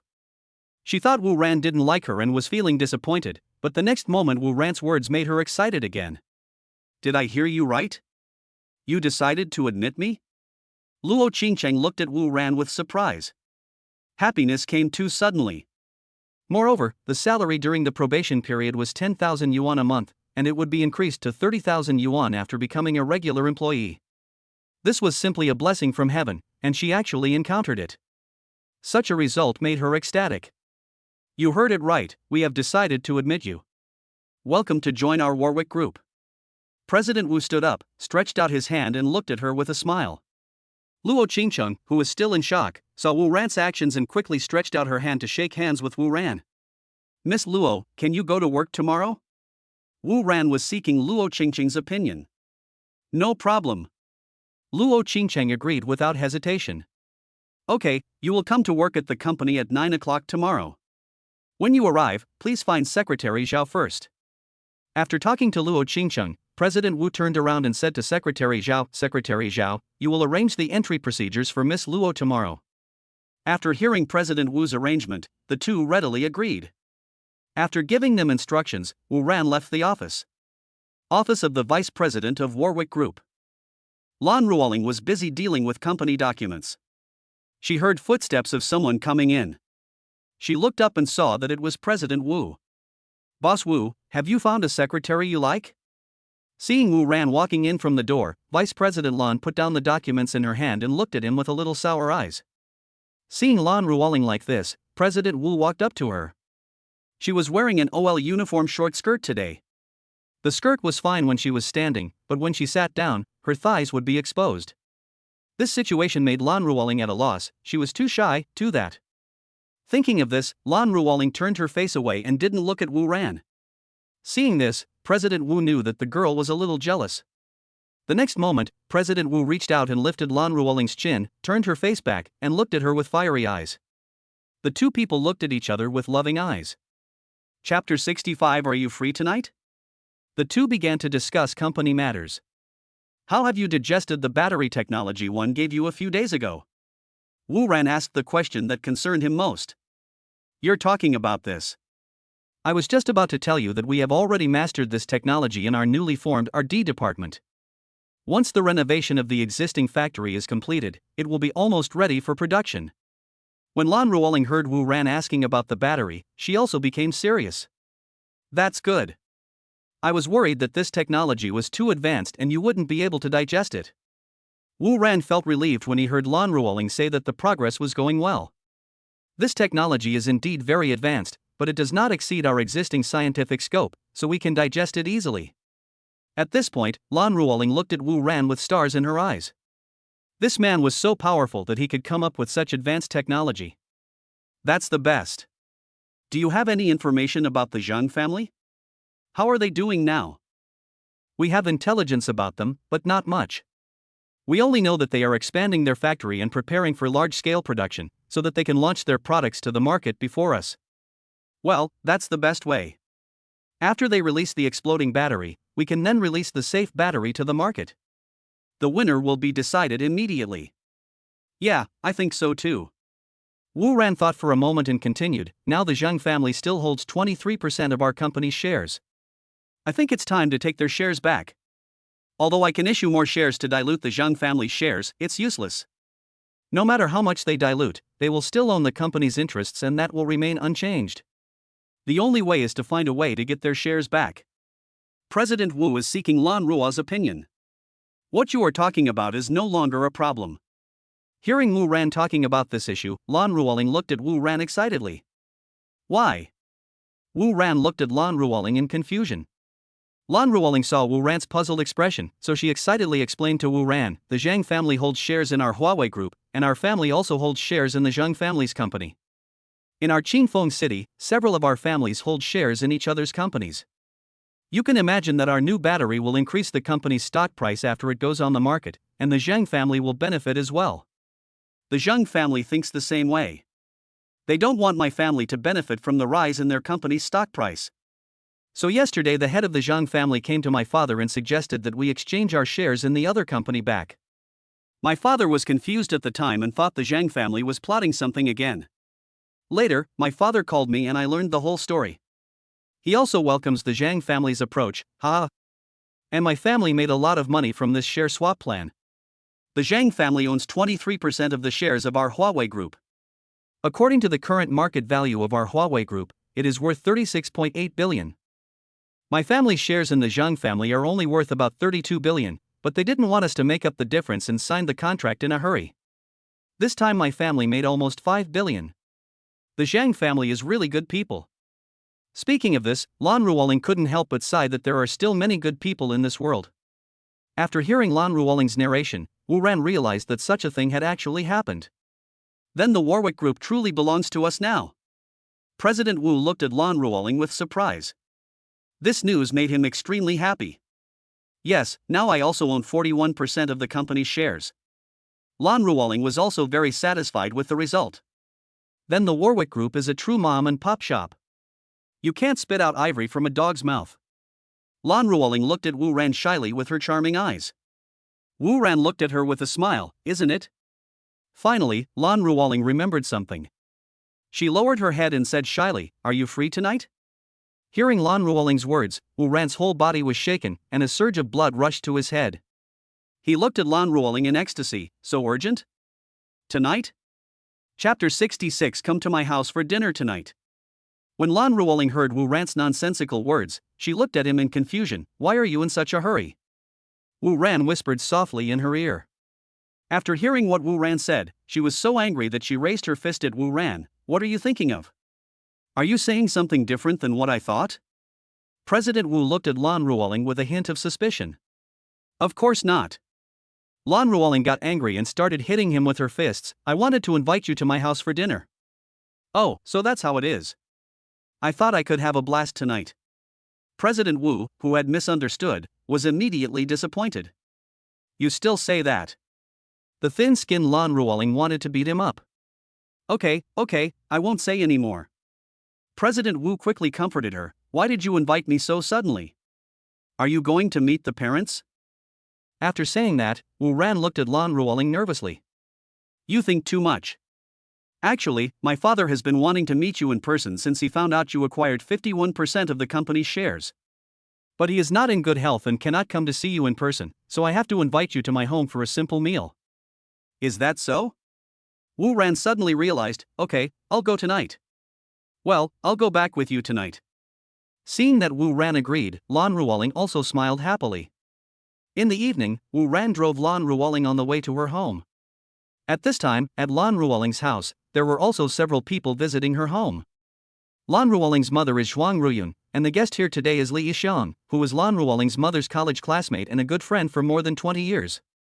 The two have had a good relationship since they graduated from college. They have always called each other sisters and visit each other from time to time. Especially in the past few years when Lan Ruoling's father was ill, Li Yixiang came to visit every 2 or 3 days, but she brought her son with her every time she came. She got married earlier than Lan Ruoling's mother, and the man she married was not a very good one. Her husband had little ability and could not make any money, and the family could only make enough to live. Later, after Lan Ruoling's mother got married, as Lan Ruoling's father's company grew bigger and bigger, their family became richer and richer, and Zhuang Ruyun became the envy of all their classmates. Everyone was at the same starting line back then, but now she has transformed herself into a wealthy lady. Li Yixiang felt uncomfortable every time she saw Zhuang Ruyun's appearance as a wealthy lady. My good friend who studied with me back then has now become an ordinary citizen, working hard to make a living every day. The other one, on the other hand, became a noble lady surrounded by jewels and jade, graceful and elegant in everyone's eyes. Such changes made Li Yixiang feel extremely unbalanced. But there's nothing I can do about it. I'm lucky enough to have found a good husband. But as things in the Lan family slowly developed, she saw that the opportunity to change her destiny had come. She knew that this old classmate had no son and only one daughter in this life, which meant that all her property in the future would belong to her daughter and son-in-law. Therefore, whoever can marry Lan Ruoling is equivalent to marrying all the wealth of the Lan family. The situation of the Lan family made her ecstatic. She thought that the opportunity had come. Taking advantage of her close relationship with Zhuang Ruyun, she would bring her son with her every time she visited the Lan family. She just hopes that her son can marry Lan Ruoling. After they get married, all the property of the Lan family will belong to her. Thinking of this, Li Yixiang could no longer sit still. Every day she thought about how to get Lan Ruoling to marry her son. When Lan Ruoling just graduated from college, Li Yixiang hinted in front of Zhuang Ruyun that she wanted the two families to become in-laws and let her son marry Lan Ruoling. Zhuang Ruyun was also very interested when she heard this proposal. She had watched Li Yixiang's son grow up since he was a child and knew him well. She also had a good impression of Li Yixiang's son and thought this move was feasible. But Lan Ruoling's father chose to let things take their course and everything depended on Lan Ruoling's attitude. It would be best if Lan Ruoling likes it. If she doesn't like it, no one can force her, just let it take its course. So from then on, Li Yisheng brought her son over to visit every 2 or 3 days, hoping that the two of them would have more contact and preferably develop feelings for each other. Li Yisheng's son is named Feng Hongkai, and he has a pointed face and monkey cheeks. Because the elders of both families have always been good friends, he has known Lan Ruoling since he was a child. Later, as Lan Ruoling grew older, she became more and more beautiful, which made Feng Hongkai, who had always coveted Lan Ruoling, very excited. But he also knew the distance between his family and Lan Ruoling, which made him dare not pursue Lan Ruoling easily. But since he learned that Lan Ruoling's parents did not object to his pursuit of Lan Ruoling, the news made him ecstatic. As long as he could marry Lan Ruoling, he could squander the Lan family's wealth as he pleased and immediately reach the peak of his life, not to mention that Lan Ruoling was a stunning beauty. Thinking of Lan Ruoling's beautiful appearance, his heart was filled with passion. In his heart, he had already decided that Lan Ruoling would be his future wife. Later, he tried his best to pursue Lan Ruoling, hoping to win her heart. However, over the past few years, things did not develop as Li Yisheng and Feng Hongkai had imagined. Lan Ruoling always maintained a distance from Feng Hongkai as an ordinary friend and did not have any romantic feelings for him. This result made Li Yisheng and Feng Hongkai panic. Feng Hongkai is already 30 years old this year, but he has made no progress in pursuing Lan Ruoling. If they delay any longer, they will become older bachelors. This result makes Feng Hongkai and Li Yisheng feel a sense of urgency. From visiting every few days, he became a guest every day. Look, Li Yisheng came here again today with her son. At this time, Li Yisheng was chatting with Zhuang Ruyun. Li Yisheng looked around and didn't see Lan Ruoling. She asked Zhuang Ruyun, "Sister Ruyun, Ruoling hasn't come back yet?" When Zhuang Ruyun heard what Li Yisheng said, she said distressfully, "This child," she said, "that the company has a big project recently and there are many things to deal with, so she comes home very late every day. Alas, it's hard for a girl like her to manage such a big company." Having said that, Li Yisheng also hypocritically comforted Zhuang Ruyun. But she is still a woman and will get married in the future. She is 26 this year, right? She should find a man to help her share these things. When she gets married, she can stay at home and take care of her husband and children. She can be a wealthy lady and won't have to show up in public like this. Although Li Yisheng also acted like she was doing this for Lan Ruoling, the theme of her words and actions was to remind Zhuang Ruyun that Lan Ruoling was not young anymore. Oh, yes. Even if we start dating now and get married after 2 years, we will be almost 30 years old by the time we want to have a child. When it comes to Lan Ruoling's emotional problems, Zhuang Ruyun is also extremely anxious. Chapter 67. Why not let your daughter marry my son? Why don't you tell Ruoling clearly and ask her to marry my son instead of dragging it out any further? I think my son is a good guy. He is handsome, loves women, and is filial. After they get married in the future, Ruoling can stay at home to take care of her husband and children, and my son can take care of the company's affairs. She won't have to work so hard. As her mother, you wouldn't want her to work so hard. Besides, we can become even closer relatives, and you can also treat him as your son. You have all raised my son since he was a child, and you all know him well. He's not someone of unknown origin, so you can rest assured. In the past few years, Feng Hongkai has made no progress in his pursuit of Lan Ruoling. Li Yisheng was extremely anxious. She decided to start with her best friend tonight and persuade her best friend to come forward and force Lan Ruoling to marry her son. When Zhuang Ruyun heard what Li Yisheng said, although she also agreed with Li Yisheng, she could see over the past few years that her daughter looked down on the son of this old classmate. Since it concerns her daughter's happiness, she will definitely not listen to what Li Yisheng says and use her status as a mother to force Lan Ruoling to get married. Moreover, she was so concerned about Li Yisheng in this matter, which made her cautious. She had heard from someone some time ago that a matchmaker had introduced several women to Li Yisheng's son, but her old classmate looked down on any of them. She said that her son would marry a lady from a wealthy family in the future, and how could those wild pheasants be worthy of her son? This made her realize that her best friend wanted her son to marry Lan Ruoling. As for why he had to marry Lan Ruoling, some things didn't need to be explained too clearly, and anyone could guess it. So when she heard what Li Yisheng said, she just smiled and didn't respond to her. When Li Yisheng saw Zhuang Ruyun like this, she knew that she was not using enough heat. And when they get married in the future, the second boy they give birth to can also take your family name. Li Yisheng brought a great temptation to Zhuang Ruyun. After hearing what her old classmate said, Zhuang Ruyun was moved again. In fact, she had always had a hurdle in her heart, that is, she had not left a male heir to the Lan family, although Lan Ruoling's father had never despised her. But in her heart she still felt sorry for Lan Ruoling's father. She had also thought about finding a son-in-law for Lan Ruoling, but finding one was not so easy. Most people in this world would not become a live-in son-in-law unless they are left with no other options. Anyone with a bit of ability would not become a live-in son-in-law. The man who was born to be a live-in son-in-law did not meet her standards in terms of appearance, character, and ability. And to find someone among these people that Lan Ruoling likes is simply impossible. So she just thought about this matter in her heart. Now that her best friend had made this suggestion, Zhuang Ruyun was indeed very interested. I'd better discuss it with Lan Ruoling and her father first. It's too early to say that now. No matter how much her father and I agree, the matter will ultimately depend on Ruoling's opinion. Although Zhuang Ruyun was very tempted by her proposal, she was not the kind of person who would act rashly. She did not dare to agree to such a big thing. Everything still depended on Lan Ruoling's opinion. That's fine, let's discuss it first before making any plans. But considering Ruoling's age, these things can't be delayed for too long. Li Yixiang also knew that it was not advisable to push Zhuang Ruyun too much on this matter. If Zhuang Ruyun disliked them, it would be more trouble than gain. Moreover, she saw that Zhuang Ruyun's face also showed an expression of excitement. Knowing that this matter had a high chance of success, she was delighted by the change in attitude of her old classmate today. This made her fantasize about the day when she would have the chance to become a lady. Thinking of this, she breathed a sigh of relief. Success was in sight. On the other side, Feng Hongkai was sitting respectfully in front of a pale middle-aged man.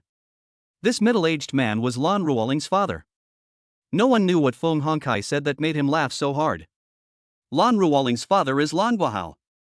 3 years ago, he fell seriously ill for unknown reasons and has been unable to stand up since then and has to use a wheelchair. After this happened, they traveled all over Shenlong country to seek medical treatment and medicine for the past 3 years. After consulting all the famous doctors, they could not find any cause. After trying all the methods and failing, he became discouraged and handed the company over to Lan Ruoling, then recuperated at home. Today, Feng Hongkai and his mother Li Yixiang came to visit again. Lan Guohao knew the reason why they came every day, but he didn't say anything. He knew that Feng Hongkai was interested in Lan Ruoling, but since this was a matter between young people, he would not get involved. It all depended on Lan Ruoling's opinion. Besides, Lan Ruoling has grown up and will have to get married in the future. He had no prejudice against the young man. In fact, Lan Guohao could also see that Lan Ruoling had no romantic feelings for Feng Hongkai at all. But since they come to your house so diligently, you feel embarrassed to chase them away. As the saying goes, everyone who comes to your house is a guest. Moreover, he also wanted to have someone to chat with, so he was not too unhappy about Feng Hongkai coming to his house every day. Feng Hongkai said to Lan Guohao respectfully, "Uncle, is Huawei Group very busy right now? Why does Sister Ruoling always come back so late these days?" When Lan Guohao heard Feng Hongkai asking about the group, he remembered that Zhang Yongkang, the patriarch of the Zhang family, came to him yesterday and proposed a share swap plan. At first, he was completely confused, but after Lan Ruoling explained the whole story to him, he was extremely happy. Unexpectedly, the young man who just took over the company set a big trap for the Zhang family right from the start. If this plan succeeds, this battle will put the Zhang family in an irretrievable situation. He had always wanted to meet this young man ever since he took over the company, but he had never been able to make an appointment. At noon today, Ruoling called back and said that she would bring the young man over for dinner tonight. Looking at the time now, they are almost here. Soon, she just called and said she'll be back early tonight. Speaking of Lan Ruoling, Lan Guohao's face was full of satisfaction. With such a daughter, what else could a husband ask for? Feng Hongkai was delighted to hear Lan Guohao say that Lan Ruoling would come back early tonight. Although he came to visit every day during this period, he had only seen Lan Ruoling a few times. It was because Lan Ruoling worked until very late at the company every day and it was almost 11:30 when she got home. Feng Hongkai usually leaves around 10 o'clock. It is not good to stay too late as a guest, so he only met Lan Ruoling once a few days ago. How can I pursue someone when I can't even meet her in person? This made Feng Hongkai very worried. Now hearing that Lan Ruoling would be back soon, Feng Hong felt a surge of warmth in his heart. He hadn't seen this girl who had been haunting him for several days. He quickly tidied up his clothes, wanting to leave a good impression of being clean and tidy in Lan Ruoling's mind. Outside the door. Under Lan Ruoling's guidance, Wu Ran and Lan Ruoling came to a mansion. After parking the car, Wu Ran got out first and went to the passenger seat to help Lan Ruoling open the door. After Lan Ruoling got off the car, the two of them walked into the house hand in hand. Seeing Lan Ruoling holding his arm, Wu Ran looked at Lan Ruoling teasingly. What's the matter, are you ready to show your cards? Well, give them a surprise, so that they don't have to nag me about finding a boyfriend every day. I didn't expect to meet the parents so soon. Wu Ran sighed. What's the matter? Don't you like it? Lan Ruoling looked at Wu Ran hatefully with her watery almond-shaped eyes. How could that be? I'm not even happy enough. Wu Ran gently scratched Lan Ruoling's nose. Dad, Mom, I'm back. Lan Ruoling started shouting as soon as she reached the gate. When Wu Ran walked into the room, he saw 4 people sitting there. 2 of them were middle-aged men who looked very similar to Lan Ruoling. They should be Lan Ruoling's parents. There was also a woman and a young man. The young man was overjoyed when he saw Lan Ruoling coming back. He immediately stood up and walked quickly to Lan Ruoling. When he came in front of Lan Ruoling and saw Wu Ran coming in hand with Lan Ruoling, his brows were furrowed and his face was full of vigilance. When he saw Lan Ruoling holding Wu Ran's arm again, his eyes narrowed and he looked at Wu Ran with bloodshot eyes. Like a mad dog, he stared at Wu Ran with blood-red eyes, raised his finger and pointed at Wu Ran, saying frantically, You guys? Chapter 68 Mother-in-law meets son-in-law. Feng Hongkai raised his finger and pointed at Wu Ran and Lan Ruoling and said, You guys? Lan Ruoling ignored him, walked past him, brought Wu Ran to Lan Guohao, and said to her father with a smile, Father, he is Wu Ran. Wu Ran, he is my father, Lan Guohao. Lan Ruoling introduced them to each other. Lan Guohao looked at Wu Ran carefully, and Wu Ran was also looking at him carefully. When Lan Guohao saw Lan Ruoling holding Wu Ran's arm, he smiled knowingly, knowing that someone was finally taking care of his little cabbage. When he heard Lan Ruoling introduce Wu Ran to him, he stretched out his hand to shake hands with Wu Ran.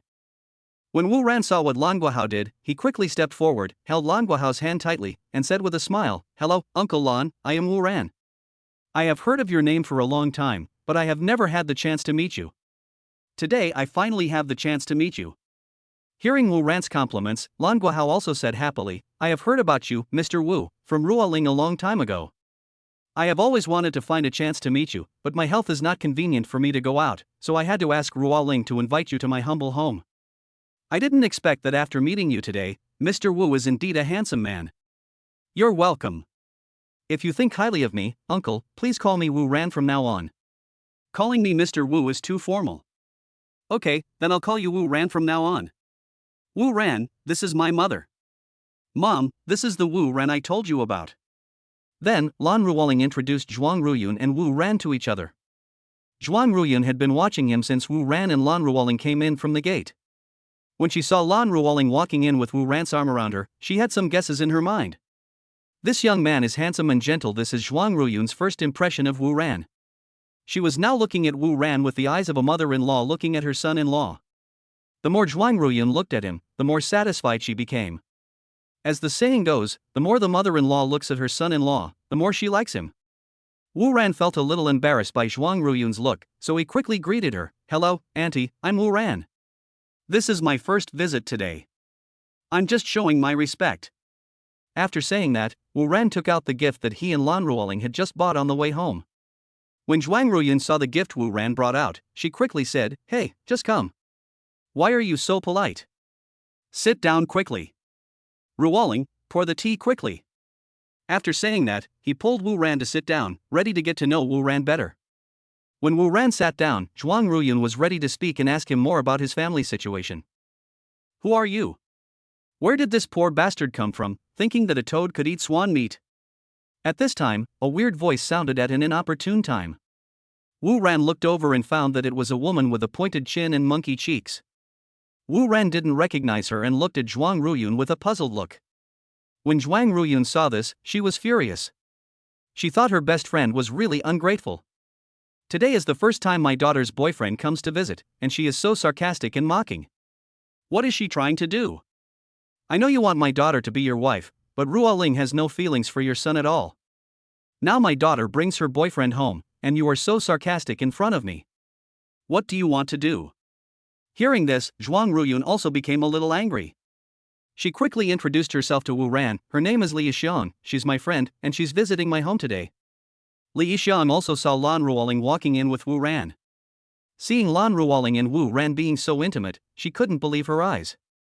His whole body was shaking, as if he had been hit on the head by a bolt from the blue, or as if someone had poured a basin of cold water over him from head to toe. Is her dream of marrying into a wealthy family about to be shattered? No, she has been planning for so long, she can't let it fail. At this time, Feng Hongkai, who was standing at the door, also woke up. He turned around, came to Wu Ran, and stared at Wu Ran. Boy, what is your relationship with Ruoling? Who is this again? Wu Ran looked at Lan Ruoling in confusion. Seeing Feng Hongkai and his mother behaving so rudely, Lan Ruoling looked at Feng Hongkai with her eyes wide open. This mother and son are so ungrateful. It seems that after they leave tonight, I have to tell my mother not to let these two people come to our house again. Seeing Wu Ran asking her, Lan Ruoling told Wu Ran the relationship between the mother and son and her family. After listening to this, Wu Ran was shocked. So that's what it is. You are just an outsider, yet you dare to come and challenge me. Seeing this, Wu Ran decided to provoke Feng Hongkai's anger. This was what he loved doing the most. The next moment, Wu Ran pulled Lan Ruoling's cheek and kissed her red lips hard. After the kiss, she asked Feng Hongkai provocatively, "What do you think our relationship is?" Lan Ruoling blushed immediately after being suddenly attacked by Wu Ran. She gave Wu Ran a charming look and quickly lowered her head. When Feng Hongkai saw Wu Ran's actions and then Lan Ruoling's shy look, his eyes burst into tears, as if someone had poured a basin of cold water on him in the cold winter. He has known Lan Ruoling for so many years, but has never seen Lan Ruoling so charming. I didn't expect that she would show such a shy look in front of a strange man. Feng Hongkai could not accept such a result in any way. Chapter 69. Do you want to stab them to death? No, if Ling is mine, no one can take her away from me. She can only be mine, only mine. Feng Hongkai was talking to himself. After a moment, he suddenly raised his head, pointed at Wu Ran and said angrily, "Boy, if you don't want to die, just leave her obediently. She's not something you toads can miss." After hearing what Feng Hongkai said, Wu Ran knew that it was time to slap someone in the face again. Sure enough, who will appear when you need it most? Of course, it's the system. Bite. Trigger the mission to uncover the conspiracy between Li Yixiang and Feng Hongkai. If the mission is successful, the system will reward you with a black technology, a detoxification pill, and a physical strengthening pill. Mission failed, ding ding is half as short. After seeing the introduction of the task, Wu Ran was speechless again. It was the same punishment again. Can you try something new? It makes me nervous every time I see this. Thinking of this, Wu Ran bargained with the system in his mind. System, can the enhanced body be moved to another place? I want it to be longer. System, why does it have to be so long? Do you want to stab your woman to death? Wu Ran's face darkened. Can you still talk happily? What's this detoxification pill you gave me for? Having hit a snag, Wu Ran decided to skip this topic. System, this detoxification pill is for your future father-in-law. Wu Ran was confused. I gave it to him to eat. Is his illness caused by poisoning? Who poisoned him? System, Li Yixiang poisoned me. Is it her? After hearing the system's explanation, Wu Ran felt a chill run down his spine. Isn't she Zhuang Ruyun's best friend for decades? How could someone do such a thing? Is this woman so vicious? Why did she poison you? What good would it be for her to poison Lan Guohao? Wu Ran decided to find out the whole story from the system. It's much better for her. She poisoned Lan Guohao at the time in order to kill both Lan Guohao and Zhuang Ruyun. After Lan Guohao and his wife die, Lan Ruoling will be the only one left. Under this blow, Lan Ruoling's spirit will definitely be severely damaged. At this time, her son will take advantage of the situation and win the beauty. In this way, the entire Warwick group will belong to them, right? Then she took advantage of her status as a close friend of Zhuang Ruyun and often visited their home. One time she finally found an opportunity. Zhuang Ruyun was cooking soup in the kitchen and had some things to deal with. When she saw Li Yixiang coming, she asked her to help watch the fire. Li Yixiang seized the opportunity and put poison into the soup cooked by Zhuang Ruyun. But man proposes, God disposes. She put poison in the soup at that time, intending to kill Lan Ruoling's parents. It's just that Zhuang Ruyun hadn't drunk the soup yet. Lan Guohao drank it first, so Lan Guohao was the first to have problems after he drank it. After Lan Guohao fell ill, Zhuang Ruyun rushed him to the hospital, and no one drank the soup anymore, so the poison only affected Lan Guohao. After hearing the system's revelations, Wu Ran took a breath and a feeling of terror rushed to his head. This woman is so terrifying. What kind of poison is this that is so powerful that even the best doctors in Shenlong country can't see it? And where does such a powerful poison come from? Logically speaking, such poison should not be in the hands of a woman like Li Yixiang. Wu Ran grasped the two key points in this matter. System, I don't know what the poison is. I only know that my detoxification pills can cure all poisons. As for why this woman has such poison in her hand, you have to ask her. After hearing what the system said, Wu Ran felt helpless. Although I know that Li Yixiang did it, I have no evidence. No one will believe me if I just say it out of thin air. System, it's been 3 years. The evidence from that time cannot be found. Even if you ask me to give you the evidence, I can't do it. But I can give you a video I made myself. This video can recreate the scene when Li Yixiang poisoned her. We scared her to death. When Wu Ran heard the system's arrangement, he was delighted. As long as there was a video, it would be fine, no matter whether it was true or false, as long as he could force Li Yixiang to admit it herself. After learning everything from the system, Wu Ran decided not to let the mother and son go. Well, if I am a toad, then what are you? Wu Ran looked at Feng Hongkai with disdain. Feng Hongkai didn't know that Wu Ran was already the president of Warwick Group. He thought that Wu Ran was also a person like him who was eyeing the Lan family's wealth. Ruoling and I have been childhood sweethearts. My aunt has betrothed her to me. She will be my wife soon. After I marry her and they both die, the entire Warwick Group will belong to me. I warn you now, stay away from her. Otherwise I will kill you then. Feng Hongkai, who had fallen into madness, could no longer distinguish between fantasy and reality. He took the scenes in his imagination as reality. When Lan Ruoling and her parents heard what Feng Hongkai said, they were furious at his remarks. Lan Guohao, in particular, was so angry at his words that he trembled all over. After hearing what Feng Hongkai said, Wu Ran knew that this man had gone crazy.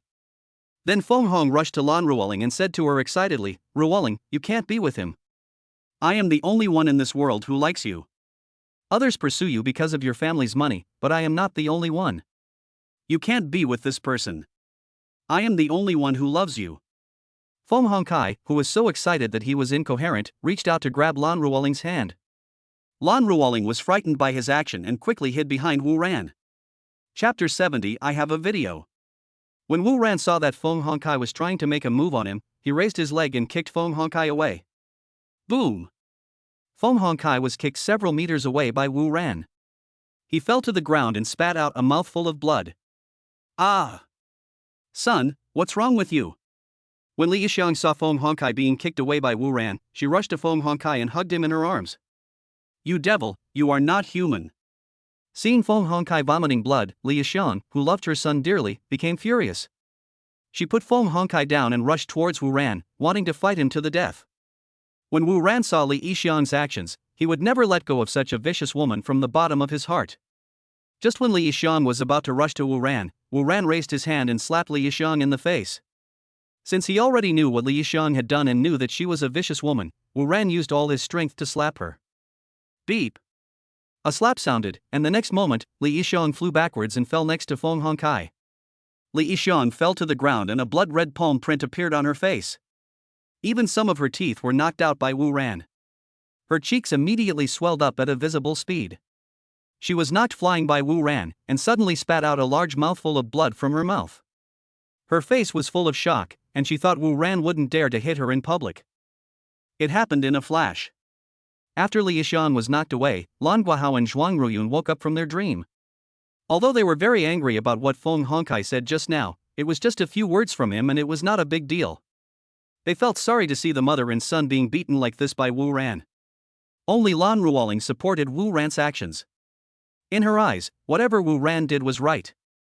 Lan Guohao persuaded Wu Ran, forget it, they didn't do anything serious, just let them go. When Wu Ran heard what Lan Guohao said, he looked at Lan Guohao and said with a smile, I can let them leave, but after I finish what I have to say, you will definitely not let them leave. Uncle and aunt, you really let a wolf into the house this time. What do you mean by letting a wolf into the house? Lan Guohao and Zhuang Ruyun were confused when they heard Wu Ran say this. Seeing Lan Guohao looking at him in confusion, Wu Ran revealed all of Li Yixiang's conspiracy. When they heard Wu Ran's words, the three of them gasped. How could such a thing happen? Wu Ran, please stop spitting blood at me. Zhuang Ruyun and I have been good friends for decades. How could I harm them? When Li Yixiang first heard Wu Ran's words, she panicked. How did Wu Ran know all these things? Wu Ran, is this true? Do you have any evidence to prove it? After hearing Wu Ran's words, Lan Ruoling looked at him anxiously. It's been 3 years. If you really want evidence, I really can't produce it. Having said that, Wu Ran could only wave his hands helplessly.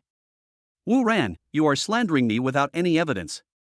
When Li Yixiang first heard that Wu Ran could explain the whole story, she thought he must have some evidence in his hands. Later, when Li Yixiang heard Wu Ran say that he had no evidence either, she breathed a sigh of relief and began to refute Wu Ran. You can only know a person's face but not his heart. Who knows what you are thinking in your heart? Wu Ran said calmly. According to what you said, I can also say that you approached Lan Ruoling with ulterior motives. Knowing that Wu Ran had no evidence, Li Yixiang became more confident. Yes, I did have a purpose in approaching her. I admit that. Wu Ran was determined to shock people, so he admitted it generously. Ha ha ha. I told you, you're not a good person either. Li Yixiang thought she had caught Wu Ran and laughed happily. My purpose in getting close to Lan Ruoling is to marry her. This is not something that cannot be discussed. But what you did is too disgusting. You actually wanted to poison someone. You are the ones who have lost all conscience. Wu Ran looked at Li Yixiang and Feng Hongkai, mother and son, with disgust. Wu Ran, you are slandering me. Zhuang Ruyun and I have been good friends for decades. She won't believe your nonsense. Li Yixiang refuted Wu Ran in a firm tone. But I have the video of you poisoning me that day. Wu Ran said this out of the blue. Video? Everyone was stunned when they heard Wu Ran's words, especially Lan Ruoling's family. They knew that there were no cameras installed in their kitchen, so how could Wu Ran have the video? When Li Yixiang heard Wu Ran say that he had a video, she became worried again, because the fact that Wu Ran could tell her what she had done proved that this person knew clearly what she had done. So it's not surprising that Wu Ran said he had the video. Thinking of this, Li Yixiang became uneasy. Hurry up and give me the video. Lan Ruoling couldn't wait to look at Wu Ran. Then, Wu Ran took out his mobile phone from his pocket, found the video that the system had just sent to him, and played the video on the TV in the hall. When they opened the video, they saw the Lan family's kitchen. Lan Ruoling and the other two all recognized this place.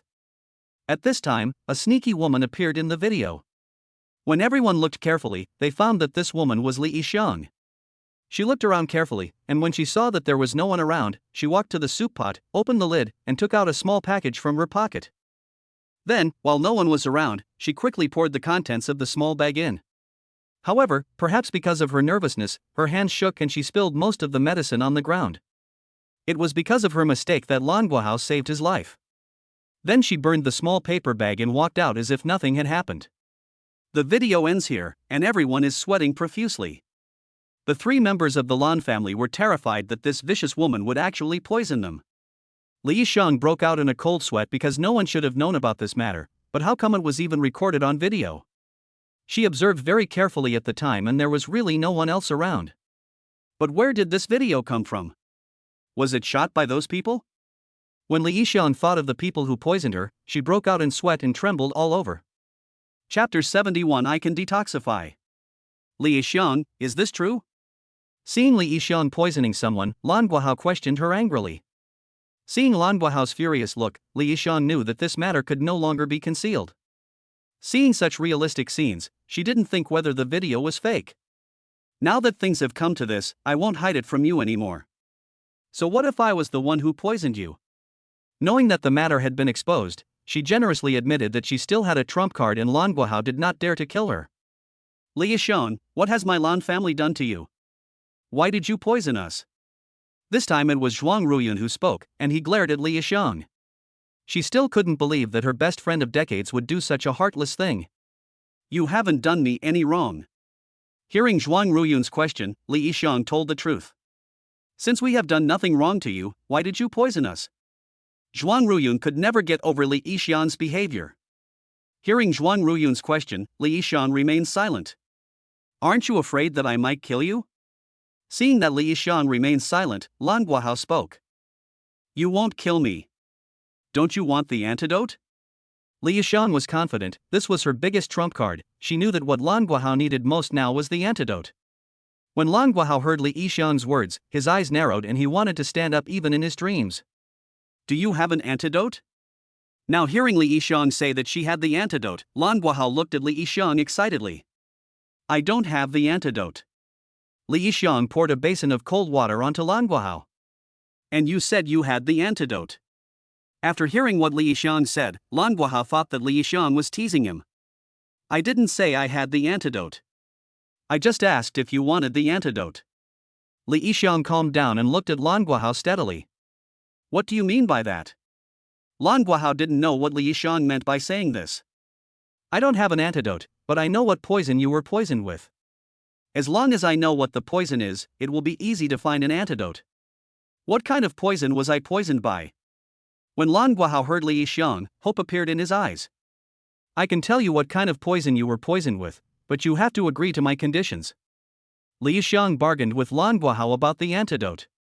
Okay, tell me what the conditions are. As long as you can cure the poison in me, I can agree to any conditions no matter how outrageous they are. As long as the poison can be cured and he can stand up again, Lan Guohao will agree to her request. Hearing Lan Guohao's promise, Li Yishang was delighted, knowing that her life was no longer in danger. She first proposed the first condition: Lan Guohao must not cause trouble for her and her son in the future. Okay, I can promise you this. Hearing this condition, Lan Guohao agreed without hesitation. You wish. I will kill you when the time comes. The second condition was, she wanted a large sum of money. Okay, this one will work too. Money is something outside of your body. If you lose it, you can earn it again. The third condition is, Lan Ruoling must marry her son. Li Yishang was not stupid. She knew that the first condition had no binding force on a businessman like Lan Guohao. She had to prepare for a rainy day and force Lan Guohao to marry Lan Ruoling to her son. Then Lan Ruoling would be her daughter-in-law, and she and the Lan family would be in-laws. Under such circumstances, Lan Guohao would have to think twice before taking action against the mother and son again. I have to say that Li Yishang's thoughts were quite dreamy, but then she met Wu Ran. She could only do futile things. When Lan Guohao heard the third condition proposed by Li Yishang, his face froze. This woman was actually so whimsical. Li Yishang, you don't really think I don't dare to kill you? Lan Guohao narrowed his eyes and spoke in a dangerous tone. If you kill me, you won't know what poison you were poisoned with. Li Yishang was not afraid of Lan Guohao. She thought Lan Guohao was just threatening her. Uncle, I have an antidote for the poison you've been poisoned with. At this time, Wu Ran, who was watching the show, didn't want to watch it anymore, so he interrupted the conversation between Lan Guohao and Li Yishang. Do you have an antidote? Hearing Wu Ran's words, the three members of the Lan family shouted in unison. Well, I do have an antidote. Wu Ran looked at Lan Ruoling's family with a smile. Impossible. How do you have the antidote? When Li Yishang heard Wu Ran say that he had an antidote, she also screamed. Uncle, this is the detoxification pill that I accidentally got from somewhere else that can cure all kinds of poisons. Wu Ran ignored Li Yishang. He took out a wooden box from his pocket and handed it to Lan Guohao. When Lan Guohao saw the box that Wu Ran handed over, he stood there in a daze, staring at the box. At this time, Lan Ruoling took the initiative to reach out and take the box. After she got the box, she opened it. A black pill was lying quietly inside the box, emitting a fragrance that penetrated the heart. Lan Ruoling looked at Wu Ran with surprise and joy. How should I take this? Lan Ruoling was not afraid that Wu Ran's medicine was fake, because he had no need for it at all. Just take it orally like this. Wu Ran looked at Lan Ruoling with a smile. Lan Ruoling took the pill out of the box with surprise, then took a glass of water and handed it to Lan Guohao, motioning him to take the pill. Zhuang Ruyun was worried when she saw Lan Ruoling's actions. She was frightened by Li Yishang's poisoning. Now she saw Lan Ruoling giving Lan Guohao something of unknown origin. She quickly said, Ruoling, it's not good to eat it like this, right? After saying that, Zhuang Ruyun did not forget to look at Wu Ran. Wu Ran, I am not targeting you, but I don't dare to let Guohao eat these things of unknown origin now. It's okay. It's normal for Aunt to have such concerns. I can understand. Wu Ran comforted her with a smile, which showed that he didn't take this matter to heart. Father, I can guarantee that Wu Ran will not harm you. Lan Ruoling looked at Lan Guohao anxiously and made a promise to her lover. Lan Guohao looked at the detoxification pill and thought to himself, he had some understanding of Wu Ran's background and knew that this mysterious young man was of great importance. It was not surprising that he could come up with the antidote pill. Judging from the current situation, the young man had no reason to harm him. He decided to give it a try. After all, he was already paralyzed and had to use a wheelchair, so it couldn't be any worse. After making up his mind, he took the detoxification pill and swallowed it down with some water. Seeing that Lan Guohao had made up his mind, Zhuang Ruyun said no more and a nervous look appeared on his face. After Lan Ruoling saw Lan Guohao swallow the detoxification pill, she nervously asked Wu Ran how long it would take for the effect to show up. Chapter 72. No matter what means you use. After Wu Ran asked the system in her mind, it told her, it will take effect 10 minutes after taking it, but Lan Guohao has been poisoned for a long time. After detoxification, he needs to rest for a while before he can fully recover to normal. After hearing Wu Ran's words, Lan Ruoling breathed a sigh of relief. She looked at Wu Ran with seductive eyes. Ever since she met him, her good luck had been continuous. Today I cured my father of the poison, allowing him to stand up again. I can never repay this great kindness. She frowned. The Lan family owed him such a great favor. What should they give him in return when the time comes? But he was completely his. As the son-in-law of the Lan family, what else could he ask for in return? Thinking of this, Lan Ruoling felt better. 10 minutes later, Lan Guohao's face gradually turned rosy and he looked much better. I can feel it. I can feel my legs. Lan Guohao's ecstatic voice rang out. The next moment, Lan Guohao stretched out his legs and tried to stand up shakily. Seeing this, Zhuang Ruyun quickly reached out her hand to support him, but Lan Guohao pried her hands away and told her not to help. Seeing this, Zhuang Ruyun had no choice but to let Lan Guohao stand up by himself. Lan Guohao was seen holding the armrests of the wheelchair, exerting force with his hands and legs, and then he stood up shakily. Seeing this, everyone in the Lan family was extremely surprised. Lan Ruoling could no longer hold back and hugged Wu Ran and cried bitterly. She was so happy that her father's illness was finally cured and the dark cloud that had been hanging over their family was finally blown away. It was her man who cured her, which made Lan Ruoling feel proud. When Zhuang Ruyun saw that Lan Guohao could stand up by himself, she also looked at Lan Guohao with tears in her eyes. However, Li Yixiang and her son, who were knocked to the ground by Wu Ran, looked at the situation here with despair. Wu Ran, thank you. The ecstatic Lan Guohao and Zhuang Ruyun thanked Wu Ran excitedly. Uncle and aunt, your business is my business. We are all family, so don't be polite. Uncle, you have just been cured of the poison. You cannot stand for a long time. You need to rest for a while before you can walk like a normal person. Wu Ran looked at the two of them and waved his hands, trying to persuade Lan Guohao not to get too excited. When Lan Guohao heard Wu Ran's words, he stood up for a while, then felt the sensation of standing up again, and then sat down again. The most important problem has been solved, and now the only thing left is the matter of Li Yixiang and her son. Li Yixiang, now we have to talk again. Lan Guohao looked at Li Yixiang coldly, without any emotion in his tone. Ruyun, spare me, I know I was wrong, please let me go, I will never do it again. When Li Yixiang heard Lan Guohao say that he wanted to settle accounts with her again, she quickly begged Zhuang Ruyun for mercy. When Zhuang Ruyun heard her best friend begging for mercy, she turned her face away and ignored her. She was just kind-hearted, but that didn't mean she couldn't tell right from wrong. When Li Yixiang saw that Zhuang Ruyun ignored her, she quickly turned around and begged Lan Ruoling for mercy.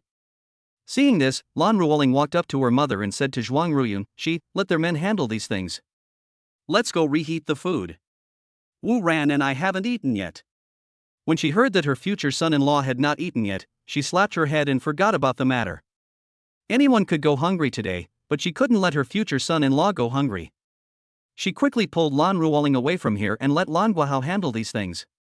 She would not get involved. Li Yixiang's actions had already broken her heart. After seeing Zhuang Ruyun leave, Li Yixiang lay on the ground in a daze, thinking that she would be dead if she fell into Lan Guohao's hands. Where did you get this poison, Li Yixiang? Lan Guohao looked at her with neither joy nor sadness. Li Yixiang lowered her head and said nothing. She knew she couldn't say this. Seeing Li Yixiang like this, Lan Guohao didn't want to continue to be entangled with this woman. If you don't say it now, you will say it later. Old Lu, come in for a moment. Lan Guohao called the old butler outside to come in. At this time, a middle-aged man in his 50s walked in from outside. He was Lu Kai, the old butler who had followed Lan Guahao for decades. After Lu Kai walked in, he came to Lan Guahao, lowered his head and whispered, "Master, are you looking for me?" Lan Guahao said calmly, "Arrange a few people to drag the mother and son away and interrogate them to find out who instructed them to do this." "Yes, sir." "By what means?" Butler Lu thought about it and asked again. "As long as you can get the result, no matter what means you use." Lan Guahao said lightly. "Yes, I know what to do." Butler Lu took the order and called a few security personnel to drag away Li Yishang and her son, who looked as pale as death. Bite. Mission accomplished. Rewards are being distributed. When Wu Ran heard the system's voice, he knew that the mission was completed. He breathed a sigh of relief, feeling that he had saved his younger brother. After the mother and son were dragged away, Lan Guahao looked at Wu Ran kindly. "Wu Ran, let's go over and have dinner. I originally invited you to my home today, but you made a fool of yourself." Hearing Lan Guahao calling him, Wu Ran smiled and said, "You can't know a person's heart, but you can know his face. These things are inevitable. Uncle, don't think too much." After saying that, he pushed Lan Guahao towards the dining room. When we arrived at the dining room, Zhuang Ruyun and Lan Ruoling had already reheated the food and placed it on the table. I saw the two of them coming. Zhuang Ruyun also said to Wu Ran lovingly, "You must be hungry. Come sit up and eat." "Thank you, Auntie." After such a long time, Wu Ran was hungry. Hearing Zhuang Ruyun's words, he didn't hesitate. After Lan Guahao sat down, he also sat at the table and started to prepare to eat. After Zhuang Ruyun and Lan Ruoling served all the dishes and sat down, everyone started to eat. "Wu Ran, thank you for helping us a lot. If it weren't for you, I would have continued to treat Li Yishang, a ruthless person, as my best friend. Thinking about it now still makes me break out in a cold sweat. Now, Auntie, let me toast you." After saying that, Zhuang Ruyun picked up the wine glass and looked at Wu Ran. When Wu Ran saw Zhuang Ruyun pick up the wine glass to toast him, he quickly picked up his glass as well and gently clinked it with Zhuang Ruyun's. The next moment, Zhuang Ruyun drank the wine in one gulp, which made Wu Ran dumbfounded. After drinking, Zhuang Ruyun showed the empty glass to Wu Ran. Wu Ran could only drink his wine in one gulp. Well, young people have courage. Seeing Wu Ran finish the wine, Lan Guahao praised him. "Ruoling, help me fill Wu Ran's glass. I want to have a drink with him too." When Lan Guahao saw that Wu Ran had finished his wine, he signaled Lan Ruoling to help Wu Ran fill his glass. Chapter 73. You are so well nourished.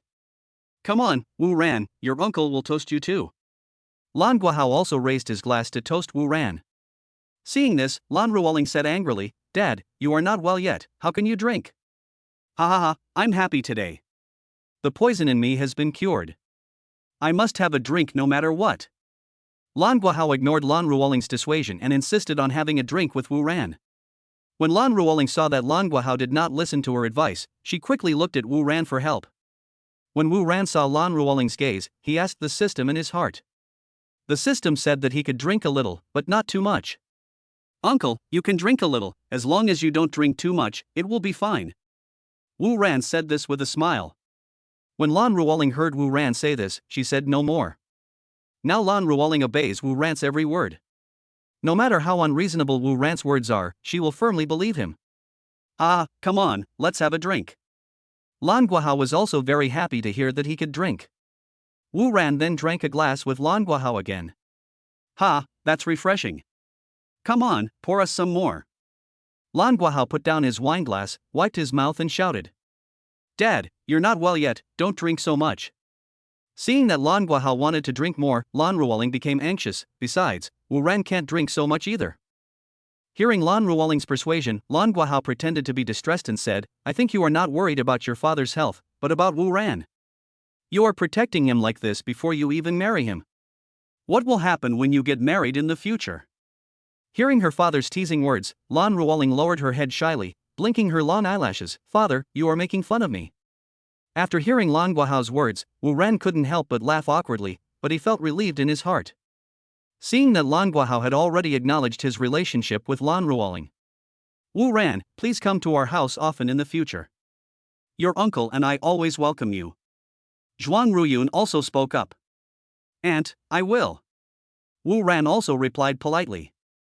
In this way, before we knew it, the meal had lasted more than 2 hours. By the time they finished their meal, Wu Ran had already drunk several glasses of wine and was a little tipsy. Uncle and Aunt, it's getting late now. I have to go back too. Wu Ran looked at the time and wanted to say goodbye and go back. You've drunk so much, can you go back alone? Hearing that Wu Ran was going back, Lan Ruoling looked at him with concern. It's okay, I'm not drunk. Wu Ran waved his hand disapprovingly. You've drunk so much, why don't you just stay here tonight? Zhuang Ruyun also looked at Wu Ran worriedly. She was also worried about Wu Ran driving back alone, and he was drunk. That's it. Don't leave tonight. Stay here for one night and leave tomorrow. There are plenty of vacancies here anyway. Lan Guahao made the final decision and did not let Wu Ran leave. Wu Ran heard their persuasion and didn't want to ignore their good intentions. Okay, I'll bother you tonight then. In this way, Wu Ran stayed at the Lan family and continued to be a guest. At night, in the guest room on the third floor of the Lan family villa, Lan Ruoling knocked on Wu Ran's door. Wu Ran opened the door and saw Lan Ruoling standing at the door with a set of men's pajamas in her hand. Wu Ran stepped aside to let Lan Ruoling come in. After Lan Ruoling came in, she handed the pajamas to Wu Ran. This pajamas originally belonged to my father. It's new and has never been worn. Now I'll give it to you. Wu Ran took the pajamas and stared at Lan Ruoling and asked, Have you taken a shower? Why do you ask? Lan Ruoling looked at Wu Ran in confusion. Wu Ran put his mouth close to Lan Ruoling's ear and whispered, If you haven't washed yet, we can do it together. Wu Ran drank a few glasses of wine tonight, and now he is drunk and much bolder. Go to hell. Hearing Wu Ran's shameless words, Lan Ruoling's face instantly turned red with embarrassment. Although she and Wu Ran had kissed each other before and he had touched her in some places, she had never heard such embarrassing words before. She threw her pajamas into Wu Ran's hand and ran out of Wu Ran's room as if she was running for her life. When Wu Ran saw Lan Ruoling running away, he smiled and walked towards the bathroom with his pajamas. After taking a shower, I lay down on the bed and felt a little more awake. At this time, Lan Ruoling knocked on the door again. Wu Ran, have you finished your shower? I'm done. Wu Ran replied. When Lan Ruoling heard Wu Ran's words, she opened the door and walked in. When Wu Ran saw Lan Ruoling like this, his eyes widened. Lan Ruoling was wearing a lace suspender pajamas from a luxury brand. In front of her was the unreachable mountains. Her eyes were charming and seductive, her skin was as white as cream, and as rosy as a lotus emerging from water, and her face was rosy. Lan Ruoling was so beautiful and stunningly dressed that Wu Ran felt his mouth dry and he was eager to try. Lan Ruoling walked in and saw Wu Ran's dazed look. She smiled sweetly, Silly boy, you are stunned. After hearing Lan Ruoling's words, Wu Ran came back to his senses. He looked at her flatteringly. Yes, I was stunned. I didn't expect her to be so charming. Smooth talk. Lan Ruoling rolled her eyes at Wu Ran, but she was very excited in her heart. No matter which girl heard her lover praising her like this, her heart would be very sweet. Give me a bedtime hug. Wu Ran stretched out his hand, wanting Lan Ruoling to give him a loving hug. He could see that Lan Ruoling had nothing inside. All the obstacles from before were gone today. This was a once-in-a-lifetime opportunity. Lan Ruoling did not doubt him and walked forward with open arms, ready to greet Wu Ran. When Wu Ran saw Lan Ruoling open her arms, he hugged Lan Ruoling in his arms, found her soft spot, and the two began to kiss. Soon, Wu Ran's hands became naughty again. Lan Ruoling felt Wu Ran's actions and didn't want to stop him. She couldn't stop him anyway, so she just regarded it as a reward for him saving her father today. Wife, you are so well nourished. Wu Ran couldn't help but exclaim in admiration. Lan Ruoling knew what Wu Ran meant by this sentence. She closed her eyes and did not respond to Wu Ran. But slowly, Lan Ruoling felt Wu Ran's hand starting to move towards the right place again. Lan Ruoling's heart shuddered and she immediately came to her senses. She broke free from Wu Ran's clutches again, lowered her head and ran away in a hurry. After running back to her room, Lan Ruoling was panting and thinking wildly, if I just run away like this, what if he gets angry? Should I go back? If he wants that again after I go back, what should I do? Lan Ruoling was afraid that Wu Ran would be angry. Chapter 74 To give or not to give, that is the question. At this time, Lan Ruoling in the room had also heard the sound of Wu Ran opening the door. She hid her head in the quilt, her heart pounding. Why is he so bold? What did he want to do by running here? What should I do if he wants that? Give it to him, or not? Should we kick him out? What should I do? What should I do? In the few seconds that Wu Ran walked in, Lan Ruoling had already thought of many things in her mind. As Wu Ran's footsteps got closer, Lan Ruoling's heartbeat began to beat faster and faster. Before Lan Ruoling could figure out what to do, Wu Ran had already walked in. Wu Ran walked in and stood in front of Lan Ruoling. As the bright moonlight shone in from the window, Wu Ran saw that Lan Ruoling had her eyes closed, but her long eyelashes were trembling slightly, showing her inner unrest. The next moment, Wu Ran lifted the quilt and crawled in. Lan Ruoling, who was daydreaming, felt Wu Ran's actions. Her body stiffened and she was trembling slightly, which was enough to show her inner unrest. Wu Ran sensed Lan Ruoling's inner restlessness.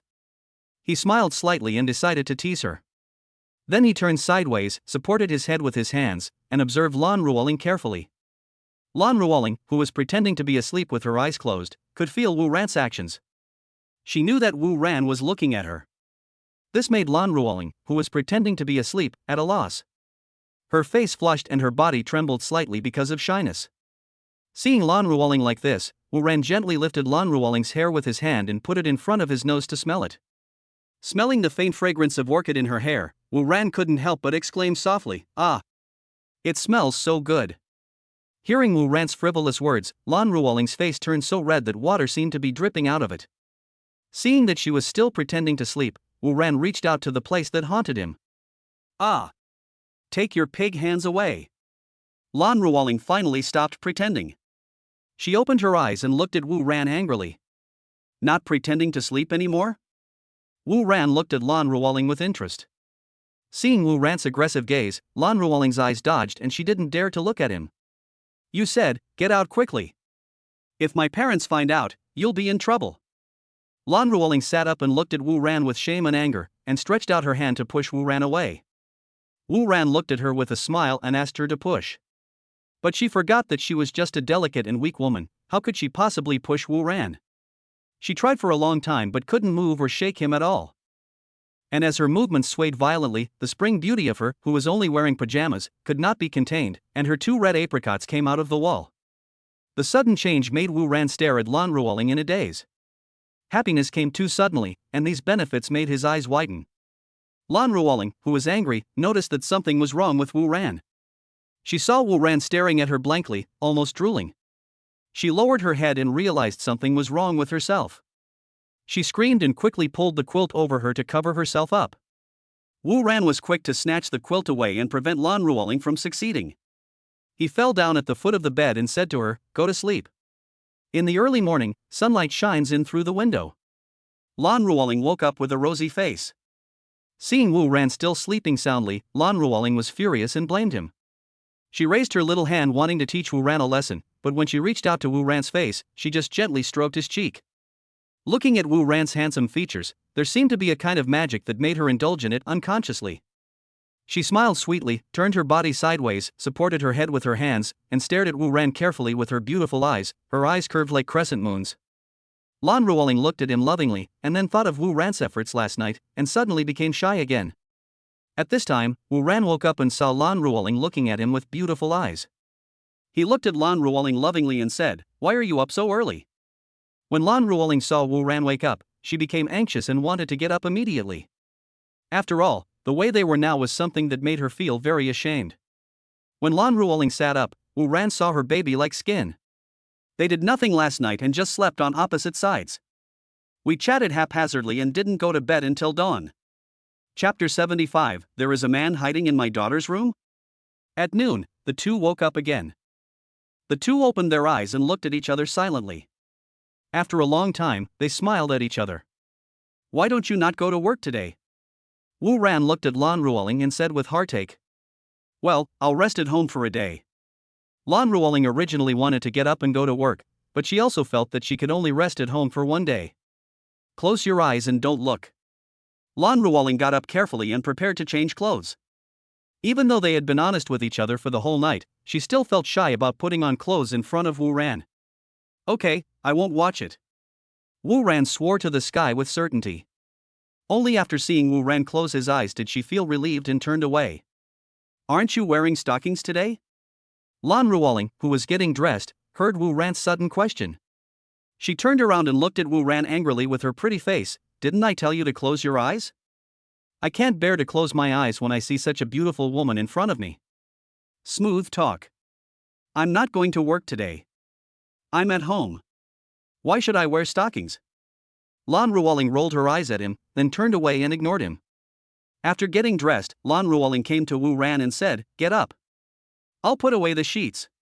"Why are you collecting the sheets?" Wu Ran looked at her in confusion. "You get up first." Lan Ruoling urged him. After Wu Ran got up, Lan Ruoling took out a pair of scissors, walked to the bed and lifted the quilt.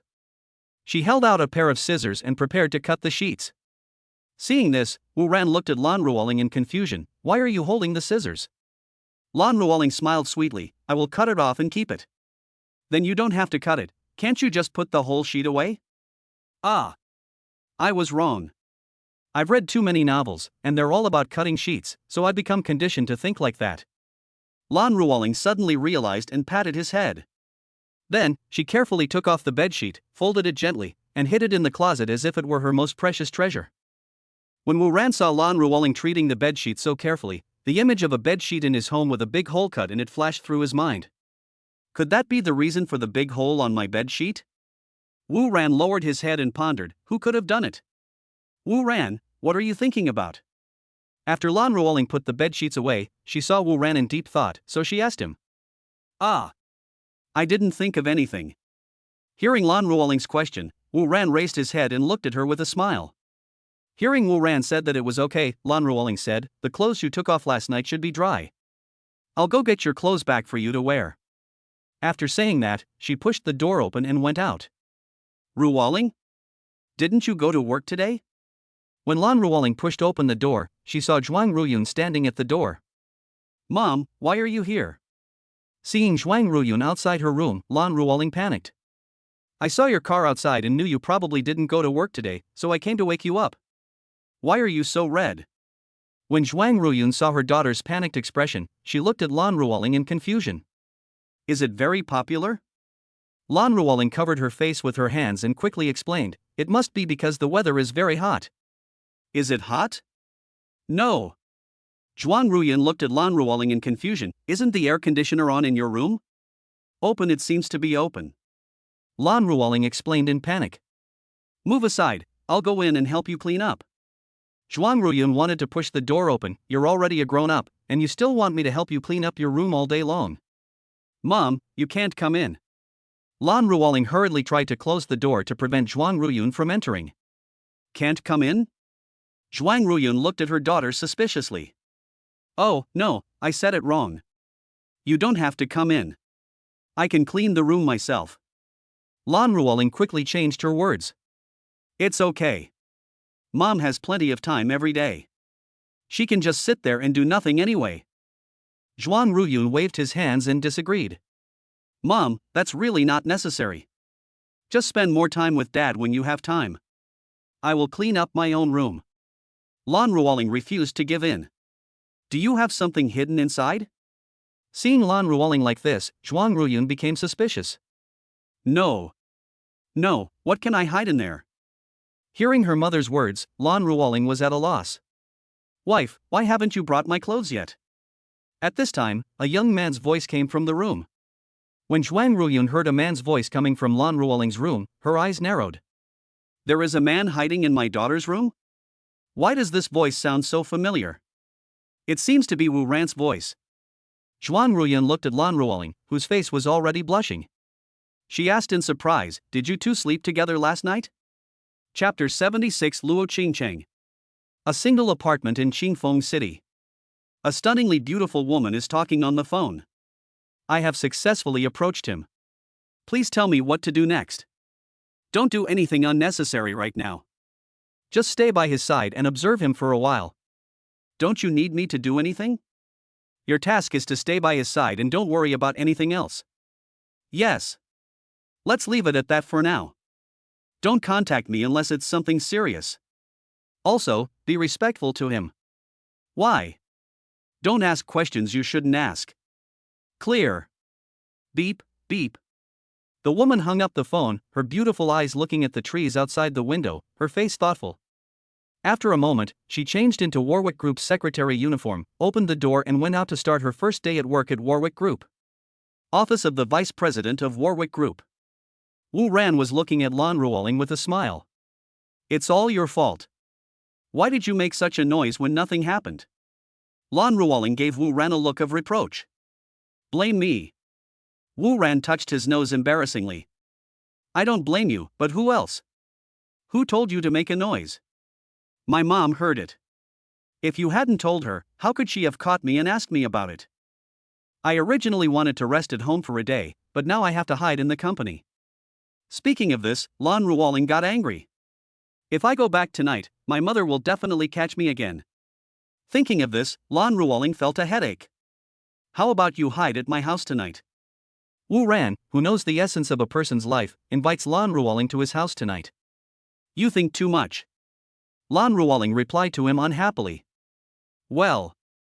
Seeing that Lan Ruoling was not fooled, Wu Ran smiled awkwardly. Boom boom boom.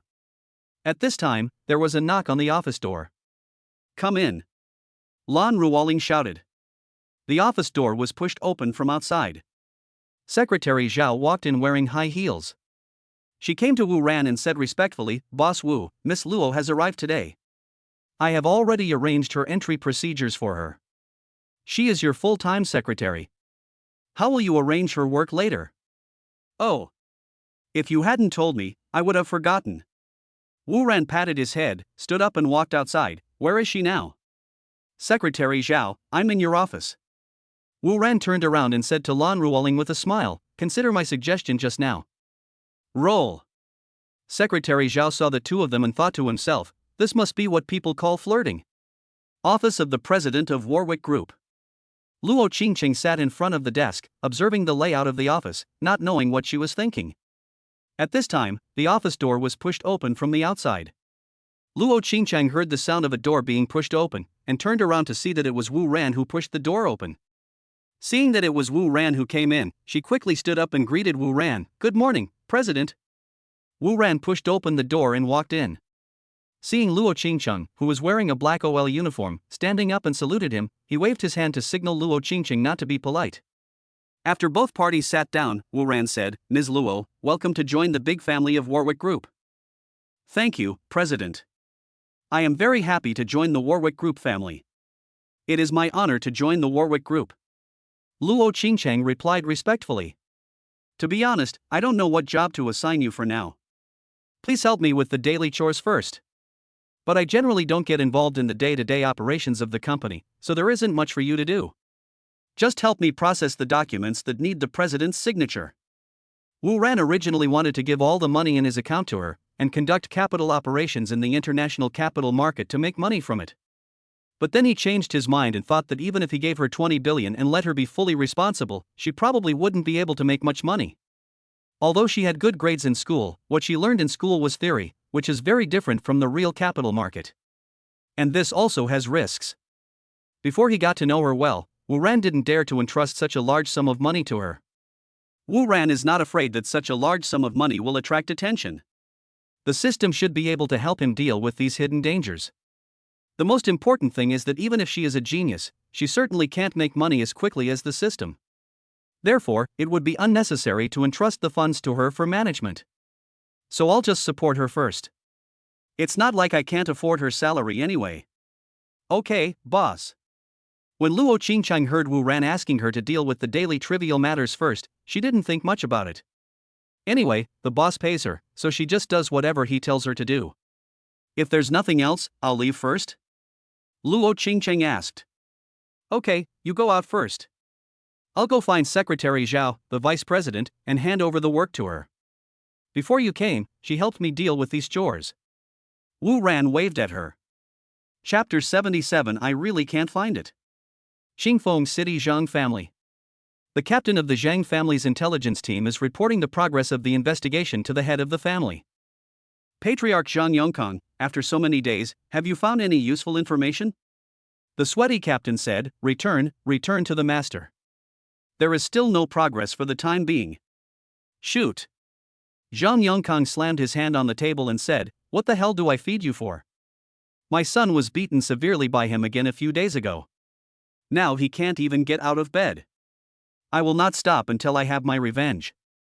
Hearing the sound of Zhang Yongkang slamming the table, the captain was shocked. He quickly knelt on one leg and begged for mercy, saying, "Master, please calm down. It's not that we are perfunctory, but this Wu Ran is really evil." "Oh, then tell me what this evil method is." The head of the Zhang family, Yongkang, looked at the captain indifferently. He had already decided in his heart that the captain was just trying to fool him. It was impossible to mobilize the power of the Zhang family to investigate and not find a single person. The captain reported carefully, "Home, at the beginning, we investigated him on the internet, but found that there was no information about him on the internet. But there are a lot of news about him. The news about a blind date that caused a stir on the internet a few days ago was about him. He was also the protagonist of Qingfeng City's 10 billion donation." Zhang Yongkang waved his hand. "I know everything you said, but it's useless. I can't tell where he came from. Tell me something useful." "Yes, master." The captain answered respectfully, and then spoke again. "Later, when I found that I couldn't find his information on the internet, I turned to offline. Knowing that he studied at Qingfeng University should have his files or information. So I started with Qingfeng University. I went to find the principal first, but because he donated so much money to the school and was a great benefactor to the school, the principal refused to show me Wu Ran's file. In desperation, we bribed a teacher in charge of archives at the school and asked him to take photos of Wu Ran's archives for us. However, when the teacher wanted to look for Wu Ran's file, he found that his file had disappeared." "There is no file on him?" Zhang Yongkang said to himself. "Yes, there is indeed no file on him in Qingfeng University." The captain said bitterly. "Since there is no file, you can also start with his friends. I don't believe that he didn't have any friends during his college years." Zhang Yongkang said without giving up. "We sent female intelligence agents to approach Wu Ran's friends in disguise, but to no avail." The intelligence captain looked at Zhang Yongkang with a bitter face. "What does this mean?" Zhang Yongkang looked at the captain in confusion. After the female intelligence agents used their beauty to get close to Wu Ran's friends, they began to try to get some useful information out of them, such as where is his home? What does he do? Who is in his family? What has he been through in the past few years? But his friends thought about it for a long time and found out they knew nothing. And I am sure that his friends really knew nothing. In the years they were in college with Wu Ran, they never heard him talk about himself. They only know that his name is Wu Ran and he is not from Qingfeng City. They know nothing else." The intelligence team leader reported to Zhang Yongkang incessantly. Zhang Yongkang lowered his head and thought for a moment, then raised his head and asked again, "Did he have a romantic relationship during college?" Hearing Zhang Yongkang's words, the captain knew what he wanted to ask, and continued, "He once had a love affair with a woman named Yang Yuqin, a lady from a wealthy family in Qingfeng City. We also went to the rich family to look for her, but she had not been with Wu Ran for long, and she did not know Wu Ran's family situation."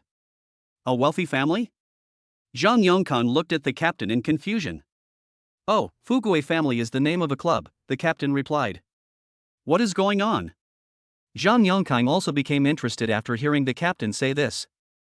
When Yang Yuqin was with Wu Ran, she thought he was a poor boy, so she broke up with him and turned around to embrace another classmate. Then the captain told us all the information he had collected. "I never thought there would be such a thing. This woman actually threw away the watermelon to pick up sesame seeds." After hearing the captain's words, Zhang Yongkang also sighed. "What should we do now?" The captain asked Zhang Yongkang cautiously. After hearing what the captain said, Zhang Yongkang thought for a while and said again, "I heard that he has a girlfriend who is a lawyer now." "Yes, her name is Lin Shirin, and she is a property rights intern lawyer at Qingfeng City Joda law firm." The captain told Zhang Yongkang the information he had found about Lin Shirin. "Tell me all the information about Lin Shirin," Zhang Yongkang said. Chapter 78. This is the office. After listening to the captain report Lin Shirin's information to him, Zhang Yongkang waved his hand and asked the captain to go down first. After the captain left, Zhang Yongkang asked the housekeeper to come over. "Housekeeper, master." "Zhang Yongkang, how are the preparations for our global launch going in 3 days?" The butler replied respectfully, "Everything has been prepared. We can start on time in 3 days. We have already signed supply contracts with major manufacturers around the world, and we will start shipping after the press conference is over in 3 days." "Okay, all this will have to wait for 3 days. Zhang Yongkang felt relieved when he heard the housekeeper say that everything was ready. You also heard what the intelligence captain said just now, right? Zhang Yongkang said lightly while looking out the window. My lord, I heard everything, the butler replied. How do you think we should handle our relationship with Wu Ran? Zhang Yongkang asked the housekeeper for advice. I think your current approach is correct. Without knowing Wu Ran's background, it is not appropriate to conflict with him for the time being. The housekeeper speaks the truth. But Xingchen was severely injured by him. The doctor said that he will never be able to walk again. This hatred is irreconcilable. If I don't take revenge, I will not be able to swallow this anger. Zhang Yongkang said this through gritted teeth, his face twisted with anger. Master, calm down. Before we have investigated Wu Ran's background, it is really inappropriate for us to take action against him. From the current situation, we have mobilized all our forces to investigate him, but to no avail. From this incident, we can see that this person has a very important background. The housekeeper hurriedly tried to dissuade Zhang Yongkang, fearing that he might do something in anger. After hearing the housekeeper's dissuasion, Zhang Yongkang slowly calmed down. He said viciously, although I can't take action against him, it should be okay to touch his woman. Hearing Zhang Yongkang said this, the butler lowered his head and thought for a while. After a moment, he said, this method should be feasible. Judging from the nature of these rich young men, one more woman doesn't make much more or one less woman to them. It shouldn't be a big problem for him to touch a woman. The housekeeper also thought it was not a big problem. Zhang Yongkang saw that the housekeeper also thought it was feasible, so he said, then you arrange a few good men to tie up his woman tonight and see if you can get information about Wu Ran from her. But you have to be careful and don't let Wu Ran catch us. Zhang Yongkang did not forget to remind the housekeeper. Okay, Patriarch, I know what to do, I'll do it right away. After receiving the order, the butler turned around and went out to arrange tonight's operations. After the housekeeper left, Zhang Yongkang stood by the window and stared blankly outside. Office of the Vice President of Warwick Group. Wu Ran looked at Lan Ruoling thoughtfully. She was wearing her usual OL uniform today, with a little light makeup on her face, which made her look even more gorgeous. Especially the pair of long legs wearing Wu Ran's favorite black stockings. He was truly a little evildoer who brought disaster to the country and the people. Lan Ruoling lowered her head, closed her eyes, bit her cherry lips, and ignored him. Another half an hour later, Lan Ruoling finished tidying up and sat back at her desk. She gave Wu Ran a charming look and said, go away quickly and don't disturb me while I'm working. You've made it impossible for me to finish processing these documents today. There is always work to be done. If you can't finish it today, leave it for tomorrow. Wu Ran said nonchalantly. You make it sound easy. Do you think it's easy to manage such a large group? You won't help me. Lan Ruoling said to Wu Ran unhappily. No, I hate doing these things the most. Isn't Uncle okay now? When he's fully recovered, can't we just let him come back? Wu Ran gave Lan Ruoling some advice. You think I don't want to? I've already proposed it to him. But my father said that the company would be handed over to me anyway, and I have done a good job in the past few years. He has worked so hard for so many years, it's time for him to retire. Since he founded the Warwick Group, he has never spent enough time with his mother, so he will no longer be involved in the company's affairs and spend the rest of his time with her. Speaking of this, Lan Ruoling also agreed with her father's approach. Chapter 79. Fortunately, I have a lot of stockings. Are you free in 3 days? Lan Ruoling remembered something. What's up? Wu Ran asked. Lan Ruoling took out an invitation from the drawer, handed it to Wu Ran and said, take a look for yourself. Wu Ran took the invitation letter and opened it. It turned out that the Zhang family was going to hold a global conference on battery technology in 3 days. Global launch? Wouldn't it be embarrassing for the whole country? Wu Ran looked at the invitation in his hand with interest.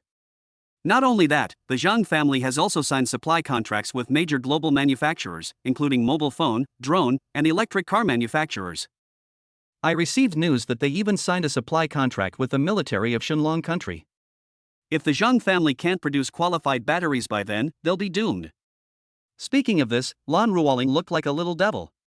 This time the Zhang family is making a big move. Those manufacturers cannot get batteries, and it will take more than half a month for them to place orders with other battery manufacturers to start production again. In the electronics industry, the market is changing rapidly and unpredictably. If your product is delayed for half a month before it is launched, the opportunity has already passed. When these manufacturers run out of battery production and become extremely anxious, we will spread the word that we have the most advanced and safest batteries. I'm not afraid that they won't flock to us. Wu Ran was also looking forward to what would happen 3 days later.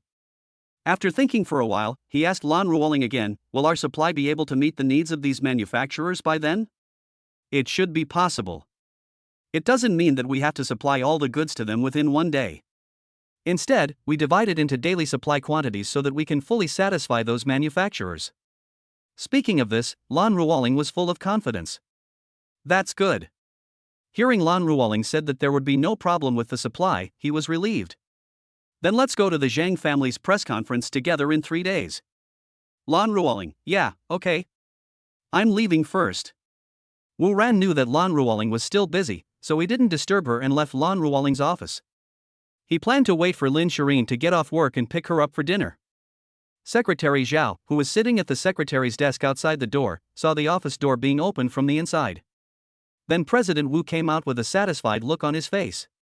Seeing Wu Ran coming out, Secretary Zhao quickly stood up. Hello, Mr. Wu. When Wu Ran pushed open the door and went out, Secretary Zhao greeted Wu Ran, who had a satisfied look on his face. Well, hello. Wu Ran also responded to Secretary Zhao. After Wu Ran left, Secretary Zhao picked up the documents and went in to find Lan Ruoling. When she entered the office, she could still smell a strange smell in the air. Boss Lan, you need to review and sign these documents. She walked up to Lan Ruoling and handed her the document. Lan Ruoling looked up and saw that it was Secretary Zhao. She took the document and looked at it carefully. While Secretary Zhao was waiting for Lan Ruoling to sign, she observed that her boss's face was still flushed with pleasure. She secretly glanced at Lan Ruoling's legs. Just now when President Wu hadn't arrived, Lan Ruoling was still wearing stockings on her legs. Now the stockings were gone. It seemed that they were torn by President Wu again. Secretary Zhao understood in her heart that her two superiors were really having fun. Leave these documents here for now. I'll give them to you after I've read them carefully. Lan Ruoling glanced at the document and said to Secretary Zhao. Ah. What? Secretary Zhao was suddenly awakened by Lan Ruoling's words. What's on your mind? Why are you distracted? Lan Ruoling looked at Secretary Zhao in confusion. She saw Secretary Zhao's eyes looking at her legs, so she also looked at her legs and found something different. She was not wearing stockings, and Secretary Zhao discovered it. Damn Wu Ran, he just tore my stockings. I forgot to wear them when I put them on. Seeing Secretary Zhao's gaze, Lan Ruoling's face suddenly turned cherry red with shame. I said, leave these documents here for now, I'll give them to you after I've read them carefully. You go out first.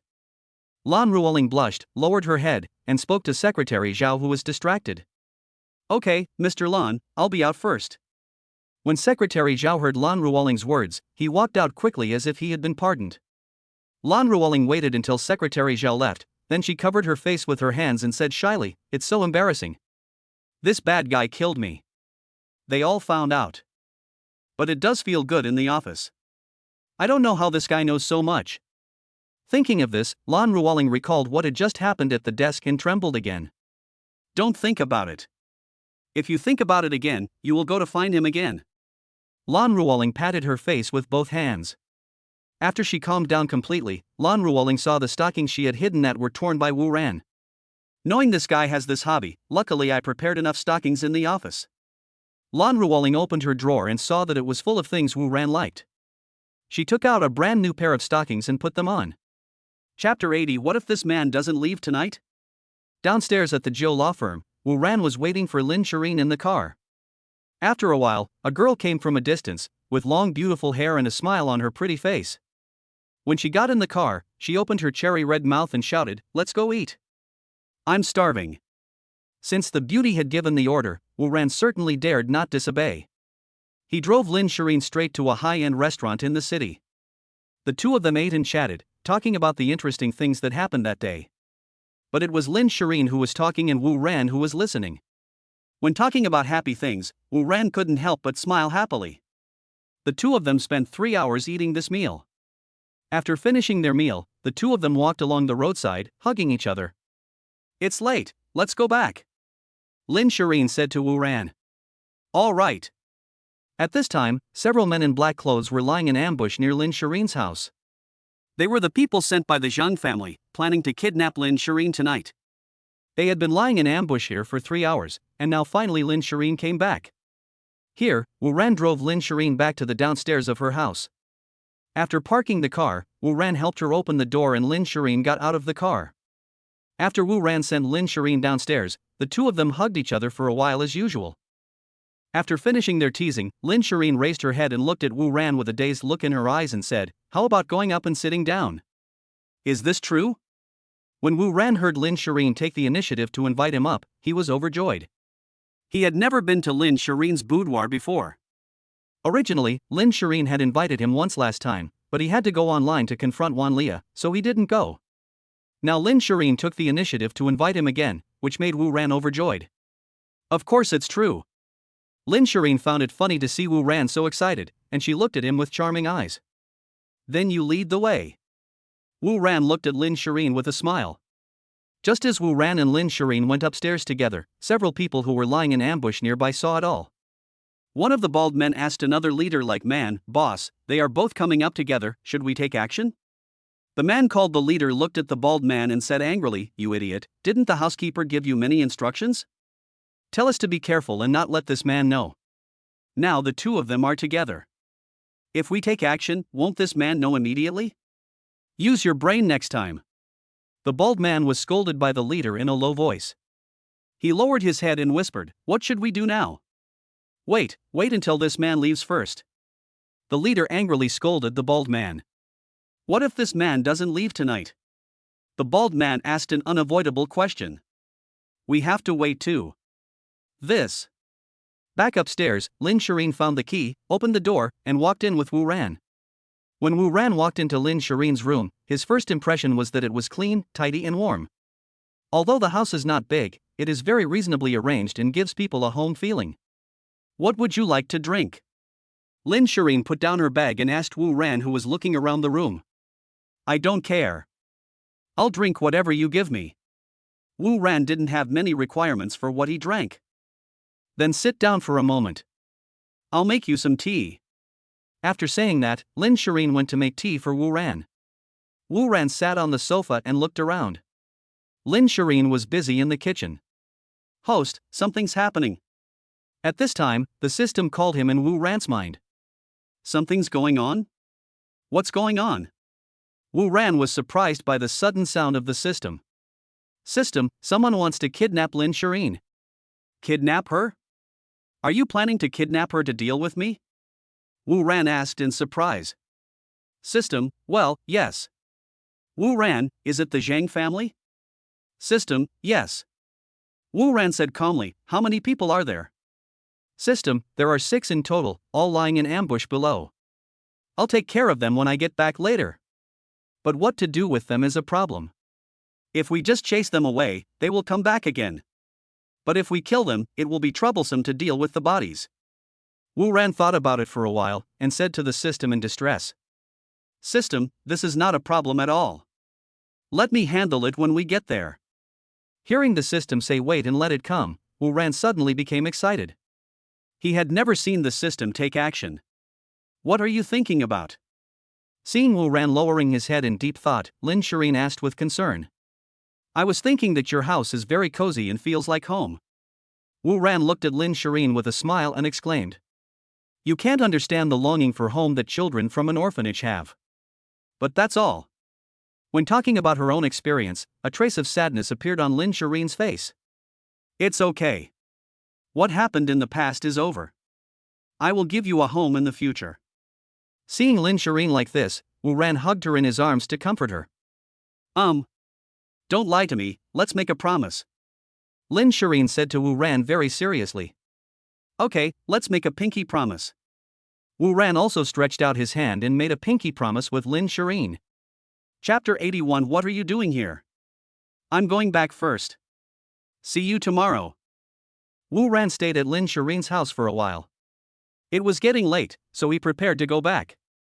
Lin Shireen sent him out the door, biting her cherry lips and looking at him, "Then be careful on the road." "Well, I saw it, you go back quickly." Wu Ran waved to Lin Shireen, signaling her to go back quickly. After Lin Shireen went back, Wu Ran turned around and walked out. Several people from the Zhang family who were lying in ambush here saw this situation, and they finally waited until Wu Ran left. When they saw Wu Ran disappear, they were about to take action. "Hello, what are you doing here?" The people who were lying in ambush near Lin Shireen's house suddenly heard a young man's voice. When they looked carefully, they saw Wu Ran looking at them with a smile, and they were immediately scared out of their wits. How did he get here? Why didn't we notice him even though he was right in front of us? How did he know we were here? These people asked the ultimate 3 questions in their hearts. Hearing Wu Ran's question, the leader of the team stammered, "We are at. Are you trying to kidnap my girlfriend?"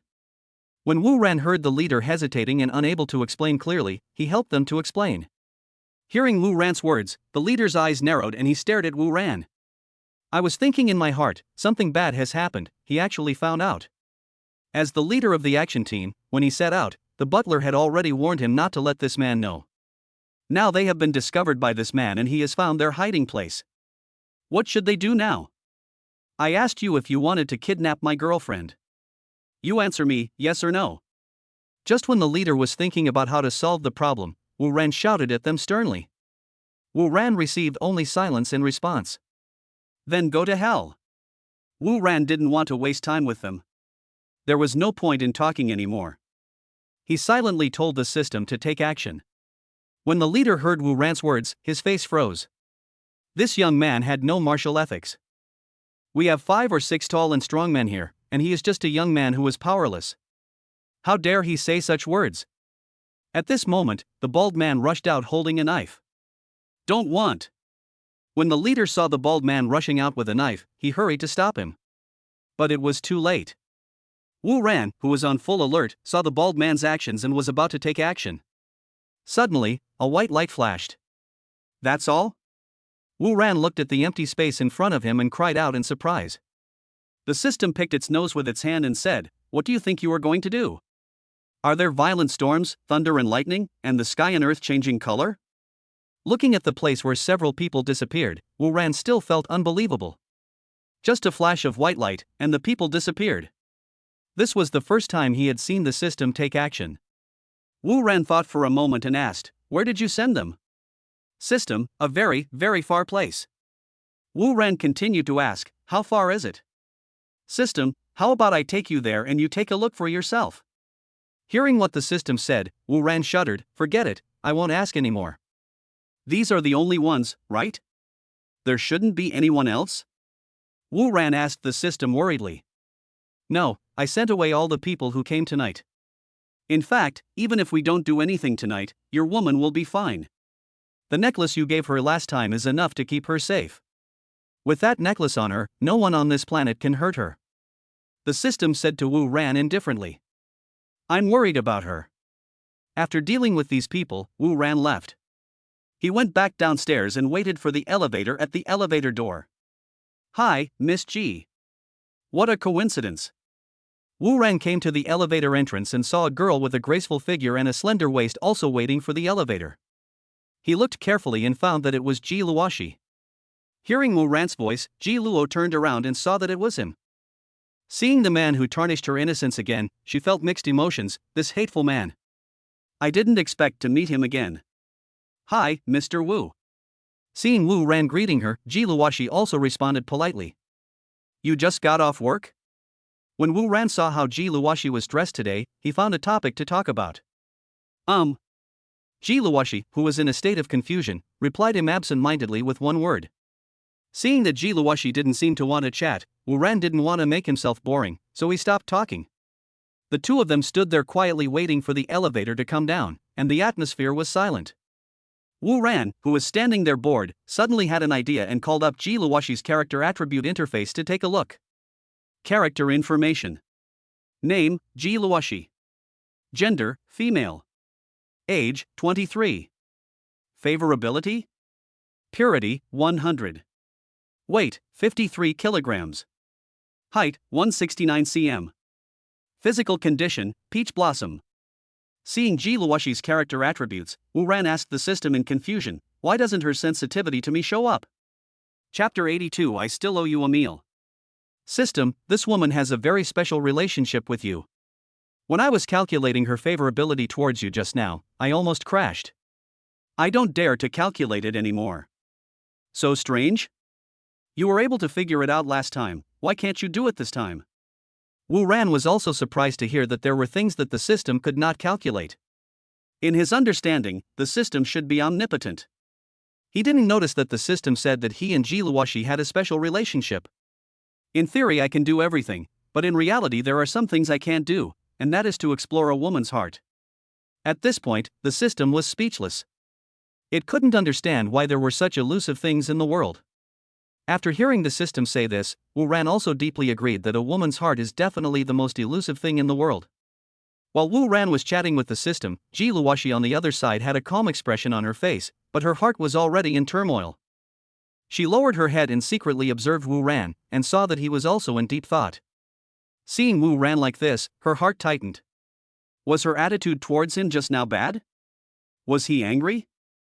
Thinking of this, Ji Luoxi couldn't help but feel worried. She really didn't know how to face Wu Ran now. He already has a girlfriend, and more than one. If I get close to him, that would be a big deal. I don't know how Wu Ran sees me in his heart. These questions fill her little head every day. Just when she was about to take the initiative to ease the atmosphere between the two of them, the elevator arrived, and when the door opened, Wu Ran motioned Ji Luoxi to go in first. After Ji Luoxi walked into the elevator, he waited and waited, but Wu Ran showed no intention of coming in. She pressed the pause switch, lowered her head and whispered to Wu Ran, "Aren't you coming in?" After what happened last time, seeing Ji Luoxi took the initiative to invite him, Wu Ran said cautiously, "Will you let me in?" It's no wonder Wu Ran asked this, because the last time Sita Chanshan was waiting for the elevator, Ji Luoxi didn't let Wu Ran take the elevator with them, so Wu Ran thought Ji Luoxi would do the same this time. But unexpectedly, she would take the initiative to invite him today, which made Wu Ran smile. "Well, come in," Ji Luoxi said in a low voice. Seeing Ji Luoxi say this, Wu Ran didn't act pretentiously and walked in. Ji Luoxi stood at the innermost and Wu Ran stood near the door. When the elevator door closed, she and Wu Ran were once again in a closed space.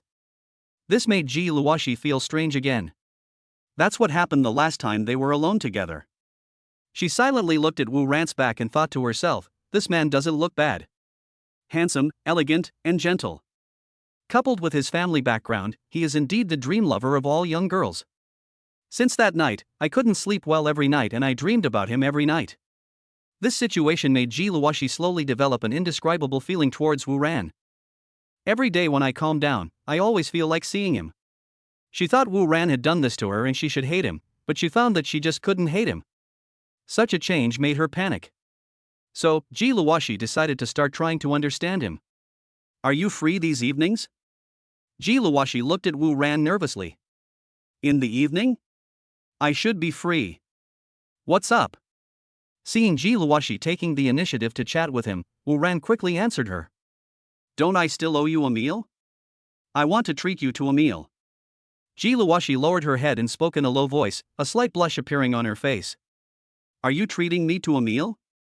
After hearing Ji Luoxi's words, Wu Ran remembered that, speaking logically, Ji Luoxi did owe him a meal. Seeing Ji Luoxi's repeated invitations, Wu Ran felt that if he continued to refuse, it would really hurt her feelings. Enraging the eldest daughter of the Ji family is no joke. You should be free in the evening, so let's make an appointment then. Thinking of this, Wu Ran decided to accept her invitation. "Well, we'll make an appointment then." Ji Luoxi breathed a sigh of relief when he heard that Wu Ran accepted the invitation. At this time, the elevator arrived at the 18th floor, and the elevator door opened with a ding. Then, "I'm leaving first." Seeing the elevator door open, Ji Luoxi said goodbye to Wu Ran and walked out. Qingfeng City Zhang family. The butler sat in a chair, constantly checking the time on his watch. He was waiting for the people he sent to kidnap Lin Shireen to come back. He looked at the time and it was almost 2 a.m. He has been waiting for 5 hours, from 9 o'clock in the evening until now, but there has been no news reported back. This doesn't make sense. Even if the mission failed, there should have been some news sent back. How come there is no news at all? This couldn't help but give him a bad feeling. He originally thought about sending someone else to inquire about the news, but he was afraid that this would alert the enemy. All I can do is wait. An hour later, the butler finally couldn't sit still anymore, and he decided to send someone out to see what was going on. Zhang San. The butler shouted a name outside the door. Butler, you called me? Zhang San walked in from outside. Go check and see what happened. Remember, be safe. The butler waved his hand and gave him instructions. Yes. Zhang San took the order and left. After Zhang San left to inquire about the news, the butler sat there again with a blank expression, thinking, but from his slightly trembling hands, it could be seen that his heart was not calm. I don't know how long it took, but Zhang San walked in from outside in panic. When he saw the butler, he immediately said, "Butler, something bad has happened. They have all disappeared." Chapter 83. Congratulations to the patriarch. What disappeared? Please explain it clearly. Hearing Zhang San's panicked voice, the butler's heart sank. He stood up suddenly and asked Zhang San hurriedly. They all disappeared. Zhang San said breathlessly that after he finished investigating the scene, he hurried back to report to the housekeeper. Disappear? Tell me in detail what you have found out. The housekeeper spoke to Zhang San in a serious tone. I went to the scene and found out. And there were no signs of a fight at the scene. Panicked, Zhang San told the housekeeper everything he had investigated at the scene. After hearing what Zhang San said, the housekeeper sat there for a long time without being able to speak. After a long time, he waved his hand to let Zhang San go out, and told him not to mention this matter to anyone. The housekeeper thought about it and decided to tell the master of the house about this matter. You said they all disappeared. After listening to the housekeeper's report, Zhang Yongkang also exclaimed. The fact that they were able to make several members of the Zhang family disappear silently shows that Lin Shirin is definitely protected by an expert. According to the information Zhang San obtained during his investigation, there were no signs of a fight at the scene. This should mean that they were subdued without even being able to resist. Therefore, the person who protects Lin Shirin should be an expert among experts. From this point of view, the matter is very clear. To be able to send such a master to protect a woman, the background behind Wu Ran must be very powerful. Master, what should we do now? The butler also thought of this, and he looked at Zhang Yongkang worriedly. They disappeared. They must have been caught. Are you sure they are loyal enough to the family? Zhang Yongkang said in a deep voice. After all, he has experienced many ups and downs, so he is still steady. I can guarantee this. They will never betray us. Hearing the master's question, the butler made a firm assurance.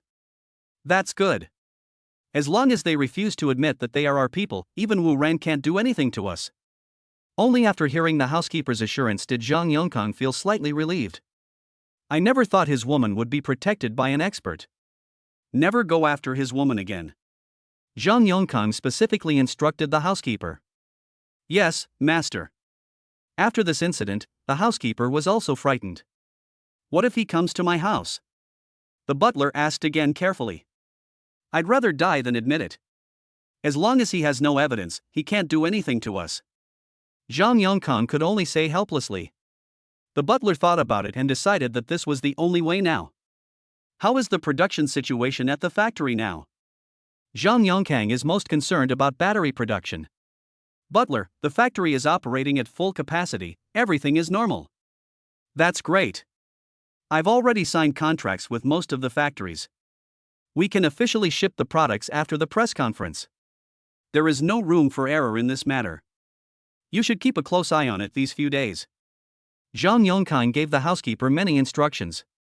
I'll keep an eye on it myself. The butler said in a deep voice. Master, how did Huawei Group obtain this technology? The butler has always been puzzled about the source of this technology, and he also has a certain understanding of the technological level of the Lan family's Huawei Group. I know that Warwick Group is simply incapable of developing such advanced technology. So this technology can only be obtained from outside. Based on the current situation, this technology is very likely given to Huawei Group by Wu Ran. As soon as Wu Ran took over the Huawei Group repaid the bank's loan and obtained such advanced technology. If you say these things have nothing to do with him, I don't believe it. Zhang Yongkang has figured out everything about this matter. What if Wu Ran finds out that we have his technology and wants to cause trouble for us? The butler asked a question that worried him. Speaking of this, there is actually a question that I have never been able to figure out. Zhang Yongkang said to the housekeeper. What doesn't the patriarch understand? A housekeeper looked at Zhang Yongkang in confusion. Look. We have already sent out the invitations. Logically speaking, Wu Ran should have known that his technology had been leaked. But after all this time, I haven't seen him come to our door to cause trouble. This doesn't make sense. Speaking of this, Zhang Yongkang couldn't understand it. Speaking of this, I think so. The housekeeper looked at Zhang Yongkang and said, Master, you see, we didn't specify our technical parameters on the invitation letter, so he probably doesn't know that our technology is exactly the same as theirs. He will have to wait until the day of the press conference, when we publish the battery data, before he realizes that our technology is his. What you said makes sense. I must be overthinking it. Zhang Yongkang thought about it and realized that it was indeed the case. They just said in the invitation letter that there was a major breakthrough in battery technology, but did not disclose the battery parameters. So it's not surprising that Wu Ran didn't know about it. It's very likely that Wu Ran still thought that the Zhang family's battery technology was only slightly more advanced. By the day of the press conference, even if Wu Ran knew that his technology had been leaked, it was too late. Zhang Yongkang has already formed an alliance with major manufacturers and conglomerates. By then, even if Wu Ran wants to take action against the Zhang family, he will not be able to do so. No matter how terrifying Wu Ran's background is, it is impossible for him to be an enemy of everyone. Thinking of this, Zhang Yongkang felt relieved. This time we have a chance to become one of the top families in Shenlong country. Zhang Yongkang looked out the window with high spirits. He felt excited that his family had prospered under his leadership. Congratulations, Patriarch. The butler flattered Zhang Yongkang in a fawning manner. That old ghost Lan Guahao is old after all. If he knew that he would lose so much by giving up his shares in our company, I don't know if he will be so angry that he will vomit blood. He was thinking back to his meeting with Lan Guahao that day. He let Lan Guahao take a little advantage, and Lan Guahao happily exchanged the shares for his shares. He thought he had gotten such a great deal. Whenever Zhang Yongkang thinks of this, he finds it funny. Lan Guahao, you don't know what you gave up. Zhang Yongkang is looking forward to seeing what expression Lan Guahao will have on his face when they launch the new battery. Chapter 84. I have a date tonight. Office of the Vice President of Warwick Group. Lan Ruoling looked at Wu Ran lovingly. Wu Ran. Lan Ruoling said in a low voice. What's the matter? Wu Ran, who was taking a rest, looked at Lan Ruoling. My mom asked me to take you back for dinner tonight. Lan Ruoling raised her head and looked at Wu Ran. Tonight? Not tonight, I have a date. Wu Ran remembered that he had an appointment with Ji Luoshi to have dinner together tonight. Dating? What date? The word date made Lan Ruoling alert. Oh, it's Miss Ji Luoshi from the imperial capital Ji family who invited me to have dinner with her tonight. There is nothing to hide about this matter. Lan Ruoling, because of the donation last time? Yes, I've already told her not to take it to heart, but she still insisted on treating me to a meal. After all, she is also the eldest daughter of the Ji family, so I just promised her. Speaking of this, Wu Ran was also quite depressed. He had originally wanted to stay as far away from her as possible, but who could have thought that in the end they would end up living in the same building? Then go ahead, it's their good intention. I'll help you explain to my mother. When Lan Ruoling heard that it was Ji Luoshi, she didn't think much about it. After all, the eldest daughter of the Ji family is of such high status that it is unlikely that any man would be attracted to her. This is just a normal social interaction, there is no need to make a fuss about it. Vice President Lan is still the best. Wu Ran held Lan Ruoling's little face in his hands and kissed her cherry lips. The 18th floor of Wanjing Shanlin No. 1. Situ Chanshan was looking at Ji Luoshi with great excitement. Ji Luoshi was going to have dinner with Wu Ran tonight, so she dressed up. Tonight, Ji Luoshi is wearing a pink long dress, showing off her incomparable and seductive figure. She has long black hair draped over her shoulders and skin as white as snow, like a fairy from heaven. Her face was lightly made up, her eyebrows were as curved as willows, she was charming and attractive, what a stunning beauty that could captivate the whole country. Sister, you are so beautiful tonight. Situ Chanshan looked at Ji Luoshi with stars in her eyes. Really? Ji Luoshi looked at herself in the mirror shyly. Really, sister, if I were a man, I would definitely marry you. Situ Chanshan looked at Ji Luoshi with envy. Smooth talk. Ji Luoshi gave Situ Chanshan a blank look. She frowned and looked at the neckline. The neckline of the skirt was a little low, revealing her plump chest. She said to the little girl shyly, "Isn't this too low?" "No, this is just right." If Wu Ran saw it, he would be absolutely fascinated. Seeing Ji Luoxi's skirt and imagining how Wu Ran would look when he saw Ji Luoxi, Situ Chanshan revealed a devilish look. Or I should change into another one. Ji Luoxi thought about it and still felt that the dress was too revealing. "No, sister. Listen to me, this one looks great." When Situ Chanshan heard Ji Luoxi say that she wanted to change the dress, she became anxious. This was the evening dress she had spent an entire afternoon picking out for Ji Luoxi, so how could she change it? Under Situ Chanshan's strong request, Ji Luoxi did not change the dress in the end. When Ji Luoxi was leaving, Situ Chanshan said to Ji Luoxi with a sly smile, "Sister, have fun tonight, it's okay even if you don't come back." "You silly girl, you always make fun of me, your sister." When Ji Luoxi heard what the little loli said, she looked at Situ Chanshan angrily. "I'm going out, don't run around at home alone." Ji Luoxi reminded Situ Chanshan again and again. "Got it, go now." Situ Chanshan pushed Ji Luoxi out. After instructing Situ Chanshan, Ji Luoxi left the house and went to have dinner with Wu Ran.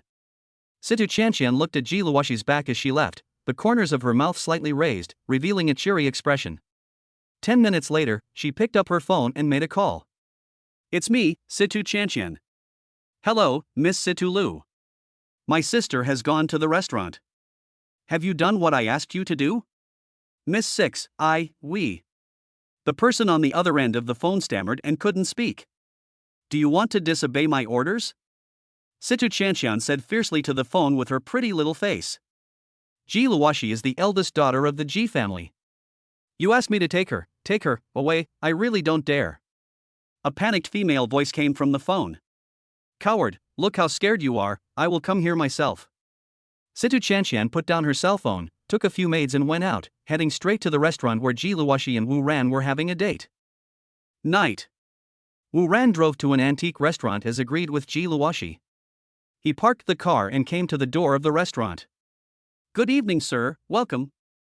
A pretty waitress greeted him at the door. "Hello, I have an appointment." Wu Ran greeted the waiter. "Sir, please follow me." After hearing Wu Ran give his name, the waiter personally took Wu Ran in. After entering, Wu Ran saw a girl sitting at a table with her back to him. The waiter took Wu Ran to the table. "I'm sorry I'm late." Wu Ran quickly apologized to Ji Luoxi. "It's okay, I just got here not long ago." Ji Luoxi, who was thinking about something, saw Wu Ran coming. She raised her head and smiled at Wu Ran. When he saw Ji Luoxi, Wu Ran was stunned. Ji Luoxi is so beautiful tonight, so beautiful as to shame the moon and flowers and so beautiful as to make fish sink and geese fall are not enough to describe her beauty.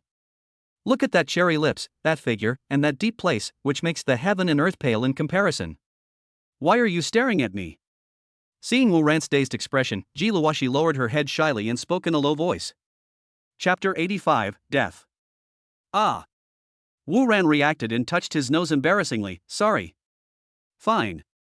Seeing Wu Ran staring with his eyes wide open, Ji Luoxi felt a little excited. "See for yourself what you want to eat. Mine is already ordered." After Wu Ran sat down, Ji Luoxi asked the waiter to hand the menu to Wu Ran. Wu Ran took the menu, took a look at it, and ordered a few dishes he liked. After the waiter left, Wu Ran looked around at the empty space, looked at Ji Luoxi in confusion and asked, "Why are there so few people here? Did you book the whole place?" "Well, tonight is our time together. I don't like too many people around, so I booked the whole place. Besides, this restaurant is owned by Situ Chanshan's family, so if I want to book the whole place, it only takes a word." Ji Luoxi looked at Wu Ran with a smile. She is indeed the eldest daughter of the Ji family in the imperial capital. Even eating a meal is so grand. Wu Ran thought to himself. "Shall we have some wine?" Ji Luoxi asked Wu Ran for his opinion. "Okay. What kind of wine?" "It doesn't matter to me. I don't know much about wine." "Okay, I'll just call you whatever you want then." Hearing Wu Ran said that any wine was fine, Ji Luoxi whispered to the waiter, "Bring the most expensive red wine in your store."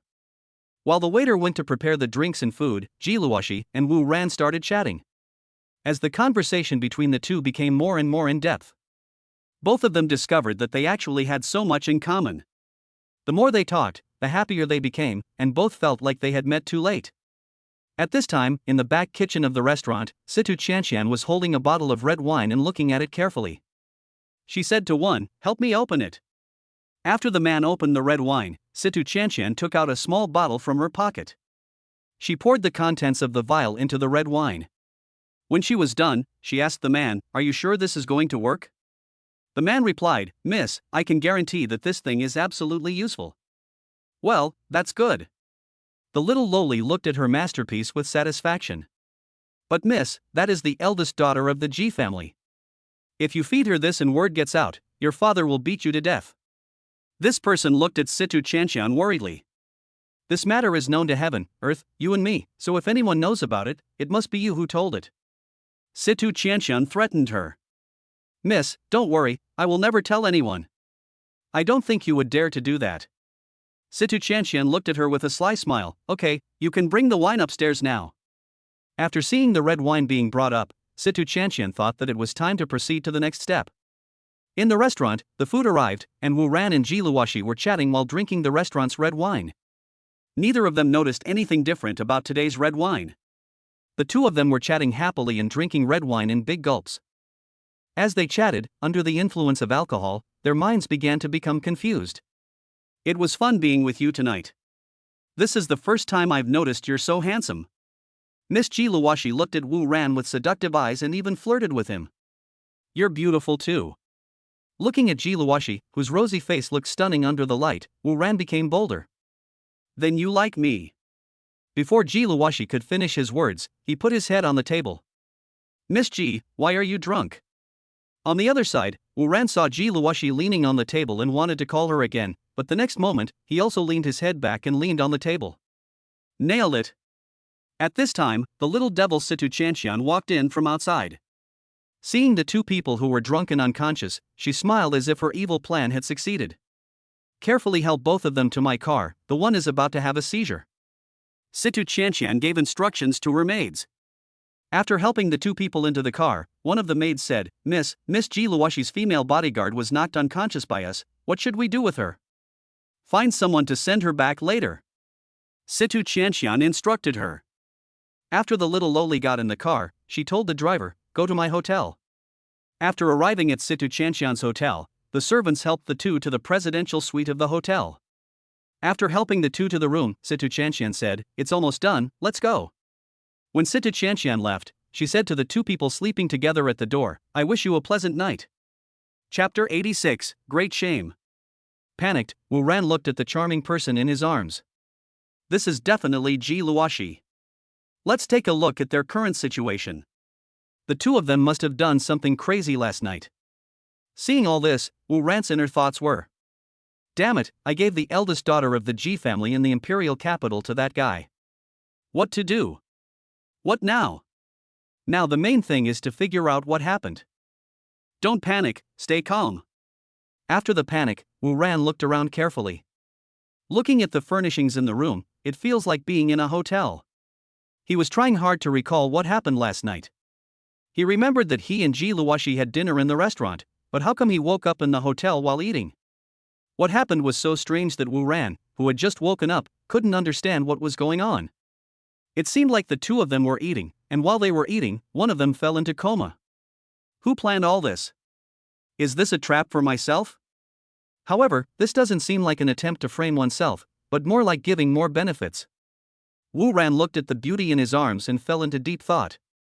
Aha! At this time, Ji Luoxi opened his eyes sleepily.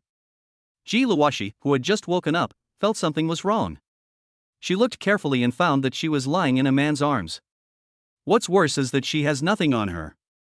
The changes in her body surprised her. She felt an indescribable burning sensation in the area below her neck. It's over. Did someone take advantage of me last night? In a flash, Ji Luoxi had thought of a lot of things. Ji Luoxi was filled with grief and indignation. After a closer look, she found that the man was actually Wu Ran. It turned out to be him, luckily. No, why would I think so? It's no good for anyone, okay? Do it while they don't know anything. Watch how I deal with him. Wu Ran felt that the beauty in his arms had woken up, and he looked at Ji Luoxi. Ji Luoxi also looked at him quietly, and the two of them looked at each other. She frowned and stared at Wu Ran. Wu Ran felt uneasy when she stared at him, and he also felt that his previous behavior was not right. He said carefully, Miss Ji. I didn't mean it. Ji Luoxi didn't listen to Wu Ran's excuses and just stared at him. Wu Ran, do you remember how we got here last night? I forgot too. I can't remember. I only remember having dinner with you, and I don't remember anything else. Wu Ran hugged Ji Luoxi, stroked her hair with his hand and said, We must have been tricked, but I don't know who is so bold. You even dare to plot against me.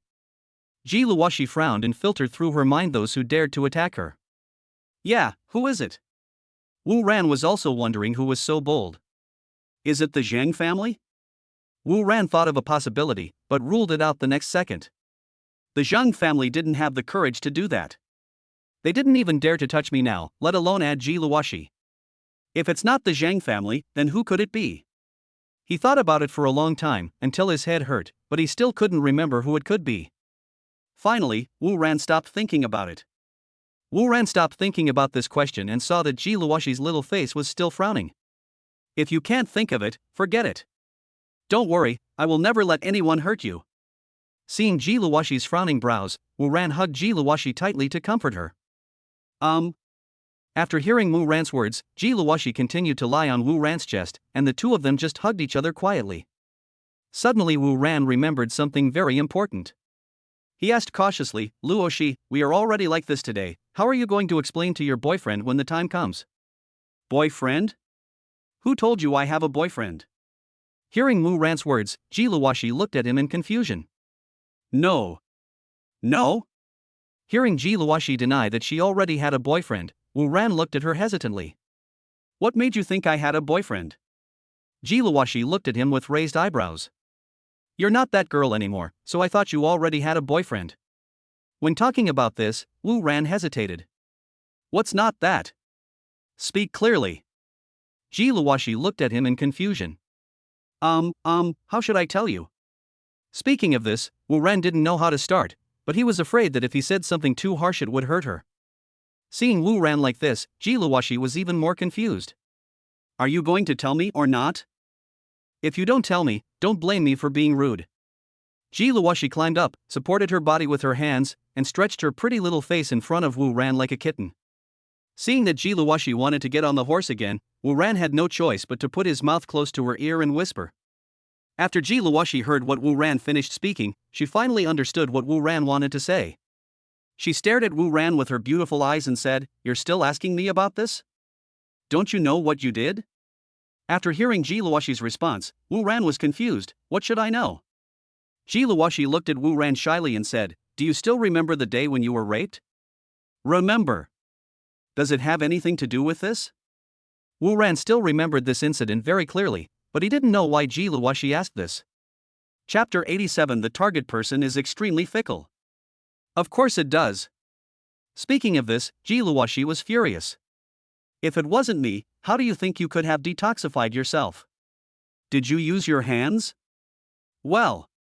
Can you tell me what happened later that night? Seeing Ji Luoxi's angry expression, Wu Ran looked at her cautiously.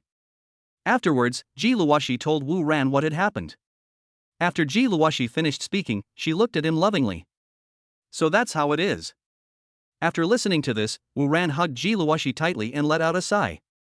I'm telling you, I've given you my most precious thing, so don't bully me anymore.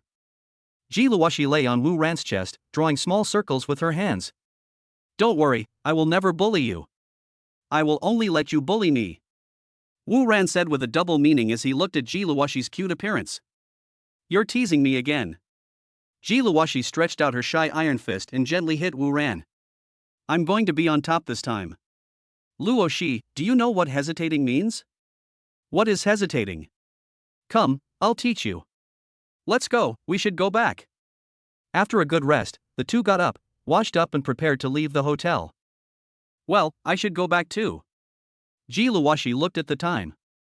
It had been a long time since he came out yesterday. Just as the two were about to put on their clothes and leave the hotel, they discovered that their clothes were torn. Especially Ji Luoxi's evening dress, which was torn into strips. Look at you, you're so impatient. Ji Luoshi held the torn evening dress and looked at Wu Ran with wide eyes.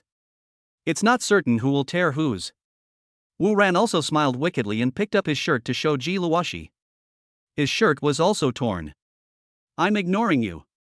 Miss Ji Luoshi lowered her head and ran back to the bed to lie down. Wu Ran picked up the phone and dialed a number. Beep, beep, beep. Hello, Mr. Wu. A voice like a yellow warbler came from the other end of the phone. Wu Ran, Xingcheng, are you in the company now? Luo Qingcheng, yes, I'm in the company now. What do you want, Mr. Wu? Wu Ran, are you alone around here? Luo Qingcheng, yes, I am the only one. Wu Ran, can I trust you? Confused Luo Qingcheng said, I am loyal to you, you can trust me. Wu Ran, that's good. Come to XXX Hotel now. I'll wait for you here. Luo Qingcheng was shocked. I've only been here for a few days, and the president already wants to seduce me? He is so lustful. Who do you think I am? I'm going to kill you. Luo Qingcheng, who was angry at Wu Ran, thought so in her heart. But she came with a mission, and in order to complete the mission, Luo Qingcheng had to say tactfully, this is not good, I am just your secretary, not your mistress, how about I help you find one? Don't worry, I'm definitely looking for a beauty. Wu Ran held his forehead. He knew Luo Qingcheng had misunderstood. What are you thinking about?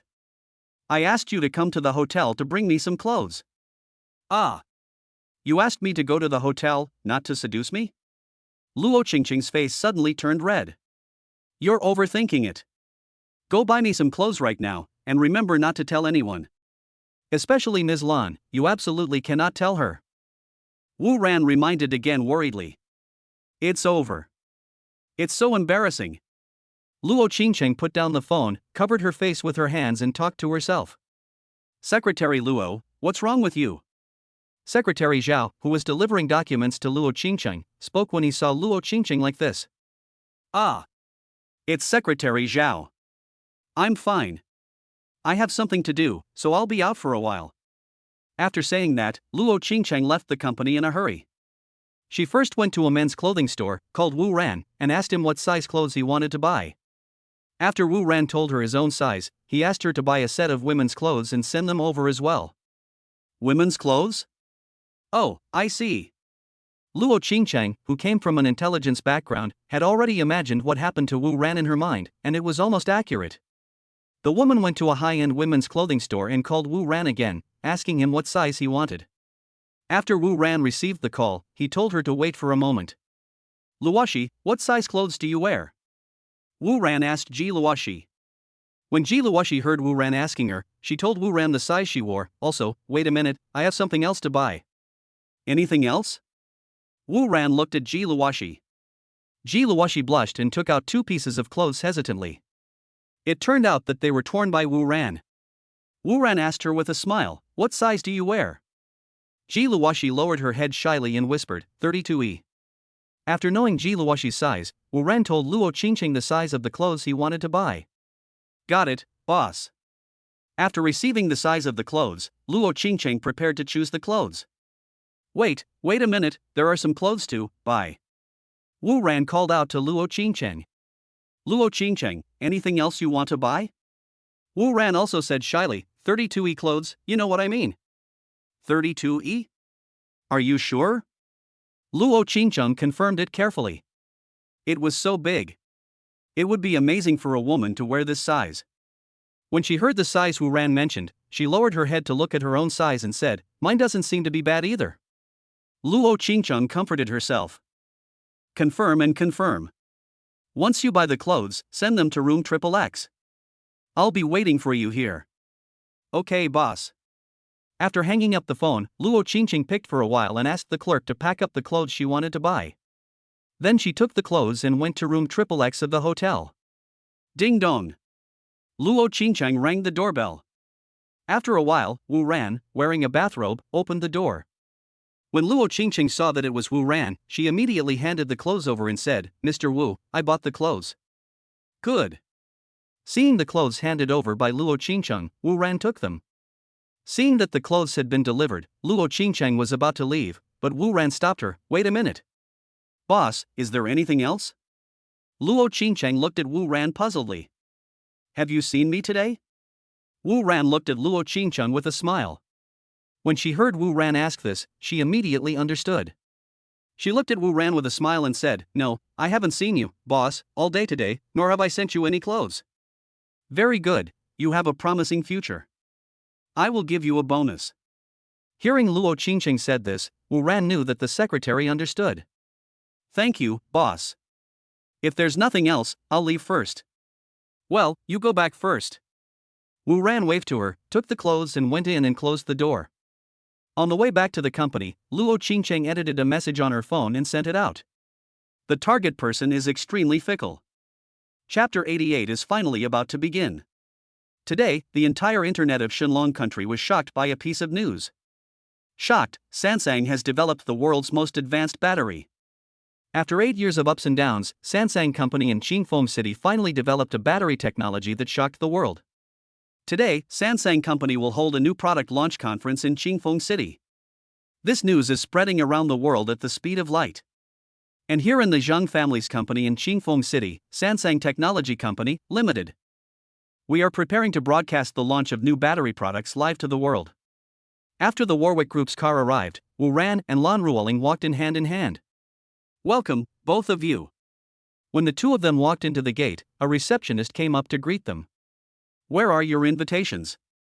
The receptionist looked at Wu Ran and Lan Ruoling with her signature smile on her face. When she saw Wu Ran and Lan Ruoling, she thought they were a perfect match. The man was handsome and the woman was beautiful. The two of them standing together looked like a golden boy and a jade girl. Hearing the receptionist ask this, Wu Ran handed the invitation to her. When the receptionist took the invitation, she saw that it was from President Wu and President Lan of Warwick Group. The head of the family, Zhang Yongkang, had specifically told her that as long as these two people came, she should treat them well and not neglect them. It turns out to be Mr. Wu and Ms. Lan from the Warwick Group. "Please follow me." When the receptionist saw Wu Ran's invitation, she immediately became respectful and quickly welcomed the two people in. When Wu Ran and Lan Ruoling entered the venue, they saw that it was crowded with guests. Wu Ran looked over and saw that 60% of the people there were media, including well-known domestic and foreign media.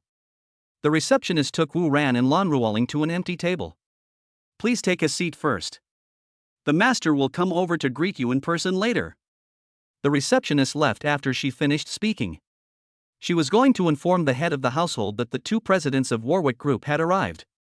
Wu Ran and Lan Ruoling nodded to her to express their gratitude. At this time, many sweet and lovely female reporters in the conference hall saw Wu Ran. Their eyes lit up. Wasn't this elegant young man Wu Ran the hot topic in Shenlong country these days? Due to their profession, they are now no strangers to this hotly debated figure in the Dragon Kingdom.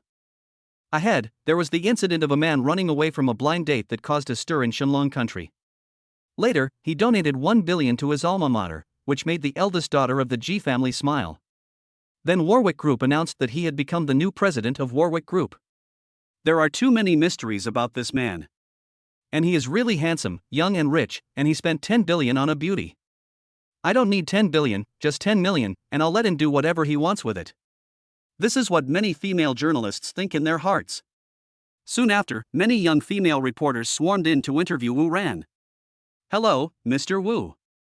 I'm a reporter from Qingfeng City Daily. Can I interview you?" "Hello, Mr. Wu. I'm from Headline Daily. Can you accept an interview with me?" "Mr. Wu, I'm from a certain website." "Mr. Wu." As soon as Wu Ran sat down, he was immediately surrounded by many female reporters, who all wanted to interview him. "Hello everyone, thank you so much for your concern, but today is Sansang's new product launch, so let's focus on this launch for now." When many female reporters heard Wu Ran refuse their interview, they looked at him with disappointment. Wu Ran saw their disappointed expressions and smiled slightly, saying, "I will accept interviews from you all after the press conference is over, and I will have important news to announce by then." Hearing Wu Ran said this, many beautiful female reporters immediately looked at him excitedly. "Okay, we'll come find you after the press conference." Several of the attractive female reporters gave Wu Ran a wink and then left. After many female reporters left, Wu Ran started talking in a low voice with Lan Ruoling. "I didn't expect Zhang Yongkang to be so generous. I think he invited all the well-known media in the world to come. Wu Ran said with a smile while looking around with a wineglass in his hand. Yeah, he can steal the show today. Lan Ruoling looked around with a gloating look. You still haven't told me why their batteries exploded? We all know that a new product must be tested thousands of times in the laboratory to make sure there are no problems before it is produced. So they must have tested it in the lab when they produced the battery. Why didn't they find it when they tested it? Lan Ruoling's beautiful eyes stared at Wu Ran with a hint of confusion. I'll tell you later. Wu Ran looked at Lan Ruoling lovingly. Yeah. Lan Ruoling lowered her head shyly when she was looked at by Wu Ran. Ha ha ha. We are honored to have you two distinguished guests here today. I apologize for the inadequacy of our hospitality. At this time, a fake smiling voice came from the side. Hearing this voice, Wu Ran and Lan Ruoling looked over and saw a sanctimonious middle-aged man walking over. He came up to the two of them and said to Lan Ruoling first, Niece Lan, long time no see, is your father okay? Uncle, you are such a joker. Didn't you just meet him a few days ago? Lan Ruoling said lightly. Well. When Zhang Yongkang heard Lan Ruoling's words, he was stunned for a moment and couldn't help but laugh awkwardly. Who is this? Niece Lan, won't you introduce me to someone? Zhang Yongkang put aside the previous topic, looked at Wu Ran, and asked Lan Ruoling with a hint of gloom on his face. Wu Ran, this is the head of the Zhang family, Zhang Yongkang. Master Zhang, this is Wu Ran, the new president of our company. Lan Ruoling introduced them to each other.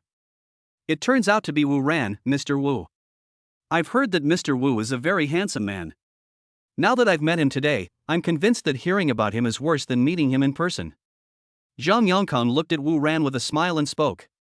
Wu Ran looked at Zhang Yongkang, then said calmly, Master Zhang, thank you for your praise. I think Patriarch Zhang is very graceful and in his prime.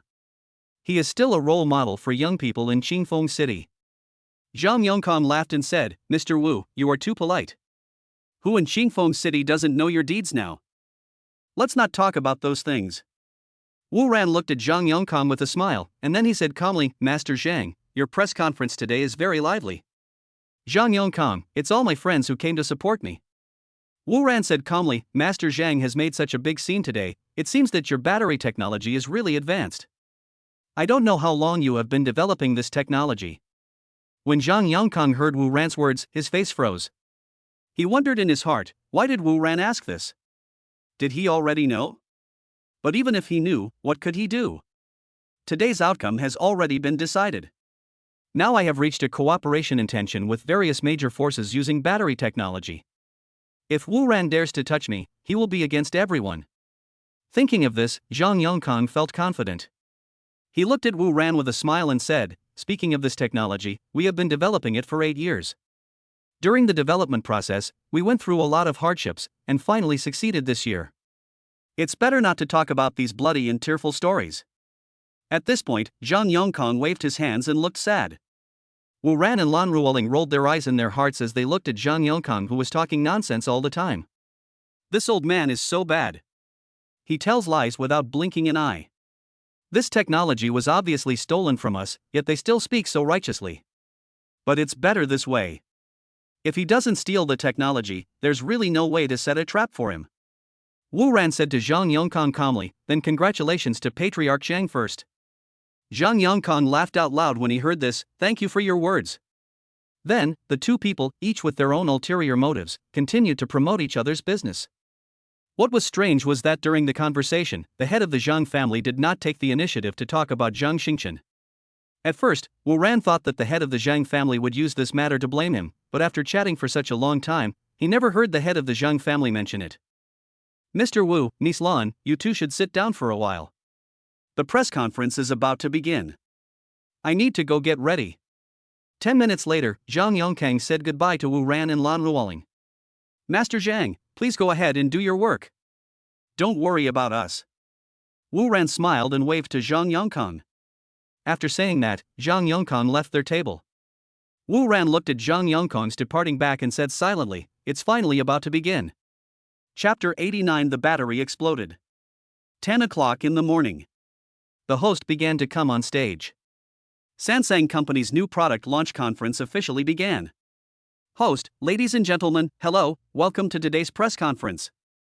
I believe that when everyone comes to the press conference, they will be puzzled as to why we are holding such a grand press conference. As we all know, in our current society, the last century was the century of oil, and now it is the century of batteries.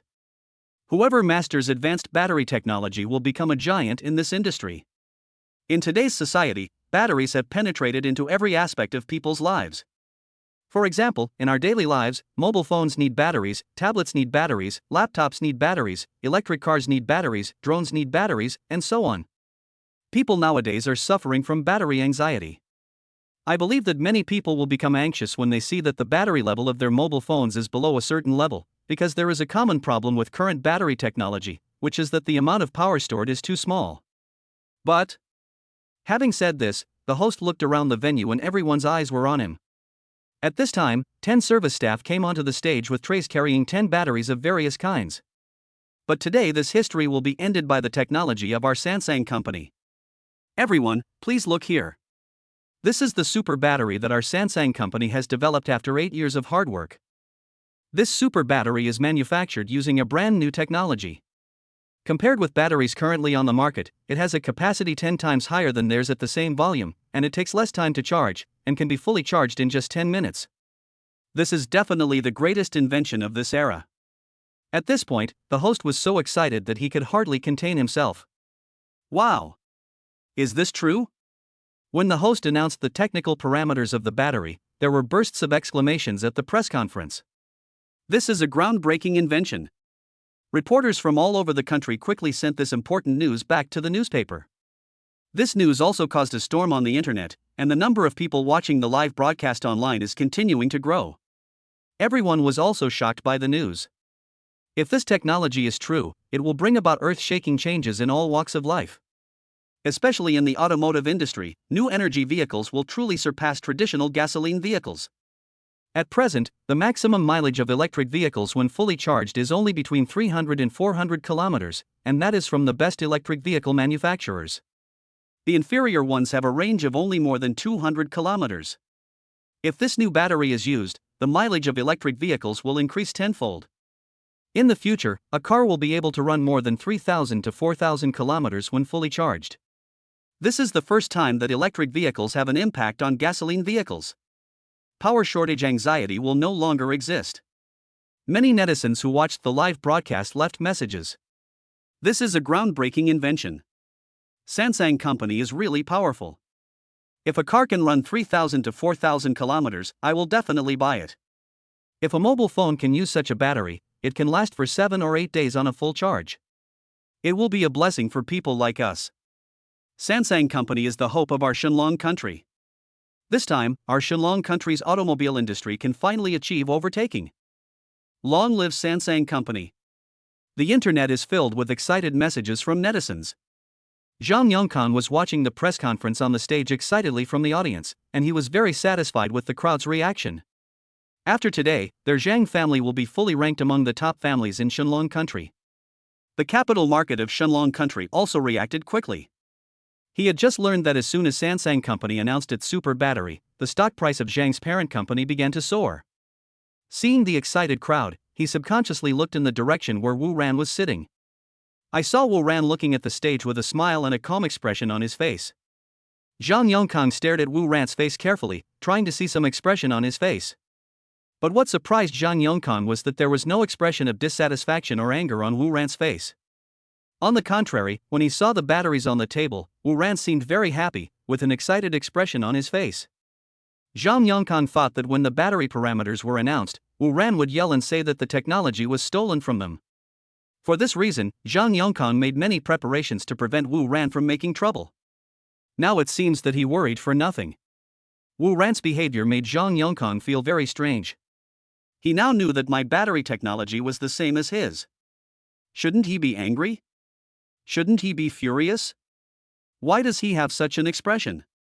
Could it be that this young man is too good at hiding his emotions? If this is the case, then this young man is too scary. He is so young, but already so cunning? Such changes made Zhang Yongkang feel uneasy. Seeing that the atmosphere had been aroused, the host said, "Now please invite our Mr. Zhang Yongkang to come on stage and give a speech." Zhang Yongkang was interrupted while deep in thought by the host's words. He looked up and saw everyone was looking at him. He put his previous thoughts behind him, stood up, clasped his fists to everyone, and walked towards the stage. On the stage, Zhang Yongkang looked at the many reporters and said, "Hello everyone, I am honored to invite you to attend the new battery launch conference today. We at Samsung have been developing this battery for 8 years, and during these 8 years, we have encountered countless failures and setbacks. But we didn't give up. For the sake of this society, we believe that as long as we work hard, we will succeed." Wu Ran and Lan Ruoling were sitting side by side in the audience. When he heard what Zhang Yongkang said, he turned sideways and whispered to Lan Ruoling, "This old man is bragging too much. Samsung Company was established just over a year ago, and he dared to brag that it took 8 years to develop the company." When Lan Ruoling heard Wu Ran's words, she smiled and said, "Everyone is amazed by this technology. No one will notice these small details." At this time, Wu Ran held Lan Ruoling's hand and said, "That's enough. Let's stay away from these batteries." After saying that, he pulled Lan Ruoling to the back of the venue. At this time, Zhang Yongkang continued his passionate speech on the stage. "I would like to announce to you that our batteries have entered the mass production stage. We have signed cooperation agreements with major manufacturers around the world. Our Samsung battery factory is now fully operational. I believe that it won't be long before everyone can use products equipped with this super battery. Our Samsung company is based on the concept of people-oriented." Boom! At this time, a sudden voice interrupted Zhang Yongkang's speech. Then, a burst of white smoke and flames came out from the batteries placed on the table. This sudden change shocked everyone at the press conference and many netizens online. The battery exploded. At this moment, a voice coming from nowhere woke everyone up. "Hello, dear readers, I really need your 5-star praise, and I also need you to help click on the urge to update and watch a few seconds of ads, thank you. Good people will have a peaceful life." Chapter 90. Oh no, the factory warehouse is also on fire. The battery exploded. The sound woke everyone up. The scene suddenly became a mess, with everyone running around and shouting. Zhang Yongkang, who was speaking, was also stunned. He stared at the burning battery in amazement. At this time, several security guards reacted, rushed to the stage with fire extinguishers, and sprayed the burning battery. The stage was suddenly filled with smoke. Many netizens who were watching the live broadcast were also shocked by this incident. They stared at the images in the video, at a loss as to what to do. It only started to boil the next moment. Am I seeing this right? The battery exploded? The guy above, you read that right, the battery really exploded. I just praised him 1 second ago, and you exploded at me the next second? How dare you brag about it being a super battery? Who would dare to use a battery that could explode? At the press conference, after the security guards put out the fire, Zhang Yongkang was still standing there in a daze. It's over. The scene of the battery explosion just now must have been spread all over the world through the internet. This incident happened in front of many reporters and customers, so it is impossible to whitewash it. Now I wonder what the manufacturers will think? It's over this time. Zhang Yongkang thought in panic. "Mr. Zhang, why did your battery explode? Mr. Zhang, does this mean that your batteries are of poor quality? Mr. Zhang, have your batteries been tested? Mr. Zhang, your batteries will explode. Who will dare to use your company's batteries in the future? Mr. Zhang, is this false advertising by your Samsung company? Mr. Zhang, does this mean that your company's battery technology is not mature? Mr. Zhang, I'm a reporter from ABC TV station in a foreign country. I want to ask." Reporters at the scene flocked to interview Zhang Yongkang. This news was so explosive. The battery that was praised so highly by Samsung Company actually exploded, and it exploded in front of everyone. This is big news again. Zhang Yongkang looked at the microphone held in front of him. He opened his mouth but didn't know what to say. "Everyone please make way, this is just a small mistake, we will give you an explanation for this matter later." At this time, Zhang's housekeeper came forward with several security guards and rescued Zhang Yongkang, who was surrounded by reporters. After Zhang Yongkang escaped from the reporters, the housekeeper said to him with sweat on his forehead, "Master, all the manufacturers who have signed contracts with us are waiting for you backstage. We want you to give them an explanation." Hearing the housekeeper's words, the anxious Zhang Yongkang was stunned for a moment, and he said in a deep voice, "I will go there right away." After Zhang Yongkang left, many reporters came to the door of the backstage lounge and waited for the official first-hand information. The lounge backstage at the press conference. The atmosphere inside is a bit depressing. Zhang Yongkang came to the backstage, pushed the door open, and saw many manufacturers' leaders sitting there with grim faces. The leaders were the heads of the largest mobile phone manufacturer in Shenlong country, like Huawei phones, Xiaomi phones, OP phones, etc.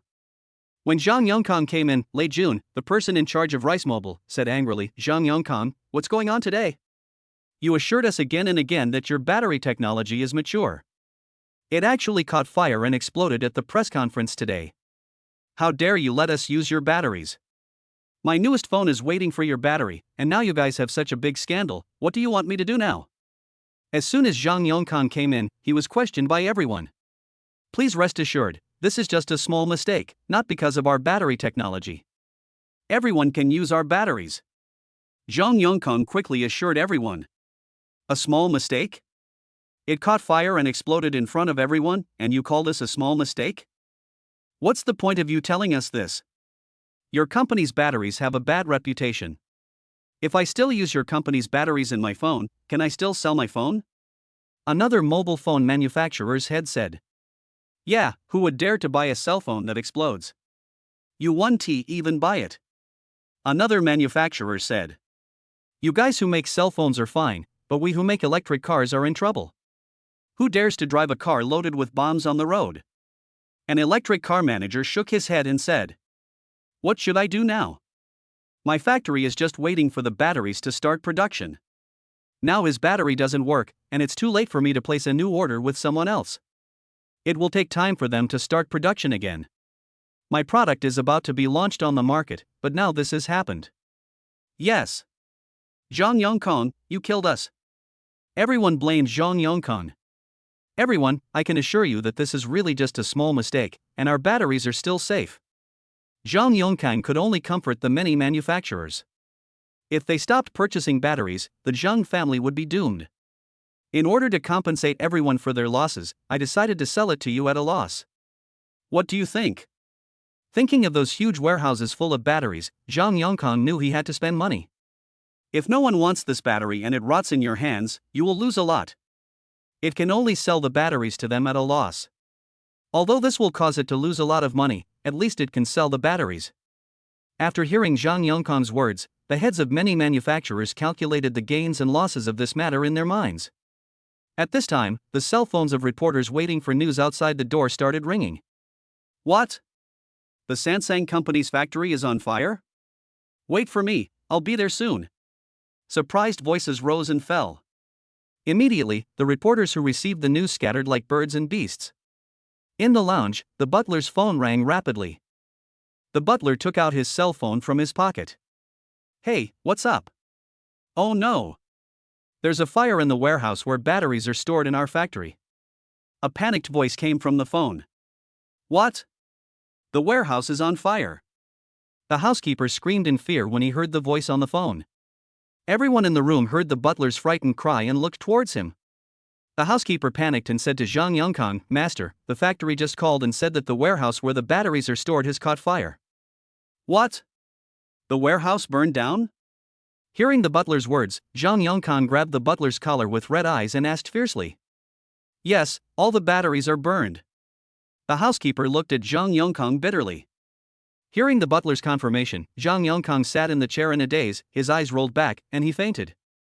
"Hello, dear readers, I really need your 5-star praise, and I also need you to help click on the urge to update and watch a few seconds of ads, thank you. Good people will have a peaceful life." Chapter 91. I want him to lose everything. "Master, what's wrong with you?" Seeing Zhang Yongkang fainted, the old housekeeper suddenly panicked. He quickly pinched Zhang Yongkang's philtrum with his hands, trying to wake him up. As Zhang Yongkang fell into coma, the many bigwigs who received the news were in a panic. The batteries are all burned out, and their factories will also be affected, and in serious cases, production may even have to be stopped. This time, Zhang Yongkang really killed me. One of the big guys looked at the unconscious Zhang Yongkang and said angrily, "This time I will make him lose everything." Let's put aside the matter of him losing everything for now.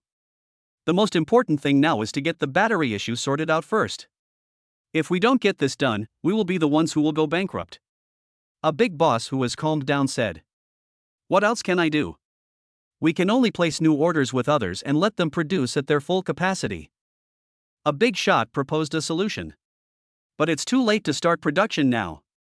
Yes, we have just placed the order, and they still need to prepare the raw materials and various things. So what do you say we should do now? Just when all the big bosses were looking worried, the secretary of one of them rushed in. Boss, Warwick Group is holding a press conference now, the secretary said excitedly. Warwick Group? What does it have to do with me if they hold a press conference?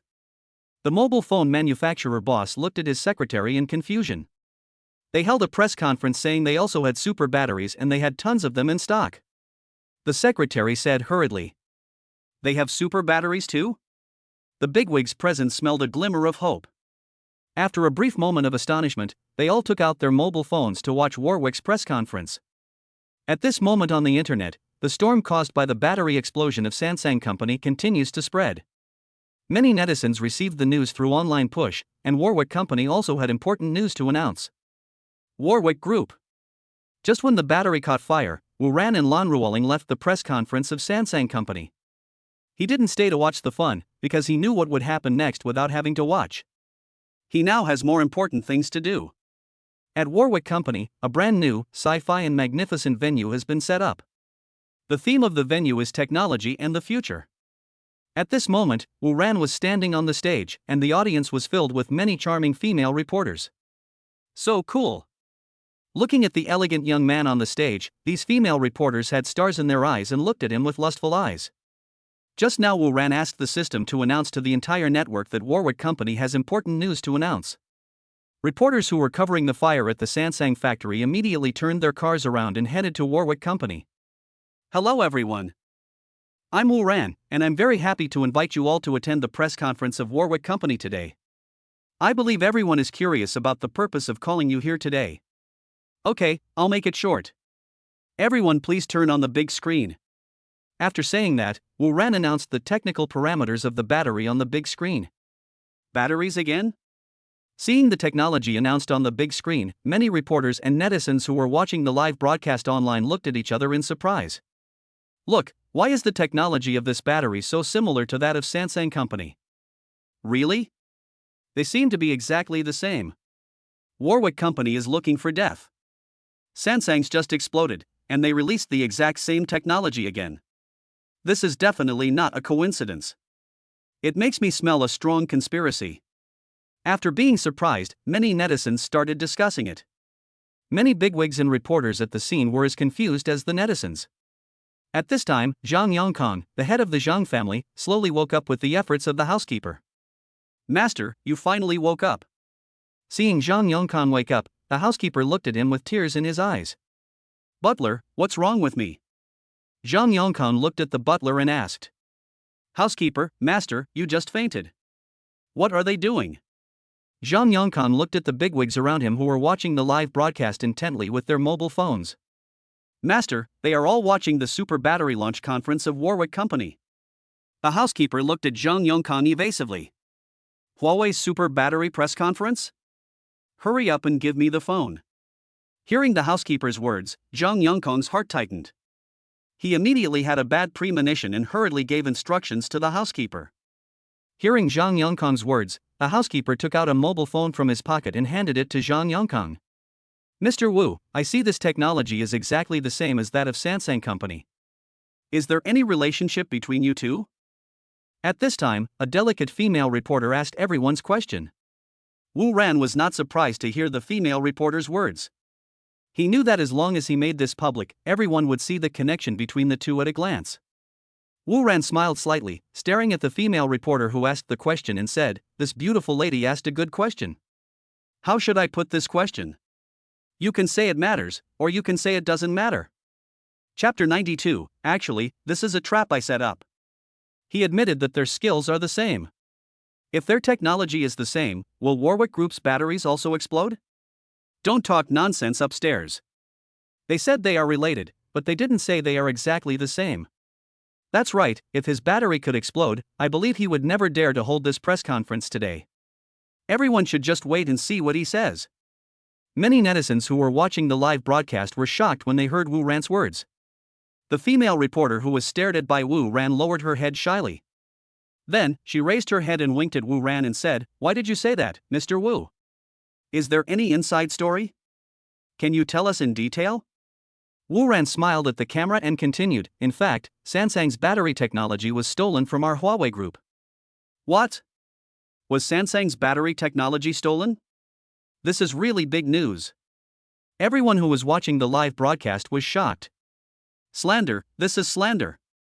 Seeing this, Zhang Yongkang shouted in anger. Shut up. Why are you arguing? We still have a score to settle with you. Many bigwigs in the lounge looked at Zhang Yongkang with displeasure and asked, what are you doing making such a fuss here? Mr. Wu, this is a very serious accusation. Do you have any evidence? At this time, another female reporter stood up and asked him. Of course I have evidence. Wu Ran still looked at her with a smile on his face.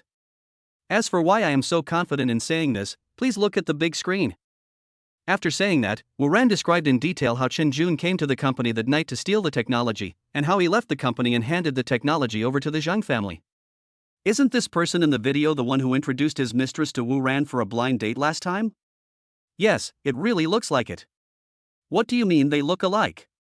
They are obviously the same person, okay? It turns out to be true. Samsung's battery technology was really stolen from Huawei Group. Everyone was shocked when they saw this. Mr. Wu, I have another very important question. A female reporter asked again. Wu Ran looked at the reporter calmly and said, please go ahead. Since Samsung's technology was stolen from Huawei Group, does that mean your company's batteries will also explode? This female reporter asked the most crucial question. I know everyone is concerned about the quality of batteries, and there are many doubts about our company's batteries. Everyone knows that Samsung's battery technology comes from Huawei Group. Since Samsung's batteries can explode, will Huawei Group's batteries explode? I can tell you responsibly here that the batteries of our Warwick Group are absolutely safe. It will definitely not catch fire or explode. Why do I say this so confidently?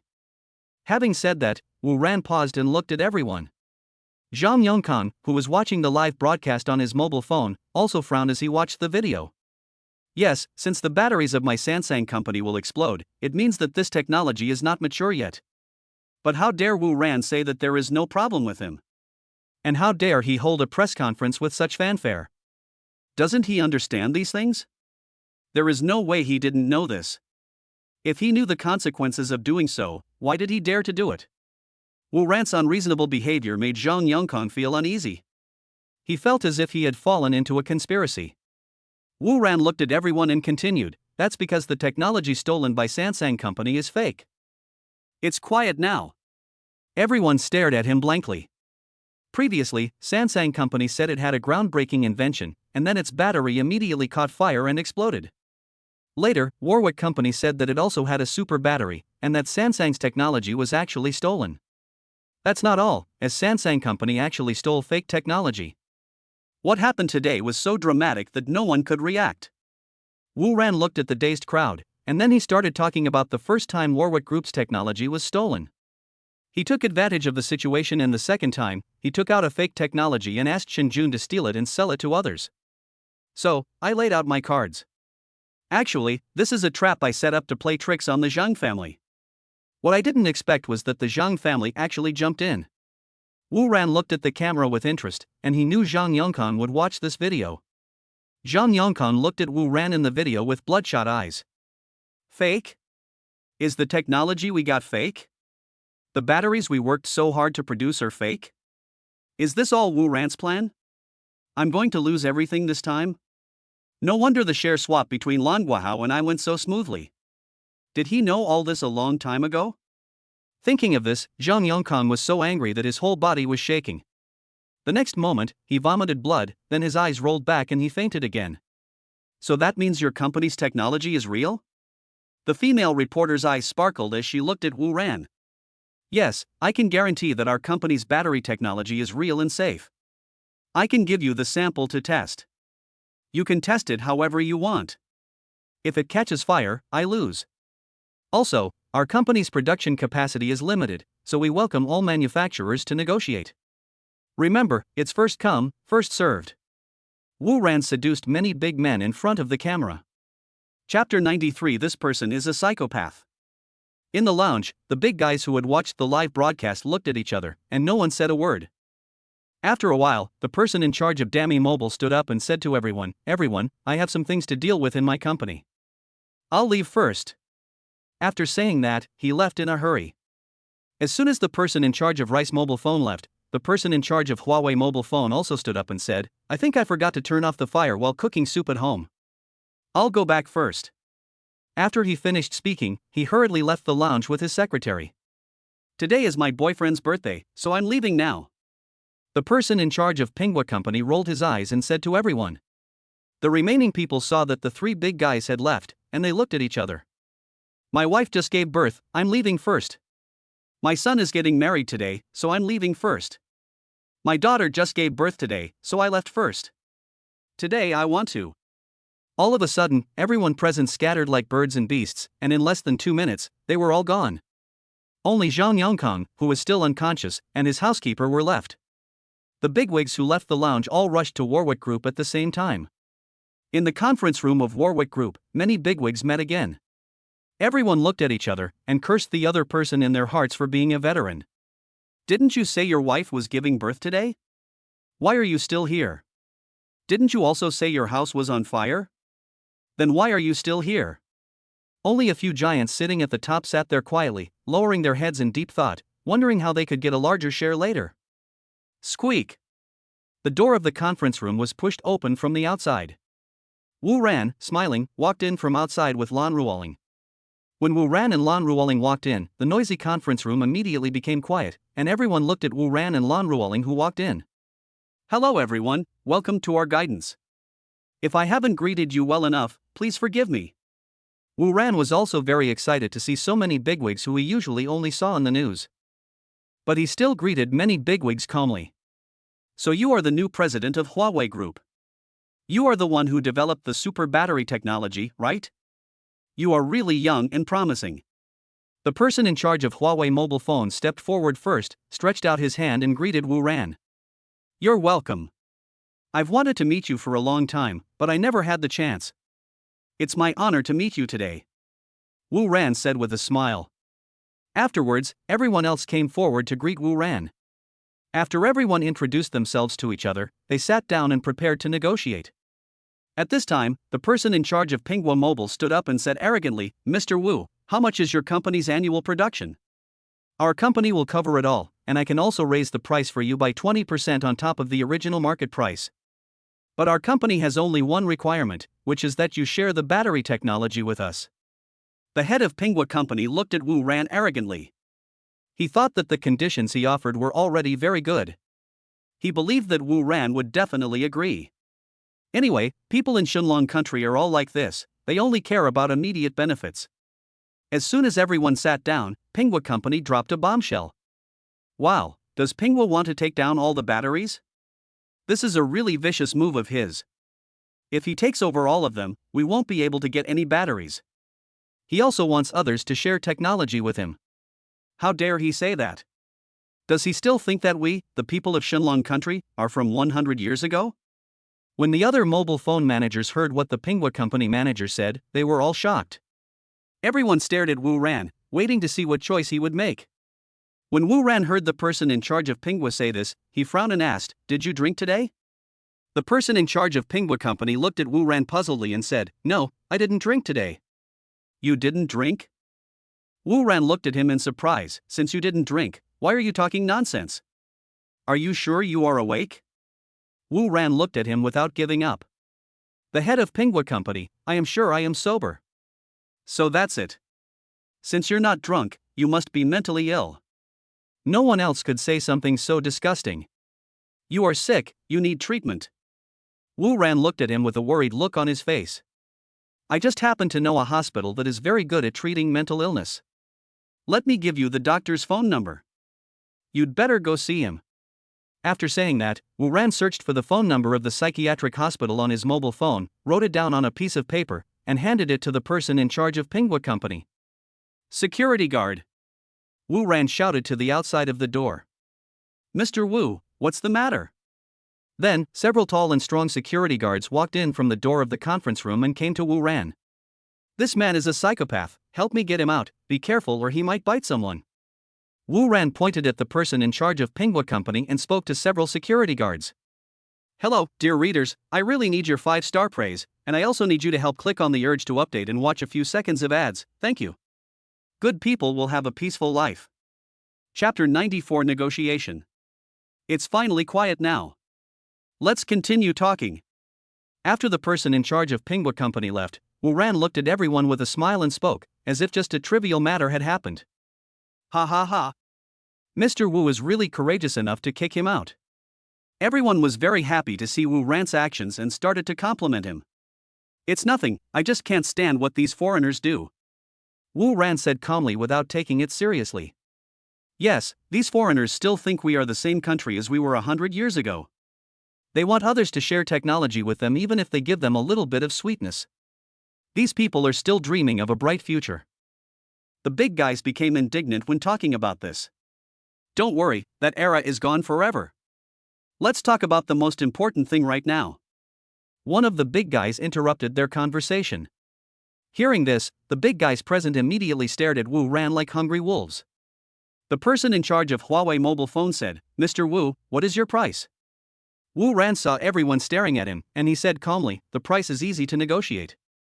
Here is my company's unified quotation list. Don't worry, the prices I give you are all the same. There will be no difference between expensive and cheap. After saying that, Wu Ran asked his secretary to hand out the quotations to everyone. Everyone took the quotation and looked at it carefully. Why is it so much more expensive than what's on the market now? When people saw the price, they gasped. When the person in charge of Dami Mobile saw the price, he looked up at Wu Ran and said, Mr. Wu, why is the price so much higher? The current market price of a battery is 35 yuan per piece, why do you sell it for 80 yuan per piece? Even if your super battery is better than others, it shouldn't be so much more expensive. We could still accept it if you sold it at around 40 yuan, but now you're more than double the price. We cannot accept this price. After saying that, he stared straight into Wu Ran's eyes. Mr. Lei, you get what you pay for. My price is definitely not too high. Wu Ran was not surprised to hear what he said. But yours is really too expensive. If it's at this price, we really can't purchase it. Yes, Mr. Wu, yours is really too expensive. The profits in our mobile phone industry are not high to begin with. If we follow your price, we will not make any money. The others all spoke up. Stop joking, I believe your profits are definitely more than this. Wu Ran looked at them calmly. But the price the Zhang family quoted us is not that expensive. Yours is much more expensive than theirs. A big guy said. Wu Ran smiled and said, but Zhang's batteries will explode. No matter how cheap they are useless. Do you really dare to use their batteries? Well. When the boss heard Wu Ran's words, his face froze. Mr. Wu, this is a huge profit. Based on our demand, this is too profitable for you. Based on the 2 billion mobile phones shipped worldwide each year, wouldn't you make hundreds of billions a year? And this is just the mobile phone industry, not even the electric car market. A big boss helped Wu Ran to do the math, and he switched the concepts here. Although the global annual mobile phone production is indeed 2 billion units, it is impossible for every mobile phone to use this super battery. Only high-end mobile phones can use such expensive batteries. Everyone, whether my batteries are profitable or not is none of your business. How much money I make is my business. Please don't bring your mobile phone industry practices with you. I know the unspoken rules of your mobile phone industry. You will calculate the cost of suppliers and stipulate how much money each one can make. But this doesn't work with me. Wu Ran looked at everyone and said, you think I make so much money, but have you ever thought about how much resources we invested in research and development? This technology didn't come from the wind, nor did it fall from the sky. We worked so hard to develop this. I can't just sell this high-end battery for nothing. Speaking of this, Wu Ran was thinking inside, however, this technology was really obtained for free, but I am the only one who knows this. You get what you pay for. This battery is definitely worth the price. Wu Ran knows the unspoken rules of the mobile phone industry. Huawei and Xiaomi phones all do this. When they purchase a component, they will calculate the cost specifically for the supplier. You can only make 1 cent from this part, not a penny more. Therefore, many mobile phone parts suppliers have become employees of mobile phone brands. But we can't blame anyone else. This is what happens when running a factory with little technical content. It's the price they said, not a penny more. But Wu Ran was not worried about this. He knew that these big guys would buy this battery regardless of whether they wanted to or not. This battery is not only used in mobile phones, other industries also have a huge demand for super batteries. Especially electric cars, which can run more than 3,000 kilometers after using super batteries, making these electric car manufacturers flock to this super battery. Now I'll let you discuss it among yourselves. But I can tell you that my company's daily production capacity is this much. I have decided to divide my company's production capacity into 10 parts, and 50% will be reserved for your mobile phone industry. If you don't want it, I will give all the production capacity to electric vehicles and other industries. After saying that, Wu Ran took Lan Ruoling out of the meeting room.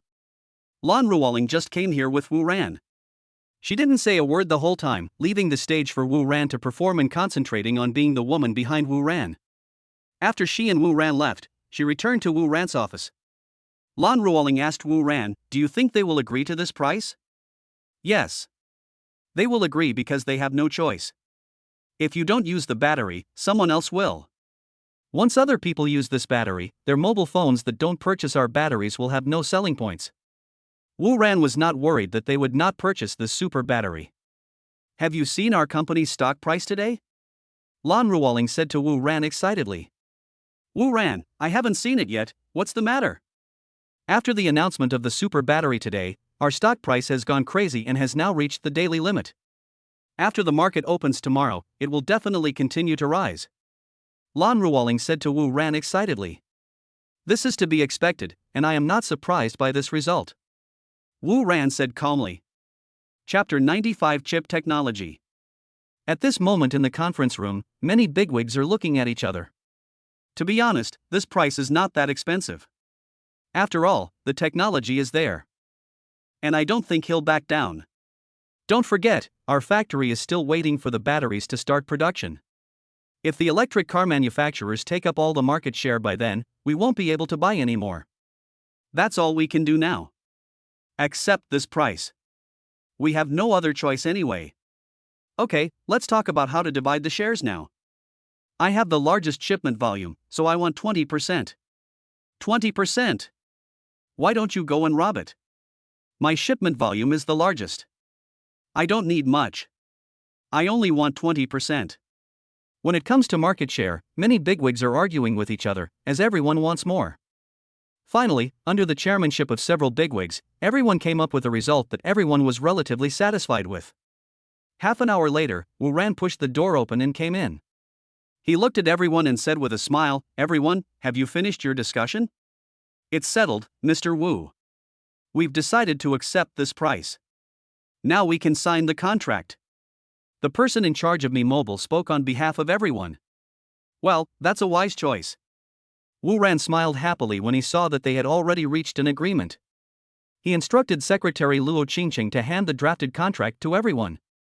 Everyone read the contract carefully after receiving it, and only started signing it after confirming that it was correct. After everyone had signed, Wu Ran ordered the drinks that had been prepared to be sent over for celebration. Suddenly the atmosphere in the conference room became lively. Wu Ran raised his glass and said to everyone, "Everyone, I wish us a happy cooperation." "I wish us a happy cooperation." Everyone also raised their glasses to salute Wu Ran.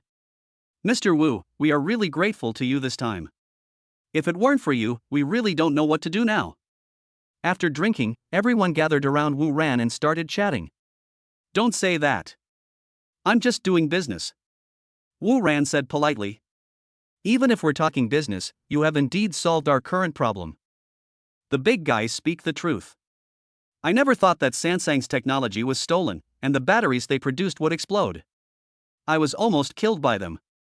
One of the big guys spoke of this matter with gritted teeth. When Wu Ran heard him talking about Samsung Company, he asked everyone with interest, "Samsung Company has caused you such a huge loss, what are your plans now? What plans can they make?" "It's certain that they will demand compensation. The contract we signed at the time clearly stated that if it was their fault that we couldn't ship the goods, they would have to pay triple the compensation. We will go to the Zhang family tomorrow and ask them to pay compensation," the bigwigs present said in unison. "Triple compensation? Wouldn't that mean they would have to pay until they were bankrupt?" Hearing this, Wu Ran said in surprise. That's not all. They seem to have signed a contract with the military. Now that this has happened, the military will definitely not let them go. One of them said, well informed. Yeah, there's a big mess with the contract I signed with the military. I'm very likely going to jail this time. Wu Ran was surprised. Is it so serious? It wasn't that serious originally, but it seems that their Sansang company has applied for a research grant from the military for the development of super batteries. But now it's revealed that this technology was not developed by them, but stolen. In this case, do you think the military will let them go? We can only blame them for being too greedy. Speaking of this, everyone sighed. If that's the case, Zhang Yongkang is dead even without me taking any action? After hearing what everyone said, Wu Ran thought in his heart. This is fine, I don't have to get my hands dirty. Okay, since the Zhang family is doomed, let's not talk about him anymore and talk about something else.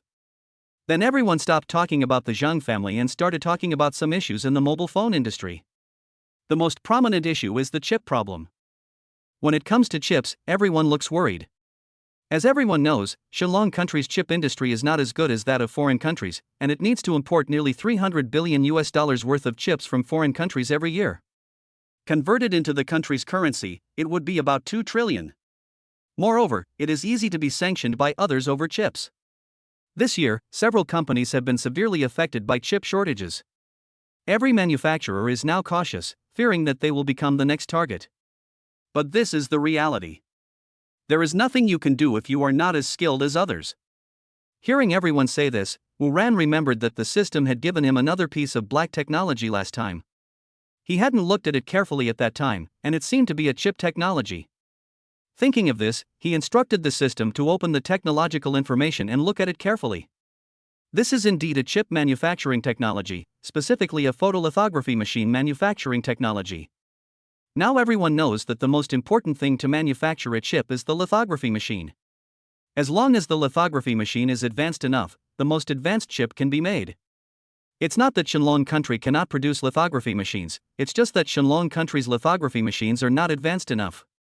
Now, other countries' most advanced lithography machines can already produce 5nm chips, while Shenlong country's most advanced lithography machines can only produce 45nm chips, which is still a long way from others. Just like a certain company, the mobile phone chip technology it designed is actually no worse than others. Because he does not have advanced lithography machines, he has to outsource the production of his chips to others. Now other countries want to crack down on Shenlong country's technology industry, and they will target him first. They are now in a state of panic because they are prohibiting others from helping them produce chips. Wu Ran looked at the technology carefully and found that it was much more advanced than the most advanced technology in the world. It turns out to be 1nm manufacturing technology, which is about 10 years more advanced than others. Moreover, this manufacturing technology is not very difficult and can be produced according to their company's existing technology. Seeing this, Wu Ran was also very excited. As long as he had the most advanced lithography machine, he could produce the most advanced chips. Who wouldn't want a market worth $2 trillion a year? Wu Ran was already imagining in his mind what it would be like to defeat the whole world at that time. Don't worry, this problem will no longer exist soon. Wu Ran, who had already finished reading the information, said to them with a smile. Mr. Wu, you don't need to comfort us. We know how difficult it is to produce chips. It will be impossible to produce advanced chips on our own within the next 10 years. When many bigwigs heard Wu Ran's words, they just thought that Wu Ran was comforting them and did not take his words to heart.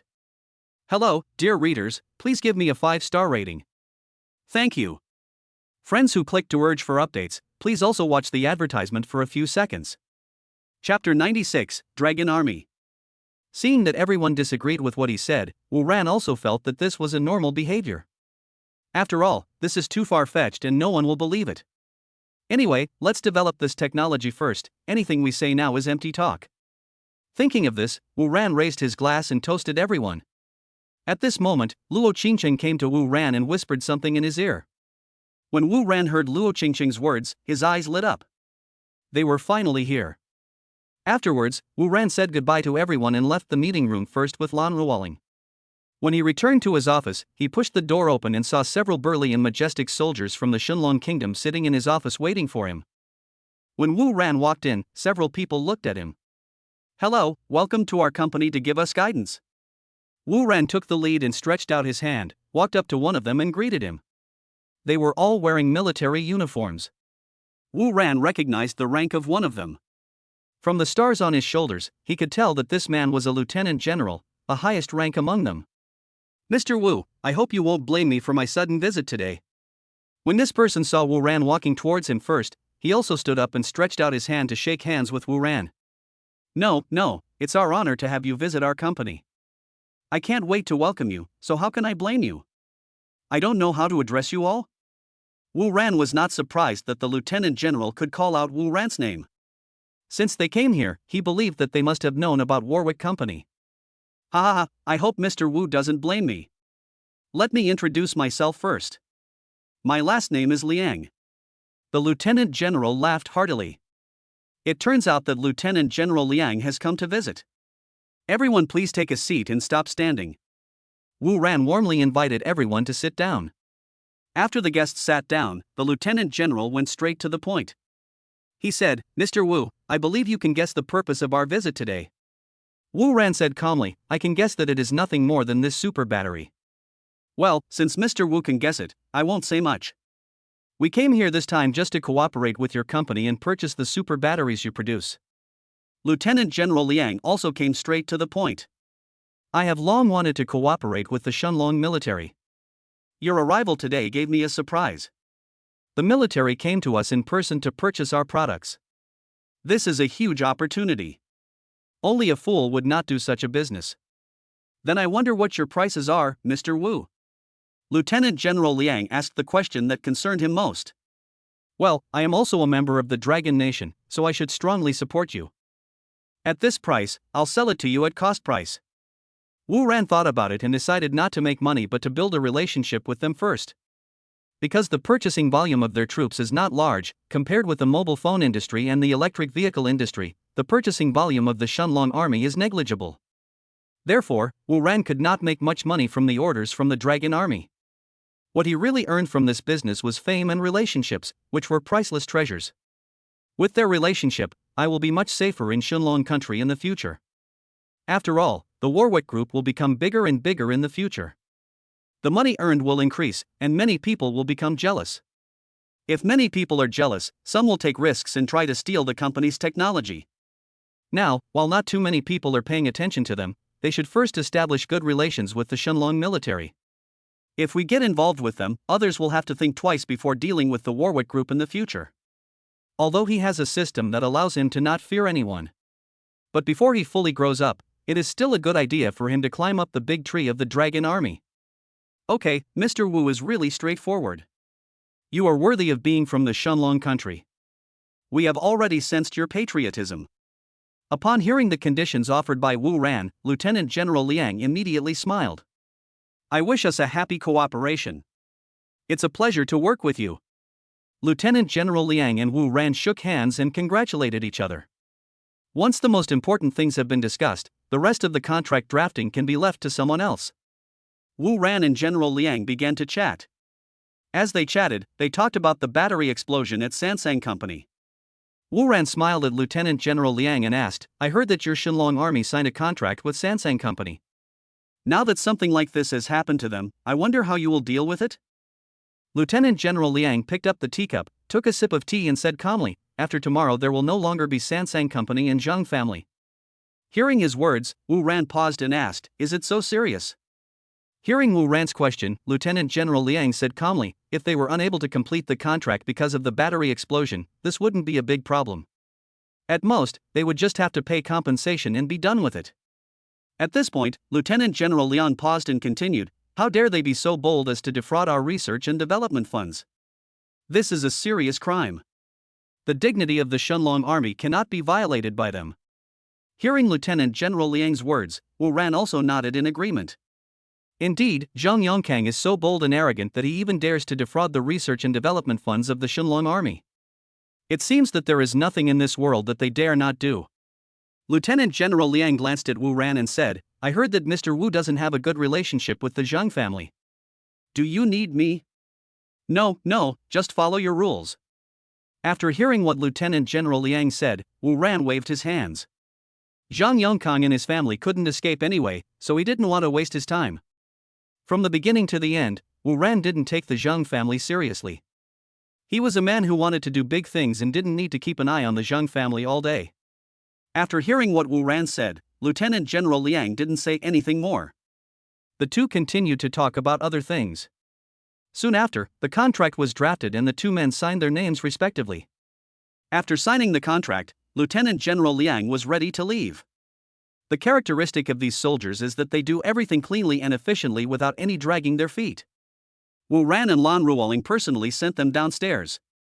When Lieutenant General Liang got in the car, he took out a business card and said to Wu Ran, "Mr. Wu, this is my business card. If you encounter any problems in Qingfeng City in the future, you can come to me." Wu Ran took happily the business card handed over by Lieutenant General Liang and said happily, "Then I would like to thank you first, Lieutenant General. I will definitely come to you if I have any troubles. Okay, I'll be leaving first." After saying that, Lieutenant General Liang got in the car and left Warwick Company. After Lieutenant General Liang left, Wu Ran and Lan Ruoling returned to his office. Wu Ran sat behind his desk, holding the business card given to him by Lieutenant General Liang and thinking. "What's on your mind?" Seeing Wu Ran, who was in deep thought, Lan Ruoling spoke.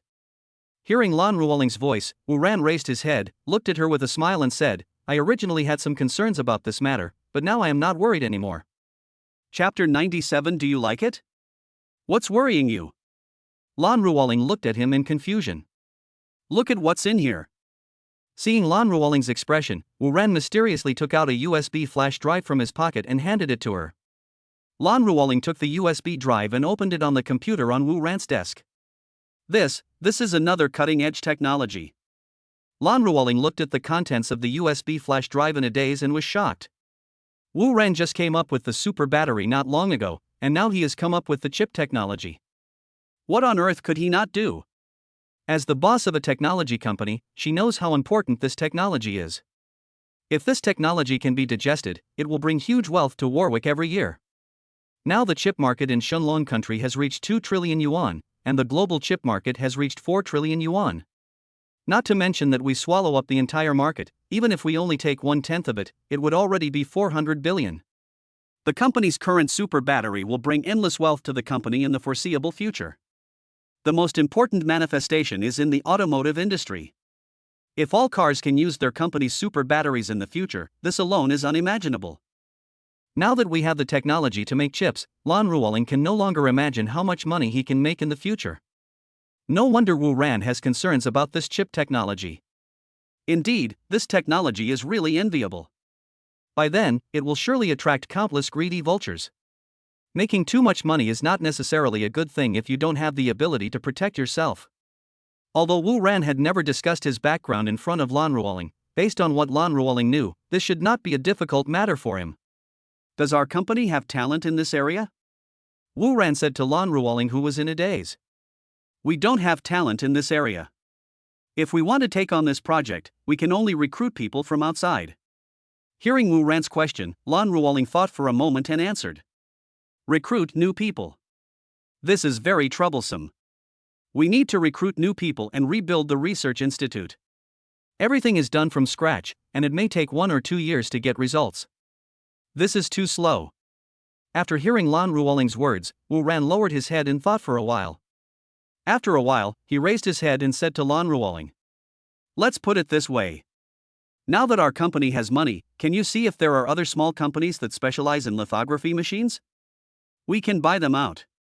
In this way, we will have talents, factories, equipment, and everything else. We don't have to start from scratch." Hearing Wu Ran's words, Lan Ruoling's eyes lit up. "Yes, why didn't I think of it? Anyway, the technology is ready-made. All we need to do is buy a smaller company and give the technology to them for research. This is indeed the most time-saving way. The results will be available in 3 months at most." Speaking of this, Lan Ruoling looked at Wu Ran with her beautiful and lively eyes, which showed little stars. The super battery project is already in normal production, which will bring endless wealth to the company. The super battery project successfully caught up with the Dragon Army. Now the only thing left is chip technology. As long as we buy another small company that makes chips, this problem will be solved. After resolving all the issues, Wu Ran is in a very good mood. He had foreseen that his business empire was beckoning. Seeing Wu Ran in such a good mood, Lan Ruoling was also infected by him and felt relaxed. Chapter 98. Did you hit me? In the evening, Wu Ran and Lin Shireen were having dinner. Halfway through the meal, Lin Shireen looked at Wu Ran, seeming to want to say something but stopping herself. Wu Ran noticed Lin Shireen's behavior and felt very strange, so he asked, "What's wrong with you? Will you be free tomorrow?" Lin Shireen looked at Wu Ran quietly. "Tomorrow? I'm free tomorrow." "Then accompany me to a place." "Where are you going?" "Come back to the orphanage with me." "I thought you were going to say something." "Okay." Early in the morning, Wu Ran came to Lin Shireen's house and knocked on the door. "Please sit down and wait for me." After a while, Lin Shireen opened the door sleepily and welcomed Wu Ran in. Wu Ran sat on the sofa, looking at his phone boredly. "Let's go." Half an hour later, Lin Shireen, who had finished washing up, appeared in front of Wu Ran. Then the two of them went downstairs and got into the car. "It's been 2 months since I last went back to see the dean." She was excited at the thought of meeting the dean soon. On the way to the orphanage, Lin Shireen kept talking to Wu Ran about her life in the orphanage. When she talked about something happy, she covered her mouth and laughed out loud, not like a lady. Wu Ran concentrated on driving while listening to Lin Shireen talking. Seeing Lin Shireen's happy expression, he was also infected and his mood improved. The orphanage is not far away, about an hour's drive away. When they arrived at the orphanage, they got out of the car and walked hand in hand. Taking Wu Ran into the orphanage's gate, Lin Shireen introduced him to the environment in the yard. Wu Ran saw that the orphanage was not very big, only about 2,000 square meters. There are canteens, dormitories, playgrounds, and other facilities inside. There is also a small garden. It is summer now, and the flowers and plants in the small garden are lush and green. The garden is full of the fragrance of flowers, which makes people feel relaxed and happy. There are several children playing in the small garden now. Sister Cheyenne. Sister Cheyenne is back to see us again. When a few children who were playing saw Lin Shireen, they came over and cheered in their baby voices. "Here, I have some candy." Seeing the children, Lin Shireen happily took out candies from her bag and handed them to them. "Yeah, there's candy again." The children who got the candies cheered with joy. Elder sister. "I want a hug." One of the girls, about 5 or 6 years old, walked towards Lin Shireen with her head shaking. "Xiao, come quickly, sister will hold you." When Lin Shireen saw the little girl, her maternal instinct was aroused and she reached out and picked up the little girl named Xiao. When Wu Ran saw the children's innocent and helpless smiles, he was also infected by them and greeted the children with a smile. "Sister, who is he?" One of the little girls, about 7 or 8 years old, looked at Wu Ran and asked. Before Lin Shireen could answer, another little boy said, "I know. I just saw them holding hands. I heard that only the husband can hold a girl's hand. So he is Sister Shireen's husband." The little boy said boastfully. "Ha, you're so smart." Hearing the little boy's words, Wu Ran couldn't help but give him a thumbs up. Lin Shireen, who was holding Xiao Ai, rolled her eyes at Wu Ran and concentrated on holding Xiao Ai and playing with her. The two stayed for a while and then left and continued walking forward. The two of them walked in the small garden. Lin Shireen looked at the scenery of the small garden with a cheerful look on her face. This is where she played with her friends when she was a child. In this small garden, the girls were playing hide and seek and catching butterflies. The boys climbed trees and robbed bird nests. Seeing all this, Lin Shireen's face was filled with memories. "I had a lot of good friends back then, but now we have all grown up and gone our separate ways after finishing school. However, they know that the orphanage is their roots, so they make an appointment every year to come back and reunite. And today happens to be the day they agreed to get together this year." Lin Shireen looked at the quiet surroundings and said, "We should have come early. They haven't arrived yet. Come on, I'll take you to the dean's office to see the dean." As he said that, he took Wu Ran's hand and walked towards the dean's office. Does this count as meeting the parents? Go to hell. At this time, there were a few young men with suspicious looks sitting on the sofa in the dean's office. One of the small leaders said to the dean, "Dean, I want to buy your place, please name a price." Sitting opposite them was a harmonious and amiable middle-aged woman. She is the director of the orphanage. Today, these 3 young men came to her and said they wanted to buy the land of the orphanage. This piece of land is the orphanage's home. If the land is sold, the orphanage will have nowhere to go. the dean will definitely not sell it. If this land is sold, where will the children in the orphanage live in the future? Please go back, the three of you. I have made it very clear that this land is not for sale. The dean ordered the three people to leave. Dean, how about this? I'll add some more, see if it works. I'll add another 200,000, making it 1 million. Do you think that's okay? The little leader continued to speak without giving up. I told you, I won't sell it for any price. The dean was so angry that she was breathing rapidly, not to mention that she had never thought about selling the land. Even if she wanted to sell it, it wouldn't be at this price. The entire orphanage covers an area of over 1,000 square meters. He wants to buy such a big place for only 1 million. Isn't he treating her as a fool? Dean, you have to think about it carefully. We are discussing this with you politely. Don't refuse my toast and drink the wine for punishment. Now your place and all the surrounding land have been taken by our Qingfeng City Huawei Group, and we want to expropriate your land to build a factory.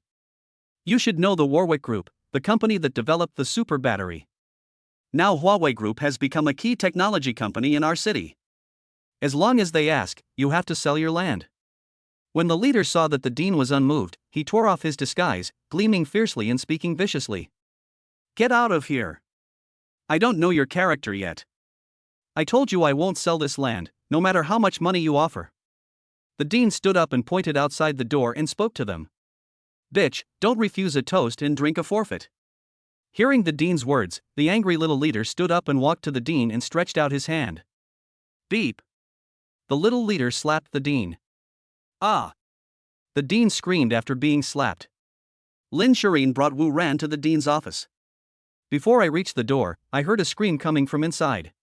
Lin Shireen recognized this as the dean's voice. She heard the dean's voice and walked in quickly. When Lin Shireen came in, she saw the dean standing there with his face covered with his hands. There was a ferocious-looking man standing in front of the dean. There were two ruffian-looking young men sitting on the sofa. Dean, are you okay? What's the matter? Lin Shireen came to the dean and whispered with concern. Cheyenne, it's you. I'm fine. When the dean saw that it was Lin Shireen, she covered her face and spoke to Lin Shireen hesitantly. I asked you what happened. Were you beaten? Lin Shireen looked at the dean covering his face and refused to tell her the truth, so she angrily asked. No. I'm fine. The dean comforted Lin Shireen softly. Let me see. After saying that, Lin Shireen pried her hands apart without waiting for the dean's consent. A bright red palm print appeared on the dean's face. When Lin Shireen saw the palm print on the dean's face, she suddenly became excited. She grew up in an orphanage, and the director of the orphanage was her mother. Not only her, but every other child who grew up in the orphanage treated the director as their mother. Now that my mother has been beaten, how can I not feel heartbroken as a daughter? Did you hit him? The next moment, Lin Shireen looked at the little leader with grief and anger and roared. Chapter 99, Which hand typed it? This little boss is actually not from Warwick Company. He just said that to scare the dean so that he would sell the land to him. He was originally the son of a small businessman in Qingfeng City, and his family had some money. Last night, he had a relative who worked at Qingfeng City Hall come to visit him at his home. After 3 rounds of drinks, his relative got drunk and told him that Warwick Group was going to acquire land to build a factory. The factory that Warwick Group plans to build is probably near the orphanage. When he heard his relative say this, he thought that a business opportunity had come. If we acquire a piece of land before Warwick Group expropriates the land, we can then wait until Warwick Group officially announces that it is going to build a factory. Then sell the land to Warwick Group at a high price and make a lot of money. So, early in the morning, he rushed to the orphanage to find the director and proposed to buy the land of the orphanage. There was a reason why he was interested in the orphanage, because the other plots of land were in the hands of rich people and he couldn't touch them. Only the orphanage has no background. Compared to him, the orphanage with no background is the best target for him. He thought that giving 1 million was already a sign of sincerity to the dean who had never seen the world. He didn't expect that the dean would dare to ignore his ideas and wanted to drive him away. The little boss was not willing to leave. He had already calculated that if he took the land, when the Warwick Group demolished the land, this land could definitely be sold for tens of millions, or even hundreds of millions. Now the dean wanted to drive him away and let him watch the huge sum of money slip away, so he slapped the dean in anger. Just as he finished beating the dean, a man and a woman walked in from outside. Lin Shireen looked at the little leader with frowned brows. Hey, where did this little beauty come from? The little leader looked at Lin Shireen in a scoundrelly manner. When Lin Shireen came in just now, he kept staring at Lin Shireen. He dared to swear that he had never seen a girl as beautiful as a fairy. No matter the appearance, figure or temperament, they are all top choices. Hearing her call this woman the director, this girl should also be from this orphanage. It was obvious that someone who came from an orphanage wouldn't have any remarkable background, so this girl couldn't escape from his grasp today. Today he has to decide on the land and the people. When we go back later, we will tie this girl up with us. Today is really a double happiness. I asked if it was you who hit me. Lin Shireen looked at him and said calmly. So what if I hit you? Beauty, what's your name? The little leader said this with a grin, and then tried to put his hand towards Lin Shireen's face. Wu Ran, I leave it to you. Lin Shireen ignored the little leader's actions and said something to Wu Ran. When Wu Ran and Lin Shireen walked in, he didn't say a word, just observed everything quietly. Yes, my dear wife. Before Lin Shireen finished speaking, Wu Ran walked out from behind her. Before the little leader's hand reached Lin Shireen's face, his eyes went dark and he saw a big hand grabbing his neck. The next second, his neck was grabbed by Wu Ran's big hand and lifted up. The little leader was lifted into the air by Wu Ran and kicked around with his legs. You, let go. The little leader whose neck was pinched by Wu Ran had his face turned purple due to difficulty breathing and he couldn't speak. Boss, please let me go. The two young men sitting on the sofa saw their boss being caught, and immediately stood up and rushed towards Wu Ran. After Wu Ran caught the little leader, he saw two people rushing towards him. He grabbed the little leader and threw him towards the two men. The other two had only rushed halfway when they saw an object flying towards them and subconsciously stretched out their hands to block it. However, the impact of the flying object was too great, and the next second the three of them flew several meters away and fell to the ground. The three people who fell to the ground vomited blood and looked at Wu Ran in disbelief. This young man doesn't look very old, but he is very good at kung fu. The three of us were knocked away by him in less than 2 seconds. It seems like we have hit a wall today. After Wu Ran saw the three people fall, he turned around and said to Lin Shireen, you and the dean go out first. Lin Shireen nodded and helped the dean leave the house. She knew that Wu Ran didn't want them to see what happened next. After Lin Shireen and the dean left, Wu Ran walked up to the little leader. Don't come over here. Do you know who I am? Seeing Wu Ran coming over, the excited little leader asked Wu Ran about this eternal philosophical question. I don't know, and I don't want to know. Wu Ran replied, then stood beside the little leader and looked down at him and said, that hand? What that hand? The little leader looked at Wu Ran uneasily. I asked you which hand you used to hit the dean? Wu Ran looked at him calmly. What do you want to do? The little leader asked in horror. Nothing. You don't need to know. Just tell me that you hit the dean with that hand, and I'll let you go. Good boy. Wu Ran spoke to the little leader in a gentle and persuasive manner. Really, you'll let me go? Not killing us? The little leader asked Wu Ran in disbelief. Are you overthinking it? Do you think I will kill you? Wu Ran looked at the little leader with disdain. This is a society ruled by law. How can people kill people at will? Yes, he seems to be from the orphanage. People who come out of the orphanage usually don't have any background. He doesn't have the guts to kill me. I was just scared by his ferocious expression. When the little leader thought of this, he was no longer afraid. He said that he would definitely get his revenge after I left. Then he stretched out his right hand and said, so what if I hit you with this hand?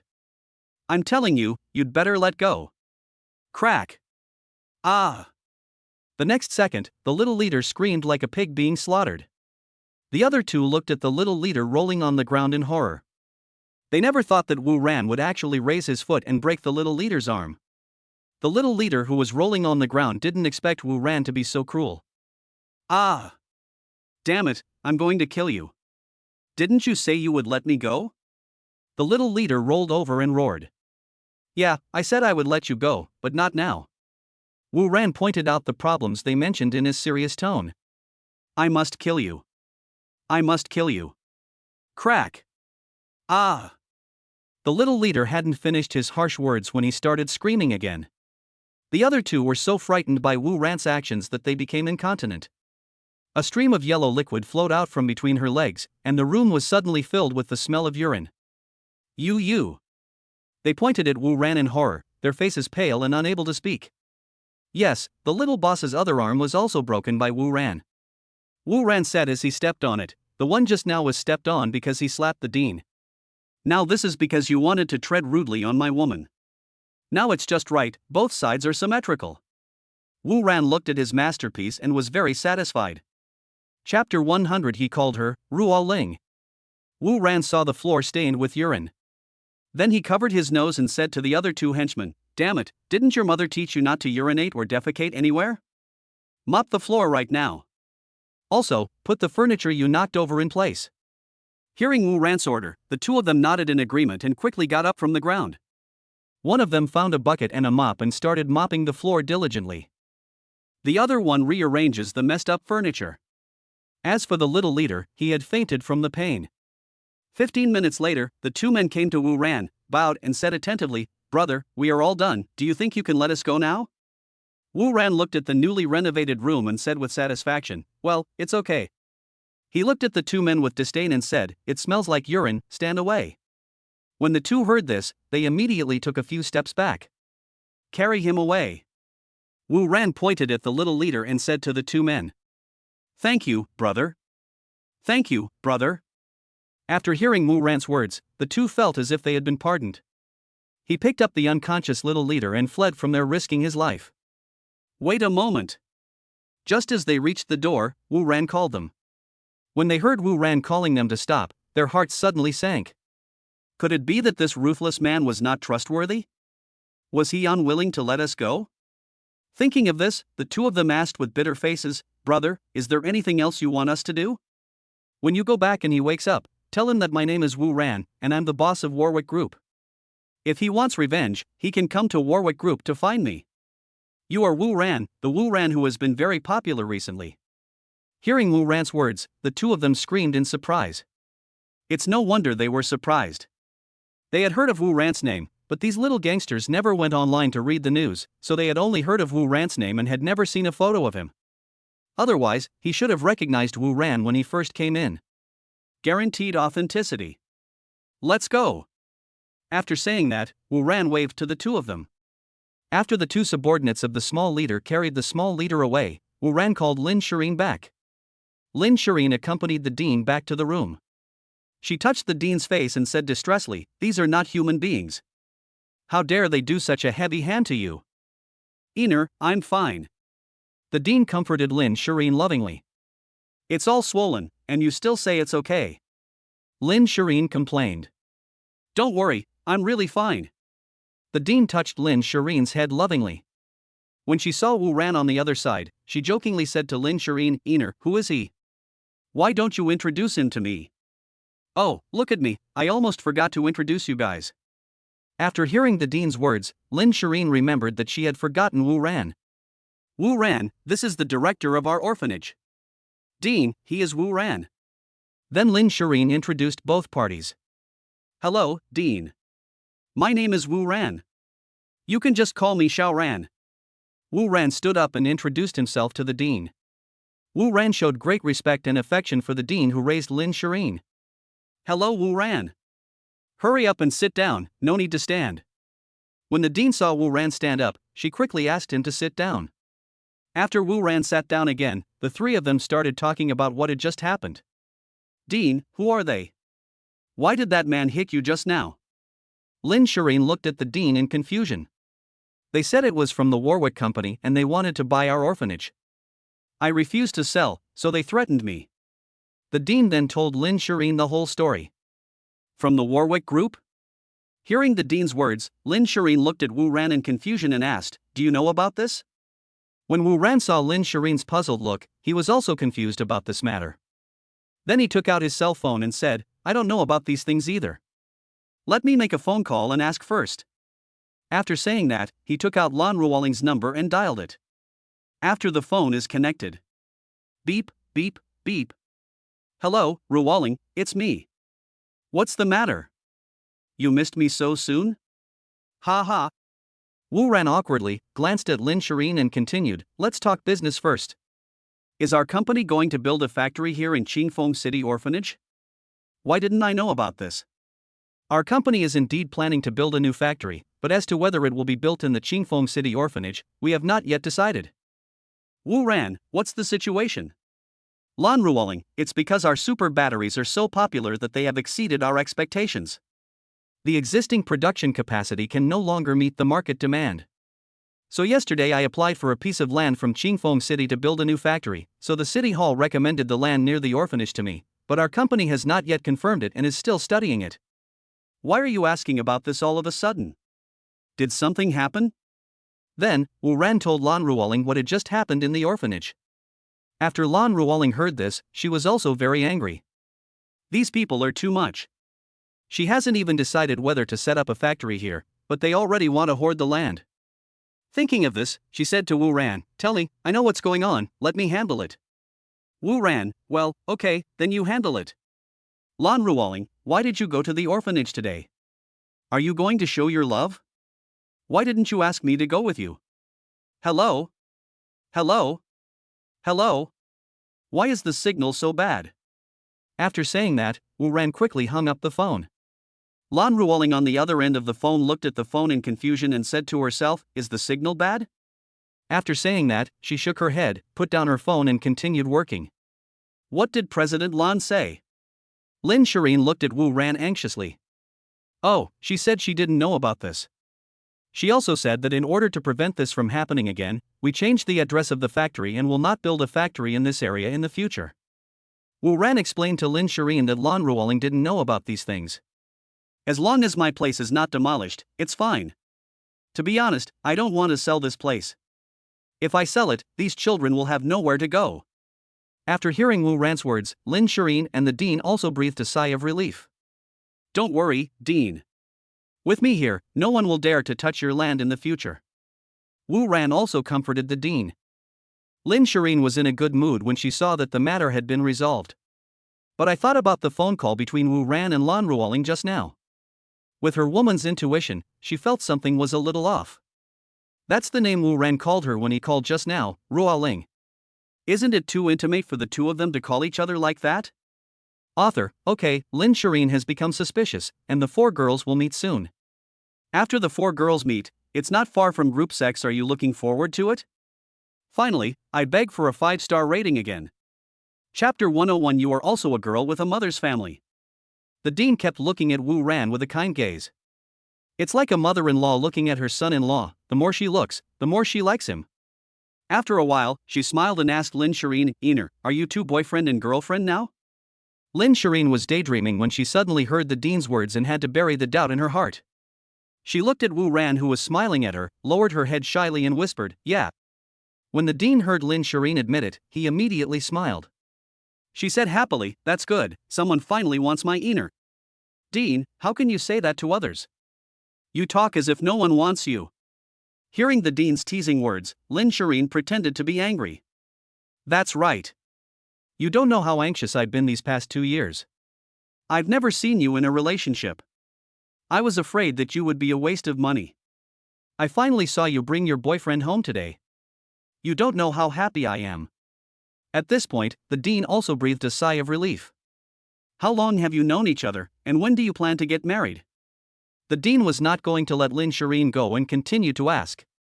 Dean, you are making fun of me again. I am ignoring you. Girl, there's nothing to be shy about. The dean looked at Lin Shireen lovingly and continued, "You have always liked to be naughty since you were a child, just like a boy. Among all these children, you are the one I am most worried about. Now, someone can love you for me. The dean is old, and I don't know how long he can stay with you." At this point, a barely perceptible look of desolation appeared on the dean's face. Dean, look at what you are saying. My dean will definitely live 100 years. Hearing the dean's words, Lin Shireen panicked. She hugged the dean and buried her head in his arms. Silly girl, people are born, grow old, get sick and die. This is the law of nature. How can you live to be 100 years old? Now that I see that each of you has a promising future, I feel relieved. The dean gently stroked Lin Shireen's head and spoke softly. Wu Ran watched the two of them quietly from the side, feeling deeply moved. Although these two were not biological mother and daughter, they were better than mother and daughter. Cough, cough, cough. At this moment, the dean began to cough rapidly. Dean, what's wrong with you? Are you still not well? When Lin Shireen heard the dean cough, she looked at him worriedly. I'm fine, it's just an old problem. Don't worry about me. The dean waved to Lin Shireen, telling her not to worry about her. Lin Shireen, what did the doctor say? Dean, the doctor also said that this is an old problem and it will get better slowly. Lin Shireen, really? The dean didn't dare to look into Lin Shireen's eyes. Yeah. Did you go to the doctor? Seeing the dean's expression, Lin Shireen looked at him angrily. Dean, I went to see it. Seeing the dean like this, Lin Shireen immediately understood. Why don't you go see a doctor? Didn't I tell you to see a doctor? I've already told you, I have money, you don't have to save money for me. Lin Shireen said to the dean angrily. The dean knew that he couldn't hide it from Lin Shireen, so he could only tell her the truth. Ener, you have grown up. You need to have your own life and family in the future. How can the dean continue to use your money? Every time you sent money back to me, you lied to me and told me you still had a lot of money and that I didn't need to worry. Actually, I know that you sent all your salary back to me and only kept a little for your living expenses, so you don't have any savings. But you have grown up, and you will get married and have children in the future. When other girls get married, their parents will help them prepare dowries. For the girls we send out from the orphanage is your mother's home. The director will also provide dowries for the girls leaving the orphanage. You know, I don't have much money as the director. I use all my money to support the children in the orphanage. So I save all the money you girls send back and take it to your husband's family when you get married. This way your husband's family won't look down on you.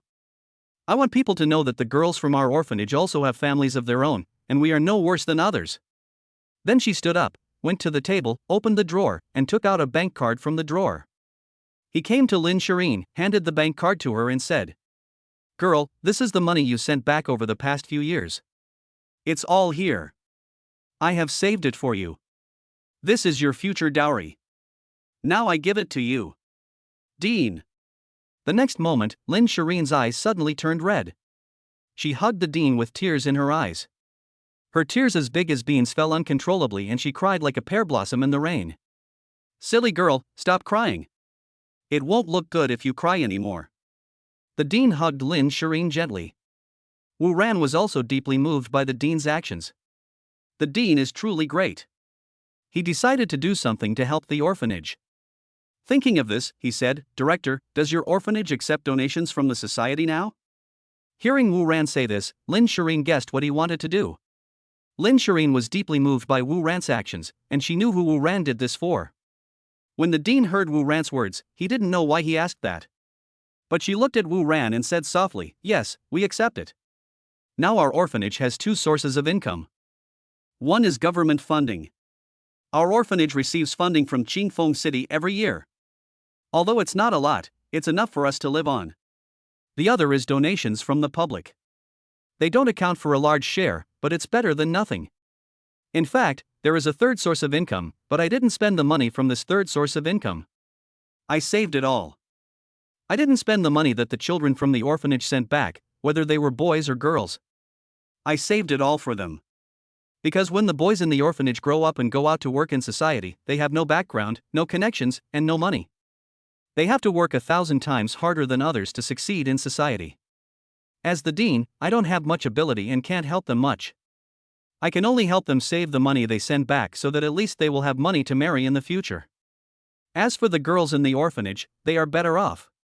If they can find a good husband and a good in-law family in the future, they can live a happy life. Wu Ran, can you promise me one thing? Chapter 102 I leave Shireen to you. Having said that, the dean stared at Wu Ran and asked him very seriously. What's the matter, Dean? When Wu Ran saw the dean so serious, he also looked at him seriously. I must practice good tuning in the future. Look me in the eyes and answer me. The dean said to Wu Ran without any doubt. Don't worry, Dean. I will love her well. I will never let her down in this life. Wu Ran looked into the dean's eyes and answered her seriously. When Lin Shireen heard Wu Ran's straightforward declaration, she looked at Wu Ran shyly. Well. She was very pleased to hear Wu Ran's promise, and the dean said several good words in succession. After saying that, the dean symbolically placed Lin Shirin's little hand in Wu Ran's hand. As if explaining something, he said, "Then I can leave her to you without any worries." Then Wu Ran and Lin Shirin held each other's hands tightly and looked at each other lovingly. The dean watched the interaction between the young couple with a smile on his face and was in a good mood. "Director, I would like to donate some money to the orphanage in Shirin's name." Wu Ran held Lin Shirin's hand and continued to speak to the dean. "Donate money? No, save your money for your future marriage with Einer."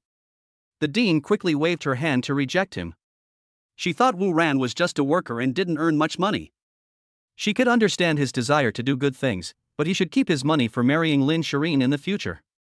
It will cost a lot for the young couple to get married in the future, and they will also have to raise children after marriage, which is a lot of expenses. So the dean quickly rejected his proposal. She didn't dare to accept Wu Ran's donation. "Dean, I mean it. You don't have to worry about me not having the money to marry Shirin." Wu Ran explained hurriedly. "You haven't even proposed yet. Who promised to marry you?" When Lin Shirin heard Wu Ran say that he wanted to marry her, she blushed and gave Wu Ran a cold look. "Ranner, I know you want to do good things. But you should keep this money for your future living expenses. I am very pleased that you have this thought. The dean doesn't want Wu Ran to donate his wife's capital. I want to donate 10 million to the orphanage, 10 million every year. Have you seen enough?" Hearing the dean reject him, Wu Ran looked at the dean seriously and said, "Well, what? 10 million? And 10 million per year?" The dean was shocked by the amount of money Wu Ran offered. The orphanage's current monthly expenditure is only about 50,000 yuan, or 600,000 yuan a year. 10 million can last for 16 years. It can be said that this is the largest donation the orphanage has ever received since its establishment. 10 million is too much. We don't need that much." The dean waved his hands quickly. "It's okay, Dean. This 10 million is just a small thing for me. Just think of this as a gift from your son-in-law." Wu Ran said to the dean with a smile. "Won't donating so much cause you difficulties in life?" When the dean heard Wu Ran call himself her son-in-law, she was overjoyed. But she looked at Lin Shirin with doubts in her eyes. Lin Shirin felt the dean's puzzled look, and she smiled and said to him, "Dean, just accept it. This little money is just pocket money for him." After hearing Lin Shirin's words, the dean became even more confused. 10 million was just pocket money. "Xiaoran, what kind of job do you have now?" Just now she seemed to have forgotten to ask Wu Ran what his job was. "Dean, I own a company of my own." Wu Ran answered the dean with a smile. "I see." When the dean heard Wu Ran say that he ran a company, it suddenly dawned on him that it was no wonder he could donate 10 million. But even if you own a company, you don't have to donate 10 million. You should keep the money for the development of your own company. The dean thought that Wu Ran's company was not very big, and was worried that Wu Ran's donation of 10 million would make his company unable to make ends meet. The dean would feel bad if his company was unable to make ends meet because of this money, so he decided to reject Wu Ran's kindness. "Dean, just accept it. His company doesn't need the 10 million. Seeing that the dean still refused to accept Wu Ran's donation, Lin Shirin also began to persuade him. "Is Xiaoran's company big?" The dean continued to ask. Since the release of the super battery, the company's stock price has been soaring. According to today's market value, it has exceeded 300 billion. Wu Ran thought about it and told the dean. More than 300 billion. The dean was stunned. She couldn't imagine what this concept was. "Yes, so please accept it, Dean." Lin Shirin continued to persuade the stunned dean. "Well, since it's a kind gesture from you, I'll accept it. It's just that you only need to donate this once. This 10 million will last us a long, long time. There's no need to donate every year." After hearing what Wu Ran said, the director knew that he was not short of money, so he agreed to accept Wu Ran's donation, and the orphanage was indeed short of money. With Wu Ran's money, the orphanage can renovate its old facilities and improve the meals for the children. Wu Ran breathed a sigh of relief when he heard that his mother-in-law was willing to accept his donation. Yes. In his heart, Wu Ran already regarded the dean as his mother-in-law. The dean was in a good mood knowing that his son-in-law was so promising. She was also happy for Lin Shirin. It was her blessing to have a man who loved her so much. She no longer had to worry about Lin Shirin's future. Then, the dean seemed to remember something, and she gently said to Wu Ran and Lin Shirin, "You sit down for a moment, I'll go get something." After a while, the dean came over with a small box in his hands carefully, as if he was holding some precious treasure. She carefully blew away the dust on the box and gently opened it. There was a set of baby girl's clothes lying inside. When the dean saw the clothes, his eyes were filled with memories. She picked up the small clothes and said to Lin Shirin, "This set of clothes is what you were wearing when I brought you back home. Now I give it to you. If you meet your parents in the future, this set of baby clothes will be proof that you recognize each other." After saying that, the dean handed the small box to Lin Shirin. Lin Shirin carefully took the box, picked up the baby clothes and looked at them carefully. I saw that it was a very ordinary set of baby clothes. The style was similar to current clothes, there was nothing strange about it. There was only a very small word embroidered on the lapel of the clothes. Wu Ran was sitting next to Lin Shirin, and he was also looking at the dress carefully. Suddenly, he felt that the style of this baby clothes looked familiar. But this feeling was hidden in the deepest part of his memory, and he couldn't recall it no matter how hard he racked his brains. Author, brothers, I will post 2 chapters today. Because this has come to the most critical moment of Lin Shirin's life, I have to think carefully about how to arrange Lin Shirin's identity tonight. Originally in my conception, I had given Lin Shirin several identities, but I'm still considering which one is the best. Because Lin Shirin's identity is related to the subsequent plot, her background cannot be lost. I haven't made a final decision on the identities of the 2 women in this book. One is Lin Shirin and the other is Luo Qingcheng. In fact, I have thought of several versions of the identities of these 2 people, but I still don't know which version is the best. This is related to how Wu Ran will reasonably gather his harem in the future, so he has to think about it carefully tonight. Please rest assured, I will try my best to make up for the chapter 10 tonight tomorrow. If you have any good ideas, you can also leave me a message and I will take a look. Finally, I beg everyone for a 5-star rating. Chapter 103, They Didn't Abandon Me. What's the matter? Sensing that something was wrong with Wu Ran, Lin Shirin asked. Nothing more. Wu Ran shook his head and said to Lin Shirin. He couldn't figure out why he felt familiar with the style of the clothes. But he just couldn't remember it, so he gave up thinking about it. After hearing Wu Ran say it was nothing, Lin Shirin turned around and gently stroked the clothes she had worn with her small hands. After a moment, she looked up and said to the dean, "Dean, can you tell me about the situation when you met me?" After hearing Lin Shirin's words, the dean fell into deep thought and recalled. A long time. The dean raised her head and said slowly. That was 24 years ago. I remember it was a winter night. The orphanage was very short of funds back then. In order to buy cheap vegetables, I would wait until the evening to go to the vegetable market to buy discounted vegetables. It was already past 6 in the evening. Winter nights come especially early. When I went to the market to buy vegetables, it was already completely dark. At that time, going from the orphanage to the vegetable market required passing through a very remote path. Just when I walked onto a secluded path, I heard a soft baby crying in the grass beside the road. Because I specialize in adopting orphans, and there were a lot of abandoned babies in the Shenlong Kingdom at that time. So during that time, when I was walking on the street, I was particularly sensitive to the sound of babies crying. I heard a baby crying and followed the sound. I finally saw a baby behind a rock. The baby was only wearing a piece of clothing, and there was no other information. At this point, the dean looked at Lin Shirin and said comfortingly, "But don't worry, I believe your parents will not abandon you. Because if people abandoned a baby girl at that time, they would at least leave some birth date, name, etc. And you have nothing on you but the clothes. So judging from the scene when I met you, I guess they wanted to hide you. As for why they hid you, I don't know. Maybe they encountered something. I picked you up and waited there for 2 hours but no one came back. Then I saw you crying loudly from hunger and your face was red from the cold, so I had no choice but to take you back to the orphanage. When I took you back to the orphanage, I was afraid that your parents wouldn't be able to find you when they came back. I left the address of our orphanage when I left, hoping they can see it when they come back. But no one came to find me later." The dean looked at Lin Shirin and said with a sigh.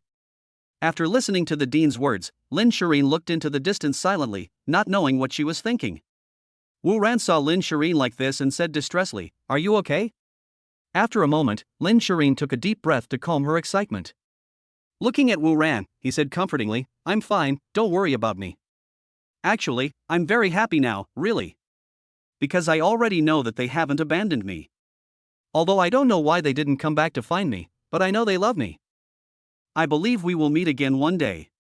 Speaking of this, Lin Shireen's face was full of longing. Well, there will be a day like that. Wu Ran also held Lin Shireen's little hand tightly. After the dean handed the clothes to Lin Shireen, it seemed as if he had accomplished something very important. She said to the two of them, "Einer, take Xiaoran out for a walk. The others should be back soon." "Well, Dean, I'll take Wu Ran out for a walk." Lin Shireen stood up and prepared to take Wu Ran out for a walk. "Dean, leave this box here first. I'll get it from you when I go back." "Go ahead." The dean waved to Lin Shireen. The two of them came out of the dean's office and walked to the small garden again. Lin Shireen sat down on a stone bench and looked at the children playing in the small garden. Lin Shireen raised her head slightly and looked at the sunny sky. It seems like he is recalling the days of life in the orphanage. Wu Ran stood beside a tree, looking at her quietly, with a loving look on his face. Just like that, Lin Shireen was looking at the sky quietly. Wu Ran was looking at her quietly. The two of them formed a very beautiful picture. Time passed quickly, and soon the orphanage became bustling with noise. The friends they had made an appointment with came back one after another. "Dean, I'm back. Dean, I'm back." At this time, excited voices rang out. The orphanage began to become lively. "We had dinner at the orphanage, and the atmosphere in the orphanage was very lively tonight. Dozens of people came back, all of them were from the orphanage. Among everyone tonight, the most popular one is the dean. She is a mother and is of course the most respected by everyone. The second is Wu Ran. The dean has just announced to everyone that Wu Ran donated 10 million to the orphanage, and everyone was amazed. When the dean announced that Wu Ran was the boss of Warwick Group, the atmosphere reached its peak. During the meal, everyone toasted him to thank him for his donation to the orphanage. Secondly, they said that having a good relationship with him would be beneficial to their future prospects. Lin Shireen sat next to him, watching with a smile as everyone urged Wu Ran to drink. Seeing how popular he is today, Lin Shireen also feels proud. This is the man she chose. The dinner lasted for 3 hours. After dinner, everyone stayed in the orphanage to rest. This is their tradition. Every time I go back to the orphanage, I stay there for a night before leaving, so that I can experience life in the orphanage again. Lin Shireen brought Wu Ran to where she lived, because Lin Shireen had also been working in Qingfeng City and she was close to the orphanage. She would go back to the orphanage from time to time to visit the director and the children, so she still had her room here in the orphanage. After entering Lin Shireen's room, Wu Ran looked around her boudoir carefully. Her room was simple and clean, and had a unique fragrance of a young girl. The furnishings inside were simple, with an ordinary bed and an ordinary table and chair. However, she decorated the room in girlish pink, and the scent of youth was overwhelming. Lin Shireen looked at the room and smiled at Wu Ran, saying, "This is the room I lived in when I was a child in the orphanage. The director has kept it for me." She introduced them to Wu Ran in detail. "These are the certificates and trophies I won when I was a kid." Lin Shireen pointed at something on a shelf and said to Wu Ran. Wu Ran looked in the direction Lin Shireen pointed and saw the shelves filled with all kinds of trophies. Chapter 104. I have waited for a long time and finally waited until today. Curious, he picked one up and saw the words Qingfeng City Elementary School Olympic Competition First Place written on it. Wu Ran was shocked and said to Lin Shireen, "I didn't expect that my Einer is so good at studying." "Bah, who is your Einer?" Lin Shireen rolled her eyes at him coquettishly. After that, she walked to Wu Ran, hugged him gently and said again, "For children from the orphanage, the only way out is to study. So I only did one thing from childhood to adulthood, which was to study, study, and study. I always get first place in every school exam. I didn't expect my wife to be such a top student." Wu Ran picked up Lin Shireen with his backhand. "My wife is beautiful and good at studying, so don't you have a lot of admirers in school? Are you jealous?" Lin Shireen looked at Wu Ran jokingly. "No, I just regret that I didn't meet you earlier." Wu Ran looked at her sourly. "Whether I was studying or working, there were indeed many people pursuing me, but I ignored them until I met you. Others are still yellow flowers, big." Lin Shireen explained hurriedly. "I know." Wu Ran said to Lin Shireen, telling her not to worry. "Wu Ran, will you always be good to me?" Lin Shireen looked at Wu Ran with seductive eyes. "Yes, I will always be good to you." Wu Ran also looked at her lovingly. At this moment, she thought of the word Ruoling that Wu Ran said today. Thinking of this, a strong sense of crisis crept into her heart. At this moment, Lin Shireen seemed to have made some kind of decision. She looked at Wu Ran coquettishly. It's just the two of us tonight. When Wu Ran heard her words, he was stunned at first, and then he looked at Lin Shireen with shining eyes. Could it be that? At this moment he wanted to sing a song. I have waited for so long and finally this day has come. I have dreamed for so long and finally my dream has come true. When Lin Shireen saw Wu Ran's gaze, her gentle expression finally couldn't stand it anymore. Her pretty face blushed, and she said hurriedly, I'll go take a shower first. The next day, early in the morning, bright sunshine shone in from the window. He opened his eyes and saw Lin Shireen's beautiful face, and he smiled slightly. At this time, Lin Shireen slowly opened her eyes and saw Wu Ran, who was in deep thought. She spoke softly to Wu Ran, Ran, what are you thinking about? Wu Ran, who was deep in thought, saw that Lin Shireen had woken up. He looked at Lin Shireen lovingly and said, I'm thinking about the name of our future child. Hearing Wu Ran's words, Lin Shireen shyly buried her head in the quilt, biting her fingers and thinking wildly. Do you want to have a baby? How many children should I have? Does he like boys or girls? I want to give him a happy and complete family. After a while, Lin Shireen raised her head and looked at Wu Ran lovingly. Wu Ran saw Lin Shireen's gaze, he stroked his cheek with his hand and said with a smirk, What's the matter, haven't you seen a handsome guy before? It was already noon when the two of them slowly got up and hurriedly packed up. Wu Ran looked at Lin Shireen lovingly. After getting up, the two went to the cafeteria hand in hand, and prepared to go back after having breakfast. When we arrived at the cafeteria, it was already crowded. As soon as I entered the door, the little girl named Xiao Ai from yesterday called out in a baby voice, Sister Shireen, come here. Wu Ran and Lin Shireen looked in the direction of the voice and saw Xiao Ai standing on a chair and waving at them. Chapter 105 This is a genius.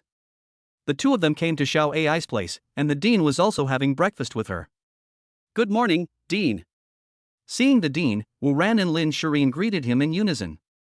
Good morning, did you sleep well last night? The dean had noticed something strange about Lin Shireen when she first came in. The little girl looks radiant today, with a charming and feminine look on her face. Seeing the strange way she walked just now, the dean knew everything. So when she saw Lin Shireen like this, she asked with concern. Thank you for your concern, Dean. I slept very comfortably last night. After hearing the dean's words, Wu Ran was the first to answer the dean. Lin Shireen knew that the dean had seen through her face turned slightly red, and she quickly lowered her head. You little girl, you are still so shy. The dean looked at Lin Shireen, smiled and shook his head. Dean. Hearing the dean's words, Lin Shireen's shy voice rang out. The dean touched Lin Shireen's head lovingly. Have breakfast first, and then go get whatever you want. The dean gave instructions to the young couple. Lin Shireen stood up and took Wu Ran to get breakfast. After breakfast, the two said goodbye to the director and everyone else and left the orphanage. After Wu Ran sent Lin Shireen back to the company to work, he also returned to Warwick Group. After returning to the company, Secretary Luo told him that Lan Ruoling wanted to see him about something. In the vice president's office, Lan Ruoling was busy. Wu Ran pushed the door open and walked in. Here I come. Lan Ruoling heard the sound of the door being pushed open. She looked up and saw that it was Wu Ran. Well, I heard you had something to ask me? Wu Ran sat down in front of Lan Ruoling. Yes, didn't we say last time that we wanted to acquire a small company that makes photolithography machines? I have already made an appointment with him. I will go to his company to discuss this afternoon. Lan Ruoling said without raising his head. We go to see him, not him to see us? Wu Ran said calmly. We went to see him not mainly to talk to him, but to visit his company as well. Go check out the situation, atmosphere, and technical level of his company. Lan Ruoling gave Wu Ran a charming look. Okay, when do we leave? I've made an appointment for 2 p.m. Let's go after we have lunch. Okay, I'll go with you this afternoon. At noon, after eating in the company's cafeteria, the two got into Lan Ruoling's car and set off. Half an hour later, the two drove to a small company.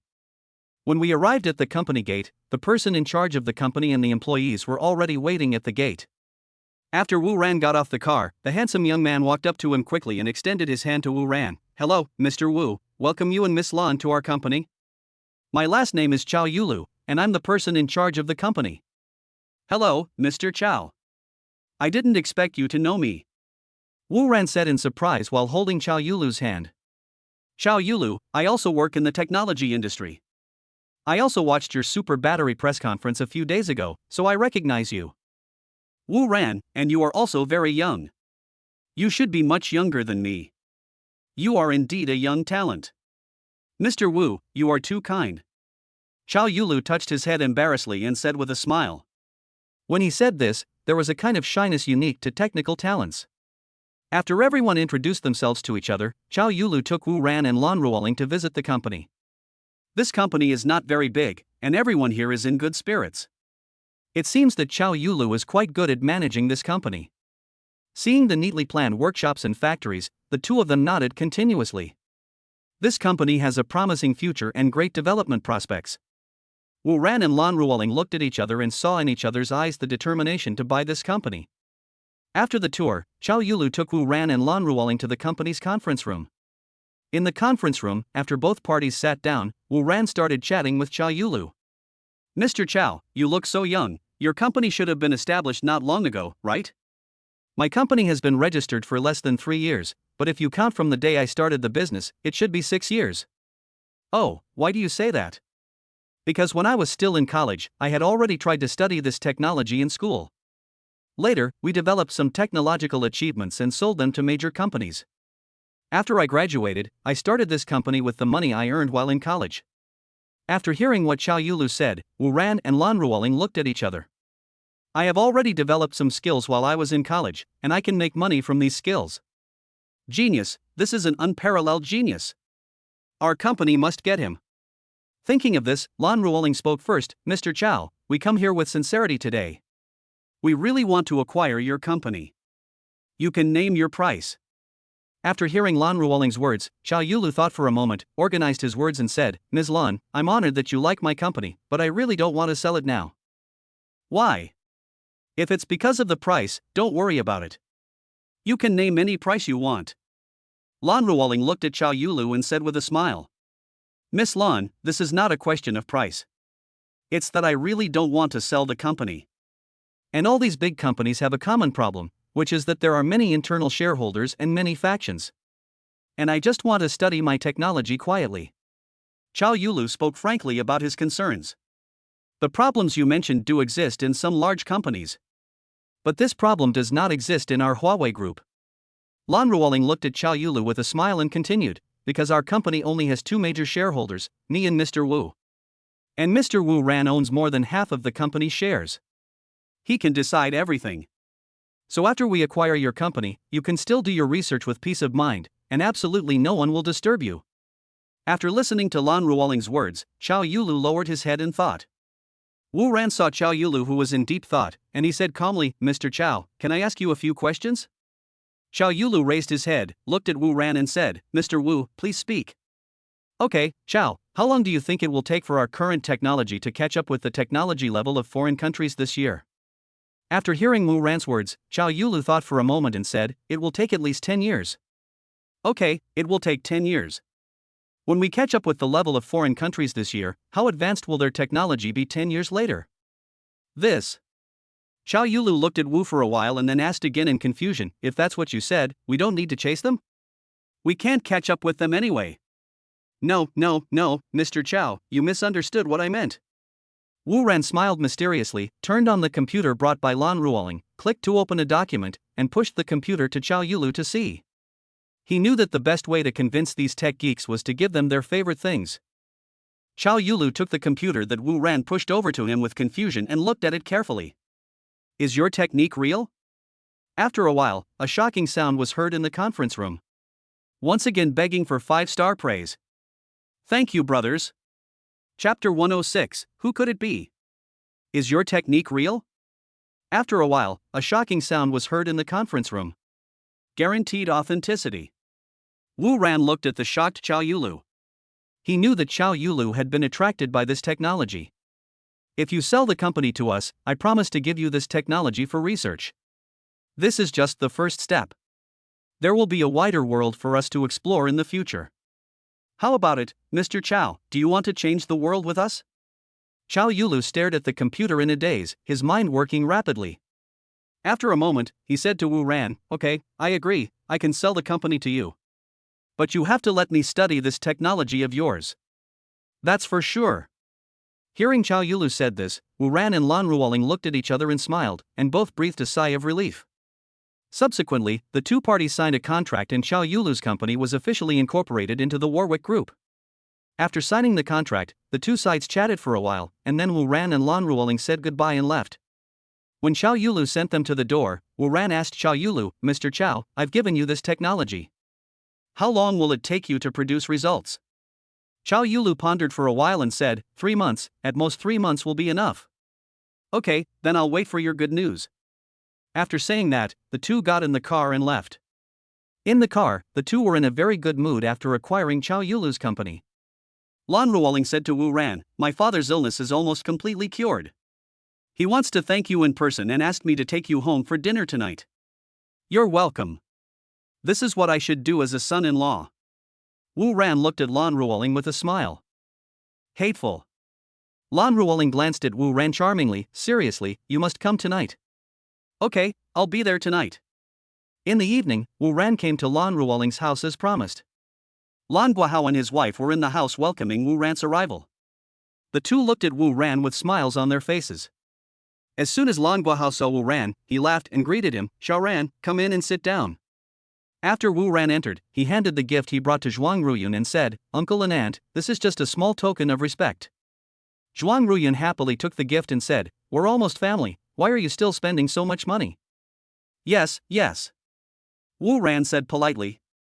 After Wu Ran sat down, he didn't see Lan Ruoling. He asked Zhuang Ruyun, "Aunt, where is Ruoling? I know she got off work early today. Why didn't I see her?" Zhuang Ruyun looked at Wu Ran with a smile and said, "This girl came home early from get off work today and said she would cook for you herself. Look, she is still busy in the kitchen. I asked her to help but she didn't even need her help."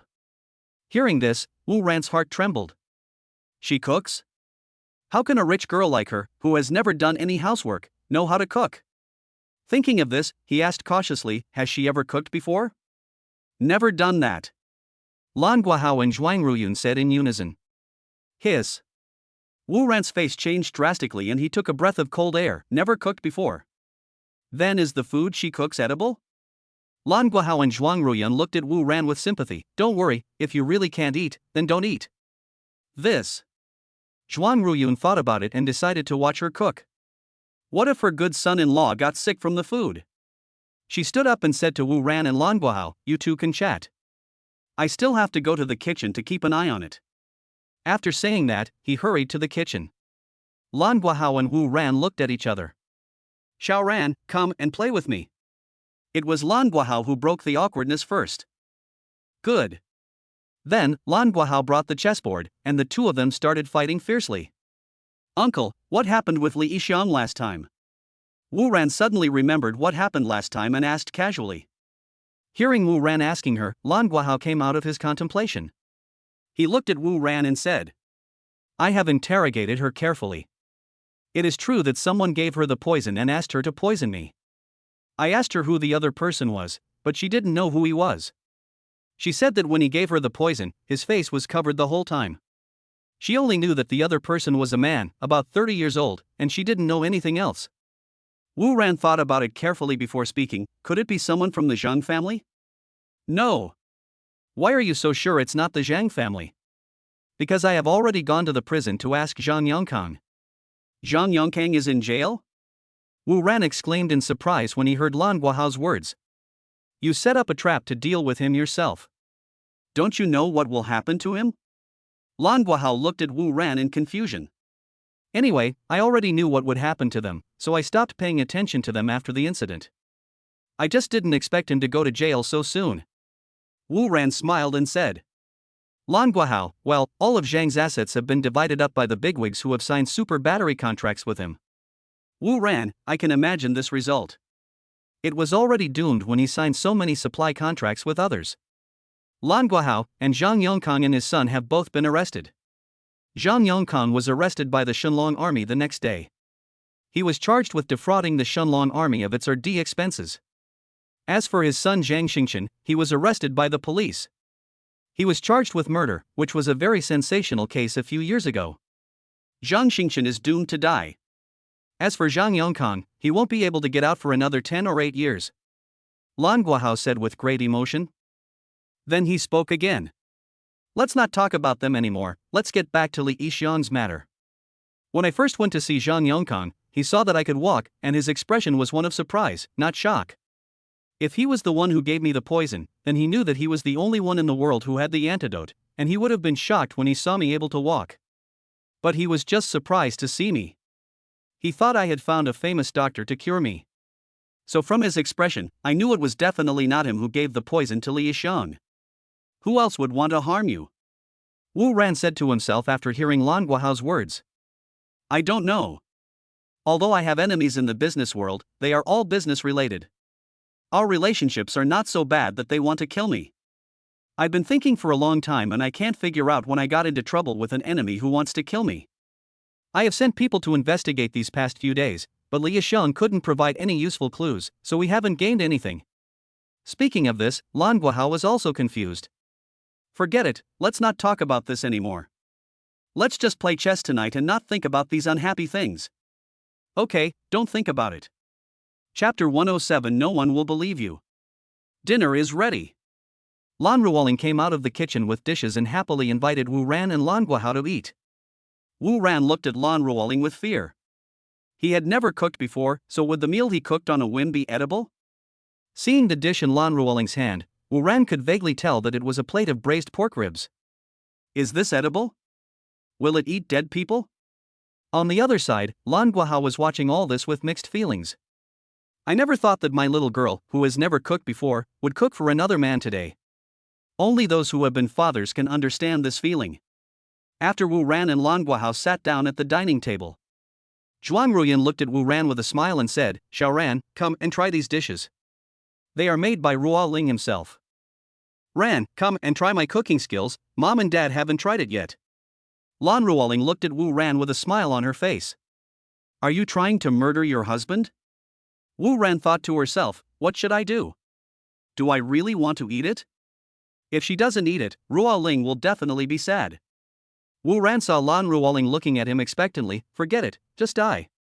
When Wu Ran stretched out his chopsticks to pick up a piece of pork ribs, Lan Guohao next to him had already picked up a piece of pork ribs. This is the first dish my daughter cooked. How can I, as a father, let other men eat it first? While Wu Ran was still hesitating, Lan Guohao took the initiative and picked up a piece of pork ribs and prepared to put it in his mouth. Father, how can you eat first? I made this specially for Wu Ran. When Lan Ruoling saw Lan Guohao pick up a piece of pork ribs first, she spoke to her father angrily. It's okay, it's okay. Let uncle eat first. To be honest, Wu Ran had no confidence in Lan Ruoling's cooking. He wished he could let his uncle test the poison first. Haha, Xiaoran still understands me. Lan Guohao, who picked up the ribs first, glanced at Wu Ran. After saying that, Lan Guohao put the ribs into his mouth. When Lan Guohao put the ribs into his mouth, that moment, an inexplicable smell rushed straight to the top of Lan Guohao's head. Lan Guohao, who was feeling complacent, suddenly froze, his face turned black, and the blood rushed up into his body. Then, relying on his great willpower, he chewed the ribs in his mouth hard and swallowed it with great effort. Lan Guohao, what's with that expression on your face? Are you disgusted by the taste of your daughter's cooking? When Zhuang Ruyun saw Lan Guohao like this, she looked at him with frowned brows. Lan Guohao felt very complicated at this moment. Only now did he realize that his little cotton padded jacket was still his little cotton padded jacket. He shouldn't have competed with Wu Ran. How about it? Is it tasty? Wu Ran also looked at Lan Guohao cautiously.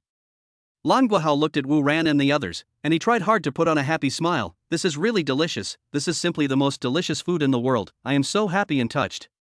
Lan Guohao wiped the tears from his eyes while explaining to them. Wu Ran looked at Lan Guohao suspiciously and thought to himself, is it really so delicious? However, seeing that Lan Guohao was fine after eating it, Wu Ran also breathed a sigh of relief. At least he was fine. At this time, Lan Ruoling looked at Wu Ran lovingly and said, Wu Ran, I made this for you myself, you must finish it. Yes, Xiaoran, this is made by Ruoling for you personally, please make sure to finish it. Lan Guohao also spoke up, fearing that the world would not be in chaos. Yes, Xiaoran, try it. I wanted to eat a piece just now, but Ruoling refused. Zhuang Ruyun also said this, and then she pushed the plate towards Wu Ran. Wu Ran. Finally, Wu Ran picked up a piece of pork ribs and put it into his mouth. The moment he put the ribs into his mouth, he finally understood why his uncle was crying. This is really too. Uncle, you are lying like this, doesn't your conscience hurt? In the end, Wu Ran had no choice but to swallow the ribs with tears in his eyes. How is it? It's delicious. Lan Ruoling looked at Wu Ran expectantly with her pretty face. It's delicious. It's really delicious. Seeing Lan Ruoling's expectant eyes, Wu Ran had no choice but to lie against his conscience. If it tastes good, eat more. When Lan Ruoling heard Wu Ran say that the ribs were delicious, she happily put the ribs into Wu Ran's bowl. When Wu Ran saw the spare ribs in the bowl, his eyes went dark, his legs went weak, and he almost fell down. Yeah, if it tastes good, eat more. Lan Guohao looked at Wu Ran with gloating eyes. Wu Ran saw Lan Guohao's gloating expression. He thought to himself, no, I can't bear this alone, let's eat together. Just like that, Wu Ran also picked up a piece of pork ribs from the plate and put it in Lan Guohao's bowl and said, Uncle, you should eat it too. How can I eat such a delicious dish alone? You. Lan Guohao didn't expect Wu Ran to do this. He looked up at Wu Ran. Wu Ran also looked at him calmly. In the end, the two of them had to finish the plate of braised spare ribs with tears in their eyes. Of course, after finishing this plate of braised pork ribs, Wu Ran also squatted in Lan Ruoling's toilet for more than an hour. Then he silently swore in his heart that he would never eat the food cooked by Lan Ruoling again. After coming out of the toilet, it was already very late, so Wu Ran said goodbye to Lan Ruoling's family. Originally, he was thinking of staying for one night and preparing to raid Lan Ruoling's boudoir at night. But at Wu Ran's suggestion, Lan Ruoling shyly told him that his relatives had come and asked him to solve the problem himself. In this case, Wu Ran went back to his own room to sleep. After saying goodbye to Lan Ruoling's family, Wu Ran drove slowly towards home. At this moment, his cell phone dinged, indicating that he had received a message. He picked it up and saw that it was from Ji Luoshi. It said, "Are you home?" When Wu Ran saw the message Ji Luoshi sent, he smiled knowingly and typed a text message on his phone and sent it back, "Wait for me for half an hour." Then he threw the phone on the passenger seat, stepped on the accelerator and hurried home.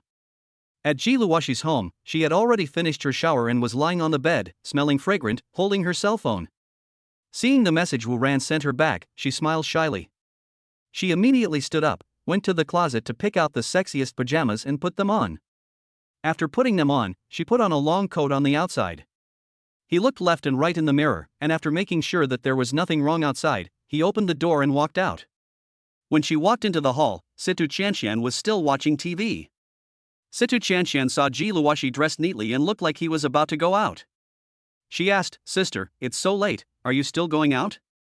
Ji Luoshi saw that Situ Qianxian was still awake, so she said in a panic, "Well, there are still some things to deal with in the company, so I have to go out for a while. You go to bed first tonight, don't wait for me, I might have to work all night." After saying that, he heard out. Situ Qianxian looked at Ji Luoshi's back and whispered, "I don't believe you. I'm not a child anymore." Chapter 108 You Are Too Greedy. Wu Ran had finished washing up and he quickly tidied up the room. Then he took happily out a bottle of red wine and placed 2 glasses. At this time, there was a knock on the door. He walked quickly to the gate and opened it quickly. It was Ji Luoshi who was standing outside the door, and she saw Wu Ran's fiery gaze. She couldn't help but blush and lowered her head, whispering, "Aren't you going to invite me in?" Wu Ran quickly moved aside to let Ji Luoshi come in. Ji Luoshi walked into the house and looked around carefully. He was not in the mood to pay attention last time, but now he had time to look at his house carefully. I originally thought that the place where a man lives would be messy, but now it seems quite clean and tidy. Want to drink? After Wu Ran closed the door, he asked Ji Luoshi who was looking around the room. Ji Luoshi turned his head and looked at Wu Ran. Then Wu Ran handed Ji Luoshi a glass of red wine. Ji Luoshi took the wine glass and took a sip. She held up the wine glass and said to Wu Ran, "I didn't expect your place to be so clean. I thought it would be as messy as a doghouse." Wu Ran looked at Ji Luoshi with a smile and said, "It was quite messy just now, but I knew my woman was coming up, so I cleaned it up immediately. When Ji Luoshi heard Wu Ran say that she was his woman, a hint of shyness flashed in her beautiful eyes. After a moment, she put down her wine glass and slowly walked towards Wu Ran. They hugged each other. Ji Luoshi put her head on Wu Ran's chest. After a while, Ji Luoshi's shy voice sounded, "Wu Ran, what is the relationship we have now?" Hearing Ji Luoshi's words, Wu Ran looked at Ji Luoshi lovingly and said, "What a good friendship." Ji Luoshi said mischievously, "Aren't we classmates?" Wu Ran squeezed it hard and said lovingly, "Yes, we are classmates." "Ah. I see." Ji Luoshi said again jokingly, "Don't you think we are happier as classmates like this?" He was quite happy. Wu Ran had to admit that this Miss Ji gave him a very good feeling, so good that he liked such a woman very much. They have a good relationship and the woman has a good temper. Although she comes from a wealthy family, she has never had the arrogant attitude of those from wealthy families. She is kind, loving, beautiful and has a good figure. "Yes, I like you very much." Suddenly, Miss Ji raised her head and stared at Wu Ran, her eyes full of admiration. She liked this man very much and wanted to be with him every day. "How much do you like it?" "I like it very much. I like it so much that I want to give it to you with my whole being." "Yeah, me too." Looking at the night view of the city outside the window, Wu Ran thought that this kind of clothing scene was quite beautiful. He had never paid attention to such things before, but now with the great demon Ji, he finally had the time to appreciate them slowly. "Miss Ji, are your family members at ease with you being alone in this city?" Wu Ran looked at her with a smile.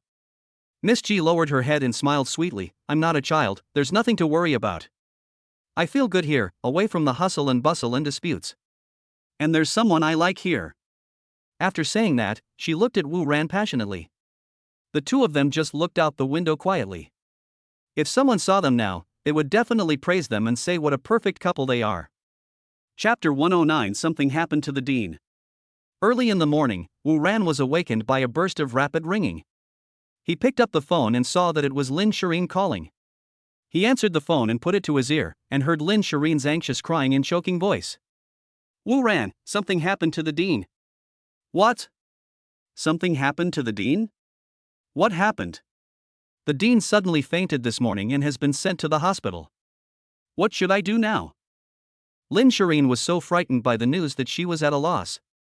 "Don't panic, I'll come to pick you up right now." Wu Ran comforted Lin Shireen. After hanging up the phone, Wu Ran hurriedly got up, put on his clothes and said to Ji Luoshi, who had already woken up, "I'm going out, you go back to sleep." "What happened?" Ji Luoshi was also woken up by the phone call. Then Wu Ran told her the whole story. "Well, be careful on the road, and just ask if you need help." Ji Luoshi comforted him in a low voice. "I will." Wu Ran kissed Ji Luoshi and left in a hurry. When I arrived downstairs at Lin Shireen's house, she was already waiting there. As soon as Wu Ran parked the car, she opened the door and got in. What happened to the dean? How could he faint for no reason?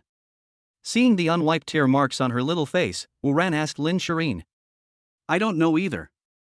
Someone from the orphanage just called me and said that the director had fainted and has been sent to the hospital."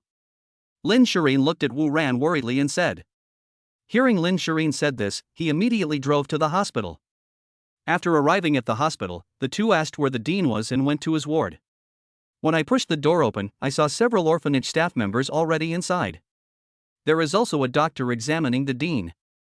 Lin Shireen rushed into the ward and saw the doctor examining her.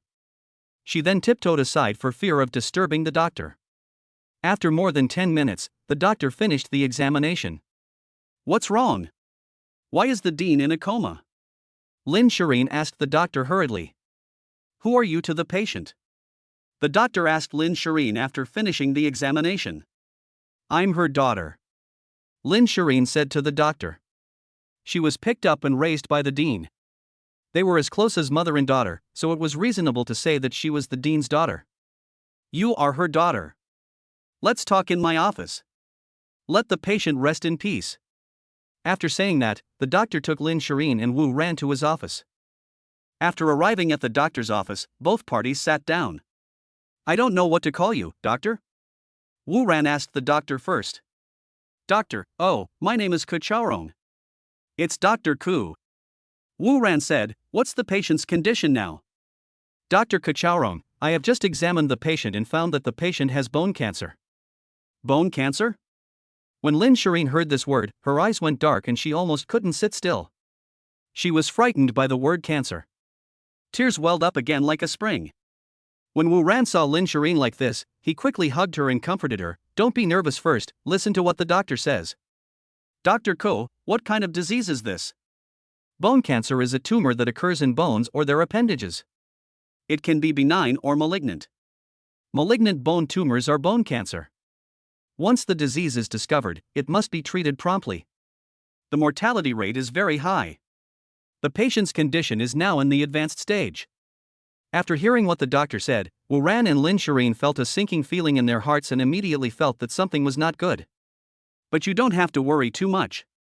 For patients in the advanced stage, bone marrow transplantation can usually be used to treat them.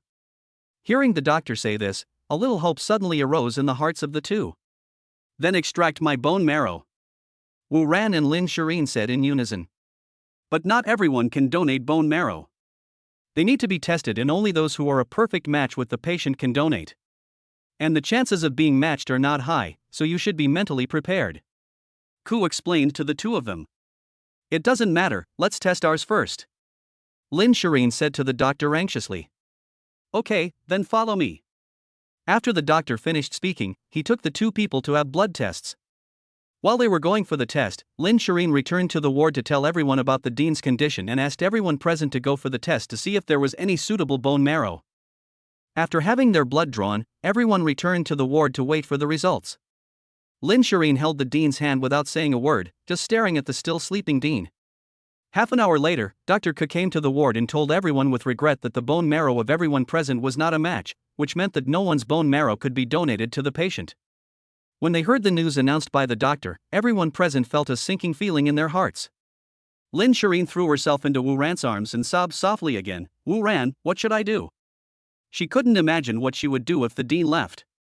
Be good, it's okay. The dean is a good person, nothing will happen to her easily. Wu Ran hugged Lin Shireen and comforted her in a low voice. Chapter 110 5 million. Wu Ran was holding Lin Shireen in his arms while thinking of a solution. He thought about it and decided to post a message online to ask for help. Use the power of the internet to find suitable bone marrow donors. Before posting, he called Luo Qingcheng and sent her the data on the bone marrow needed. She was asked to use the company's power to contact major hospitals across the country and ask them to help with bone marrow testing, and all necessary expenses would be borne by Wu Ran personally. After Luo Qingcheng had made all the arrangements, he took out his phone, opened Weibo, and typed a message. Urgent help, because a relative has bone cancer and urgently needs a suitable bone marrow transplant. Now looking for friends who are matched. Friends who are interested can go to the nearest hospital for blood tests, all costs are free. If successful matches are willing to donate bone marrow, there will be a reward of 5 million. After editing the information, I sent it out. When Wu Ran sent out the message, the post once again caused an uproar on the internet. Netizens who saw the post started discussing it again. Look, Wu Ran has posted again. Does he have a sick relative? Turns out he's looking for a matching bone marrow. Wow! A huge reward of 5 million, what a rich man. 5 million, I can never earn that in my lifetime. It's like pie in the sky. Such a good thing actually happened. Everyone, hurry up and get tested. If you can find a match, you will make a fortune. After seeing this post, all the netizens went out to the designated hospital to have their blood drawn for tests. All of a sudden, all the designated hospitals were overcrowded with people coming for blood tests. Everyone hopes to be that lucky person. The next day, in a rental house in Qingfeng City, two young lovers were arguing. There are two of them. The man is called Jiang Jixin and he is a lazy man. This woman's name is Xing Xiaoyu, and she is a vain woman. Both of them are lazy and like to eat and work. They can't bear hardship and don't want to look for a job. Over the past few months, the two of them have looked for countless jobs, but they always quit after working for half a day, saying that it was too hard. As for the reason for the quarrel between the two today, it was nothing more than the girl complaining that her boyfriend was incompetent, idle all day long, and could not make any money. Today she saw a bag worth 2,000 yuan and wanted Jiang Jixin to buy it for her. But both of them are lazy and don't have that much money. The two of them have been eating plain porridge for several days. If they don't make any money in the next few days, they will have nothing to eat. I don't care, I must have that bag. Xing Xiaoyu looked at Jiang Jixin and spoke in a decisive tone. Please stop making trouble. Jiang Jixin advised quietly, we have been eating porridge for several days in a row, how can we have money to buy you a bag? I don't care what you think, I must buy that bag anyway. No money. Jiang Jixin, I misjudged you, you poor bastard, let's break up. Seeing that Jiang Jixin was unmoved, Xing Xiaoyu angrily threatened him. Let's divide, who's afraid of who?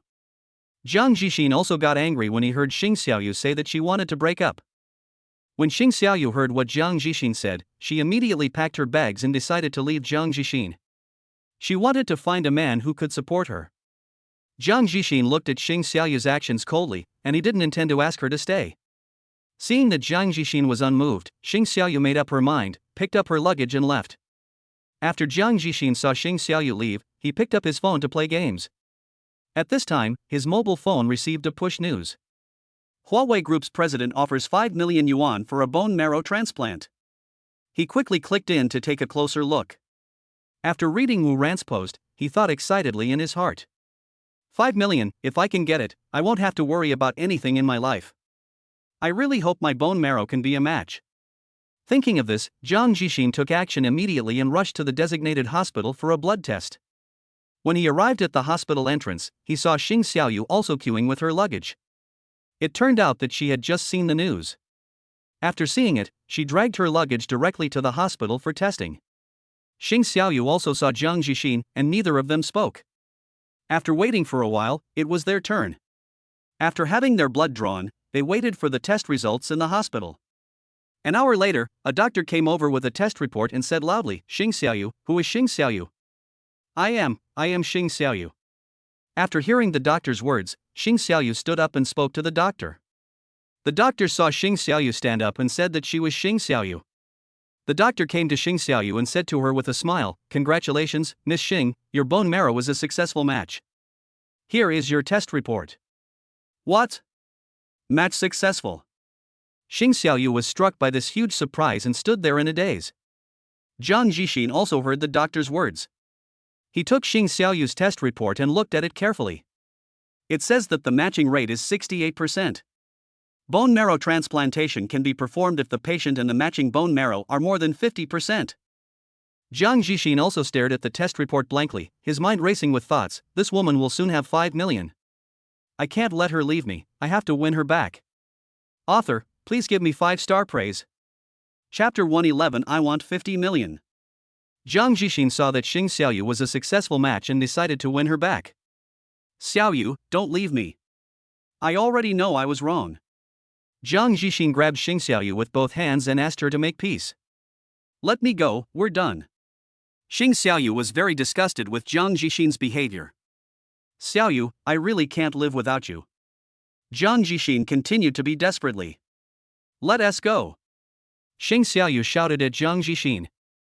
I won't let you go unless you promise not to leave me. Seeing that Xing Xiaoyu was unmoved, Jiang Jixin decided to use his ultimate move for the sake of the 5 million. Afterwards, he knelt down in front of Xing Xiaoyu and begged for mercy in front of everyone. Xiaoyu, I really can't live without you. Get up. When Xing Xiaoyu saw Jiang Jixin kneeling on the ground and begging her for reconciliation, she also panicked because there were so many people around watching her. No, unless you promise me. Jiang Jixin will not give up until he achieves his goal. Okay, I promise you, I won't leave.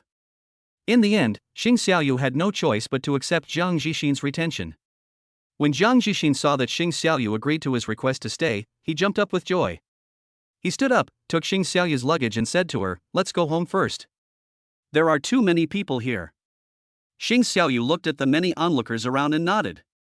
Afterwards, the two of them quickly left the hospital. On the way out of the hospital, Jiang Jixin and Xing Xiaoyu couldn't calm down for a long time. 5 million. They actually encountered something that they had never dared to imagine in their entire lives. After returning home, they were still very excited. It's so exciting.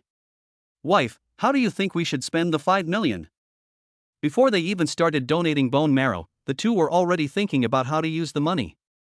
No, not 5 million, but 50 million. Xing Xiaoyu held the phone and looked at Jiang Jixin with a mysterious smile.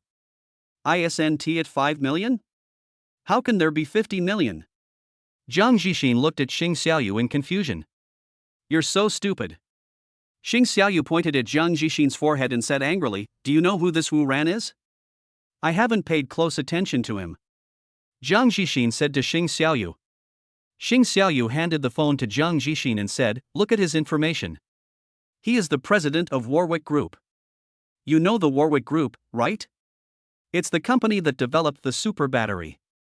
The market value of Warwick Company is now over 300 billion. Can you imagine how rich Wu Ran is? When Xing Xiaoyu said this, there was a crazy look in her eyes. When Jiang Zhixin saw Wu Ran's information on the internet, he suddenly raised his head and said to Xing Xiaoyu excitedly, do you want him to raise the price? Of course. He's such a wealthy boss. I donated my bone marrow to him, so asking him for 50 million is not too much. At this point, Xing Xiaoyu seemed to have seen 15 million waving at her. But if we raise the price temporarily, will he agree? Jiang Zhixin still felt that it was not very reliable. He will definitely agree. Xing Xiaoyu said confidently, I checked and found that it's not easy to find a match for a bone marrow transplant. Millions of people may not be matched, but now I am a successful match, and only I can save his relatives. Now he is waiting for my bone marrow to save his life. So it's not his turn to set the price. Of course he can continue testing, but it will be extremely difficult to find another match. When Jiang Zhixin heard what Xing Xiaoyu said, he said to her excitedly, wife, you are really smart. We will be multi-millionaires soon. That's right, don't you see who I am? Xing Xiaoyu said happily. On the other side, Wu Ran was accompanying Lin Shirin in the hospital where the dean worked. At this time, his phone rang. It was a call from the hospital where Xing Xiaoyu had just gone for the test. The hospital told Wu Ran that they had just detected a volunteer with a 68% match. Now tell Wu Ran that person's phone number and let Wu Ran contact her himself. When Wu Ran heard the call from the hospital, he felt relieved. It seems that having money really can allow you to do whatever you want. The hospital then sent the test report and Xing Xiaoyu's contact information to Wu Ran. Wu Ran looked at Xing Xiaoyu's test report happily. Wu Ran, what's the matter? Is there any good news? When Lin Shirin saw Wu Ran's happy expression, she was delighted. Could it be that the bone marrow was found? Wu Ran looked at Lin Shirin with a smile and said, well, I've found a match. Really? Lin Shirin was struck by this huge surprise. She thought it would be difficult to find a matching bone marrow, but now she found it on the second day. It seems that Wu Ran also used a lot of connections for this matter. Really? But the match is only 68%. We need to ask Dr. Ku Chaorong. Wu Ran said to Lin Shirin, I'll go and consult the doctor. After saying that, Wu Ran left the ward and went to find Dr. Ku Chaorong. Dr. Ku, this is a matched bone marrow data. See if you can use it. Arriving at Dr. Ku Chaorong's office, Wu Ran forwarded the test report to Dr. Ku. Dr. Ku Chaorong opened his phone and looked at it carefully. Soon, he looked up and said to Wu Ran, Mr. Wu, this can be used. Although the matching degree is only 68%, it is better than nothing. As long as it works. When he heard Dr. Ku say it worked, he couldn't help but breathe a sigh of relief. He hurried back to the dean's ward to tell Lin Shirin the good news. Well, what did Dr. Ku say?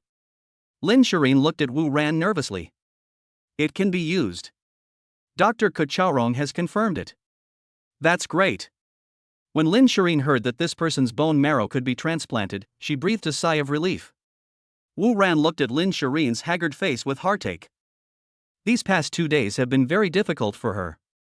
Ever since she heard that the dean had an accident, she has been taking care of the dean in the hospital without sleep for 2 days. Now that she has found bone marrow suitable for transplantation, she can finally put her mind at ease. Afterwards, Wu Ran found Xing Xiaoyu's phone number and quickly called her. Ding-ling-ling, ding-ling-ling. Xing Xiaoyu's cell phone range.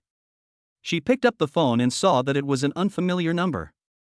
Could it be that Wu Ran called? Thinking of this, the two were very excited. Xing Xiaoyu answered the phone and asked, Hello, who is this? Hello Miss Xing, I'm Wu Ran. Hello, Mr. Wu. Miss Xing, I've learned from the hospital that your bone marrow matches the patient's. I want to talk to you about the bone marrow transplant. Wu Ran directly told Xing Xiaoyu his purpose. Chapter 112 I want to borrow 1 million. That's easy, but I think 5 million is too little. I want to renegotiate the price with you. Xing Xiaoyu also spoke to Wu Ran straight to the point. The price is easy to negotiate. If Miss Xing feels that 5 million is not enough, then I will increase it to 10 million. When Wu Ran heard Xing Xiaoyu say that she wanted to renegotiate the price, he doubled the price without even thinking about it. No, Mr. Wu, 10 million is still too little. I want 50 million. Xing Xiaoyu told Wu Ran on the other end of the phone her ideal price. Okay, no problem. Wu Ran agreed to the price offered by Xing Xiaoyu without blinking an eye. For him, as long as he can save the dean, he is willing to give any amount of money. Because he felt very distressed when he saw Lin Shirin's haggard appearance, he didn't mind spending any amount of money as long as he could make Lin Shirin happy. Then can you come to my company tomorrow and we can talk in person? Wu Ran spoke to Xing Xiaoyu.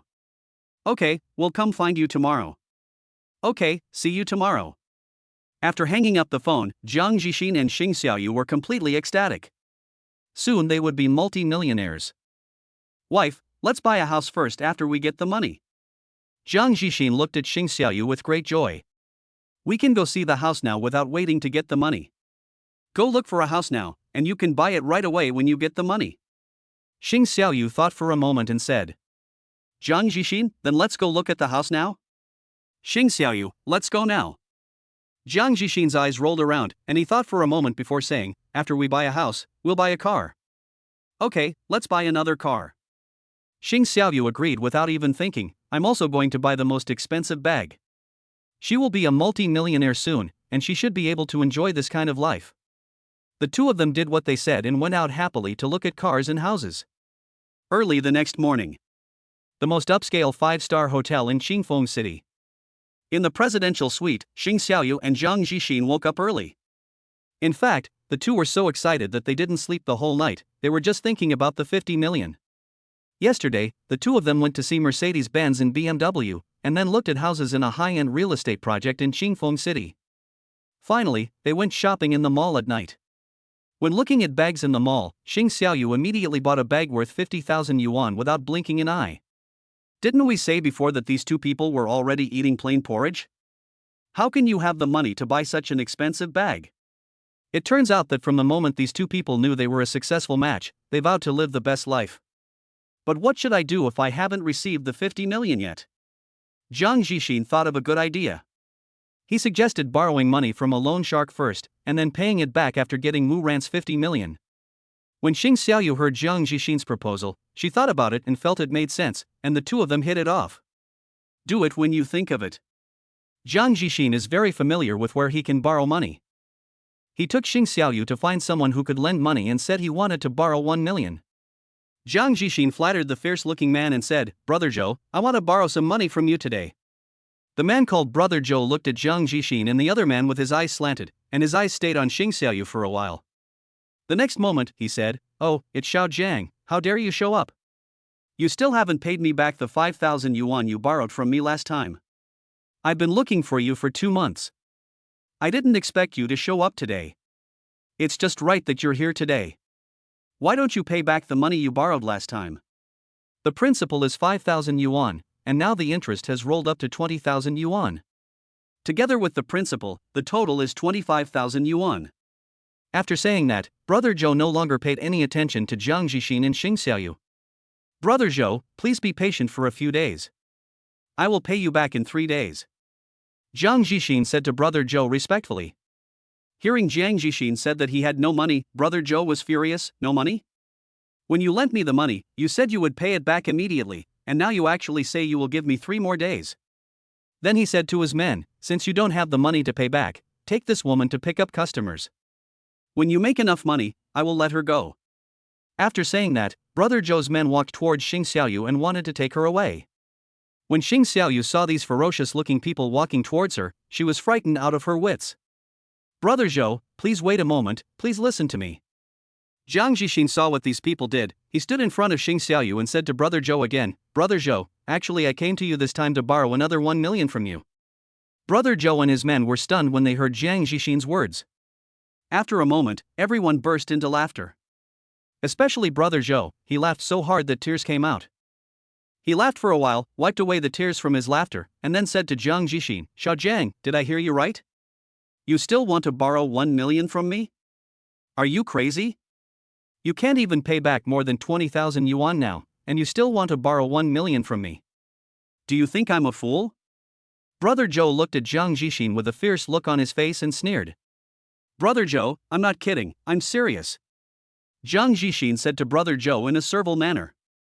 Okay, I'll take it as your seriousness. Then tell me how you're going to pay me back the 1 million. Brother Joe looked at Jiang Jixin with interest, to see what he could say. Immediately afterwards, Jiang Jixin signaled Xing Xiaoyu to take out the test report. At this time, Xing Xiaoyu took out her test report and handed it to Brother Joe, saying that as long as the bone marrow transplant was completed, she would be able to get 5 million immediately, and she could pay it back immediately. Isn't it 50 million? How come it's 5 million again? This is also because Xing Xiaoyu is smart.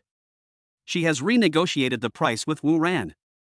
In fact, it is 50 million yuan, but she also knows that money should not be revealed, so she still told others that it is 5 million yuan. The bounty announcement issued by Wu Ran these 2 days has caused a lot of controversy. Brother Joe also knew about this matter. He took the test report handed over by Xing Xiaoyu and looked at it carefully. The test report was indeed true.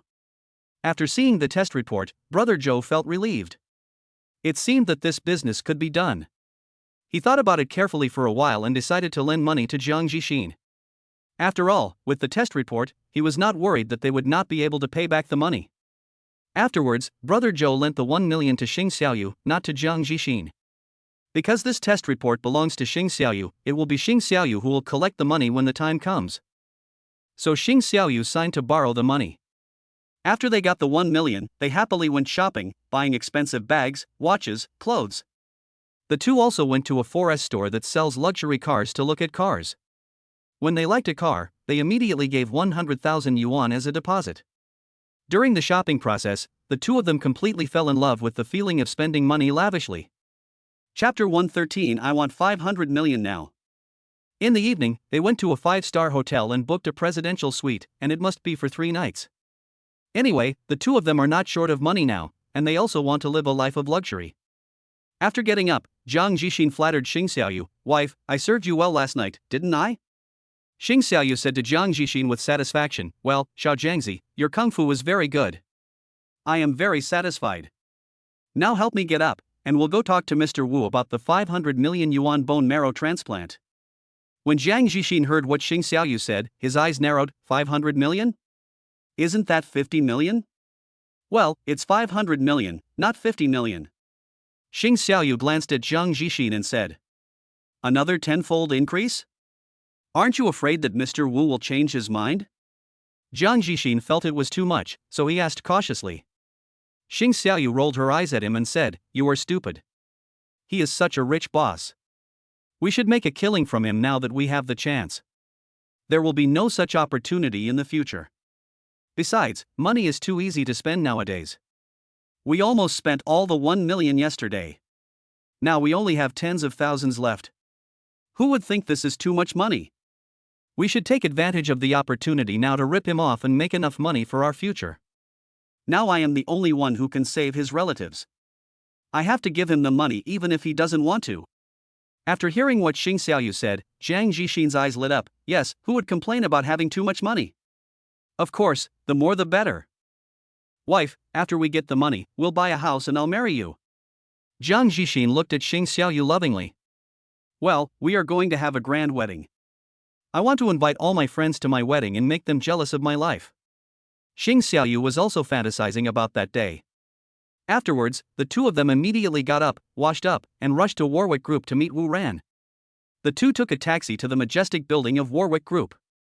After entering the building, the two came to the front desk.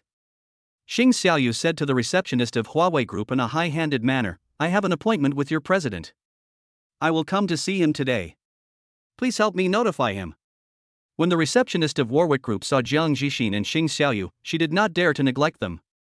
He quickly took the two of them to the reception room to wait. When Xing Xiaoyu saw the majestic Warwick Group, she thought to herself that it was right for her to raise the price. Soon, Wu Ran pushed open the door of the reception room and walked in. After the two sides finished their pleasantries, they got straight to the point. Wu Ran was the first to speak. Ms. Xing, although the 50 million you mentioned is beyond my expectations, I have decided to accept the price you proposed because human lives are at stake. When is it convenient for you to have a bone marrow transplant? When Xing Xiaoyu heard Wu Ran's words, she smiled and said, Mr. Wu, I can have a bone marrow transplant anytime, but I thought about it yesterday and felt that the price was still a bit unreasonable. I think we need to talk about it again. When Wu Ran heard what Xing Xiaoyu said, he frowned and thought to himself, another price increase. You're not satisfied after paying 50 million? And now you want the lion to open his mouth. When he heard this, he wanted to turn around and leave immediately, not wanting to indulge these people. But when he thought of Lin Shirin's grief-stricken expression, he couldn't leave. Forget it, as long as I can save the dean, I will give you any amount of money. Thinking of this, he said to Xing Xiaoyu calmly, then I wonder how Miss Xing wants to talk? Xing Xiaoyu said to Wu Ran confidently. Mr. Wu, I think at least 500 million is reasonable. Think about it, you are so rich, 500 million is just a drop in the bucket for you, you only need to spend a little money to save your relatives, why not do it? When Wu Ran heard the price Xing Xiaoyu quoted again, he was shocked all over and the commonly used greeting almost came out of his mouth. Fuck, do these two people treat me as an ATM? But there is no other way. Saving lives is the most important thing. Anyway, any problem that can be solved with money is not a problem. Wu Ran thought about it carefully and decided to agree to Xing Xiaoyu's price. Money is meant to be spent, as long as we can save the dean. Thinking of this, he raised his head and said to Xing Xiaoyu, Miss Xing, I can accept this price, but I hope this is the last time. When Xing Xiaoyu offered 500 million, Jiang Jixin and Xing Xiaoyu held each other's hands tightly, staring at Wu Ran nervously. Now hearing that Wu Ran agreed to this price, the two of them couldn't wait to cheer. Mr. Wu, I promise this is the last time. Xing Xiaoyu excitedly assured Wu Ran. Okay, let's go to the hospital and retest to make sure. Since the price had been negotiated, Wu Ran didn't want to waste time and immediately took Xing Xiaoyu to the hospital. After arriving at the hospital, they found Dr. Kuchaorong and asked him to take Xing Xiaoyu for a retest. Not long after, Xing Xiaoyu's test results came out, and Dr. Kuchaorong confirmed that there was a 68% match. A bone marrow transplant may be done.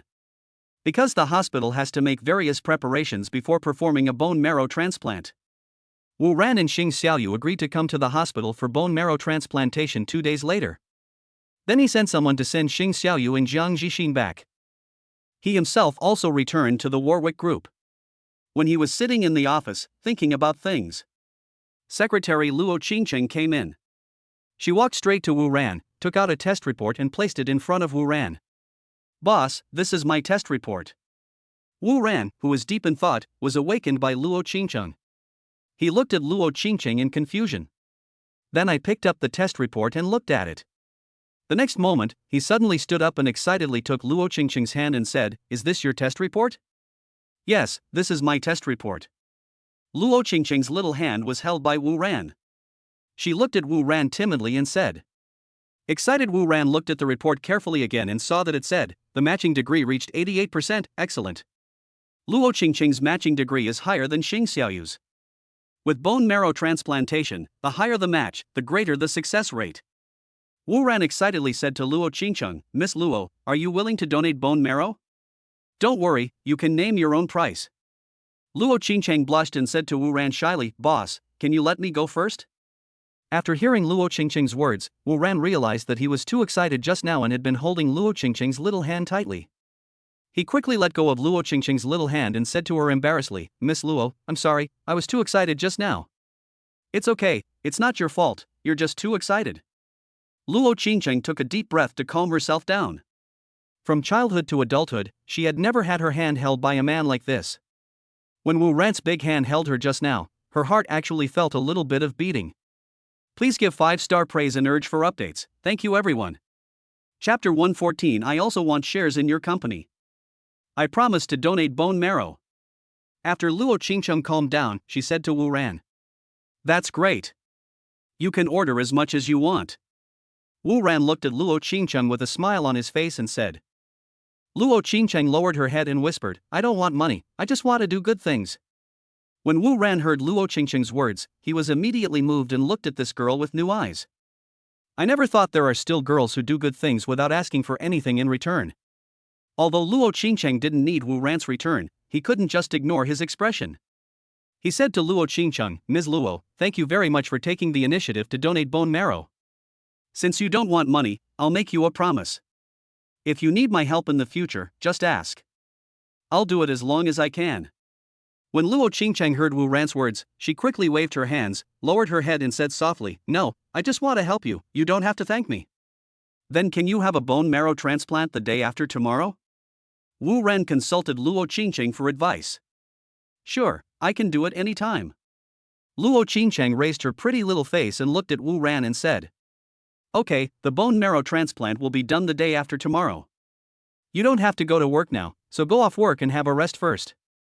I'll let Secretary Zhao take over your job." Wu Ran said to Luo Qingcheng with concern.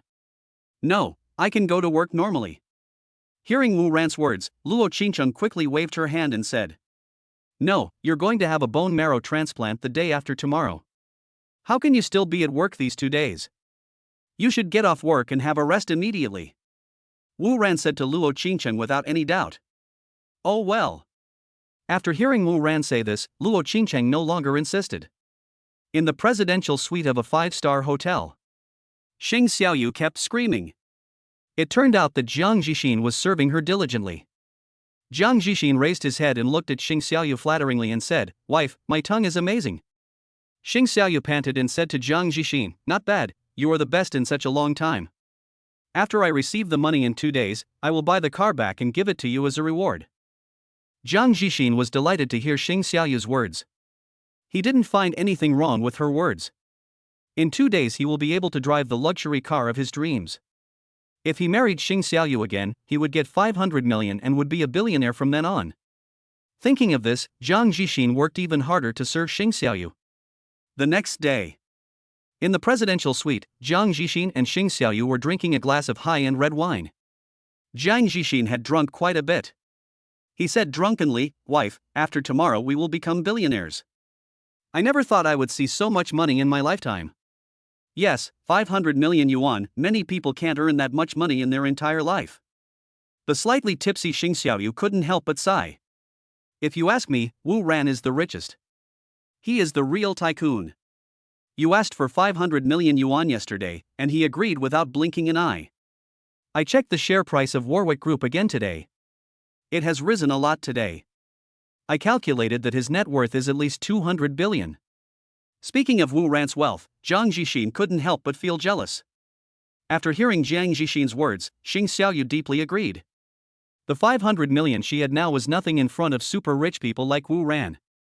Thinking of this, the clever girl's eyes rolled around and a bold idea popped up in her mind. The woman had just drunk a little wine. After drinking, she became bolder and dared to think of anything. "What do you think?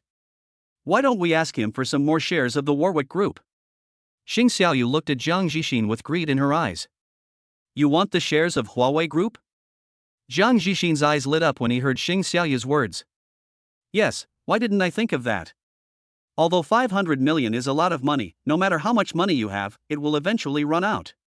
But it would be different if you own shares of the Warwick Group.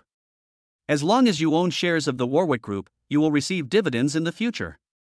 Everyone can see the ability of the Warwick Group to make money now. By then, the dividends alone will be enough for them to live a luxurious life forever." Jiang Jixin said to Xing Xiaoyu excitedly, "My wife is really smart. As long as we can own shares of Huawei Group, we won't have to worry about anything in our lives." Hearing that Jiang Jixin also supported her idea, Xing Xiaoyu continued, "Then how many shares of Huawei Group do you think we should take?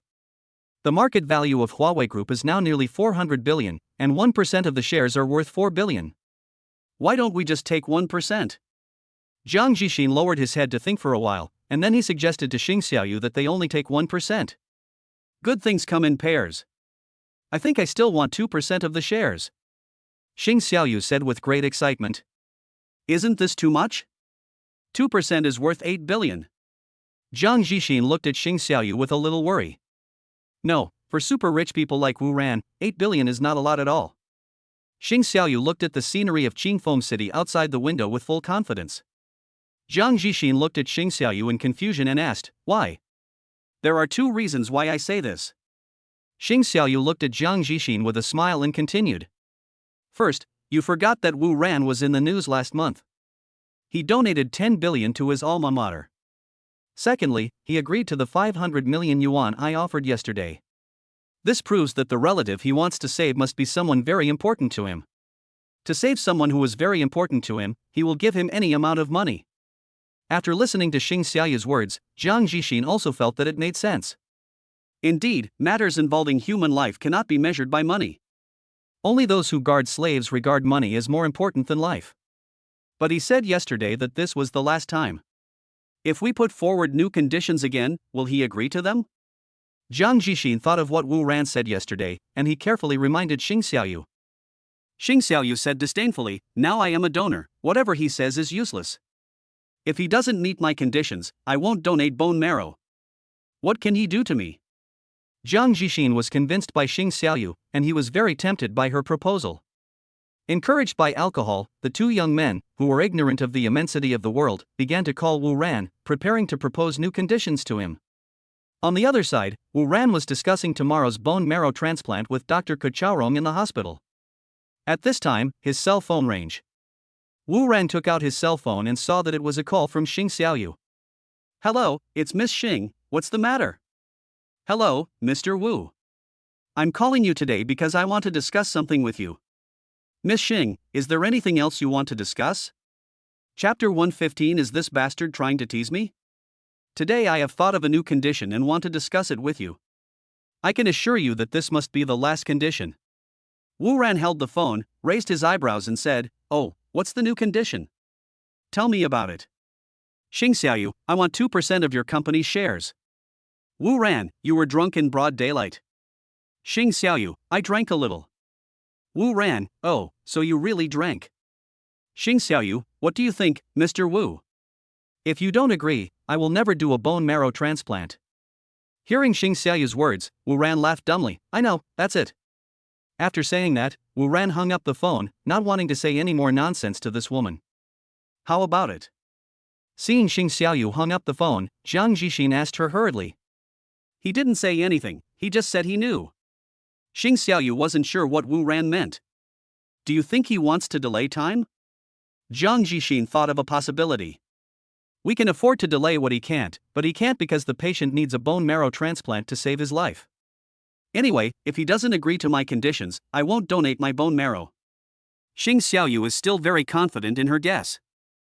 "But we can't afford to delay either. Have you forgotten? We have to pay back the loan sharks we borrowed tomorrow." Jiang Jixin carefully reminded Xing Xiaoyu. "Now it depends on who loses patience." Xing Xiaoyu looked at her phone and said, "Wait, I believe he will find us soon." Hearing Xing Xiaoyu say this, Jiang Jixin felt relieved. Another day has passed, and today is the day I have agreed with the hospital to have the surgery. In the operating room of the hospital, Luo Qingchang and the dean lay side by side on the hospital bed, preparing to start the bone marrow transplant. Outside the operating room, Wu Ran held Lin Shirin's little hand and waited nervously for the operation to be completed. "Don't worry, Dr. Kachaorong has already said that this operation is very simple." Wu Ran comforted Lin Shirin in a low voice. "Well, even though I know this operation is simple, I still can't help but feel nervous." Lin Shirin looked at the door of the operating room nervously, her pretty face full of tension. "I remember that Luo Qingcheng is your secretary, right?" Lin Shirin suddenly asked Wu Ran. "Yes, I just hired a secretary not long ago." Wu Ran said to Lin Shirin with a smile. "I really want to thank her this time. If it weren't for her, I don't know what I would do now." "I will. After the operation is completed, I will thank her properly." An hour later, the door of the operating room opened from the inside, and then Dr. Kachaorong walked out. "Dr. Ko, how is it?" Wu Ran and Lin Shirin rushed forward and asked the doctor. The operation was a success. Dr. Ko spoke to the two of them with a smile. "Thank you, doctor." Wu Ran and Lin Shirin breathed a sigh of relief when they heard the doctor say that the operation was successful. In the ward where Luo Qingcheng was resting, Lin Shirin held Luo Qingcheng's hand and said, "Ms. Luo, I really appreciate your donation. I will never forget your kindness." "Ms. Lin, please don't say that. I believe everyone will take the initiative to stand up when encountering such a thing." Luo Qingcheng said in a low voice with a pale face. "I know you're a good person. I heard from Wu Ran that you don't need any reward. But how can you do good things without any reward? After you recover, how about we become sworn sisters? I seem to be older than you, so you can be my sister. You will be my sister from now on, let me take care of you in the future. Lin Shireen made a proposal to Luo Qingcheng.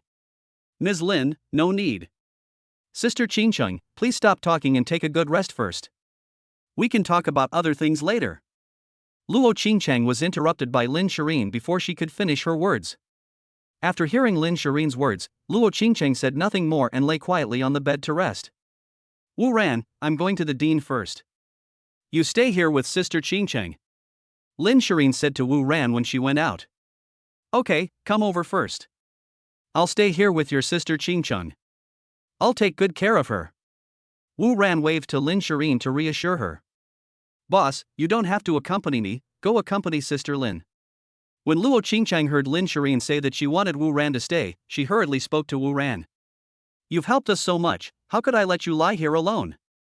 After saying that, Wu Ran sat down on the sofa in this VIP ward and picked up an apple to peel it. Seeing Wu Ran like this, Luo Qingcheng had no choice but to let him do what he wanted. After Wu Ran peeled the apple, he cut it into small pieces, picked up a piece of apple with a toothpick and put it close to Luo Qingcheng's mouth. Here, eat an apple. Luo Qingcheng looked at Wu Ran's actions in shock. He's feeding me? Be good, open your mouth. Wu Ran looked at Luo Qingcheng who was standing there in a daze with enthusiasm. No, I can eat by myself. After being shocked, Luo Qingcheng said hurriedly. It's okay. You've been a great hero today. What's wrong with me feeding you an apple? Hearing Wu Ran's unquestionable tone, Luo Qingcheng had to shyly open her cherry lips. But her little hands hidden under the quilt were already clenched tightly. Is this bastard trying to tease me? Doesn't he know that feeding a girl personally is very ambiguous? 5-star hotel. In the presidential suite. Jiang Jixin and Xing Xiaoyu both had big dark circles under their eyes. Neither of them slept all night last night. Both of them were holding their phones, waiting for Wu Ran to call them. But after waiting all night, the phone never rang.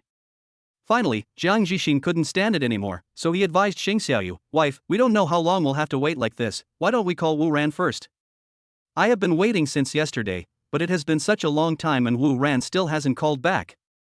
Moreover, today was the day they had agreed to have a bone marrow transplant, but it was almost noon and no one had come to pick them up to go to the hospital. Xing Xiaoyu began to get nervous. She was also completely unsure of what Wu Ran was thinking. Do you think we are asking for too much? Xing Xiaoyu said to Jiang Jixin with some lack of confidence. I think it might be too much. Why don't we just take 1%? 1% is 4 billion. Jiang Jixin proposed reducing it by half. Okay, if Wu Ran thinks it's too much, then I can just take 1%. Xing Xiaoyu thought for a moment and then spoke. After saying that, the two of them hurriedly called Wu Ran. Wu Ran, who was feeding Luo Qingcheng an apple, heard his cell phone ringing and took out his phone. Hello, who is this? Hello, Mr. Wu, it's me, Xing Xiaoyu. Oh, hello, Miss Xing. Chapter 116 I'm doomed this time. Xing Xiaoyu asked cautiously, Mr. Wu, this is what we want to ask you now, what do you think of your proposal yesterday? After hearing what Xing Xiaoyu said, Wu Ran suddenly realized, oh, if you hadn't told me, I would have forgotten. This is what happened, Miss Xing. I have decided not to use your bone marrow donation. Mr. Wu, if you think it's too expensive, we can still negotiate the price. When Xing Xiaoyu heard Wu Ran say that she no longer needed to donate bone marrow, she became anxious. Wu Ran, I don't think we need to discuss this anymore. Xing Xiaoyu, Mr. Wu, we don't need 2% now, only 1% will do. Wu Ran, really, that's not necessary. Hearing Wu Ran's words, Xing Xiaoyu became even more anxious. Why don't we give up the shares and just take 500 million? I will come to the hospital for a bone marrow transplant right now. Wu Ran, Ms. Xing, you don't have to come over. I said I really don't need you to donate bone marrow. After saying that, Wu Ran hung up the phone and ignored her. Xing Xiaoyu stared blankly at the phone call that Wu Ran hung up. She couldn't believe that Wu Ran would no longer need her to donate bone marrow. If her bone marrow donation is not used, then what about her 500 million yuan? Wouldn't it be wasted? Well, what did he say? Jiang Jixin asked anxiously to Xing Xiaoyu who was standing there in a daze. He said he doesn't need me to donate bone marrow anymore. Xing Xiaoyu looked at Jiang Jixin in panic. What? What should we do now? We have to pay back the 1 million high-interest loan we borrowed today. Jiang Jixin almost jumped up when he heard the news. How would I know what to do? Xing Xiaoyu was also frightened by the news. Jiang Jixin said anxiously, how about we not have to pay 500 million, just 50 million will be fine. Yes, 50 million is fine. After hearing Jiang Jixin's words, Xing Xiaoyu ignited hope and picked up the phone to call Wu Ran again. Mr. Wu, I've thought about it. I don't want 500 million anymore. I just want 50 million. 50 million will do. As soon as she got through to Wu Ran, Xing Xiaoyu spoke to him hurriedly. Miss Xing, I've made it very clear. I really don't need you to donate bone marrow. Didn't you understand? Wu Ran was really speechless about these people. Mr. Wu, don't be like this. If you don't accept 50 million, then 5 million will do. Just 5 million. Xing Xiaoyu begged Wu Ran on the phone. Need not. After saying that, Wu Ran hung up the phone. Beep, beep, beep. Xing Xiaoyu stared at the hung-up phone with bloodshot eyes, sitting on the ground in despair. When Jiang Jixin saw Xing Xiaoyu like this, his heart sank. She's dead this time. After a moment, Xing Xiaoyu looked at Jiang Jixin anxiously and said, what should we do now? I don't know what to do. Jiang Jixin was shocked and said angrily. He thought for a while and said, why don't we just give them 5 million and pay them back 1 million? If we can't pay them back, we will die. Does Brother Zhou dare to kill us? Xing Xiaoyu was frightened by Jiang Jixin's words. He won't kill us, but if you women fall into his hands, it will be worse than death. Jiang Jixin shuddered at the thought of the methods those people used. Then I'll call Wu Ran again and ask for 1 million. After hearing Jiang Jixin's words, Xing Xiaoyu picked up the phone again and wanted to call Wu Ran. Sorry, the number you dialed is currently unavailable. Please try again later. Can't get through? Xing Xiaoyu looked at the phone. This number is correct. Call again. Sorry, the number you dialed is currently unavailable. Please try again later. After calling him more than a dozen times, Xing Xiaoyu said to Jiang Jixin in a state of panic, he blocked me. I'm dead this time. I'm dead this time. Jiang Jixin was extremely anxious. Now Wu Ran had blocked Xing Xiaoyu's phone number, which meant that they would definitely not need her to donate bone marrow. Seeing that there was no hope at all, Jiang Jixin's eyes rolled around, and then he said to Xing Xiaoyu, Wife, how much money do you have now? Hearing Jiang Jixin asked her, Xing Xiaoyu said, what do you want the money for now? Buy a plane ticket and run away. If you stay in Qingfeng City, you will be in a miserable situation if you are caught by Brother Zhou. Women will be made into 2 birds, and men will be made into 2 birds. When Xing Xiaoyu heard the scene described by Jiang Jixin, she suddenly felt unwell. She quickly took out all her remaining money and gave it to Jiang Jixin. Here is all my remaining money, see if it's enough to buy a plane ticket. Jiang Jixin grabbed the money and stuffed it into his pocket without counting it. He said to Xing Xiaoyu, Wife, stay here and pack your luggage. I will come back to take you away after I buy the plane ticket. Panicked Xing Xiaoyu didn't think too much. She said to Jiang Jixin worriedly. Then come back as soon as you buy the plane ticket. The room we booked expires today and we have to check out in 2 hours. Well, I'll come back to pick you up as soon as I buy the plane ticket. Jiang Jixin kissed Xing Xiaoyu's face and said. After Xing Xiaoyu sent Jiang Jixin out the door, she hurriedly packed her luggage. When Jiang Jixin left the room, he thought to himself, stupid woman, you stay here and help me attract the attention of Brother Zhou and the others. When he came down to the hotel lobby, he told the front desk that he wanted to check out and asked the hotel to return the deposit for his room reservation. After receiving the deposit, Jiang Jixin walked out of the hotel door cautiously. Only when he saw that there was no one sent by Brother Zhou around did he walk out of the hotel door with peace of mind and disappear in the vast crowd.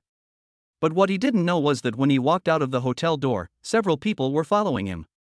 After Xing Xiaoyu packed their luggage in the room, she waited for Jiang Jixin to come back and pick her up. But she waited and waited, but Jiang Jixin never showed up. I called his cell phone but it was turned off. There was no other way. Xing Xiaoyu could only stay in the room and continue waiting. In this way, Jiang Jixin did not show up until the hotel checkout time. Under the attention of the hotel security, Xing Xiaoyu had no choice but to carry their luggage to the hotel gate and continue waiting for Jiang Jixin. During this period, she called Jiang Jixin countless times, but the call was unsuccessful. Squeak! A van stopped in front of Xing Xiaoyu, and two ferocious-looking men got out of it. One of the men looked at Xing Xiaoyu with lustful eyes and said, "Miss Xing, our brother Zhou wants to see you." "Ah, don't come over here. If you come any closer I'll call for help." When Xing Xiaoyu saw these two people, she was immediately frightened. Afterwards, the two people who got off the car ignored Xing Xiaoyu's objection, grabbed her and drove away. Please give me 5-star praise and urge me to update. Thank you everyone. Chapter 117 Working to Pay Back the Money. Not long after, Xing Xiaoyu was taken back to Brother Zhou's residence. She was pulled out of the car by two men and taken into a room. When she entered the room, she saw Jiang Jixin was also inside. No wonder she kept waiting for Jiang Jixin to come back to pick her up. It turned out that Jiang Jixin was also caught by them. "Get over there." One of the men pushed Xing Xiaoyu in front of Jiang Jixin and let the two stay together.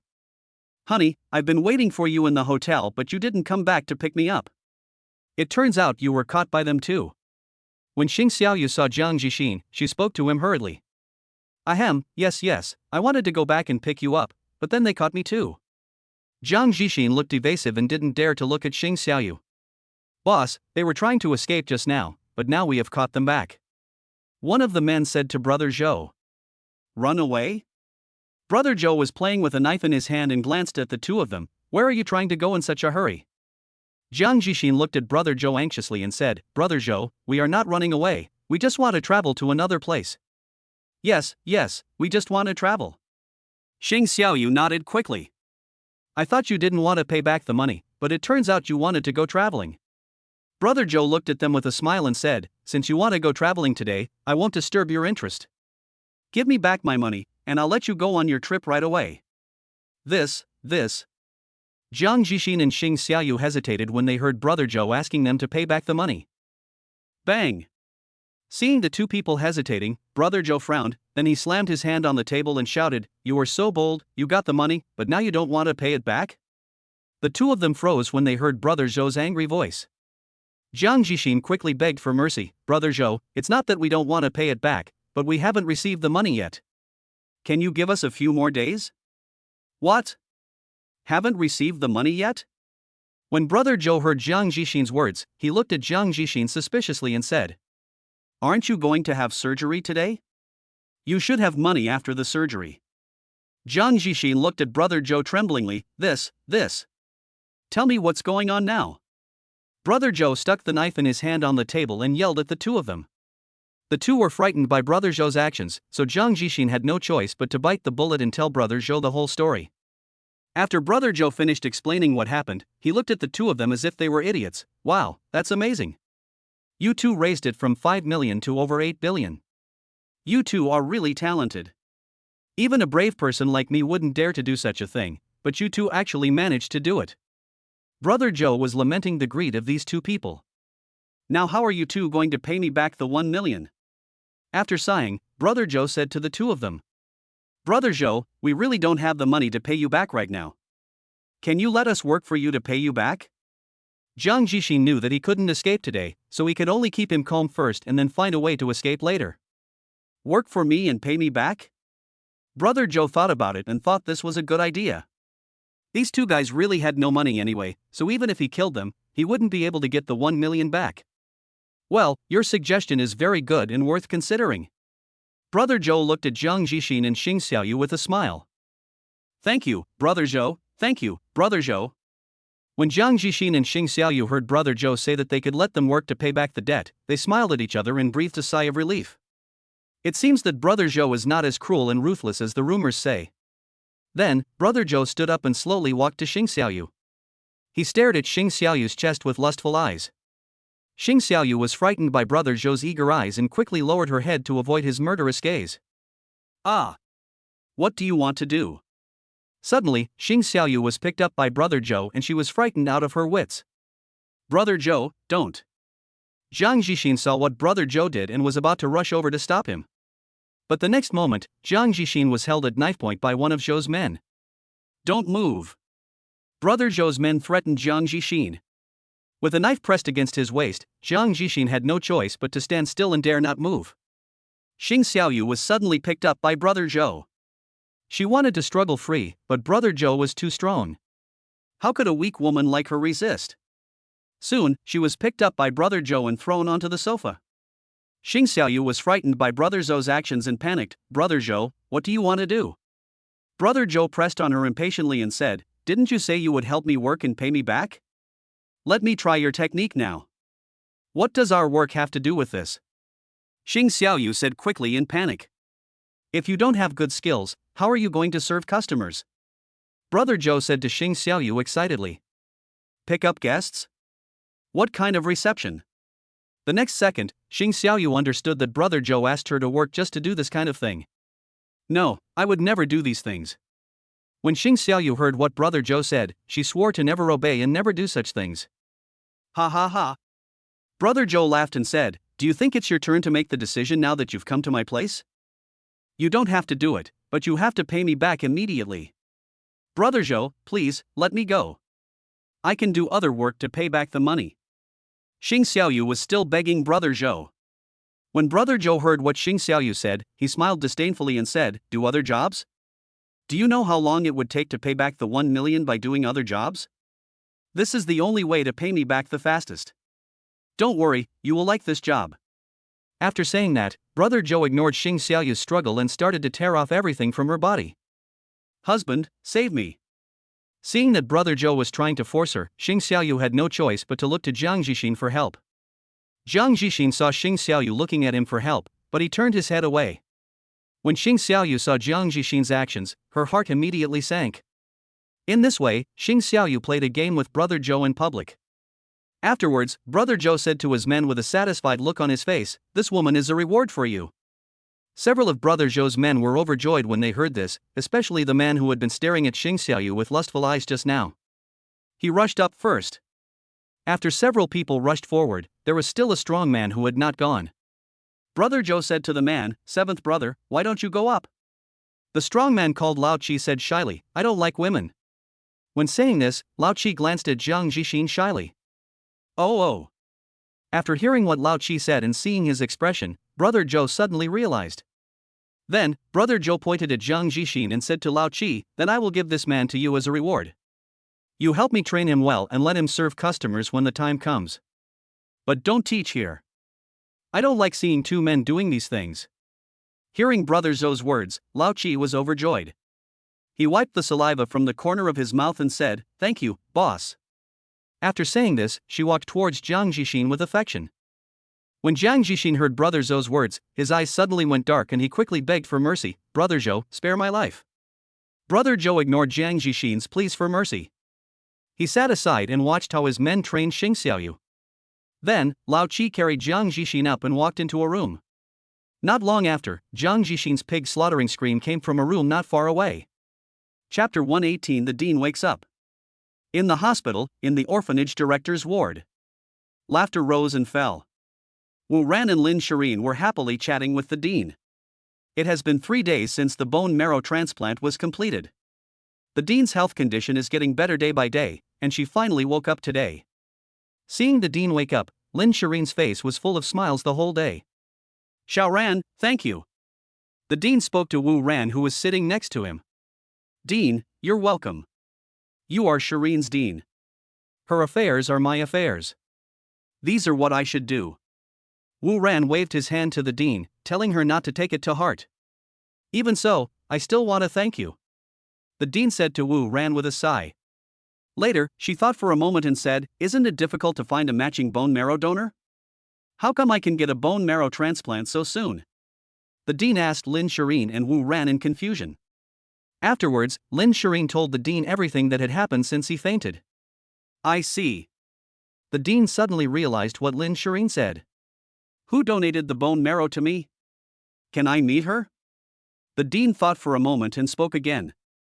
Lin Shirin, Dean, the girl who donated your bone marrow is Wu Ran's secretary. She was discharged from the hospital 2 days ago. Let's thank her in person when we have a chance. Oh, so that's it. She saved my life, and I want to thank her in person. Hearing Lin Shirin said that Luo Qingcheng had been discharged from the hospital, the dean looked out the window disappointedly. It's okay.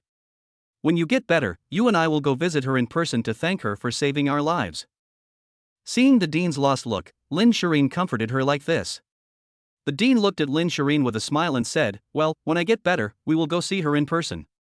Speaking of Luo Qingcheng, Lin Shireen turned around and said to Wu Ran, "Wu Ran, let me tell you, I have already recognized Sister Qingcheng as my sister, so you can't bully her in the future." "Don't worry, your sister is my sister, and I will never bully her in the future." Wu Ran looked at Lin Shireen and said with a smile, "Einer, I see that your face looks very haggard. Has it been hard for you to take care of me these days?" When the dean saw that Lin Shireen was in poor spirits, she spoke to her with concern. "It's not hard. As long as the dean gets better, it doesn't matter how hard or tiring it is." Lin Shireen smiled and waved her hand. "Wu Ran, why don't you take Einer back to rest first? Don't let me get better by the time you get Shireen tired again." "Dean, I'm not tired. I want to stay here with you." Hearing the dean say this, Lin Shireen hurriedly explained. "You say you're not tired, but look at your face, it's become so thin and pointy." The dean said to Lin Shireen in a stern voice, "Listen to me, go back and rest now. If you want to accompany me, come back tomorrow." Lin Shireen wanted to stay and accompany the dean, but seeing the dean's firm attitude, she had no choice but to obey him. Besides, Lin Shireen was indeed very tired. Wu Ran and Lin Shireen said goodbye to the dean and left the hospital. After sending Lin Shireen back to her home, Wu Ran told her to have a good rest and he would accompany her to visit the dean tomorrow. After Wu Ran left Lin Shireen's house, he first went to inspect the chip company's Hualong 1 project. The Hualong 1 project is the chip project mentioned earlier.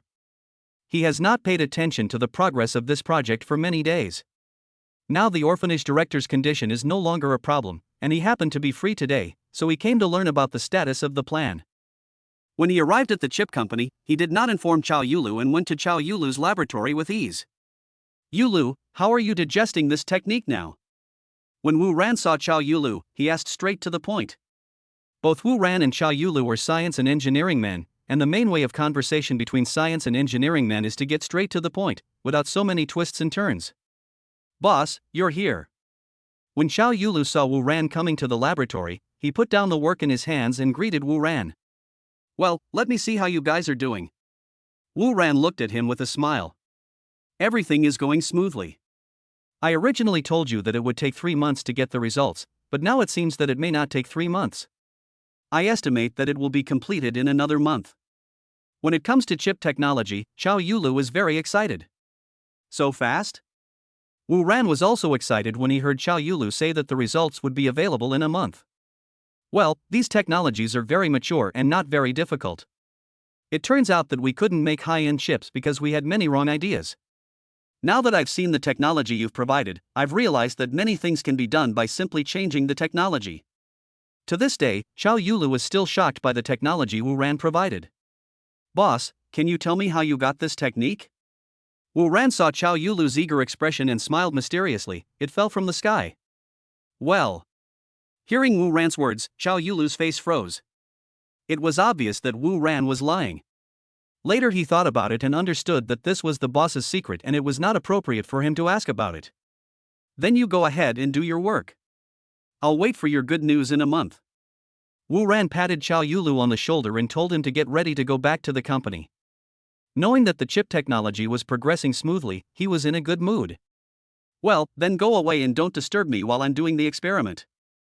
Chao Yulu hurriedly urged Wu Ran to leave. He was a person who focused on technology. Every time Wu Ran came over, he would waste his time to greet him, which made Chao Yulu, a technology fanatic, very unhappy. When Wu Ran heard Chao Yulu driving him away, he burst into laughter. He smiled, shook his head and left.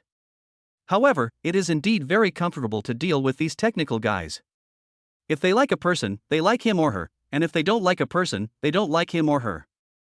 Unlike those people in the business world, who may be friendly to you in front of others but stab you in the back behind their backs.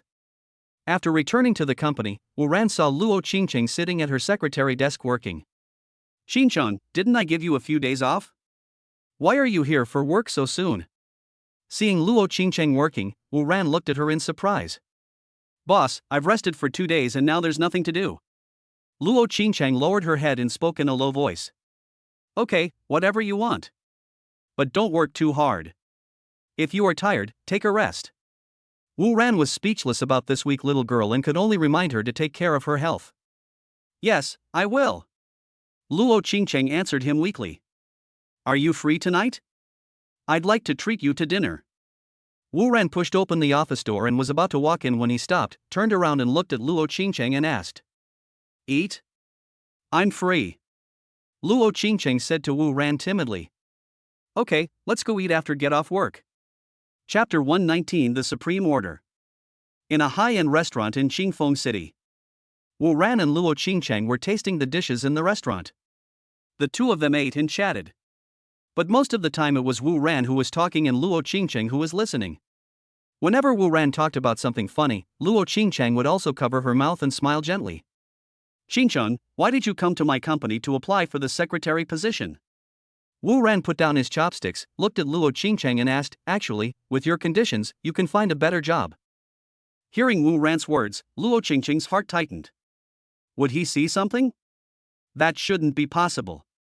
I never showed any flaws, so he shouldn't have noticed anything. It seems that writing a file too well is not a good thing. Luo Qingcheng organized her words in her mind before speaking. In fact, I have always admired Vice President Lan. I knew her deeds when I was in school.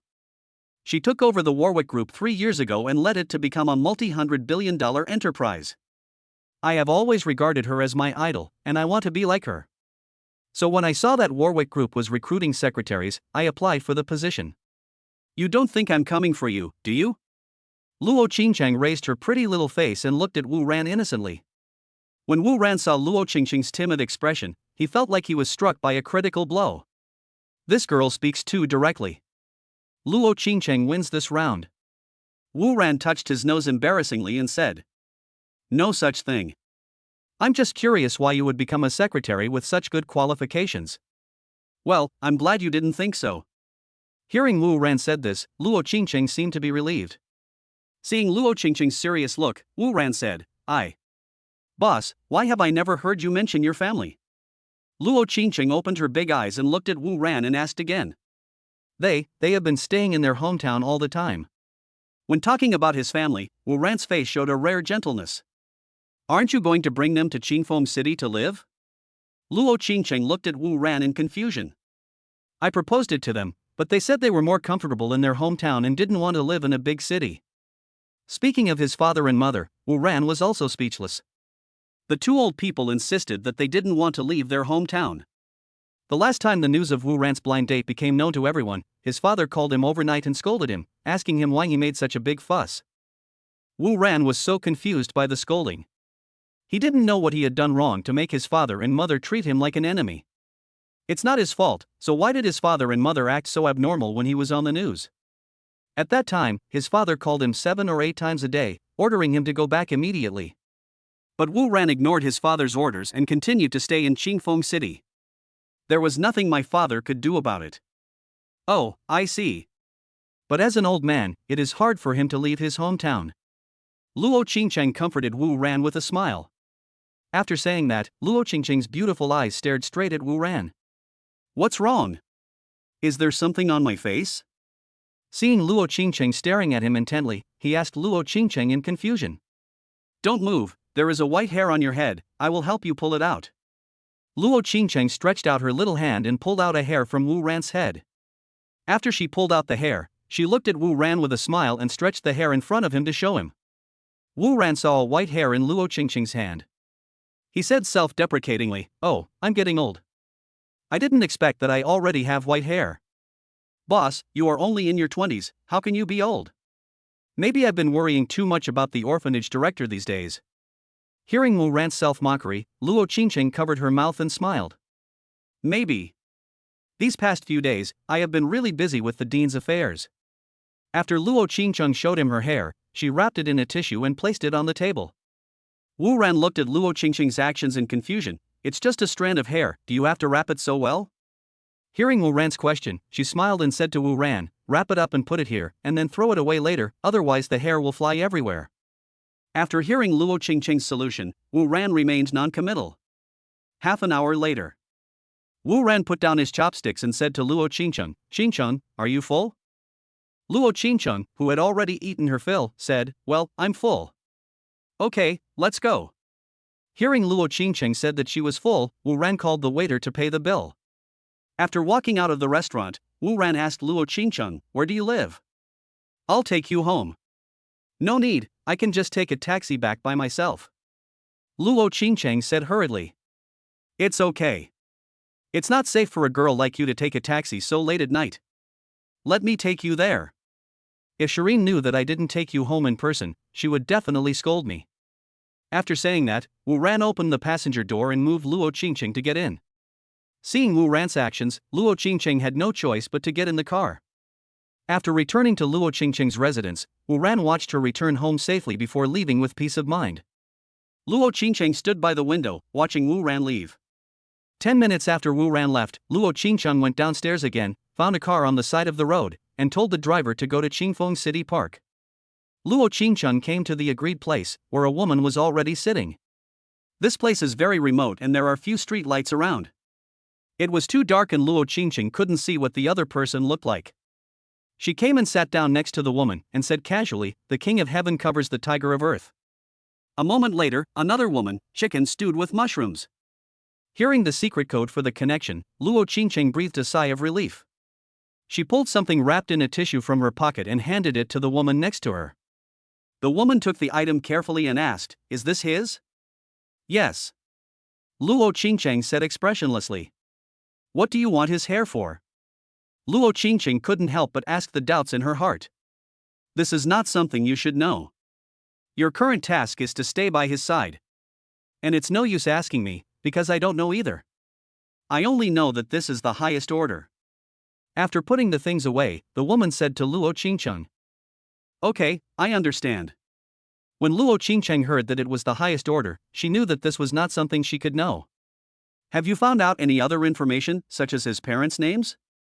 Where do he live now?" "Not yet. These things cannot be found out now." "Okay, then I'll escort this thing back first." The woman stood up and left. Luo Qingcheng stared blankly at the direction where the woman left. After a moment, she also disappeared into the darkness. Hello, dear readers, I really need your 5-star praise. I also need you to click on the urge to update and watch a few seconds of advertisement. Thank you. Good people will have a peaceful life. Chapter 120. You're awesome. After sending Luo Qingcheng home, Wu Ran drove all the way at full speed. But he drove the car to a remote beach.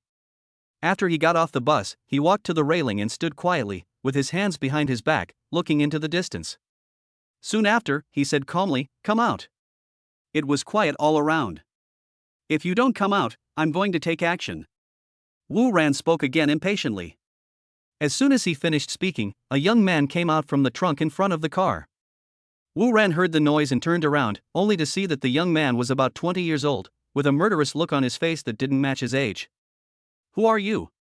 Why are you in my car?" As we all know, the engine of a supercar is at the back, and there is only a small trunk in front of the car. When seeing this young man, Wu Ran could never imagine that this small suitcase could actually hide a person. Hearing Wu Ran's question, the young man had a blank expression on his face and looked at Wu Ran indifferently. Wu Ran slowly approached the young man and came to within 1 meter of him. Seeing Wu Ran coming over, the young man immediately took a defensive posture. Along with the sea breeze, Wu Ran could smell a hint of blood coming from the young man. It looked like the young man was injured. As soon as Wu Ran got in the car just now, he smelled blood. It was because of this slight smell of blood that Wu Ran discovered that someone was hiding in the car. I just don't know why he would hide in his own car. Wu Ran looked at him calmly and said, "Let me ask you again, who are you?" "Don't worry, I mean no harm." The young man looked at Wu Ran calmly and said, "It's not up to you to say whether you have bad intentions or not." Wu Ran looked at him carefully and said, "Tell me, why are you hiding in my car? Who sent you?" "No one sent me." "If no one sent you here, why were you in my car?" "I was being chased, and I had no choice but to hide in your car." "You think I will believe you? There's nothing I can do if you don't believe me." After saying that, the young man prepared to leave. Seeing that he wanted to leave, Wu Ran, who was well prepared, quickly came to the young man and tried to stop him from leaving. When the young man saw this, he immediately stretched out his fist to meet Wu Ran's attack. When the two fists touched, the winds suddenly blew up. After more than 10 moves, the young man was still no match for Wu Ran. After being hit on the shoulder by Wu Ran, he screamed "Ah!", took a few steps back and fell to the ground, looking at Wu Ran with a pale face. It turned out that he was injured on his shoulder, and now he was knocked down by Wu Ran's punch, and his old injury relapsed. Wu Ran retracted his fist and said calmly, "You still don't want to tell me?" Hearing Wu Ran's words, the young man couldn't help but cry out in anger, "Oh my god, I really just wanted to avoid being chased in the car. Who knew that a random person I met was so powerful?" At this time, Wu Ran instructed the system to open the young man's character interface. Character information. Name, Regret. Gender, male. Age, 26. Occupation, killer. Favorability, stranger. Killer ranking, number 1. It turns out he is a killer. When I saw the favorability, I knew he was a stranger, not an enemy, so it turned out he was not here to kill me. It turns out that he is the number 1 killer. No wonder he could last more than 10 moves against me. At the very beginning, he had already sensed the murderous aura from this man and thought he was coming for him. That's why he acted aggressively towards the young man. It turned out that he was really avoiding being hunted down. So your name is Regret, this shouldn't be your real name. The young man was looking at Wu Ran warily, and suddenly when he heard Wu Ran's words, he was shocked. How does he know me? Is he here to hunt me down too? Thinking of this, he became even more nervous. After fighting with Wu Ran just now, he knew that he was definitely no match for this man. How do you know my name? Thinking of this, the killer looked at Wu Ran nervously, his eyes filled with murderous intent. I know a lot about you. For example, you are 26 years old and ranked first in the world's killer rankings. Seeing the changes in the killer, Wu Ran ignored him and looked at him calmly. When the killer heard Wu Ran's words, his eyes narrowed. He was completely shocked by Wu Ran. These were all his secrets, but in front of this young man, he seemed to have no secrets at all. When did the killer's identity become so common that there was no longer any secret at all? Who is this rich young man? How could he know so much about me? It seems that this person cannot be kept. Thinking of this, the killer lowered his head and calculated what his chances of success would be if he wanted to kill Wu Ran now. But unfortunately, after his calculations, his success rate in attacking Wu Ran was now less than 1%, not to mention that he was still injured. Tell me why you were being hunted. At this time, Wu Ran's voice came again. He looked up at Wu Ran. Since he couldn't kill him, he could only cooperate with his questioning obediently. He could also feel that Wu Ran had no ill will towards him, and the most important thing was that this person should not be a member of the Li family. The killer gritted his teeth and said, I accidentally slept with the concubine of a big shot. You slept with someone's concubine? Wu Ran became completely excited when he heard the killer's words. He loved to hear this kind of story the most. He looked at the killer with shining eyes. Whose concubine is this? Li. The concubine of Master Li. The killer said hesitantly. The Li family in the imperial capital? Wu Ran asked in surprise. You're awesome. Hearing the killer's words, Wu Ran admired him very much. This killer thinks his life is too long. He actually dared to sleep with the concubine of the head of the Li family in the imperial capital. Even if he wanted to commit suicide, he wouldn't do that. How did you get there? Tell me in detail. Wu Ran said to the killer excitedly. How else can they sleep? They just drink in a bar, and if they make eye contact, they go get a room. It's a very old-fashioned plot. But I didn't know their identities at first. When I pulled them out, they told me that they were the concubines of Master Li. But it was too late, and I had to run for my life. Etc. Wu Ran urgently stopped him, then looked at the killer with wide eyes and asked, They? The killer knew what Wu Ran was asking, so he said calmly, Yes, too. Fuck, you're awesome. Wu Ran was full of admiration for this killer. Just go. Wu Ran thought for a moment and said to the killer. You'll let me go? The killer looked at Wu Ran in astonishment. Do you think I'll keep you for the new year? Wu Ran looked at him speechlessly, not to mention that you have now offended the head of the Li family in the imperial capital. Go away, I haven't seen you tonight. Chapter 121 I want to follow you. The killer got up hurriedly from the ground and said to Wu Ran gratefully, Thank you, brother.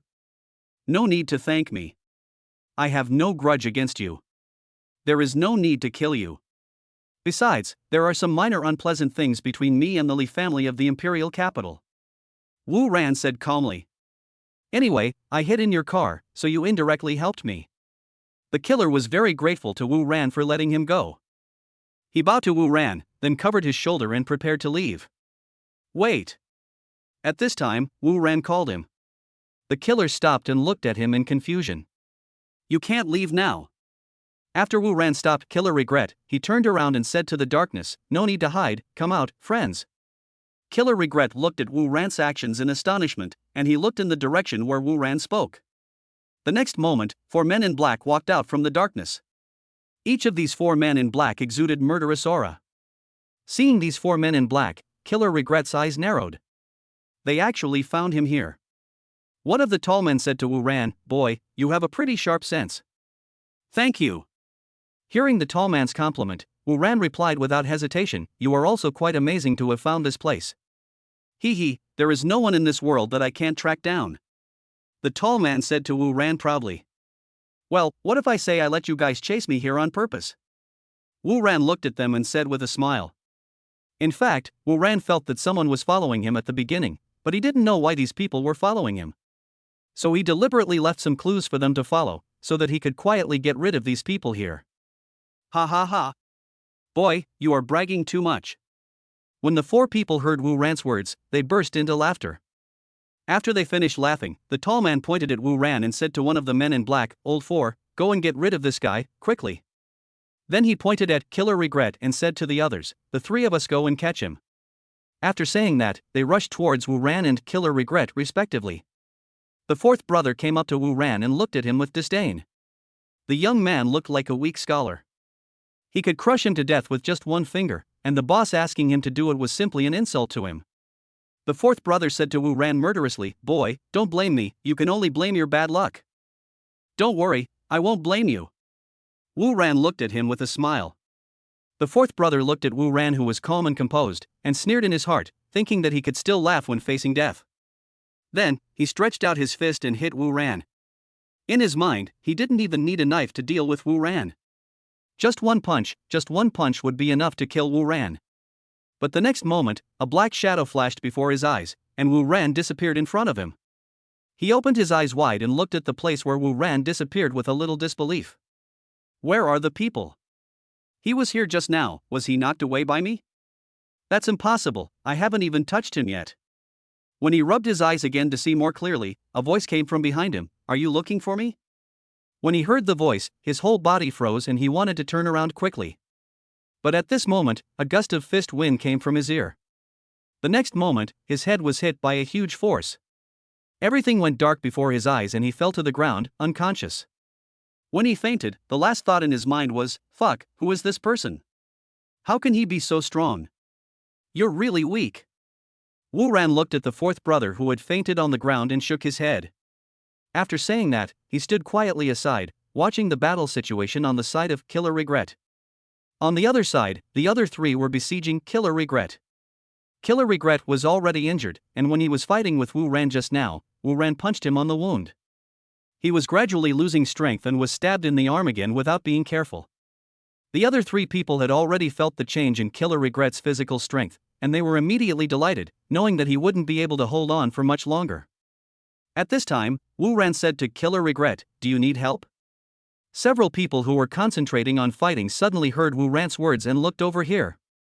The 3 tall men saw the 4th brother fainted on the ground, and Wu Ran was looking at them with a smile on his face. You killed him? The tall man looked at Wu Ran in disbelief. No, he's not dead yet. Wu Ran said calmly, but he probably won't live long. Oh, I was wrong. It should be that you all won't live long. Wu Ran added. Boy, you're looking for death. Hearing Wu Ran's words, the tall man became angry. He didn't care about the killer's regret and rushed towards Wu Ran with a knife in hand. Brother, be careful. The killer reminded Wu Ran. What a bad temper. Wu Ran said with a smile. Just when the tall man was about to rush to Wu Ran turned around, grabbed the tall man's hand, squeezed it with a knife, and then threw him over his shoulder. The tall man fell heavily to the ground.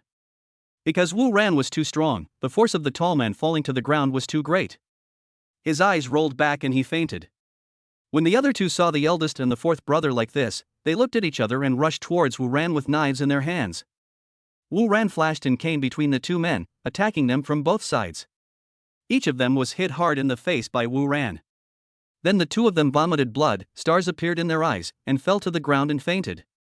After killing these 4 people, Wu Ran clapped his hands and said, "How boring. They are so weak." Killer Regret was not surprised by Wu Ran's behavior. He had just fought with Wu Ran and he knew how powerful Wu Ran was. "Brother, what should we do with these 4 people?" The killer looked at these people and asked Wu Ran. These people were all defeated by Wu Ran, so he still needed Wu Ran's advice on how to deal with them. "How do you think we should deal with this?" Wu Ran asked him back. "These people have seen you today. If you let them go back to the Li family in the imperial capital, you will have endless troubles in the future. Although you may not be afraid of the Li family, it is still annoying to have flies flying around you all day long." The killer thought for a moment, looked at Wu Ran and spoke calmly. "These 4 people are for you to deal with," Wu Ran said to the killer, and then he prepared to leave. "Brother, please wait a moment." The killer stopped Wu Ran. "What else do you want?" Wu Ran turned around and looked at him. The killer took a deep breath and said, "I want to follow you."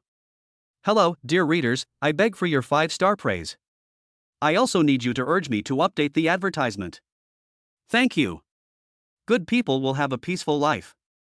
Chapter 122, Recruiting Younger Brothers. Follow me? Are you kidding? Wu Ran looked at him in surprise. No kidding, I'm serious.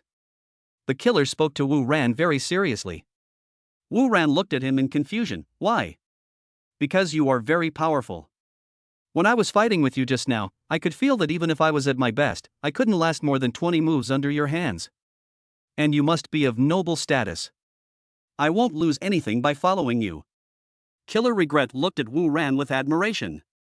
Wu Ran looked at him calmly. Why do you think so? Because of the car you drive, your skills, and the fact that you know my identity as a killer. All of the above has told me that you have a very impressive background. That's it? Yeah, that's it. What do you do? Murder, arson, and everything in between. Is that so? Wu Ran touched his chin and thought, his business is getting bigger and bigger now, and he really can't do without powerful subordinates. Now that this killer is willing to surrender to us, it is indeed a good thing. But I just don't know if he has the qualifications to follow me.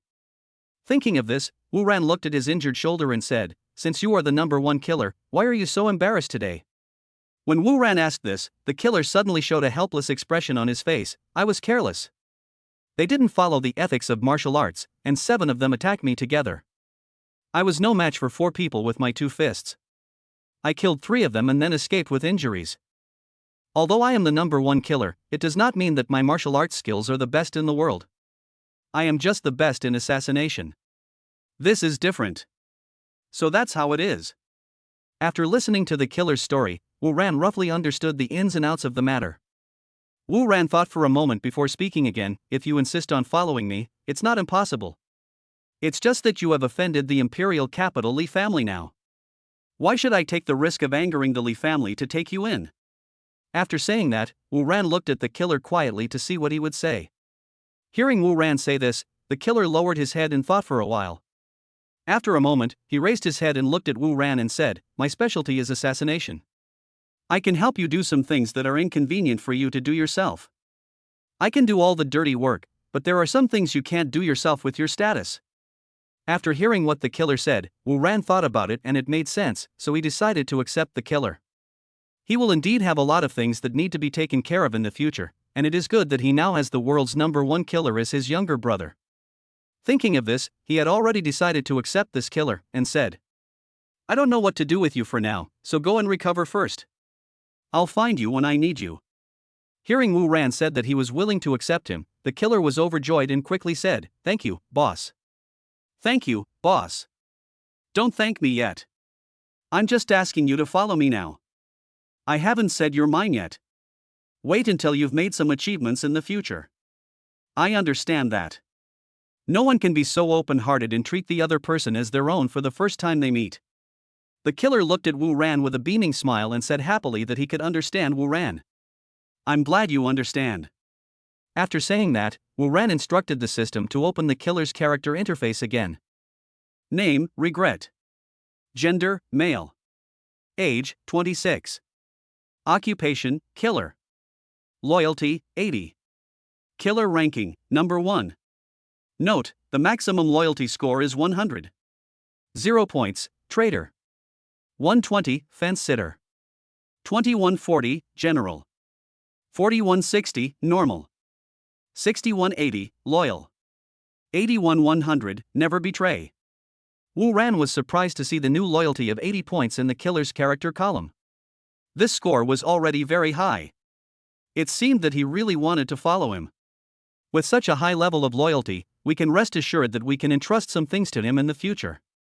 However, if you want to treat him as your own, you must at least wait until his loyalty reaches the level of never betraying. Then I'll go first.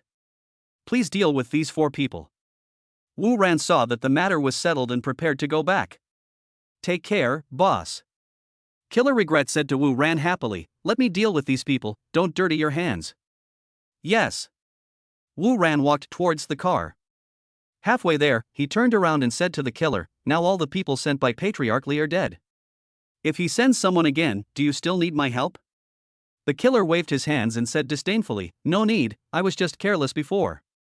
Now that I have recovered from my injuries, I am not afraid of him no matter how many people come. But boss, since you are willing to let me follow you, aren't you afraid that the Li family will cause trouble for you?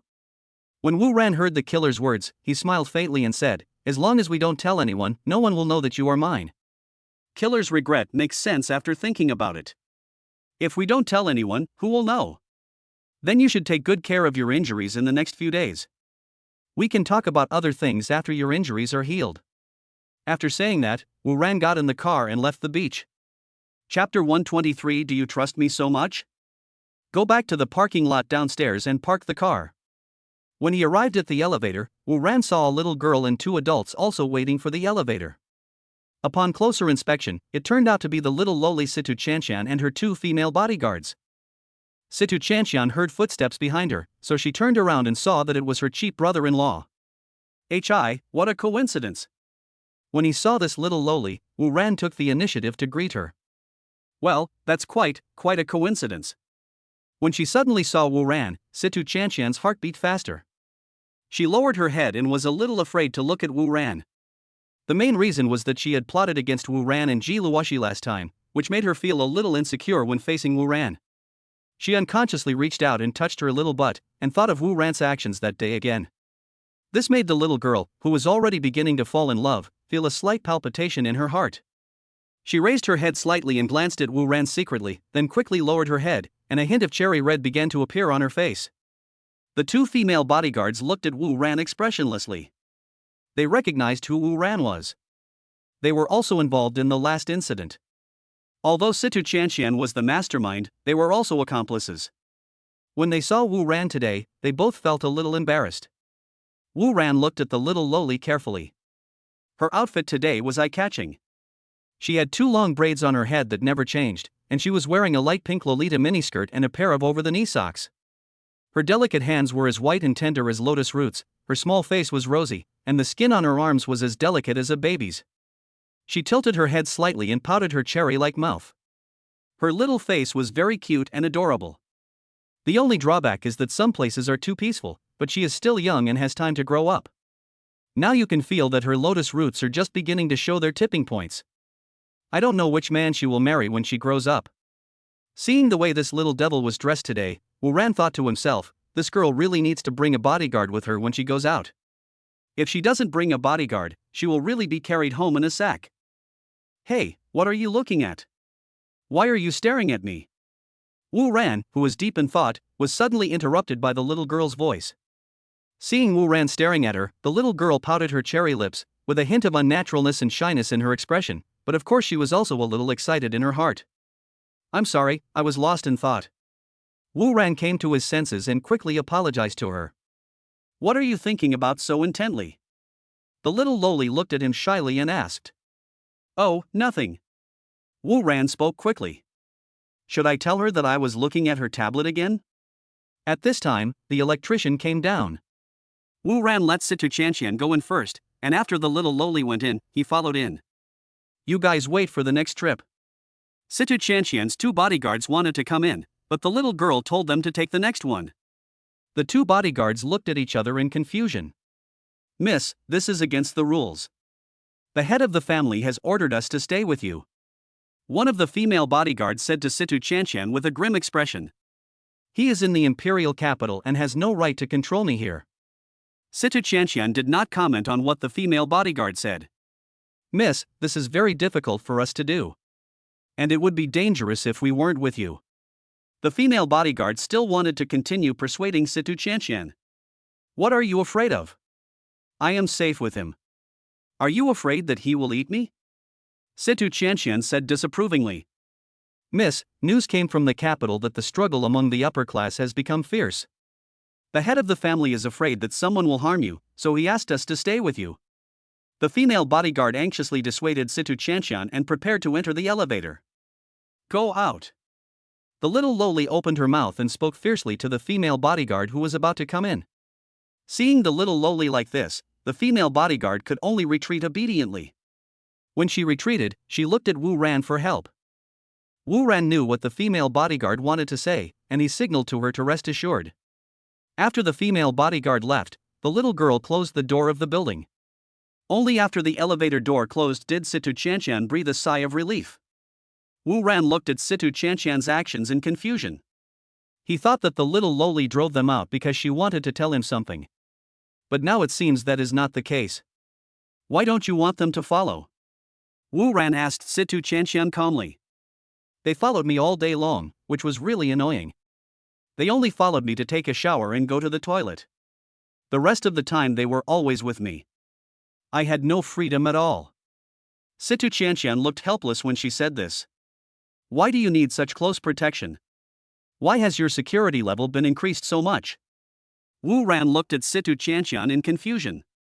Hearing Wu Ran's question, Situ Chanshan was speechless. Not only me, but also my sister's security guards.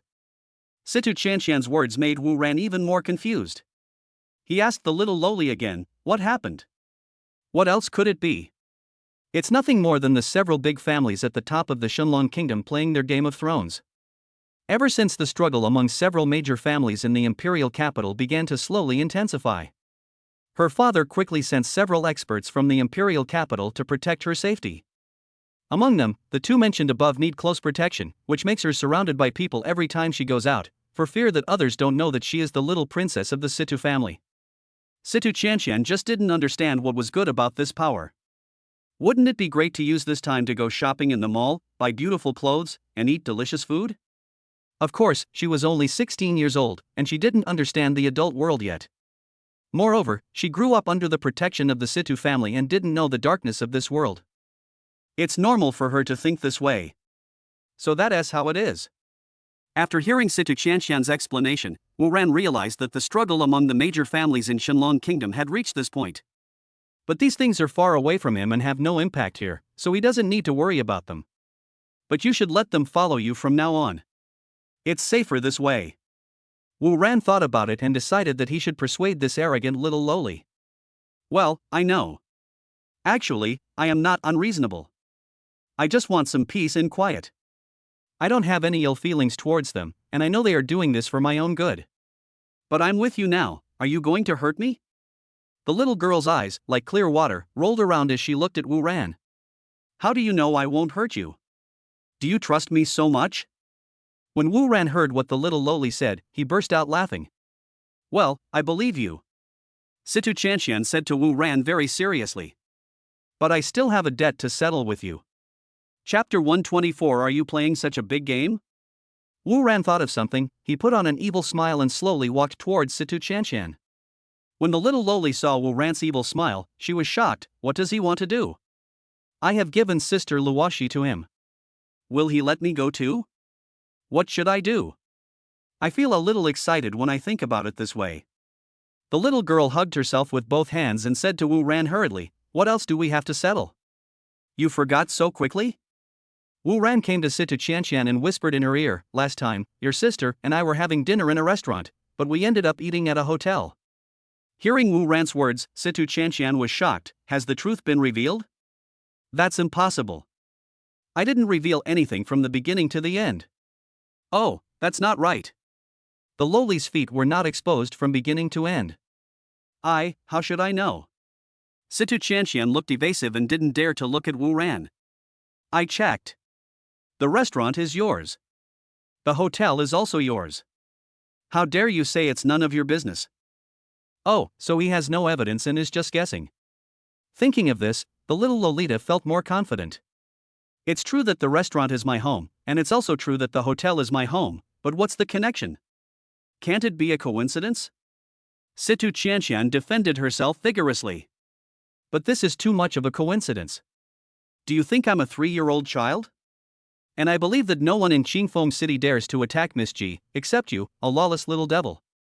Wu Ran came in front of the little loli and stared straight into Situ Qianqian's eyes. Situ Qianqian was stared at by Wu Ran. She hurriedly lowered her head and thought anxiously, what should she do? Next moment, she raised her head and looked at Wu Ran with tears in her eyes. You bullied me and you wrongly accused me without any evidence. I'm going to tell my sister that you bullied me. Wu Ran was amused by the little girl's sudden change of expression, so he decided to tease her again. Your sister is already my woman, do you think she will believe you?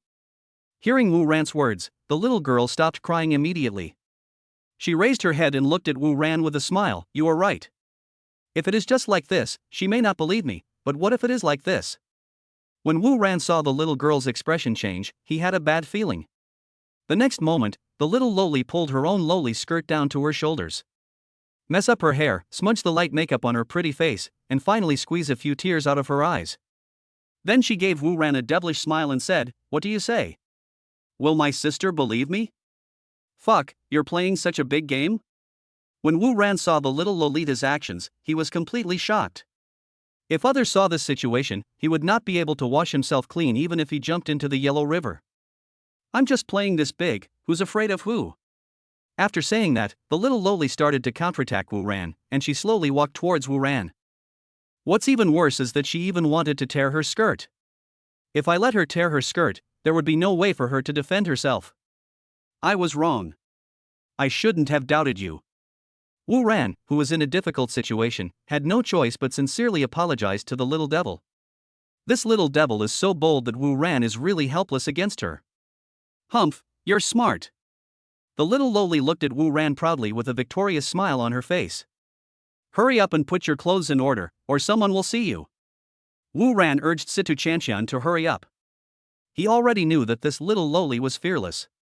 It's better to annoy her less in the future.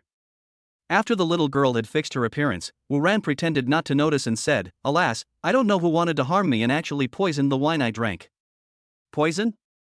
When the little loli heard Wu Ran's words, she wondered, no one poisoned.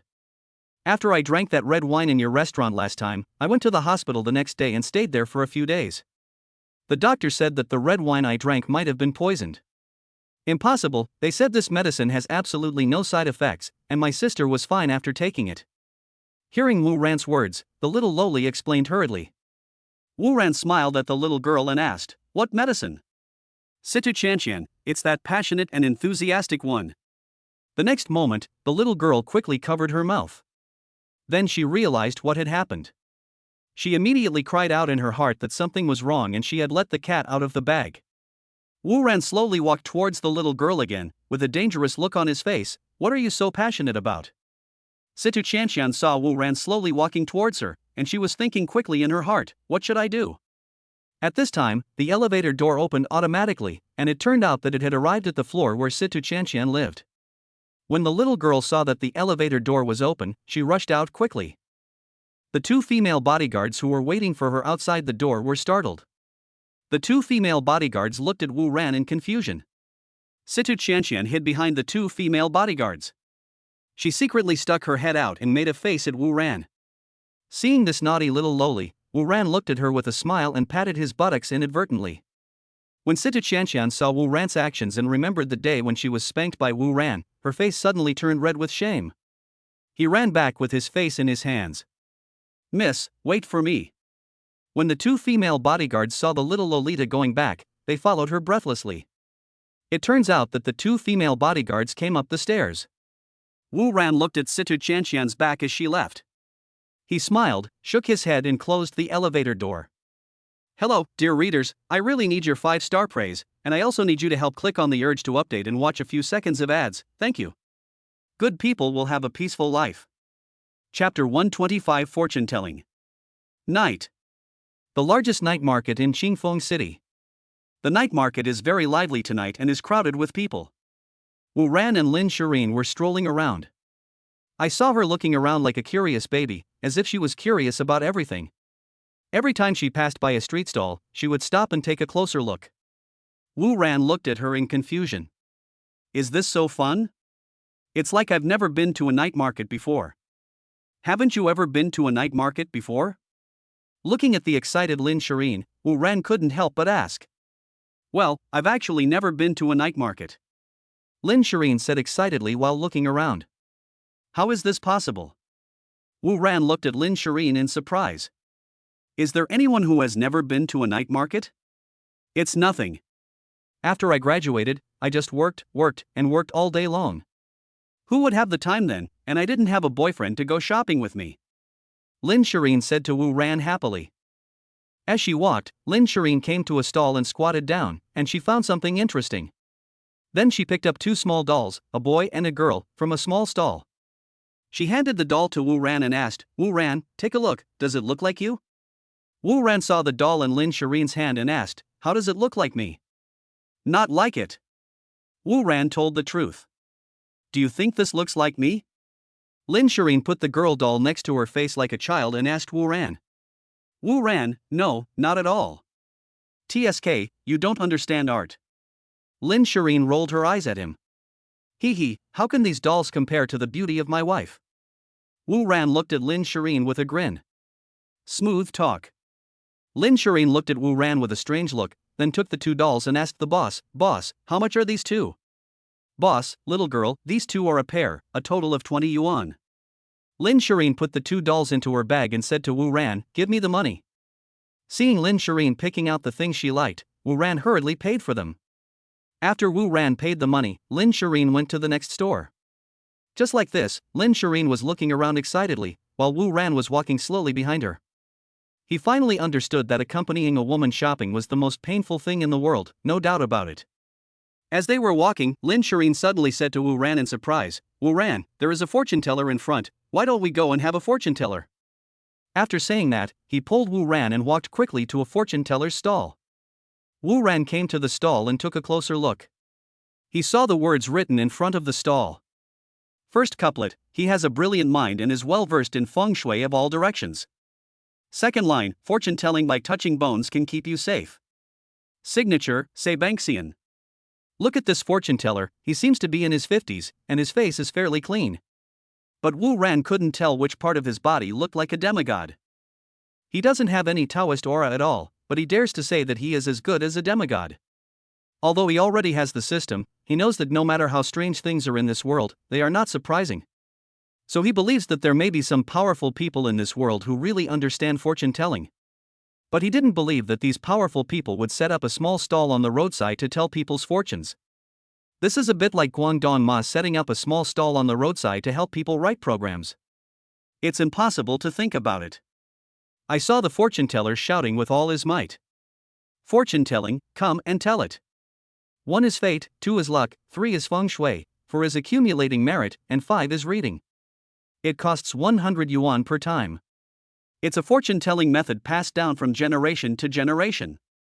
If it's not accurate, it's free. Wu Ran, let him calculate it for us. Wu Ran was about to pull Lin Shireen away, but Lin Shireen had already pulled his hand and asked him to sit down, wanting this Saibanxian to do the calculation for them. Wife, can you believe these things? Wu Ran persuaded Lin Shireen in a low voice. Come on, just think of it as accompanying me. It doesn't matter if you calculate it, and I've never calculated my fortune before. Lin Shireen raised her delicate little face and looked at Wu Ran pleadingly. Seeing Lin Shireen's high spirits, Wu Ran didn't want to dampen her spirits, so he had to sit down obediently. Saibanxian was just about to continue shouting when he saw a girl pulling a handsome guy to sit down. Saibanxian was delighted, business is coming. After Wu Ran and Lin Shireen sat down, Saibanxian looked at them carefully. The girl was beautiful and the boy was handsome. What a perfect match made in heaven. And judging from the way they are dressed, they are either rich or noble. Boss, is it 100 yuan per fortune telling? After sitting down, Lin Shireen spoke to Saibanxian with great interest. Saibanxian looked at the two of them with a smile and said, yes, 100 yuan per time, you are not allowed to not collect the money. Well, count it for me once.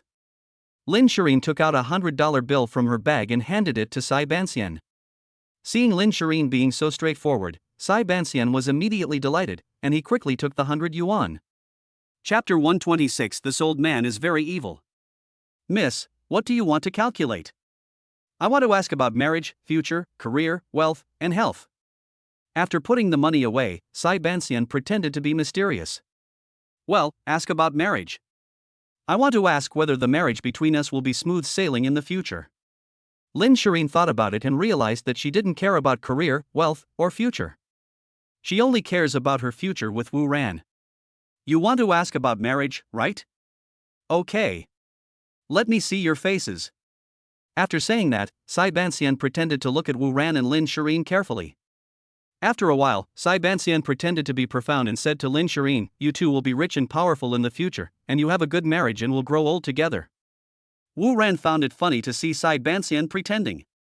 If you want to pretend, at least try to act more realistically. Is it enough to just look at the face? No need to draw lots? Don't you need to write a single word on paper? Just look at the face? Are you really that awesome that you have to set up a stall on the roadside? But he was not going to expose him. As long as he could make Lin Shireen happy, he would brag as much as he wanted. Sure enough, when Lin Shireen heard Sai Banxian's words, her face was filled with joy. After a while, Lin Shireen asked again in a low voice, "Then help me calculate how many children I will have in the future." Upon hearing this, Sai Banxian calculated with his fingers and said, "Congratulations, young lady. You will have 3 children in the future, 2 boys and 1 girl." Really? Hearing Sai Banxian's words, Lin Shireen immediately smiled like a flower, and her 2 phoenix eyes were like crescent moons. "Husband," he said, "I will give birth to 3 babies for you in the future." Lin Shireen looked at Wu Ran shyly and said, "Well, we'll have 3 children in the future." When Wu Ran saw Lin Shireen so happy, he quickly agreed with her. "But this gentleman is extraordinary. He will have 16 children in the future." Suddenly Sai Banxian continued to speak to Wu Ran. "Wow, husband, you're going to have 16 kids. I have 3 and you have 16. Lin Shireen shook Wu Ran's arm excitedly and spoke happily. "Yeah, you have 3 and I have 16. Wu Ran also said to Lin Shireen happily. Etc. Something seems wrong. As she laughed, Lin Shireen stopped and felt that something was wrong. How come I helped Wu Ran give birth to 3 babies, but how come he will have 16 children in the future? Lin Shireen frowned and looked at Sai Banxian, saying, "Old man, are you mistaken? I gave birth to 3 children, how could he have 16 children?" Sai Banxian said calmly, "Miss, I won't make a mistake in my calculation." Lin Shireen said angrily, "You still say you are not wrong, but I think you are just lying." Sai Banxian, "Girl, please don't doubt my professionalism." Lin Shireen's eyes widened as she said, "You still say you're not lying, then tell me why I only gave birth to 3 children for him, but how come he has 16 children? Sai Banxian glanced at Wu Ran slowly, then said, "He has more than one old man." Stop, Shireen, let's go." Before Sai Banxian could finish his words, he was interrupted by Wu Ran. At this time, Wu Ran held Lin Shireen's little hand and took her away from the stall. "Why won't you let me talk about him? This old man is just trying to rip me off. I want to give him a good scolding." Lin Shireen, who still wanted to attack Sai Banxian, was pulled aside by Wu Ran. She spoke to Wu Ran angrily.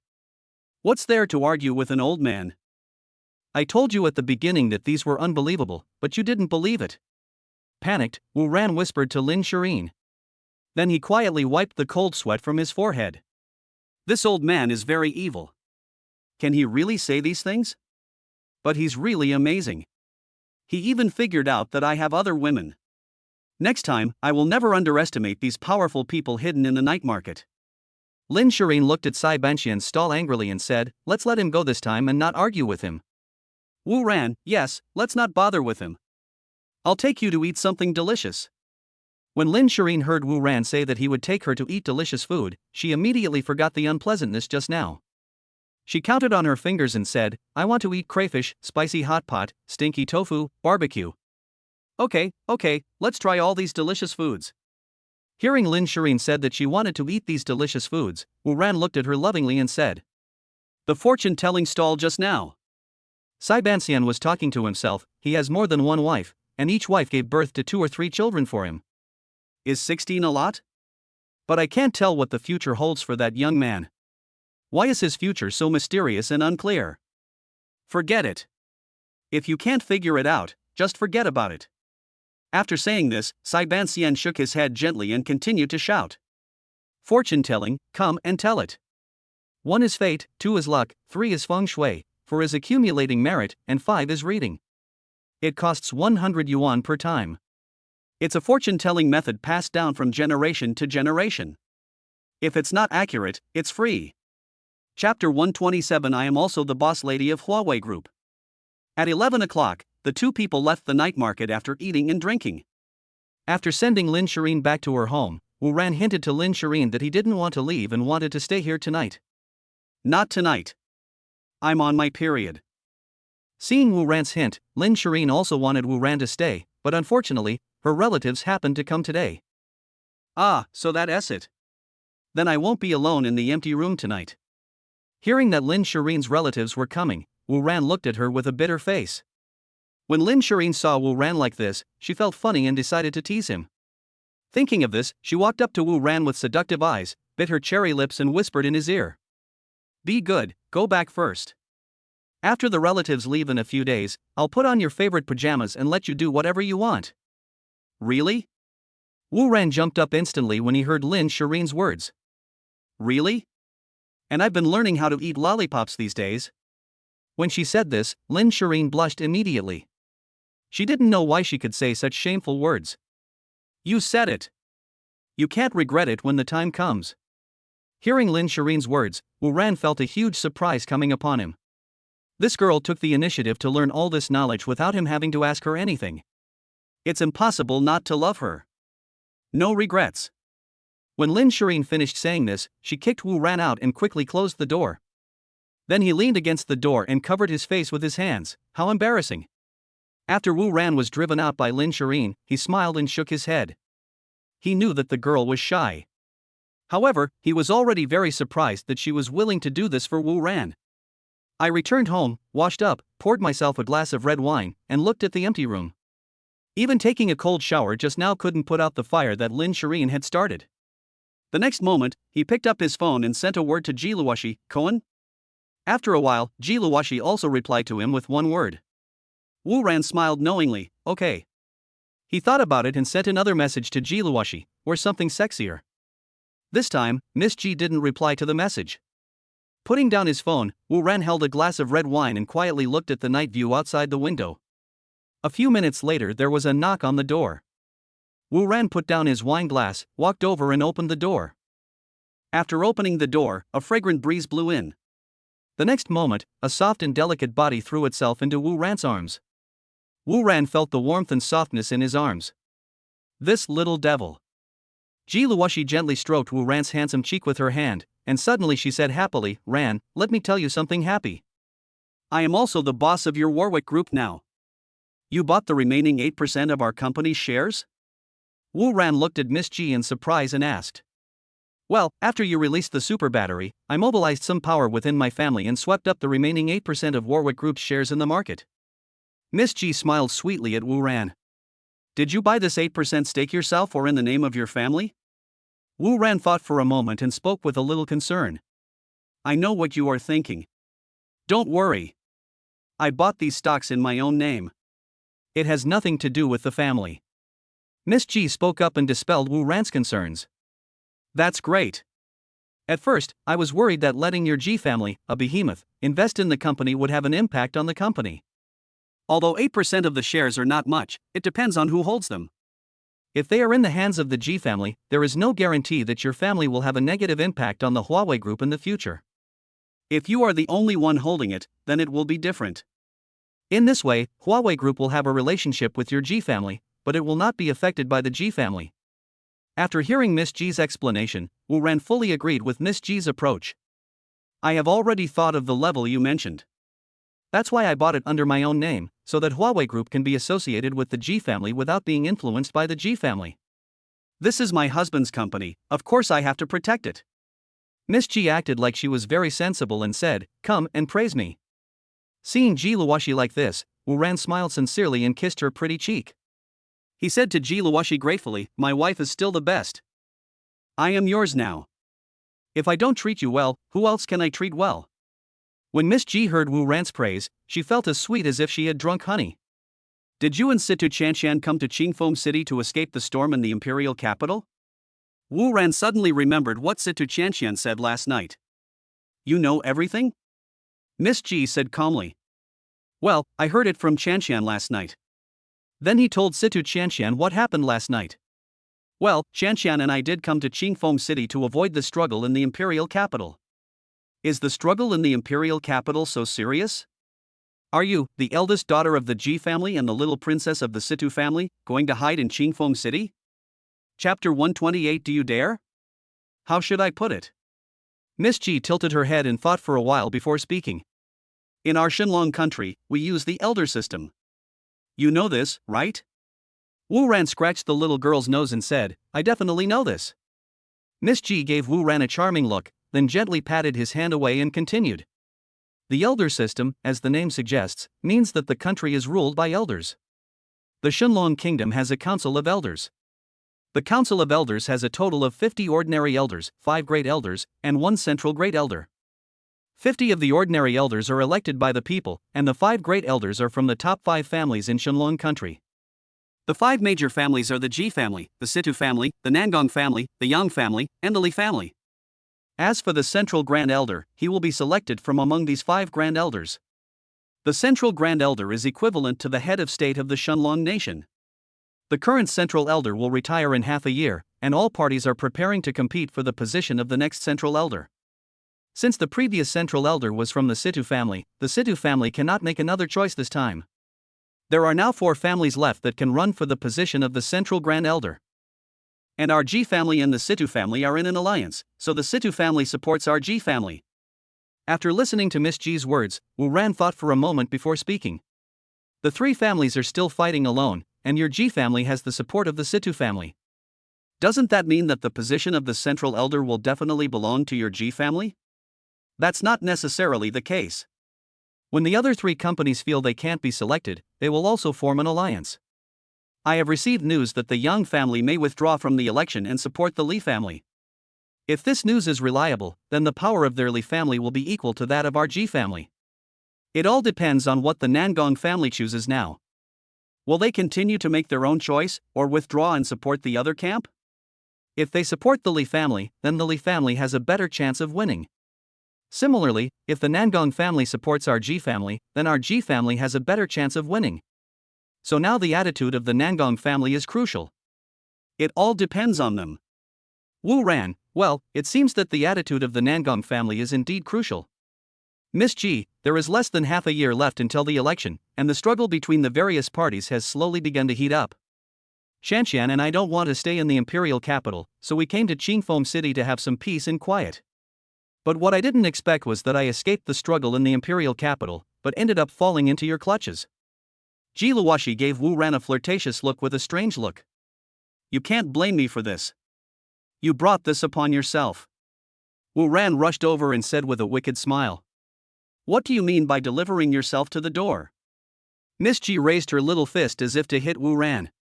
Okay, you didn't come to me on your own, God sent you to me.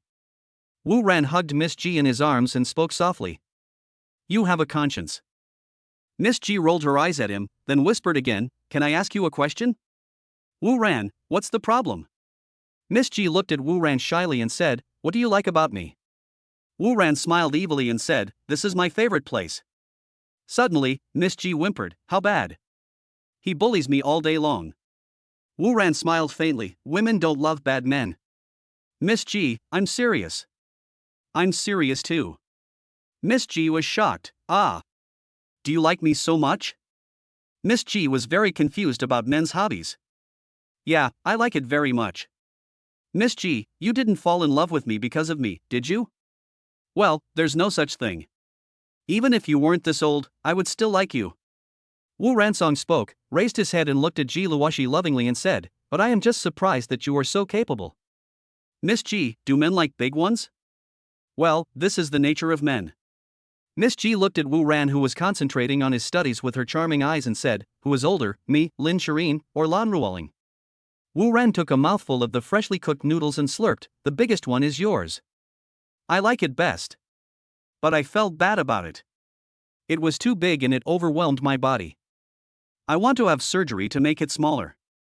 Hearing Wu Ran's words, Miss Ji was overjoyed, but then she said with distress, "You dare." Wu Ran jumped up when he heard Miss Ji's words. He threatened Miss Ji, "Don't even think about it. If you dare to shrink it, I will kill you."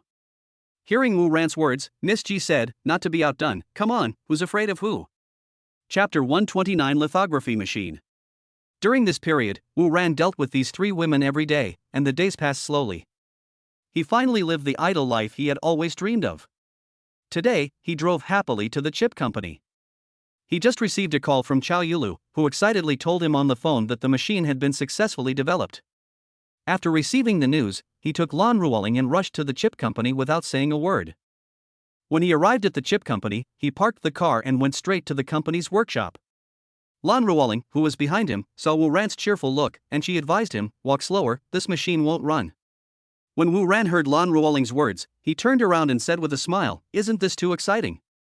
The two arrived at the gate, and the project manager Chow Yulu was already waiting for Wu Ran and Lan Ruoling. As soon as he saw Wu Ran, he hurriedly said, "Boss, we succeeded, we succeeded." Wu Ran saw Chow Yulu's excitement. He patted Chow Yulu's shoulder and said excitedly, "Take me to see it." "Boss, Madam Boss, please follow me." After hearing Wu Ran's words, Chow Yulu took them both to the workshop. When Lan Ruoling heard what Chow Yulu said, her face turned slightly red, and she thought to herself, "He calls me the boss lady, not the boss. Could it be that even they know about the relationship between Wu Ran and I?" In fact, this was a slip of the tongue by Chow Yulu. He was too excited today, and when he saw Lan Ruoling, he subconsciously mistook her for the boss's wife. To be honest, Lan Ruoling should also be called the boss. But this is just an insignificant episode and it is harmless. It doesn't matter whether you call Lan Ruoling the boss or the boss lady. When the three arrived at the door of the company's top secret workshop, they all underwent 3 rounds of security checks. Because this is the most important project of Warwick Group, and it is also the workshop with the strictest security level and the highest level of security of Warwick Group, in order to prevent the last Chinjun leak incident from happening again.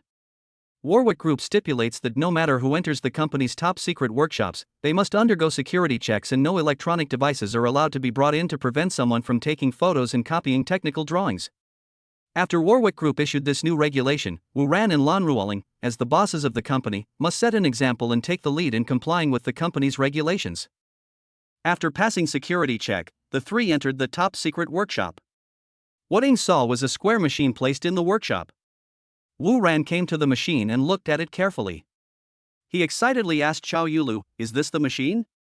Chow Yulu said happily, "Yes, boss, it is this machine." "Have you tested it?" Lan Ruoling stared at the machine and spoke. "Chow Yulu, we have tested it and there is no problem." "Wu Ran, what is the manufacturing efficiency of this machine? How many chips can it produce in a day?" "Chow Yulu, we have tested it and found that this machine can produce 5,000 chips a day." 5,000 chips a day.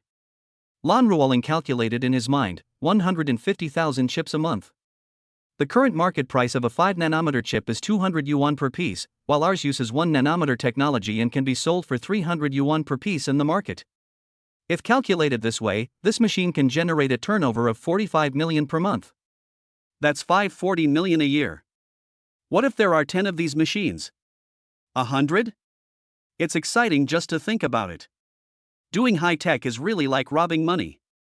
On the other side, Wu Ran also calculated the production efficiency, and he looked at Lan Ruoling excitedly. Both of them saw from each other's eyes that the Warwick Empire was slowly rising. Wu Ran continued to ask Chow Yulu, "Now that the prototype machine has been developed, if we want to mass-produce such machines, how many can you produce in a month?" Hearing Wu Ran's words, Chow Yulu lowered his head to calculate, then raised his head and said to Wu Ran, "With the existing resources, we can only assemble about 2 units a month." 2. Wu Ran calculated in his mind, 2 is too few. There are only more than 20 units a year. It can't satisfy the market at all. Chow Yulu, there's nothing we can do about it. These high-tech machines can't be like those low-end products. You can get as many as you want. Wu Ran, it would be great if we could assemble more than 5 units a month. Impossible, at least not now. Do you think this is cabbage? Xiao Yulu refuted Wu Ran's proposal without even thinking about it. Don't rush to say it's impossible. What if it's with the full support of the company? Wu Ran looked at Xiao Yulu with a smile. The company fully supports it? Is it regardless of the cost? Xiao Yulu thought for a moment before asking. Well, regardless of the cost. Wu Ran nodded. Hearing Wu Ran say that he would produce regardless of cost, Xiao Yulu estimated in his mind, if we don't consider the cost, we should be able to produce about 5 units a month. 5 a month, that's 60 a year. The chips produced by these 60 machines should be able to meet the needs of major manufacturers for the time being. Lan Ruoling did some calculations and combined with the current demand in the chip market, she came to this conclusion. Okay, starting tomorrow, we will mobilize all the company's resources to fully support you. Increase the production capacity to 5 units per month as soon as possible. Wu Ran made the final decision on this matter personally. Chapter 130 Huang Bingbing. On the way back to the Huawei Group headquarters, Wu Ran said to Lan Ruoling, "It looks like we are going to hold another grand press conference." "Well, I'll arrange it right after I get back." Lan Ruoling replied excitedly, "So when do you plan to hold the press conference?" Wu Ran thought for a moment and said, "It's better to deal with this sooner rather than later. Let's do it tomorrow." After returning to the company, Lan Ruoling immediately began to arrange matters for the press conference. Soon, Warwick Group released another message on the internet. Warwick Group will have important news to announce tomorrow. Journalists from all major media are welcome to attend. Other netizens can watch the live broadcast on the internet at that time. The news released by Warwick Group immediately spread across the country at the speed of light. Netizens on the internet were once again excited when they saw the announcement from Warwick Group. Warwick Group has another important news to announce. Last time they said there was big news, it was the release of a super battery. Now they say there is important news. Are they going to release some new high-tech stuff? Everyone who saw the announcement was guessing. Reporters from major media outlets are also speculating that what Warwick Group is going to announce this time is definitely something very important. Haven't you heard others say that the fewer words, the bigger the story? With this in mind, all the journalist friends gathered in Qingfeng City, preparing to attend the press conference of Warwick Group tomorrow. Many female reporters are looking forward to this event. They can see him again and they must get his WeChat ID this time. Early the next morning. The scene of Warwick Group's press conference. When Wu Ran arrived here, it was already crowded with people. There are more journalists attending this press conference than last time. When the journalist friends saw Wu Ran walking into the venue, they all rushed up to him. He put the microphone into Wu Ran's mouth and wanted to interview him. At this moment, a petite and cute female reporter standing in the front was pushed to the ground by the crowd rushing up from behind. When Wu Ran saw the reporter's formation, he said anxiously, "Everyone, stop pushing. Someone has been pushed to the ground." After saying that, he quickly walked up to the female reporter and carefully helped her up. After helping the female reporter up, Wu Ran looked her over. It would not have mattered if he hadn't looked at it carefully, but when he looked at it carefully, Wu Ran was shocked. The girl has a standard oval face, petite, cute and pure, with bright eyes, white teeth, a sweet smile and eyelashes that are curved like crescent moons. Especially her first love face, when she smiles she looks like a girl next door. People can't help but feel palpitations when they see her for the first time. At this time, Wu Ran's eyes showed the girl's character information. Name, Huang Bingbing. Gender, female. Age, 23. Favorability, 60. Purity, 100. Weight, 48 kilograms. Height, 166 centimeters. Physical condition, yellow flower. Are you okay?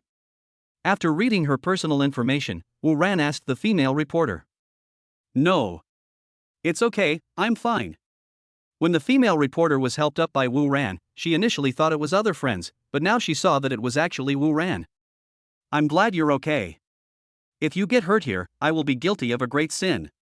Hearing the female reporter say that she was fine, Wu Ran breathed a sigh of relief and said jokingly, "This has nothing to do with Mr. Wu. It was my own carelessness." Hearing Wu Ran blaming himself, the reporter spoke hurriedly. "Anyway, we invited you to the press conference today. If you get hurt here, it would be embarrassing for us." The female reporter was slightly moved when she heard Wu Ran's words. "But now that I see you're okay, I'm relieved. Be more careful next time." Wu Ran kindly reminded her.